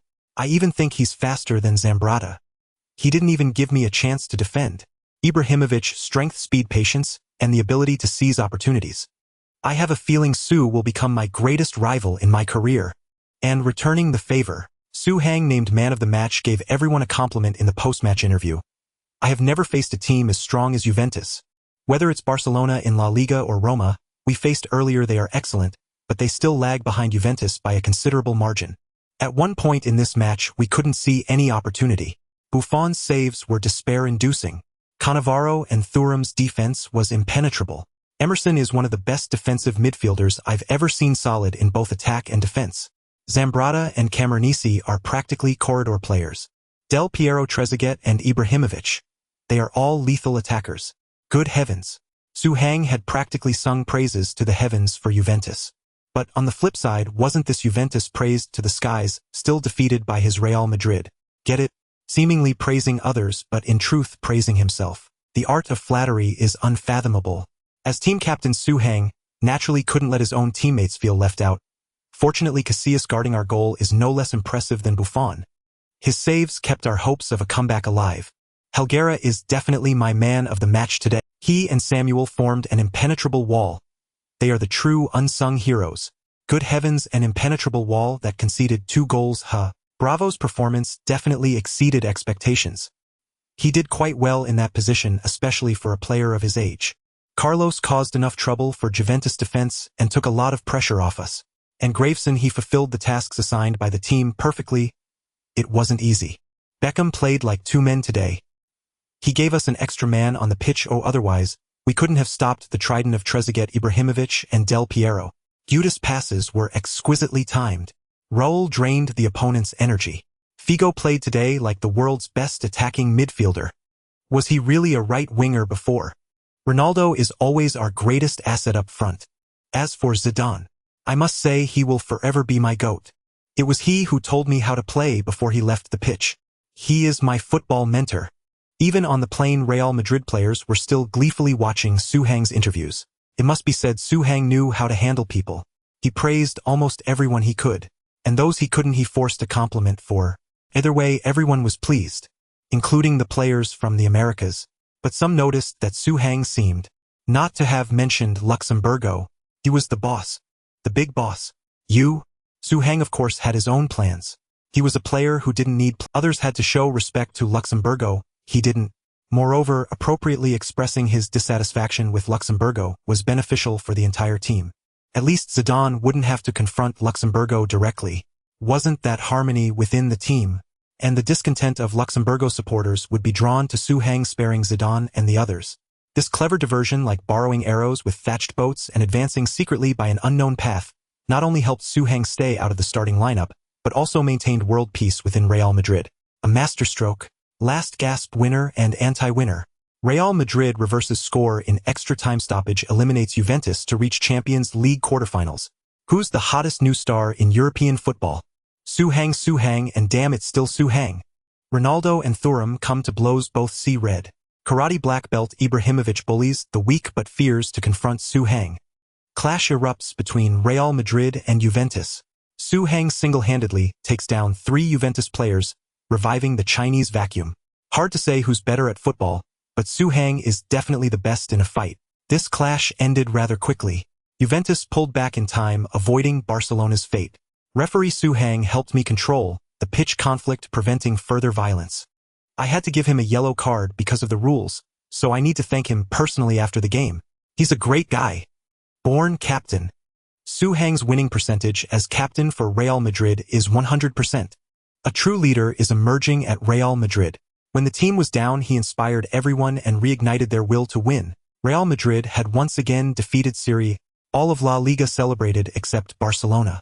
Because Barcelona was eliminated by Chelsea, the wealthy Premier League club.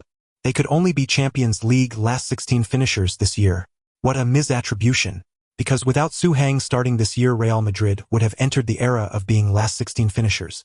But Su Hang's appearance changed everything. Ding! Your dominant performance intimidated Cannavaro. Even his signature sliding tackle couldn't stop your goal. You have obtained Cannavaro's slide tackle and powerful throw-in. Cannavaro's slide tackle star-level skill. As the only golden ball-winning defender in history, Cannavaro created his own legend. Although his height is a weakness, his resolute sliding tackle compensates for this flaw to some extent. You will master tackling techniques proficiently. Your tackles are less likely to cause injury to yourself. Your tackles are less likely to result in you receiving a card. Your tackles have a higher probability of directly retaining the ball, forming a tackling keep. Powerful throw-in player-level skill. Your throw-ins can hurl the ball further and with greater precision. Su Hang never expected that after this match the most generous one would be Cannavaro, whom he had bullied the most. No wonder he would become the only defender to win the Ballon d'Or in the future. Look at his emotional intelligence. Off the charts. But unfortunately these were skills Su Hang couldn't really use. Of course unusable in the conventional sense. But familiar with the future trends of football tactics, Su Hang knew that tackling ability would be necessary even for forwards. What's more lethal than a tackle? Is a tackle made by a forward. Because once a forward makes a tackle, they can usually shoot directly on goal. Thanks to the rocket sent by the Cannavaro brothers, Su Hang's tackling stat was successfully unlocked and reached 75. The powerful handball throw elevated Su Hang's offensive awareness by 1 point. Such improvements were significant as his attributes advanced slowly through training alone. His current statistics were as follows: offensive awareness 77, ball control 73, shooting 75. Long pass 72, short pass 75. Heading 78, set pieces 80, tackling 75, burst 77, strength 83, jumping 75, a vision 8. On March 13th, the 28th round of La Liga commenced. The competition in La Liga had reached a fever pitch. The situation was largely clear. Real Madrid and Barcelona were distinctly superior to the other teams this season. Traditional powerhouses like Valencia, Deportivo La Coruña, and Sevilla had fallen behind with no realistic hope of contending for the title. The point difference between Real Madrid and Barcelona was razor-thin. For this round, Real Madrid implemented extensive rotations. The previous Champions League match had left the starting players utterly exhausted. Given the high intensity and prolonged duration, the team's medical staff warned that without rest an injury crisis loomed. Real Madrid had already been plagued by frequent injuries to key players in recent years. Another wave of injuries would be disastrous. Yet due to this rotation, Real Madrid suffered a 21-away defeat to relegation-threatened Getafe. On March 20th, in the 29th round of La Liga, Real Madrid hosted Malaga. Suarez started and scored the match's only goal, securing a vital victory for his team. Aside from that goal, Suarez's performance was lackluster. He was virtually invisible on the pitch. However, Figo and Zidane took turns creating chances for him, serving opportunities on a silver platter that he could hardly miss. Luxemburgo had begun to identify the issue. With Figo's resurgence and his burgeoning chemistry with Zidane, the team's possession was now concentrated in their hands. They showed little favoritism toward the Brazilian contingent. While they didn't withhold passes, they prioritized finding Zidane and Raul when opportunities arose. Zidane and Raul in turn would connect with Ronaldo. Consequently, the Brazilian players' performances were relatively subdued. Of course, this was also due to Ronaldo being the primary focus of the opposing defense. On April 3rd, in the 30th round of La Liga, Real Madrid faced Albacete away. This match was expected to be a routine victory, as previous encounters had left Albacete psychologically scarred by Real Madrid's dominance. Indeed, within the first 20 minutes, the extraterrestrial Ronaldo netted 2 goals, one of which was assisted by Zidane. Just as fans anticipated Ronaldo completing a first-half hat-trick, an unexpected turn occurred. In the 26th minute, Ronaldo collapsed and was subsequently escorted off the field by the medical staff. Luxemburgo's face darkened. With the Champions League quarterfinals just 2 days away, he had intended to let Ronaldo maintain his form and substitute him at halftime. Now Ronaldo was injured. The earliest he could return was in a week. This year's Champions League quarterfinalists included Liverpool and Chelsea from the Premier League, Inter Milan and AC Milan from Serie A, Bayern Munich from the Bundesliga, Real Madrid from La Liga, PSV Eindhoven from the Eredivisie, and Lyon from Ligue 1. Real Madrid's opponent was none other than the wealthy Chelsea from the Premier League. Their manager José Mourinho had led Porto to Champions League glory the previous year. He had become the most sought-after coach in Europe. Real Madrid had considered Mourinho for their managerial position, but ultimately abandoned negotiations due to disagreements over playing style and his demand for complete control over the team. After the match, numerous journalists questioned Luxemburgo about his plans and Ronaldo's injury. Luxemburgo stubbornly claimed Ronaldo's injury is not serious.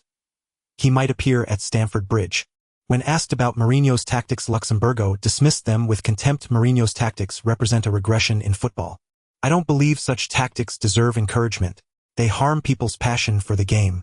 We will teach Chelsea what true football is through our attack. Luxemburgo, hailing from Brazil, was determined to play artistic football. In his eyes, Chelsea's defensive counterattacks were a disgrace to the sport. On April 4th, Real Madrid flew to London. However, Ronaldo was not among the traveling squad. Luxemburgo's smokescreen had clearly failed. With Ronaldo unable to take the field, the media's confidence in Real Madrid waned. Sky Sports declared Ronaldo remains Real Madrid's greatest weapon. He is the most threatening striker in football today. BBC added the absence of Ronaldo, the team's top scorer, could be a devastating blow to Real Madrid. The Times opined Chelsea's defense is formidable.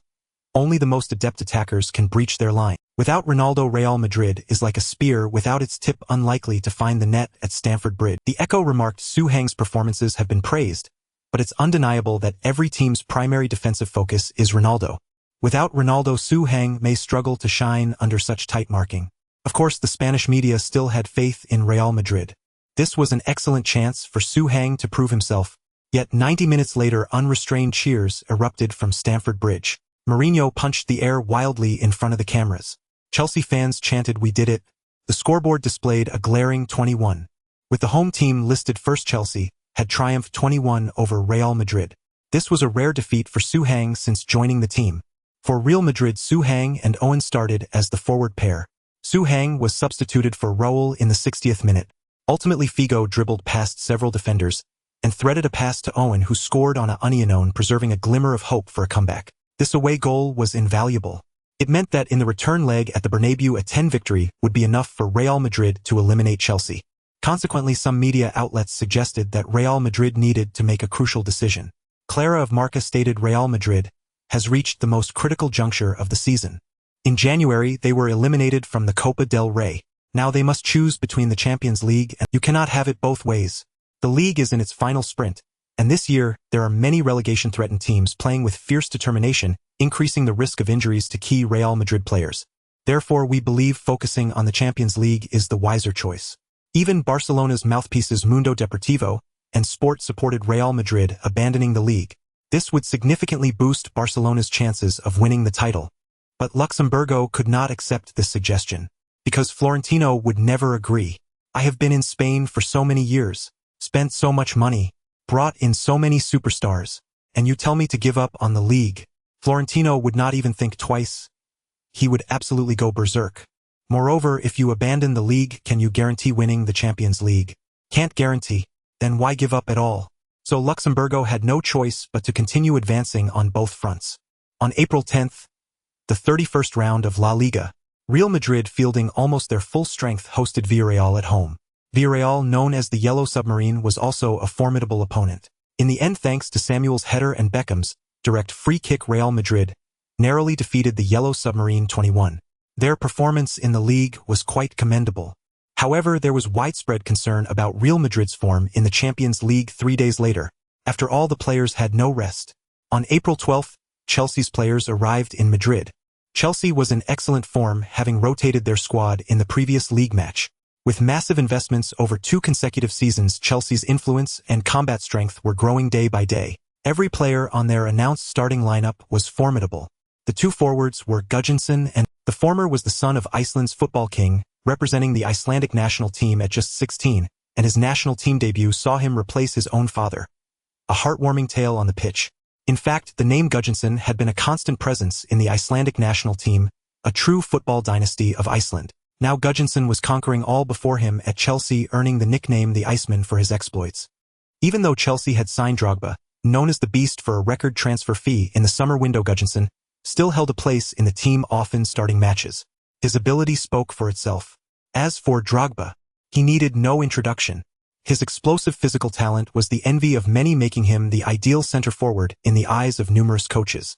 If Suarez had even half of Drogba's physical gifts, he wouldn't still be sentenced to a life term in his career by professional media despite his brilliant stats and performances. However, Drogba's current performances had not fully met expectations, as he was plagued by minor injuries. These were old injuries from his time in League One, requiring time to heal. Once he was fully repaired, he might become a true beast. Chelsea eagerly awaited that day. Chelsea's midfield was set up in a diamond formation. Lampard, the attacking midfielder, was a core player for the English national team and the best midfielder in the Premier League. His long-range shots shook the world. He excelled in both attack and defense. A true all-rounder. Liverpool's Gerrard and he were hailed as England's twin Gerrards. Once England found a way to make them click, they would be contenders for any major international tournament. Left winger Duff was lightning fast, one of the Premier League's top dribblers. Right winger Joe Cole, while not slow, possessed exceptional footwork. The devilish duo on the flanks had wreaked havoc this season. As for the defensive midfielder, Chelsea's Makelele was no stranger to Real Madrid fans. Last season, it was Makelele's departure from Real Madrid that led to the complete collapse of their defense. This made people deeply realize Makelele's importance. He was now among the world's best defensive midfielders with extraordinary defensive skills. He was also a crucial figure for the French national team. In defense, John Terry was also a pillar of the English national team. Though not exceptionally tall, he excelled in speed, physicality, defensive aggression, tackles, interceptions, and even attacking contributions. He was one of Chelsea's most reliable players, and their goalkeeper Cech was also performing exceptionally well at this stage. This talented Czech goalkeeper had not disappointed, realizing his potential by winning the European U21 Championship Best Player and the 2003-2004 League One Best Goalkeeper. It was widely believed that, barring any surprises, he would be the Czech Footballer of the Year for 2005. He had also virtually secured the Premier League's Best Goalkeeper award for the season.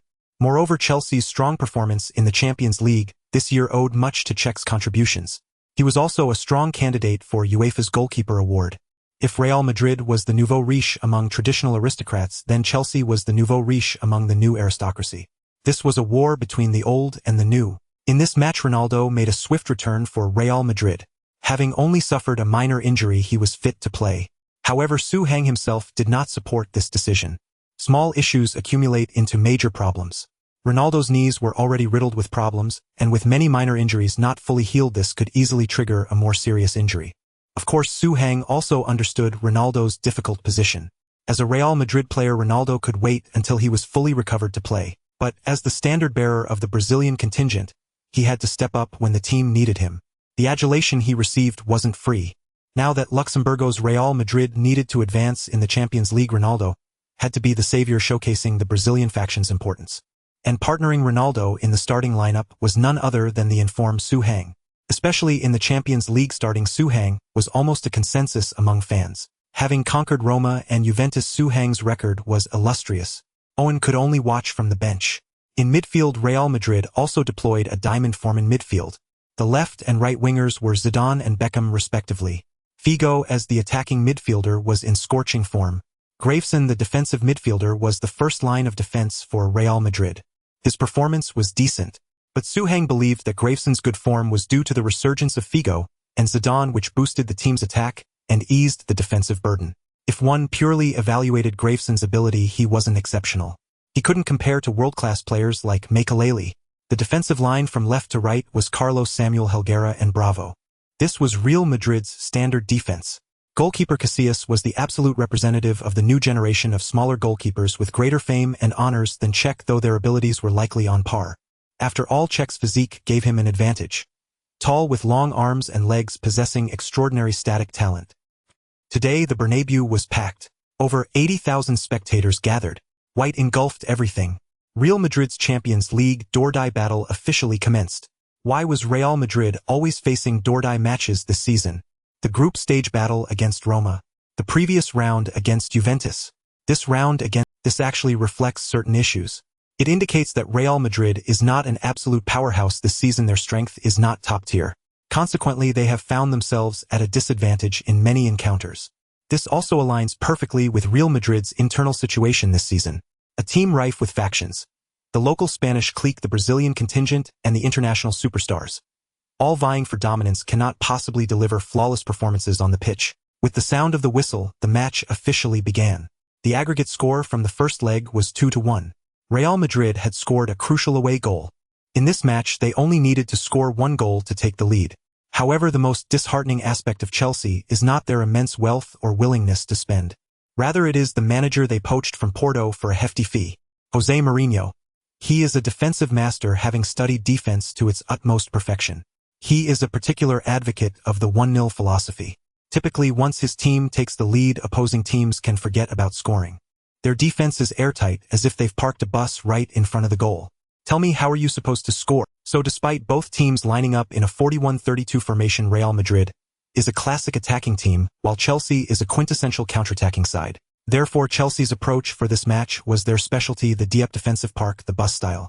For a full 30 minutes, Real Madrid enjoyed a staggering 77% possession.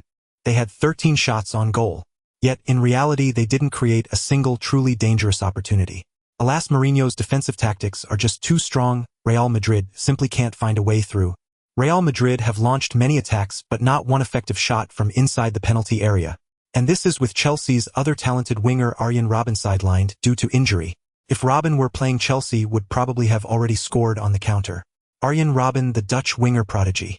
If Duff and Ashley Young were Chelsea's demonic wing duo, then Robben and Duff were the premium version of that demonic duo. Unfortunately, his injury record is far too extensive. A glass cannon through and through. This will severely impact the heights his career can reach. Real Madrid were once very interested in this player. If he can overcome his injuries in the future, there is a high probability Real Madrid will attempt to secure his signature. In the 37th minute, the tide turned abruptly. A Real Madrid pass was intercepted and Chelsea launched a counterattack. Duff sprinted down the wing with lightning speed, delivering a cross. Drogba leaped high unmarked, getting to the ball ahead of the charging Casillas and heading it into the net. The ball nestled into the goal. Casillas' disadvantage of being short and lacking reach was exposed mercilessly. Goal. The Beast Drogba. 1-0. The aggregate score is now 3-1. Chelsea have this in the bag. On the pitch, Drogba celebrated with an impassioned knee slide, leaving 3 marks on the turf. Don't ask how 2 knees can make 3 marks. If you have to ask, you're not a veteran fan.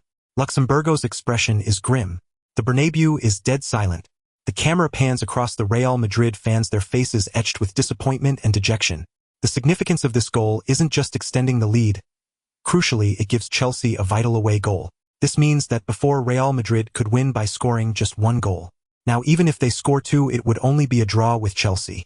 To advance now, Real Madrid must score 3 goals without conceding any more, and this is almost an impossible mission, because Mourinho's team might concede a goal, but they will absolutely never concede 3 in a single match. Drogba has done his job. His goal is worth its weight in gold. Many couldn't understand why the Real Madrid fans suddenly plunged into despair, but the commentator's explanation was concise and to the point.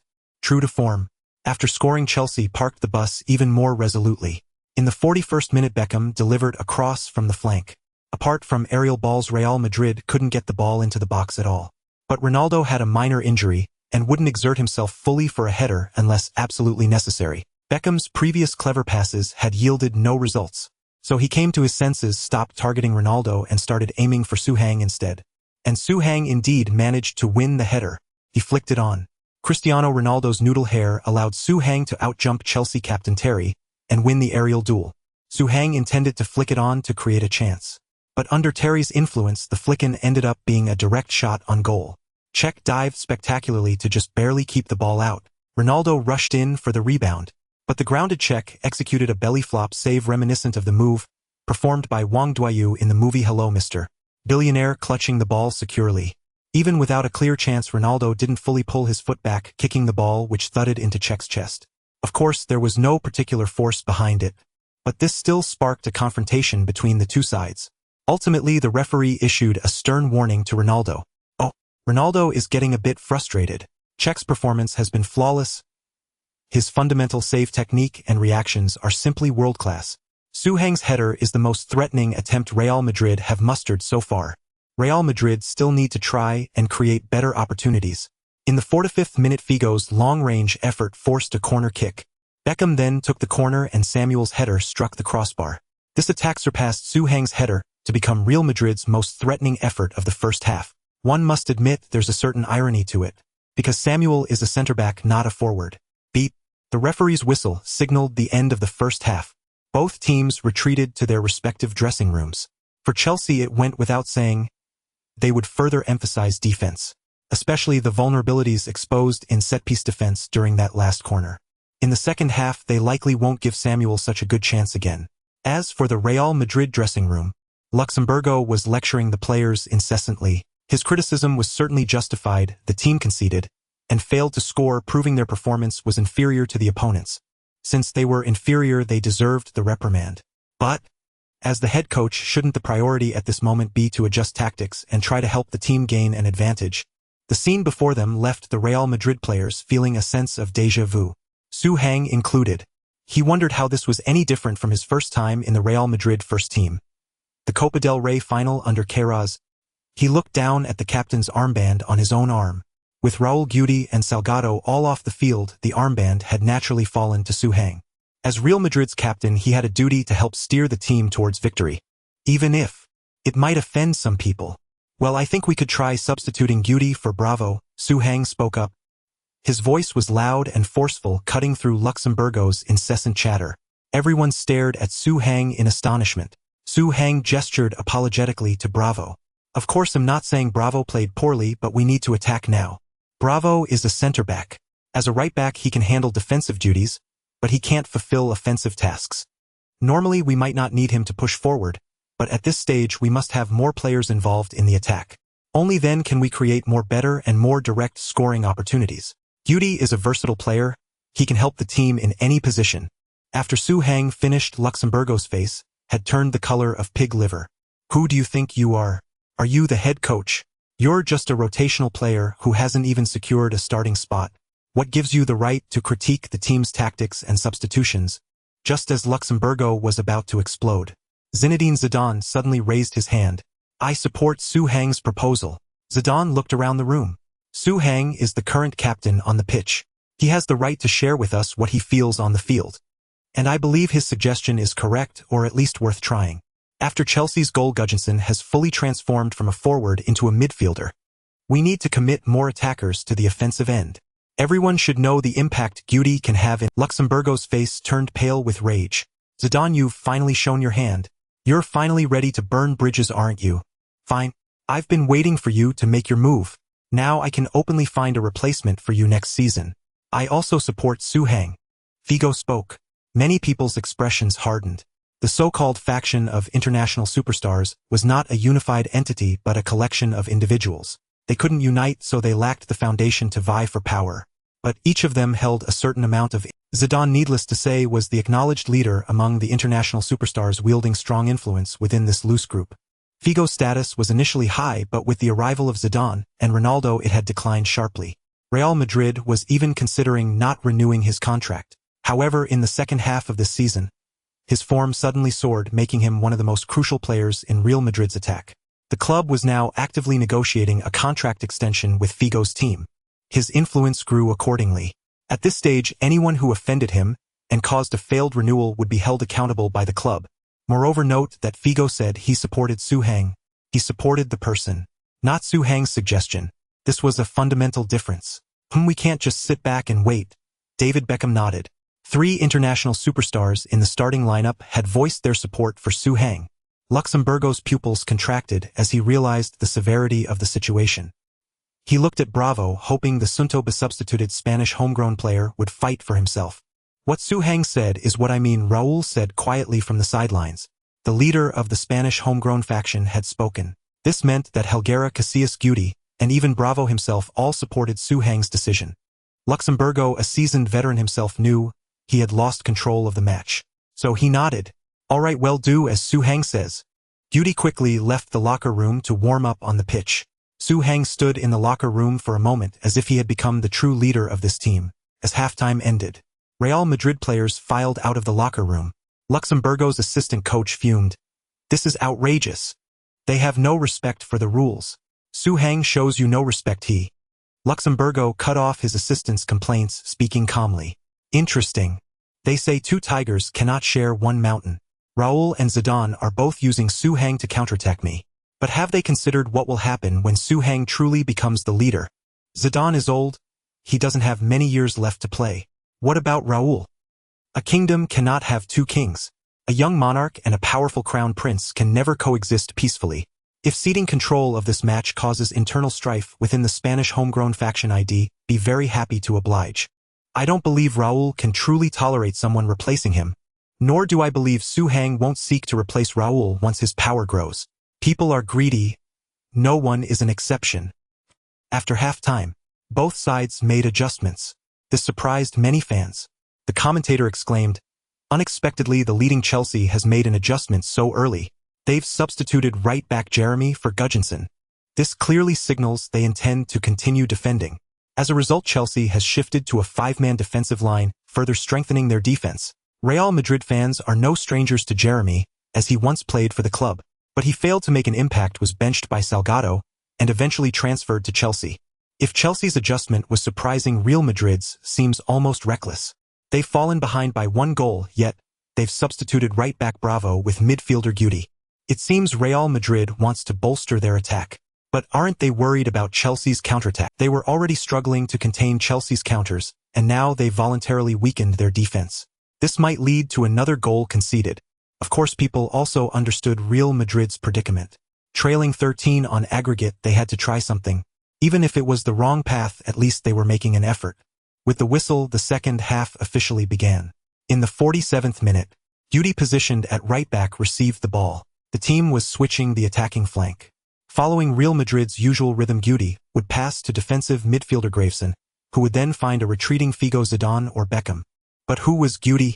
The Golden Wolf, a lethal blade. Bang! Guti unsheathed his sword, sending a lofted through ball straight to the far right flank. Ronaldo sprinted to the right, accelerating at full speed. He managed to cross just before the ball went out of play, then rolled off the pitch. The football drew a sharp arc with great speed. Ronaldo had no time to deliver a pass suitable for his teammate. Just saving the ball would be a success. Only Gudas through ball was something Ronaldo could receive. If it had been Suhang chasing it, the football would have long since crossed the baseline. But it was precisely because Ronaldo's kick was a casual attempt filled with uncertainty. Thus Terry failed to anticipate the ball's trajectory and missed an opportunity to clear it. In the center, after colliding with the Portuguese international Ricardo Carvalho, Suhang leaped into the air. High-altitude pressure. Carvalho had just won the Champions League with Mourinho at Porto, then followed in Mourinho's footsteps to join Chelsea, forming a defensive partnership with Terry. He was in the prime of his career, having been selected for the Euro Best 11 and UEFA Team of the Year last year, winning the UEFA Club Defender of the Year award for the 2003-2004 season. But he had a fatal flaw. He stood only 1.82 meters tall. Aerial defense was his weak point. Although Suhang was also only 1.80 meters tall, his jumping and heading ability, enhanced by Ronaldo's instant noodle hairstyle, meant that once he applied high-altitude pressure, it was a deadly strike. Bang! Suhang perfectly connected with the football. With immense force, he smashed it into Chelsea's goal. Goal! The Bernabeu Stadium erupted in joy. Waves of white surged like a tide. Suhang has stepped up. His headed goal has arrived. Carvalho was completely overpowered by Suhang. He couldn't stop the rise of the Prince of Real Madrid. What a spectacular goal. It has been proven that Real Madrid's decision to substitute Nguudi was correct. It gave them the ability to launch direct attacks from the backline, catching Chelsea off guard. Ronaldo's speed remains unmatched. When he sprints, no one can stop him. Ronaldo saved the ball and crossed it, connecting with Suhang for the goal. This is a significant goal. The total score is now 3-2. Real Madrid only needs one more goal to level the score. Oh, Suhang did not celebrate the goal. He rushed to the goal to retrieve the ball, hoping the game could restart quickly. Cech tried to stop Suhang but was evaded by him. Terry grabbed Suhang and a conflict ensued. Suhang's attitude infuriated Terry, who must have thought, "Do you really think Real Madrid can score easily again with you rushing to take the ball?" Of course, Suhang's eagerness to resume play was quite normal.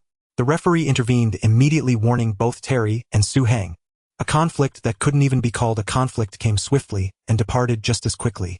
Both sides were striving for their own interests. There was nothing wrong with that. This goal greatly improved the morale of the Real Madrid players. Anyone watching the game would understand this feeling. When you lead by 2 goals, you feel extremely relaxed. But after the opponent pulls one back, you feel as though the second one is imminent, leading to panic, making it feel as if you are actually trailing. Chelsea was now caught in this state. They were starting to feel a bit tense. In the 56th minute, Figo made a style dribble to bypass Makelele and delivered a through ball.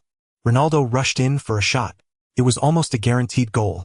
However, Cech, that terrifying spider-like figure, managed to deflect the ball out of the goal area with his fingers. In the 64th minute, after a coordinated swap between Figo and Zidane, Figo passed to Zidane. Zidane received the ball with his back to the goal, flicked it over Carvalho, and sent a cross into the penalty area. Suhang and Terry fiercely contested for the ball. As Suhang tried to jump, Terry pressed him down at the hips, preventing him from jumping fully. In the end, he did manage to touch the ball, but it weakly flew towards Cech, who collected it. Suhang looked at Terry with a speechless expression, implying that his defensive tricks were excessive. Terry raised an eyebrow, suggesting that having more skills doesn't hurt. In the 69th minute, Roberto Carlos advanced down the wing looking for a position to cross.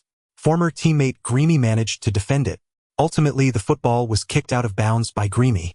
Real Madrid was awarded a throw-in in the attacking half. All Chelsea players returned, putting great pressure on the player receiving the ball. Carlos was momentarily unsure whom to throw it to. In the end, Suhang ran over, indicating he would take the throw. Carlos left the ball in place and ran into position himself. This was actually not very reasonable. Since Suhang was taller and a forward, he shouldn't be taking the throw-in, otherwise it would waste an attacking player. A well-executed throw-in can create scoring opportunities. Many people did not understand Suhang's decision. Luxembourg was nearby, fuming with frustration. His tactical arrangement did not include letting Suhang take throw-ins. No coach likes players arbitrarily changing their plans. However, Zidane, who had gradually developed a rapport with Suhang, looked towards him. Suhang's eyes moved towards the penalty area. Zidane understood, slowly approaching the penalty area, searching for gaps between defenders. Chelsea's defenders did not pay too much attention to Zidane, as his position was far from the sideline, already on the right side of the penalty area. Meanwhile, Suhang's throw-in position was on the left flank. Unless he had extraordinary strength, it was impossible for him to throw the ball over to Zidane. Thus, they could disregard Zidane. On the contrary, Ronaldo, who was approaching Su Hang, posed a great threat. Once Su Hang, after attempting to throw to Ronaldo, Carlos and Figo suddenly stepped back 2 paces and then exerted great force. He threw the ball towards the penalty area. A powerful throw from Cannavaro. Ronaldo and the others were stunned. Where the hell are you throwing it? Are you planning to throw it directly into the opponent's goal? Do you have such strength? Everyone turned to look at the football. Oh my, he actually did. The football flew directly to the far post of the penalty area. Zidane, unmarked, jumped up and flicked his bald head. With a powerful header, he directed the ball towards the far corner of the goal. Check Dove to save, but it was out of reach. The football found its way into the net. Zidane extended his arms and rushed towards Su Hang. Goal. The ball is in. Zidane scores with a header. Su Hang threw a hand grenade-like throw-in. This is so unexpected. Chelsea absolutely did not foresee that Su Hang would handle it this way. They completely overlooked Zidane. This is simply the flash of a genius. Su Hang and Zidane, 2 generations of talent, are on the same wavelength. Their synergy is incredible. The score in this match is 2-1. The total score is 3-3. Chelsea and Real Madrid each have 1 away goal. Thus they completely leveled the playing field. If no goal is scored from now on, the match will go into extra time. If extra time remains goalless, they will have to settle the outcome through a penalty shootout. Of course, there is still plenty of time left and both sides have the possibility of scoring. Although Real Madrid has equalized, this is their home ground. Chelsea's goals are more valuable than Real Madrid's. To put it in a mathematical formula, if Chelsea's next goal count is X, then Real Madrid must score X plus 1 goal to win. Otherwise, with the same X goals, Chelsea would win due to more away goals. The scales of victory had returned to equilibrium. But the situation still favored Chelsea. They could defend deep without any psychological burden. Real Madrid, however, had to take the initiative in attack, thereby leaving opportunities for Chelsea's counterattacks. Because this was Real Madrid's home turf, they could not turn into a turtle retreating into its shell in front of their own fans. Moreover, Real Madrid's traditions, their character, and their pride would never allow them to adopt a desperate defensive posture when facing an evenly matched opponent.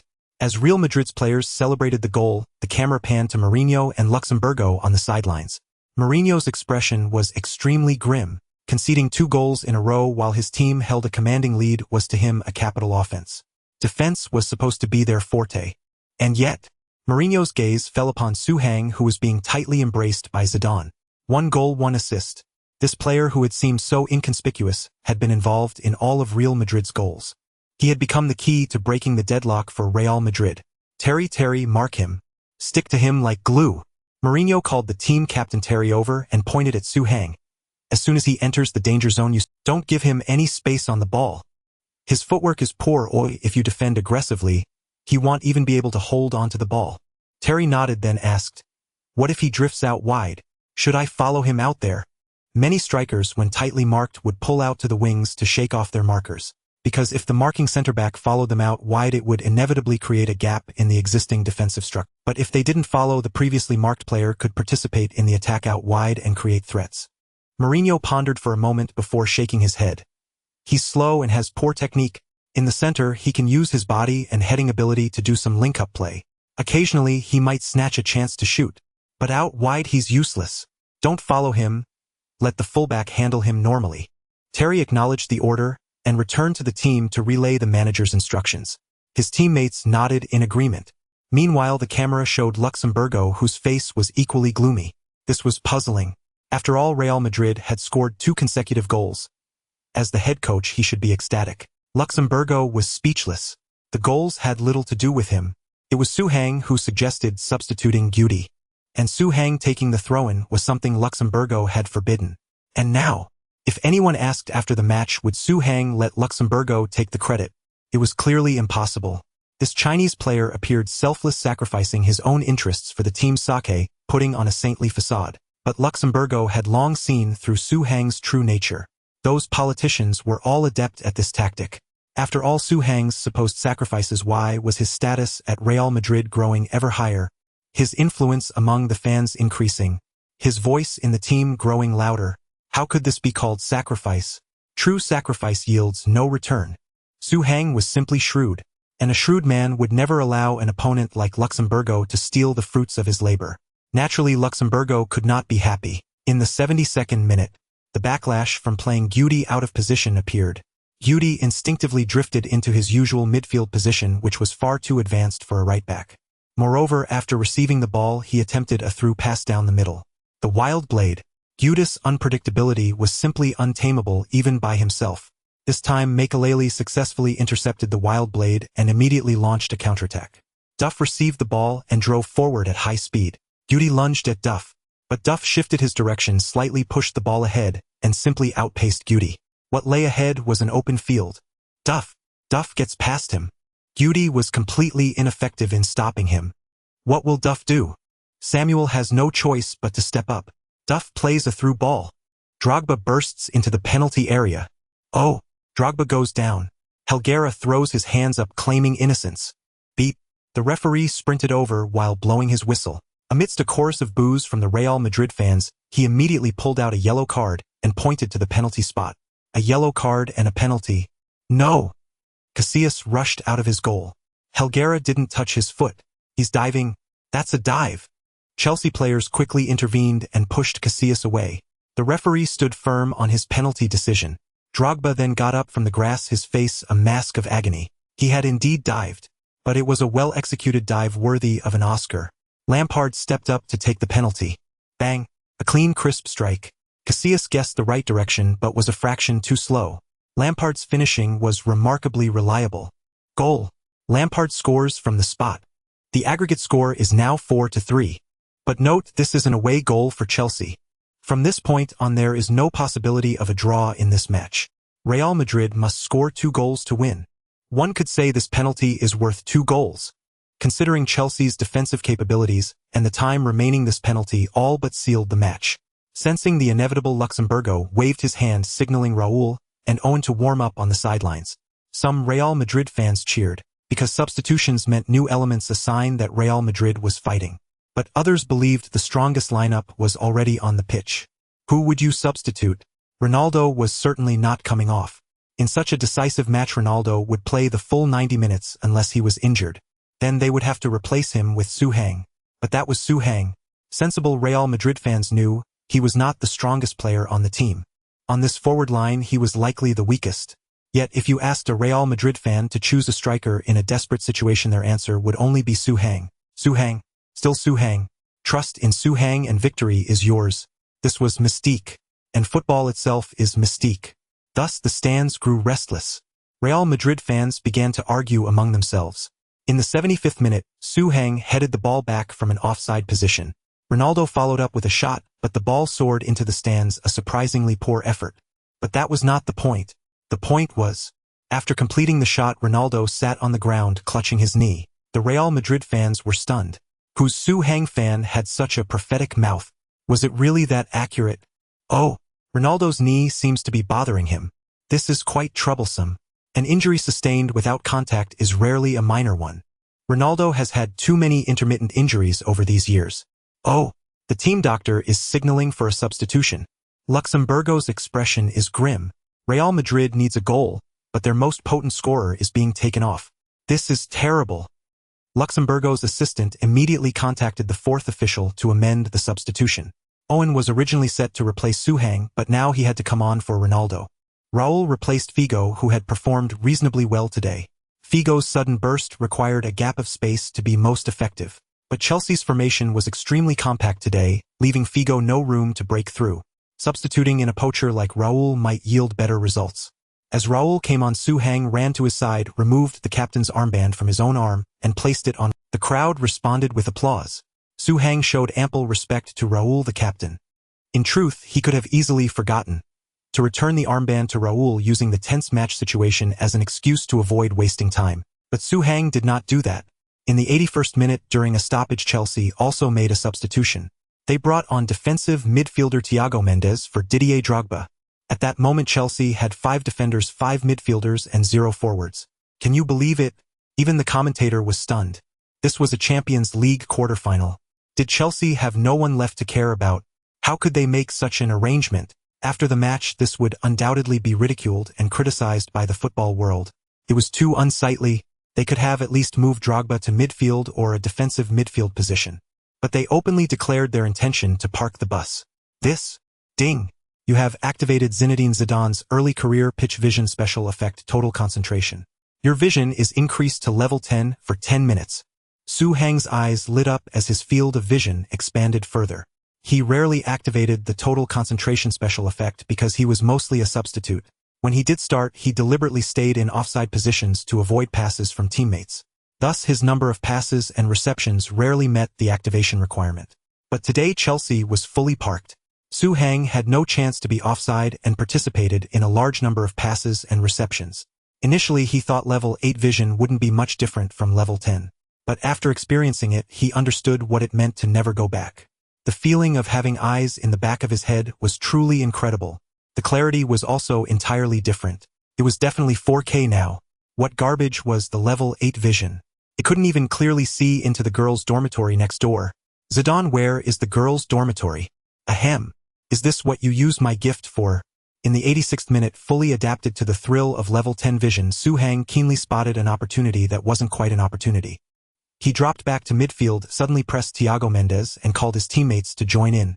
Zidane, Raul, Guti, and others immediately converged. Mendes' passing options were instantly compressed. He could only pass sideways to the retreating Lampard.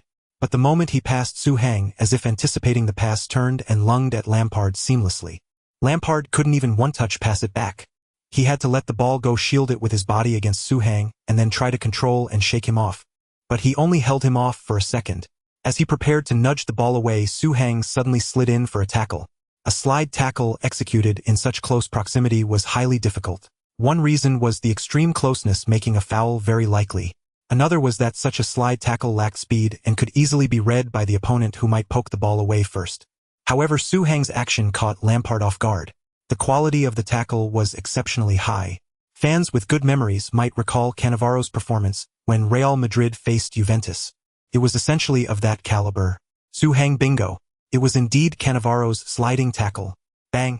Su Heng not only tackled, but also executed a tackling hold, firmly trapping the ball under his control. Lampard tumbled and rolled on the ground. The surrounding Chelsea players immediately raised their hands, protesting that Su Heng had committed a foul. But the referee remained unmoved. He was close and saw it clearly. Su Heng's tackle was clean and decisive, terrifyingly high in quality. Had he been a centre-back in his previous life? Bang! Su Heng passed the ball to Guti nearby, and then sprinted forward. Guti then passed to Beckham. Beckham dribbled a few steps, and Su Heng overlapped past him. Beckham immediately released the ball to Su Heng. Su Heng found himself in a golden opportunity on the flank unmarked. Gallas chose to mark the ballless Beckham over the ball-carrying Su Heng, because Su Heng was not a threat on the flank. But Beckham, if Su Heng passed back to him, Beckham's curling crosses could be deadly. Bang! Su Heng delivered a cross. It was actually decent. Terry stared at the trajectory of the ball, dumbfounded. Wasn't Su Heng supposed to be unable to cross? Mourinho, watching from the sidelines, looked as if he had seen a ghost. The technique. It wasn't excellent, but at least it was a standard cross. Why would a target man striker practice crossing in his free time? Cross it himself and head it himself. Oh! Su Heng's cross. Alas! Overhit. Su Heng is not a winger after all. His crossing lacks accuracy. This pass makes it hard to tell who he was aiming for. Owen is at the near post and clearly can't reach it. Raul is at the penalty spot, far from the ball's path. Wait! Carlos. The camera panned. At the far post of the penalty area, Real Madrid's left-back Roberto Carlos surged in. He charged towards the ball's landing spot from behind the unsuspecting Jeremy. Bang! The ball arrived. The man arrived. Carlos, with his thigh as thick as a man's waist, swung his leg and unleashed a thunderous strike. The shooting angle was narrow, yet its strength lay in the fact that no one had anticipated it. It was like a shooting drill. Would the world's premier attacking left-back falter at such a crucial moment? Whoosh! The ball flew into the Chelsea net from the near post. When the Chelsea players turned to look, all they could see was the white ripple of the net. Goal! For 4. Real Madrid has done it. Just one goal away. Su Heng's cross was incredibly inspired.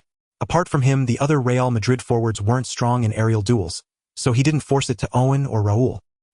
He actually spotted Carlos on the other side of the pitch. His vision is phenomenal. Our wide-angle camera didn't even catch that opportunity for Carlos. Carlos' shot was equally brilliant, truly worthy of the world's best left-back. Chelsea is in a very passive position now. If they concede another goal, they'll be eliminated by Real Madrid. But to score, they have no strikers on the pitch. They have no other choice.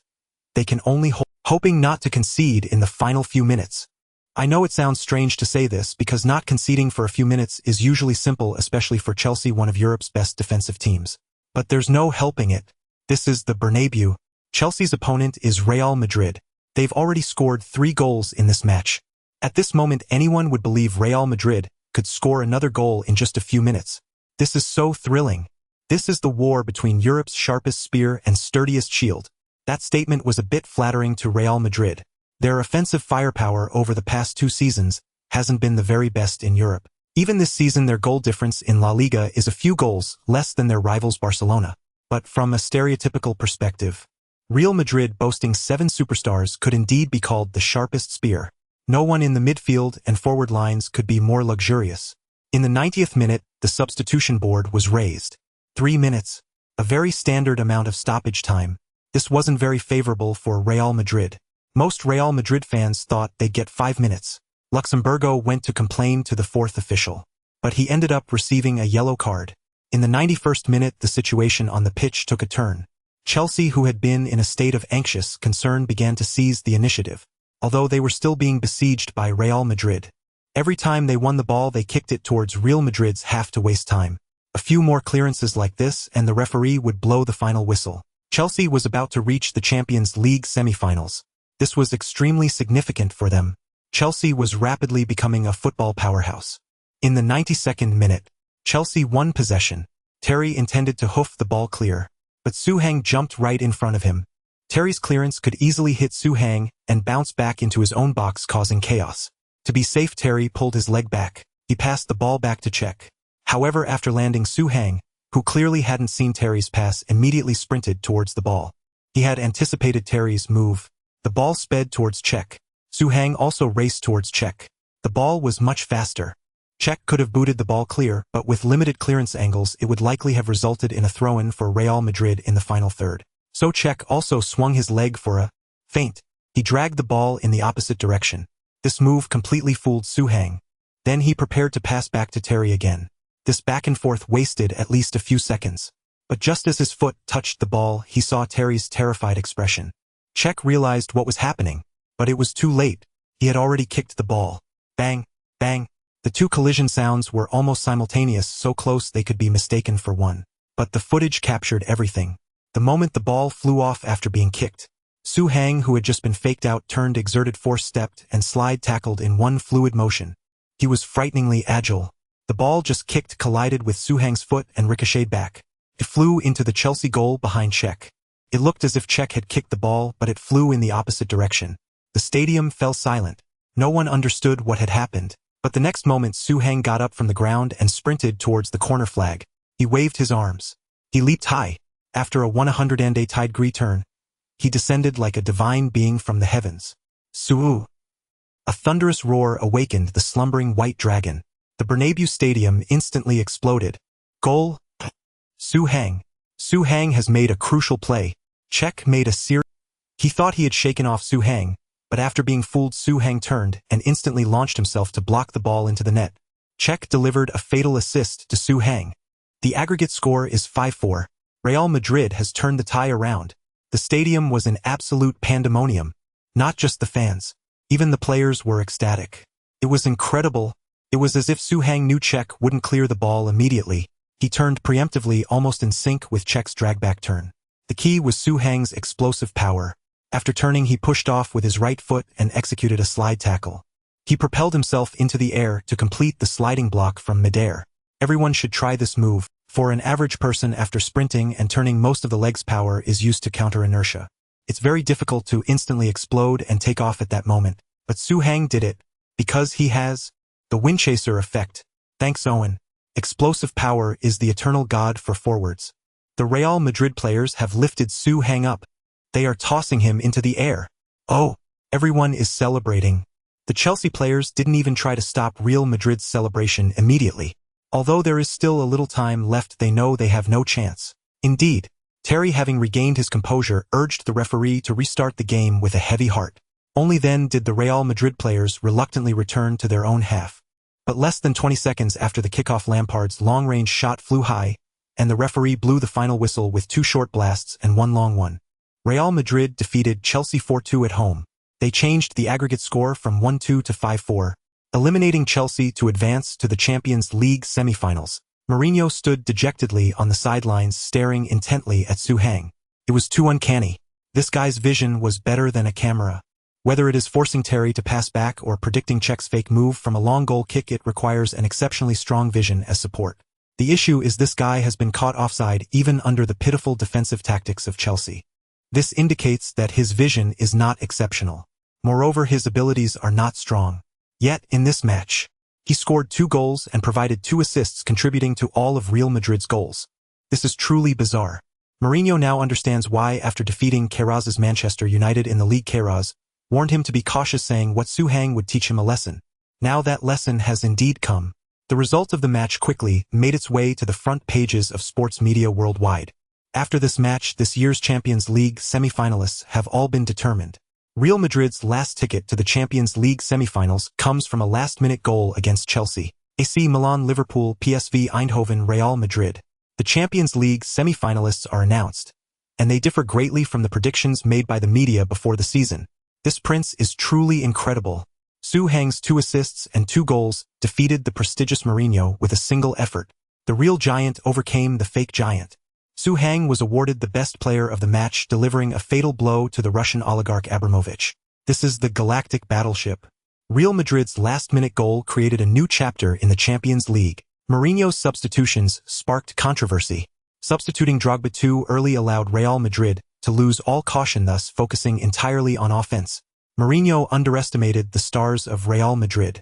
As long as these star players concentrate on doing one thing, they will surely succeed.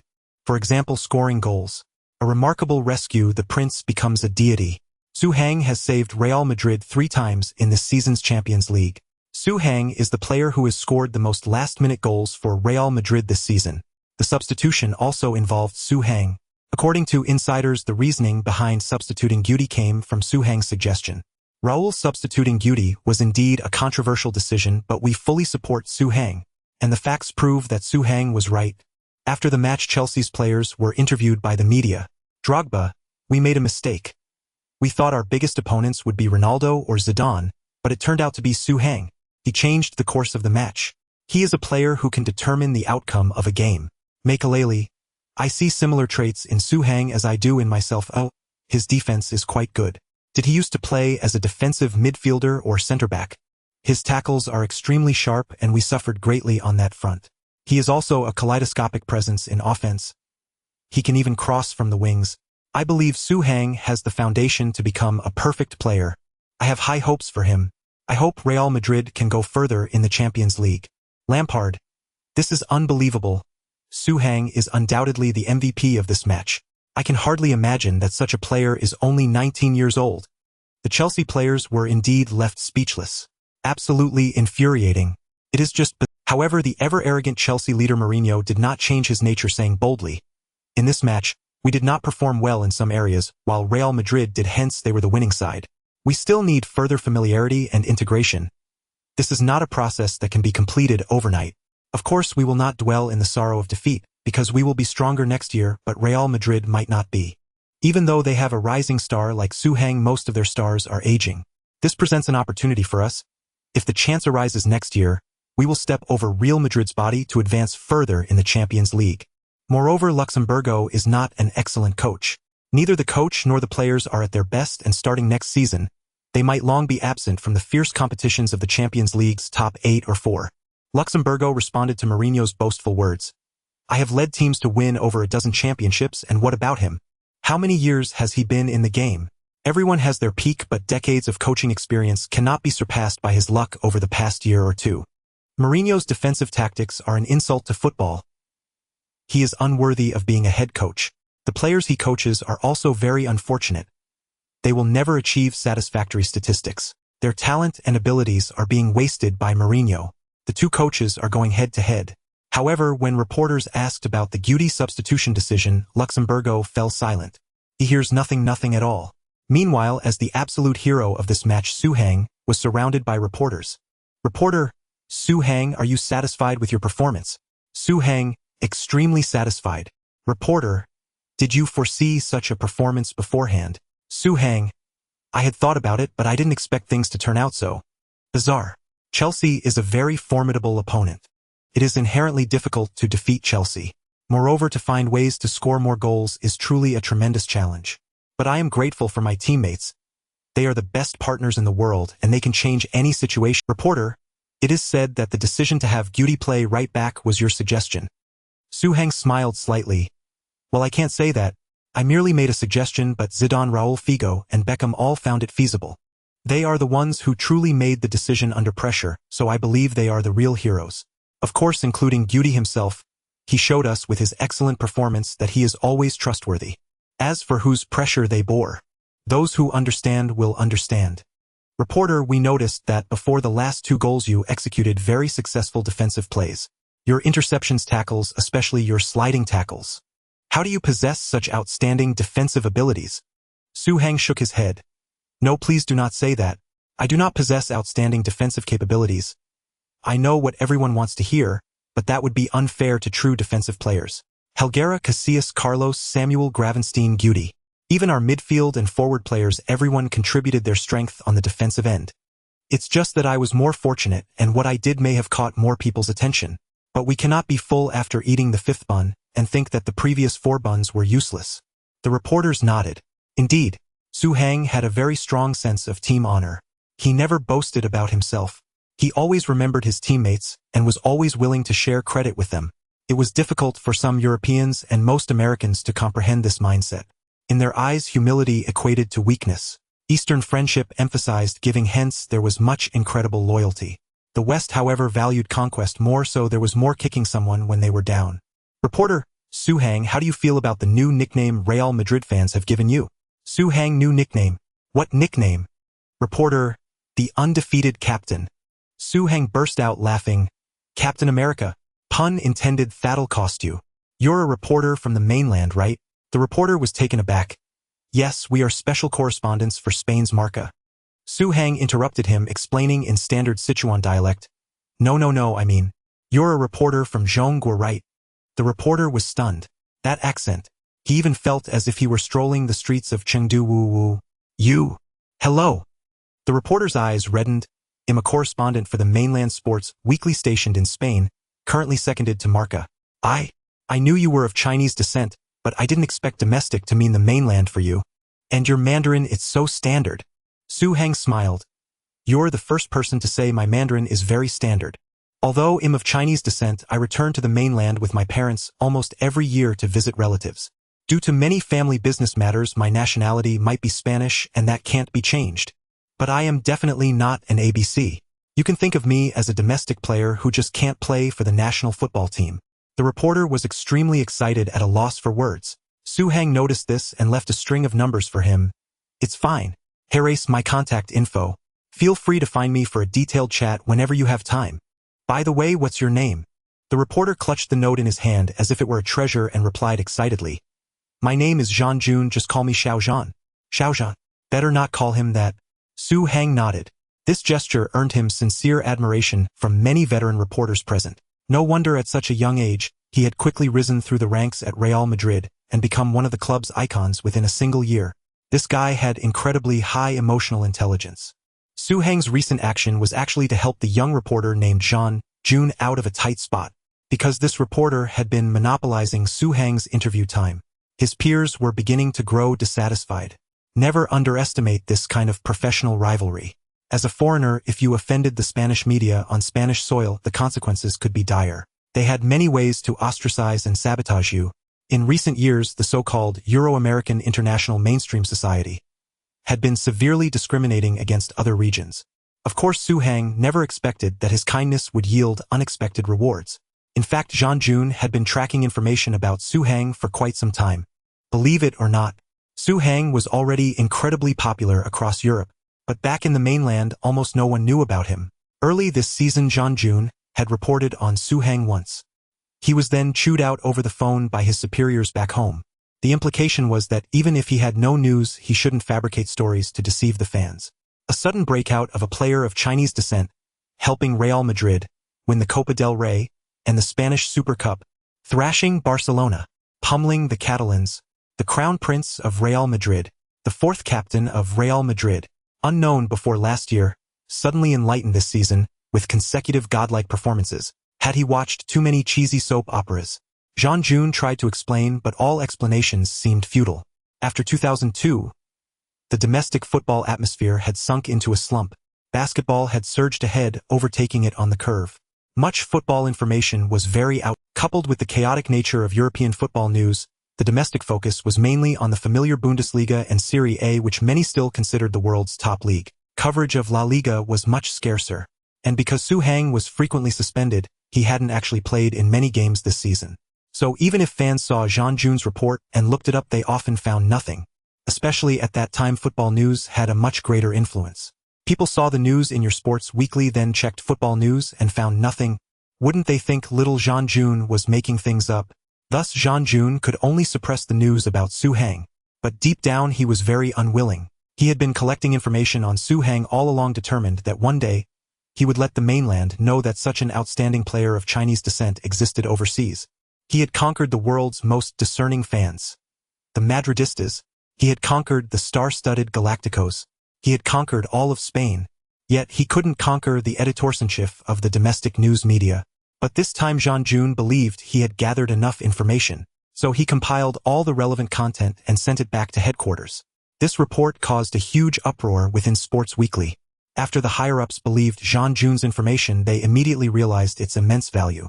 They classified the content as top secret. Discussions were held within a small circle. Only after learning that Jean already had Su Hang's contact information did they decide to release some of the content. They also urged Jean to secure an exclusive interview with Su Hang as soon as possible. If they were going to do it, they would make it top-notch. They also set up a news column team for Su Hang. Their main job was to counter any attempts by competitors to smear Su Hang. This was a common tactic used by domestic media to attack each other. Think of any outstanding player you remember and summarize the media's reporting journey on him. It usually starts with a certain media outlet exposing a very promising or talented player, sparking attention. But soon another outlet would come out saying it was fake news. If that didn't work, they would smear the player, claiming the person existed but wasn't that great locally, and so on. The purpose wasn't to discredit the player, but to undermine the media outlet that had discovered him. Once other outlets also got hold of the player's news resources, they would start praising him too. But the media outlet that discovered the player first would have already lost the biggest traffic. News pursues truth, but how to use it involves many nuances. It is more like a weapon. 19-year-old star of Chinese descent conquers Spain. 2 assists and 2 goals in the second leg of the Champions League quarterfinals to clinch victory over Chelsea. Real Madrid captain Su Hang is actually of Chinese descent. Returns to the mainland every year to visit relatives. Speaks Mandarin better than a Sichuan native. Real Madrid's hottest superstar this season, Crown Prince Su Hang. Real Madrid's youngest 4th captain. Real Madrid's youngest on-field captain. The youngster Zidane values most. The locals in Spain call him the white-clad god of slaughter. This youth is called Xiao Su, and he is Real Madrid's player with the highest win rate bar none. Sports Weekly went all out. The entire newspaper was dedicated solely to Real Madrid news, and among it 80% was related to Su Hang. Domestic fans were dumbfounded when they saw this newspaper. My God, has Sports Weekly lost its mind? Are we even on the same planet? Did Sports Weekly hire Jin Yong and Gu Long as editors? This reads like a novel. This is too absurd. 19 years old, of Chinese descent. Can these labels really be associated with a football star? Sports Weekly has gone mad. No, it's this Jean who's gone mad. Every single one of these articles is signed by him. Jean. He used to work at Guangdong TV's sports channel, offended someone, got sent overseas, then jumped ship to Sports Weekly. His news isn't credible. Su Hang. Up above there is paradise, down below there are Suzhou and Hangzhou. Isn't this name a bit too casually fabricated? I think Lu Yong would be better. Or Deng Kai. Anything's better than Su Hang. But some professional fans still managed to find related content from Western media reports. I checked, and Real Madrid seems to have a player named Shu, which could very well be translated as Su. What kind of player is that? Is there any brother who's traveled to Spain and can vouch for this firsthand? I've been to Madrid. Went on a business trip this year. This Shu seems to be very popular in Madrid. We saw his giant poster outside a big shopping mall back then. They'll upload it to the forum later and you can all take a look. We were all quite intrigued. After all, it was the capital of Spain, and there was a poster of an Asian. My travel companion guessed he might be Korean or Japanese. Since the itinerary was tight, we didn't look into it further. But he's definitely a footballer, and the Real Madrid crest was on it. Soon that netizen uploaded the image to the Sports Weekly online forum. It was a freeze-frame screenshot of Su Hang celebrating descending from above, looking incredibly stylish. There was no information on the poster, only the artistic word, Shu, and at the very bottom a line of small text read Real Madrid Club de Football. This should be an official promotional poster from Real Madrid. It's a kind of image promotion, quite high-end, without any commercial intent. Purely to expand influence, not a regular advertisement. Domestic ads are all about product placement, but abroad many ads now are just this kind of image promotion. I see no wonder I couldn't understand it. Such a huge poster, yet it didn't promote any product at all. My travel companions even said it was a waste. It's a different stage. We'll have plenty of this kind of image promotion in the future, but for now our focus is still on product sales. Judging from this poster, this person must hold a significant position at Real Madrid. Apart from superstar signings, the club has very high standards for players featured in such promotional materials. Either they are a huge star, have exceptionally outstanding overall performance and statistics, or are a genius player with immense local influence. For example, Zinedine Zidane, Ronaldinho, Andres Iniesta. As the discussion matured, finally a brother who was both a hardcore fan and had been to Madrid stepped forward on the forum. Holy crap! Su is of Chinese descent. This is the first time I'm hearing about this. Brother upstairs, what's the situation? Does Real Madrid really have a Su Hang? At that age, he's probably a youth academy player, right? Very talented. Is he as famous as that Messi from Barcelona? Messi from Barcelona was quite renowned in their youth system. Some said he was the next Iniesta, and Iniesta was seen as an attacking upgrade of Xavi. Yes, it was a matryoshka. Xavi was already a starting midfielder for Barcelona. Iniesta also began to appear frequently this season, often starting with commendable performances. Messi had also played a few matches for the first team, performed quite well, and had a promising future. So some fans knew about them. But Su, due to injuries and internal competition, he had few appearances, often remained quiet, and there was less news about him. Moreover, because of translation name, nickname, and various other issues, Su Hang was virtually unknown in China. Crown Prince Su. He's an absolute hero in Madrid. A prodigious genius. One of the strongest football supernovas this year. You know Cristiano Ronaldo, right? If Su played more, his momentum wouldn't be any less than Ronaldo's. Everyone knew about Cristiano Ronaldo. Handsome. Loves to show off. Stylish play. Sir Alex Ferguson's only designated successor to Manchester United's number 7. Of course, there were also many controversies surrounding him, but in any case he was incredibly famous. White-clad god of slaughter, Crown Prince Su. This season Raul and Owen competed for positions, and both had quite a few games on the bench. When Raul wasn't on the pitch, Su wore the captain's armband. Guti was the second captain, Salgado the third, but Su as the fourth captain had higher priority for the armband than either of them. A hat-trick of goals. A hat-trick of assists. Consecutive match winners. Su has been ridiculously strong this season. Really? Then why can't I find any related content? Oh, that might be because of Su's family background. They seem quite wealthy. His father is a big businessman. For safety reasons, families like that spend money every year to remove personal information from the internet. So it's not easy to find related content. But the football side is fine, it's just because of translation, nationality, and so on. Foreign media don't specifically report that Su is of Chinese descent. Our domestic media haven't paid special attention to Su, and even if they did, they wouldn't dare to believe he's of Chinese descent. After all, haven't they always said that yellow people can't play football? Gradually Su Hang began to become a legend in China, but truly convincing content remained scarce. Moreover, everyone had their own version and there was never a unified standard. One fake news story among 9 real ones could drastically reduce the credibility of all 10. During this time, at least 5 or 6 Su Hangs appeared online. Different looks, different ages, different experiences. One was even a celebrity manufactured by an entertainment company, claiming he had been a football trainee for 2.5 years. When people checked his name, it turned out he had hastily changed it to Su Hang overnight. He didn't even have the surname Su before. Ding! Your performance on the pitch reminded Claude Makelele of his Real Madrid days. You have obtained the moment card Makelele 2002. Ding! Your fighting spirit and sliding tackles on the field made Didier Drogba wary. He believed that even with his brute force charges, he might not be able to bypass your defense. You have obtained Drogba's brute force charge. Drogba's brute force charge superstar level skill. The physical prowess of the beast Drogba has always been the ceiling among forwards. He is also exceptionally adept at leveraging his physical advantages, having developed unique techniques like the brute force charge. Your strength-kicking power ball control and attacking awareness have been enhanced. During collisions, there is a chance to activate long shot boost, improving your shooting ability outside the penalty area. There is a small chance to activate collision immunity, rendering you completely unaffected by opponent collisions. Su Hang received a blessing from Chelsea. Makelele and Drogba were both honest men. Lampard, however, was less so. He merely uttered a perfunctory "Su Hang is not bad" without granting any skill. Makelele's moment card was somewhat underwhelming. After all, Su Hang was a forward. He would never ever play as a defensive midfielder. Drogba's savage charge was incredibly powerful. This skill directly activated Su Hang's kicking power, which started at a respectable 70 points. This attribute was one Su Hang would need to focus on training. Skills like violent aesthetic free kicks and shooting were all closely tied to kicking power. If his kicking power was insufficient, not only would his shooting prowess suffer, but it could also lead to frequent injuries to his ankles, knees, and thighs. Additionally, his strength attribute increased by 2, reaching an impressive 85. His most dominant personal ability, ball control, increased by 2, reaching 75. Attacking awareness increased by 1, now at 78.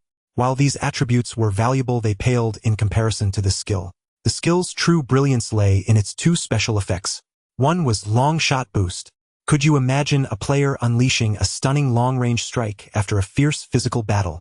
Most long shots are taken from open spaces, unguarded positions without any defensive pressure.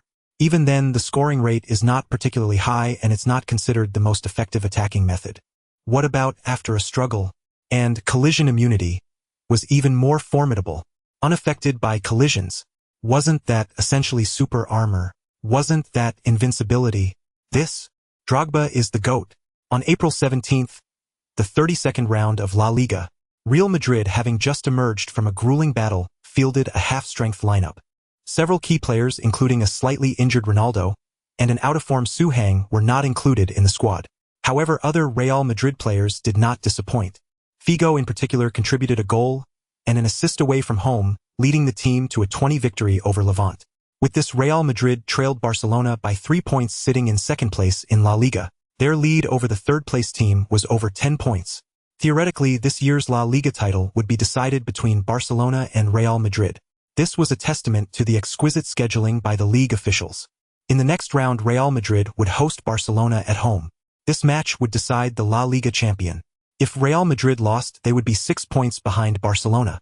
With 6 games remaining and a 6-point gap, Barcelona's victory would be all but assured. This season, both Barcelona and Real Madrid were clearly a cut above the rest, making consecutive upset losses unlikely. If Real Madrid won, the points would be level. From then on, it would truly be anyone's game until the very end. If the clash were scheduled earlier, it would lack this significance, greatly diminishing the match's impact and reach. If the clash were scheduled later, one team might have already secured the title prematurely. The original El Clasico would be rendered meaningless, causing immense losses for both the clubs and the league. Thus, scheduling the second leg between giants was the league's biggest headache. It involved a wealth of knowledge and extensive calculations. Regarding this match, many believed it would be more challenging for Real Madrid. Marca, Real Madrid has reached the moment of truth. Champions League or League? Real Madrid will face the Champions League semi-final first leg just 3 days after El Clasico. 2 tough battles. How will Real Madrid choose? The Times, given the player's injury history and age, Real Madrid is not in a position to fight too hard. Mundo Deportivo, if they try to win both, Real Madrid risks ending up with nothing in either the league or the Champions League. Daily Sport, Barcelona's dominance in the league is clearly stronger. Real Madrid was crushed by Barcelona before, and their chances of winning this round are slim. They might be better off focusing on a breakthrough in the Champions League. Barcelona-affiliated media were subtly hinting, urging Real Madrid to give up the upcoming El Clasico. This would seal Barcelona's league title this season. However, the English media were eager to see Real Madrid and Barcelona fight tooth and nail. This was because Real Madrid's Champions League semi-final opponent was Liverpool from the Premier League.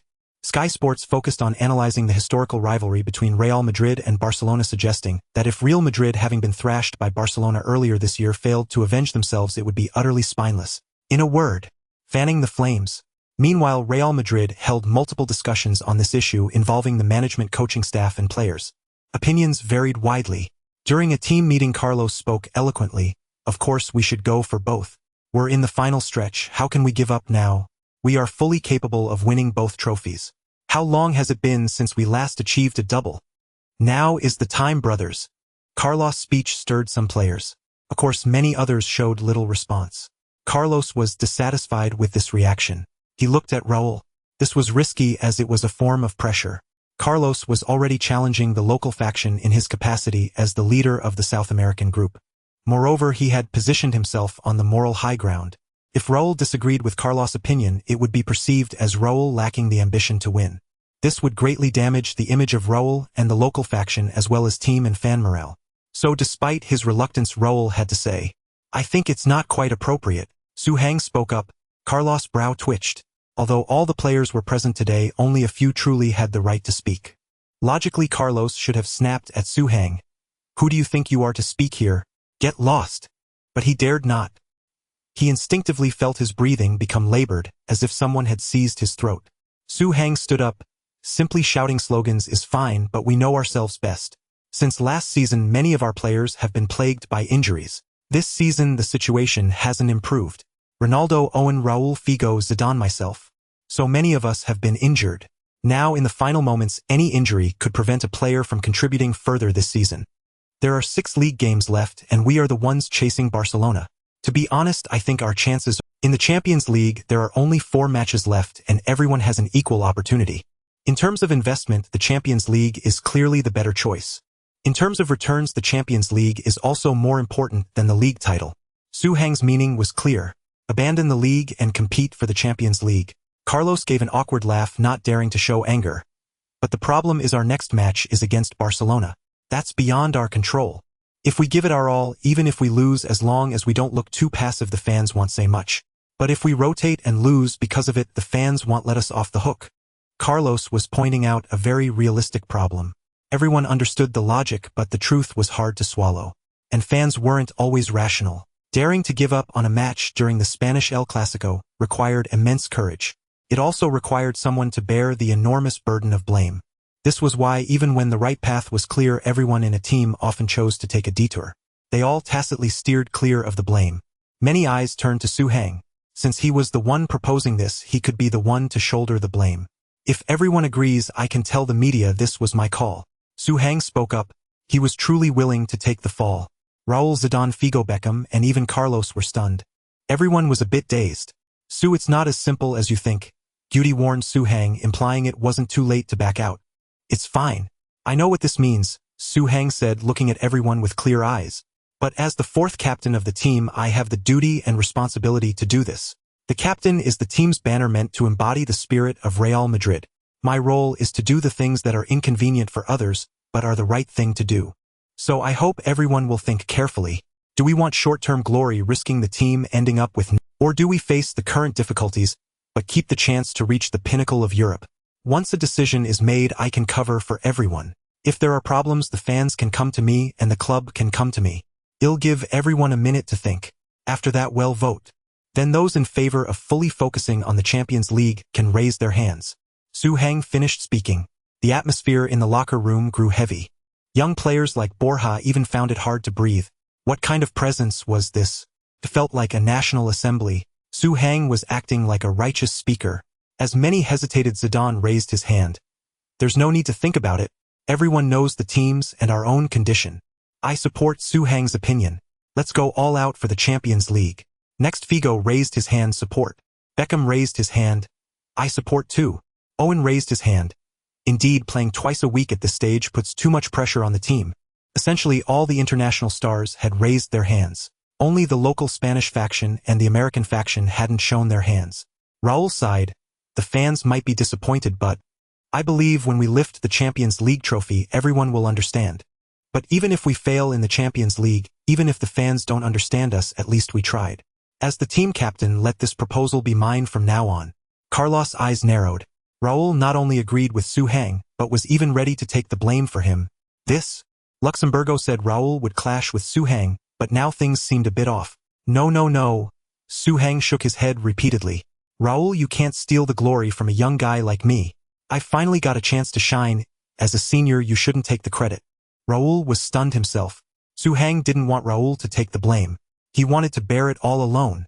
This guy. Raul nodded, his eyes reddening. Su truly had no selfish motives. He was even protecting Raul's authority.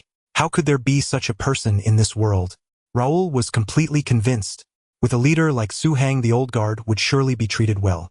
What did he have to hesitate about? Raul had made up his mind. If the team truly failed and needed a scapegoat, he would take the blame for Zidane and help him rise. All for one. One for all. At that moment Raul was conquered by the traditional virtues from the East. Once Raul expressed his stance, Guti Helguera, Salgado, Casillas, Solari, and other Spanish players raised their hands one after another. Carlos, feeling the pressure from the eager eyes of his American teammates, could only say, "I have no objections." Then the American players raised their hands. The Real Madrid first team unanimously passed the go all out for the Champions League plan, something that hadn't happened in the last 3 seasons. Captain Raul personally submitted the plan to the coaching staff. Typically, a plan passed unanimously by the entire team would be highly respected even by the club. However, Luxembourgo's coaching staff made a completely different decision. "This is impossible, Raul. We cannot abandon the Spanish El Clasico," Luxembourgo said angrily. "How do you expect me to explain this to the media and the fans? That we surrender to Barcelona? That we give up? Florentino spent hundreds of millions on Real Madrid's image. Do you have any idea how much damage a surrender like this would do? Don't let me hear such talk again, Raul. Team objectives, rotation plans, match lineups. These are the coaching staff's job. You players just need to play well on the pitch. Understand?" Raul nodded. "I understand. Rest assured we will give our all in every match." Luxembourgo smiled and nodded. "That was more like it. Even if you were the team captain, Real Madrid's golden boy, the fans' prince of the rings. You had to show respect in front of him. He needed to know who was really in charge. But," Raul added, "if the team's results aren't good, I won't let any player on this team take the blame. The one who makes the decisions must be responsible for everything that happens this season." Bang! Raul slammed the door as he left. Luxembourgo was left red-faced, stunned. Arrogant. The Real Madrid players were too arrogant. When Raul told the players about the coaching staff's decision and asked them to follow instructions, many felt disheartened. Indeed, the players had the lowest status in the club. They had rarely reached a unanimous decision only to have the coaching staff shoot it down immediately. It was terribly demoralizing for everyone. It is difficult to give your all to a destination you do not truly desire, is it not? Beside the training ground, several influential figures gathered together. Figo sighed. "Should we go comfort Su? He must be feeling quite dejected now, right?" Beckham nodded. "Yes, this is truly disheartening." Zidane could not help but burst into laughter. "Are you kidding? You think Su is dejected? He has already won big. If the plan really proceeds as Zidane proposed, are you truly confident you can win the Champions League? It's very difficult, isn't it? And if we fail, Su will have to pay a tremendous price.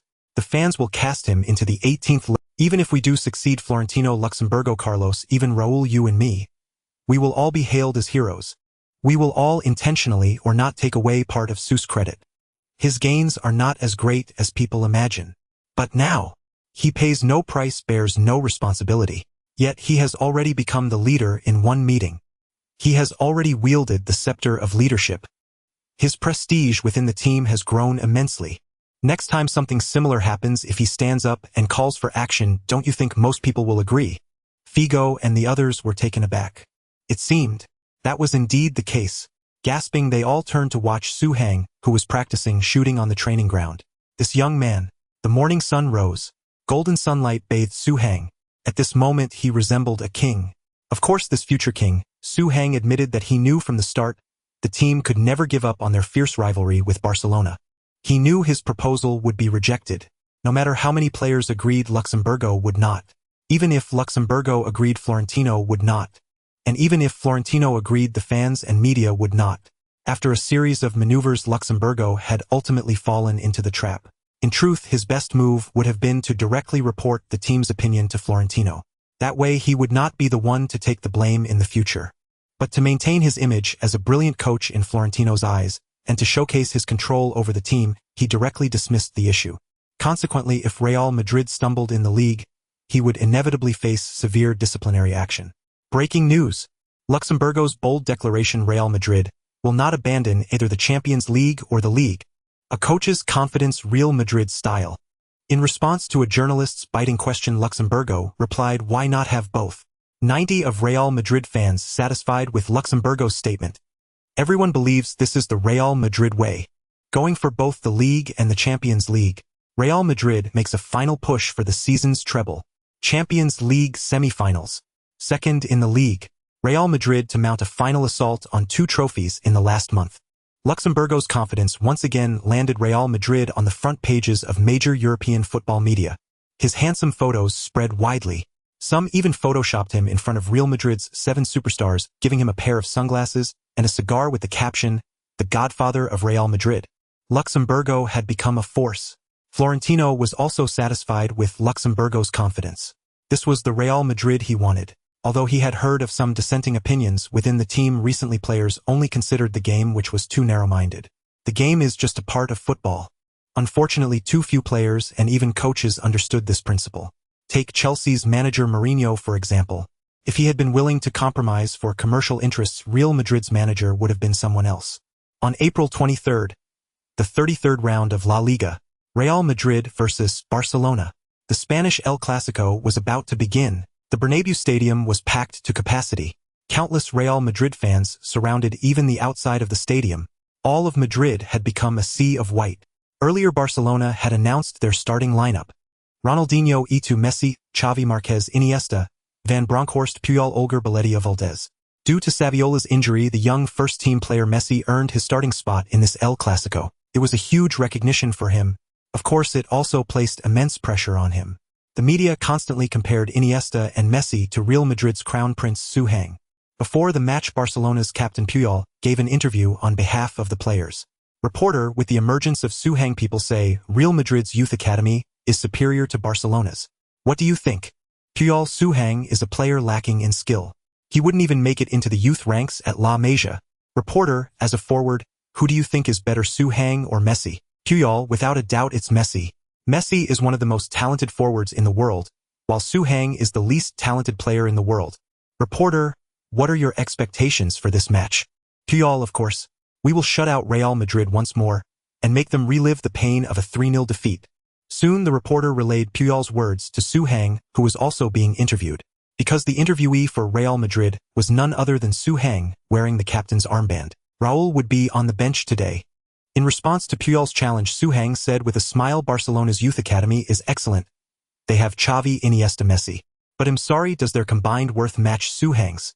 Or, to put it another way, have they helped Barcelona reach the Champions League semi-finals? The Catalan reporter was instantly silenced.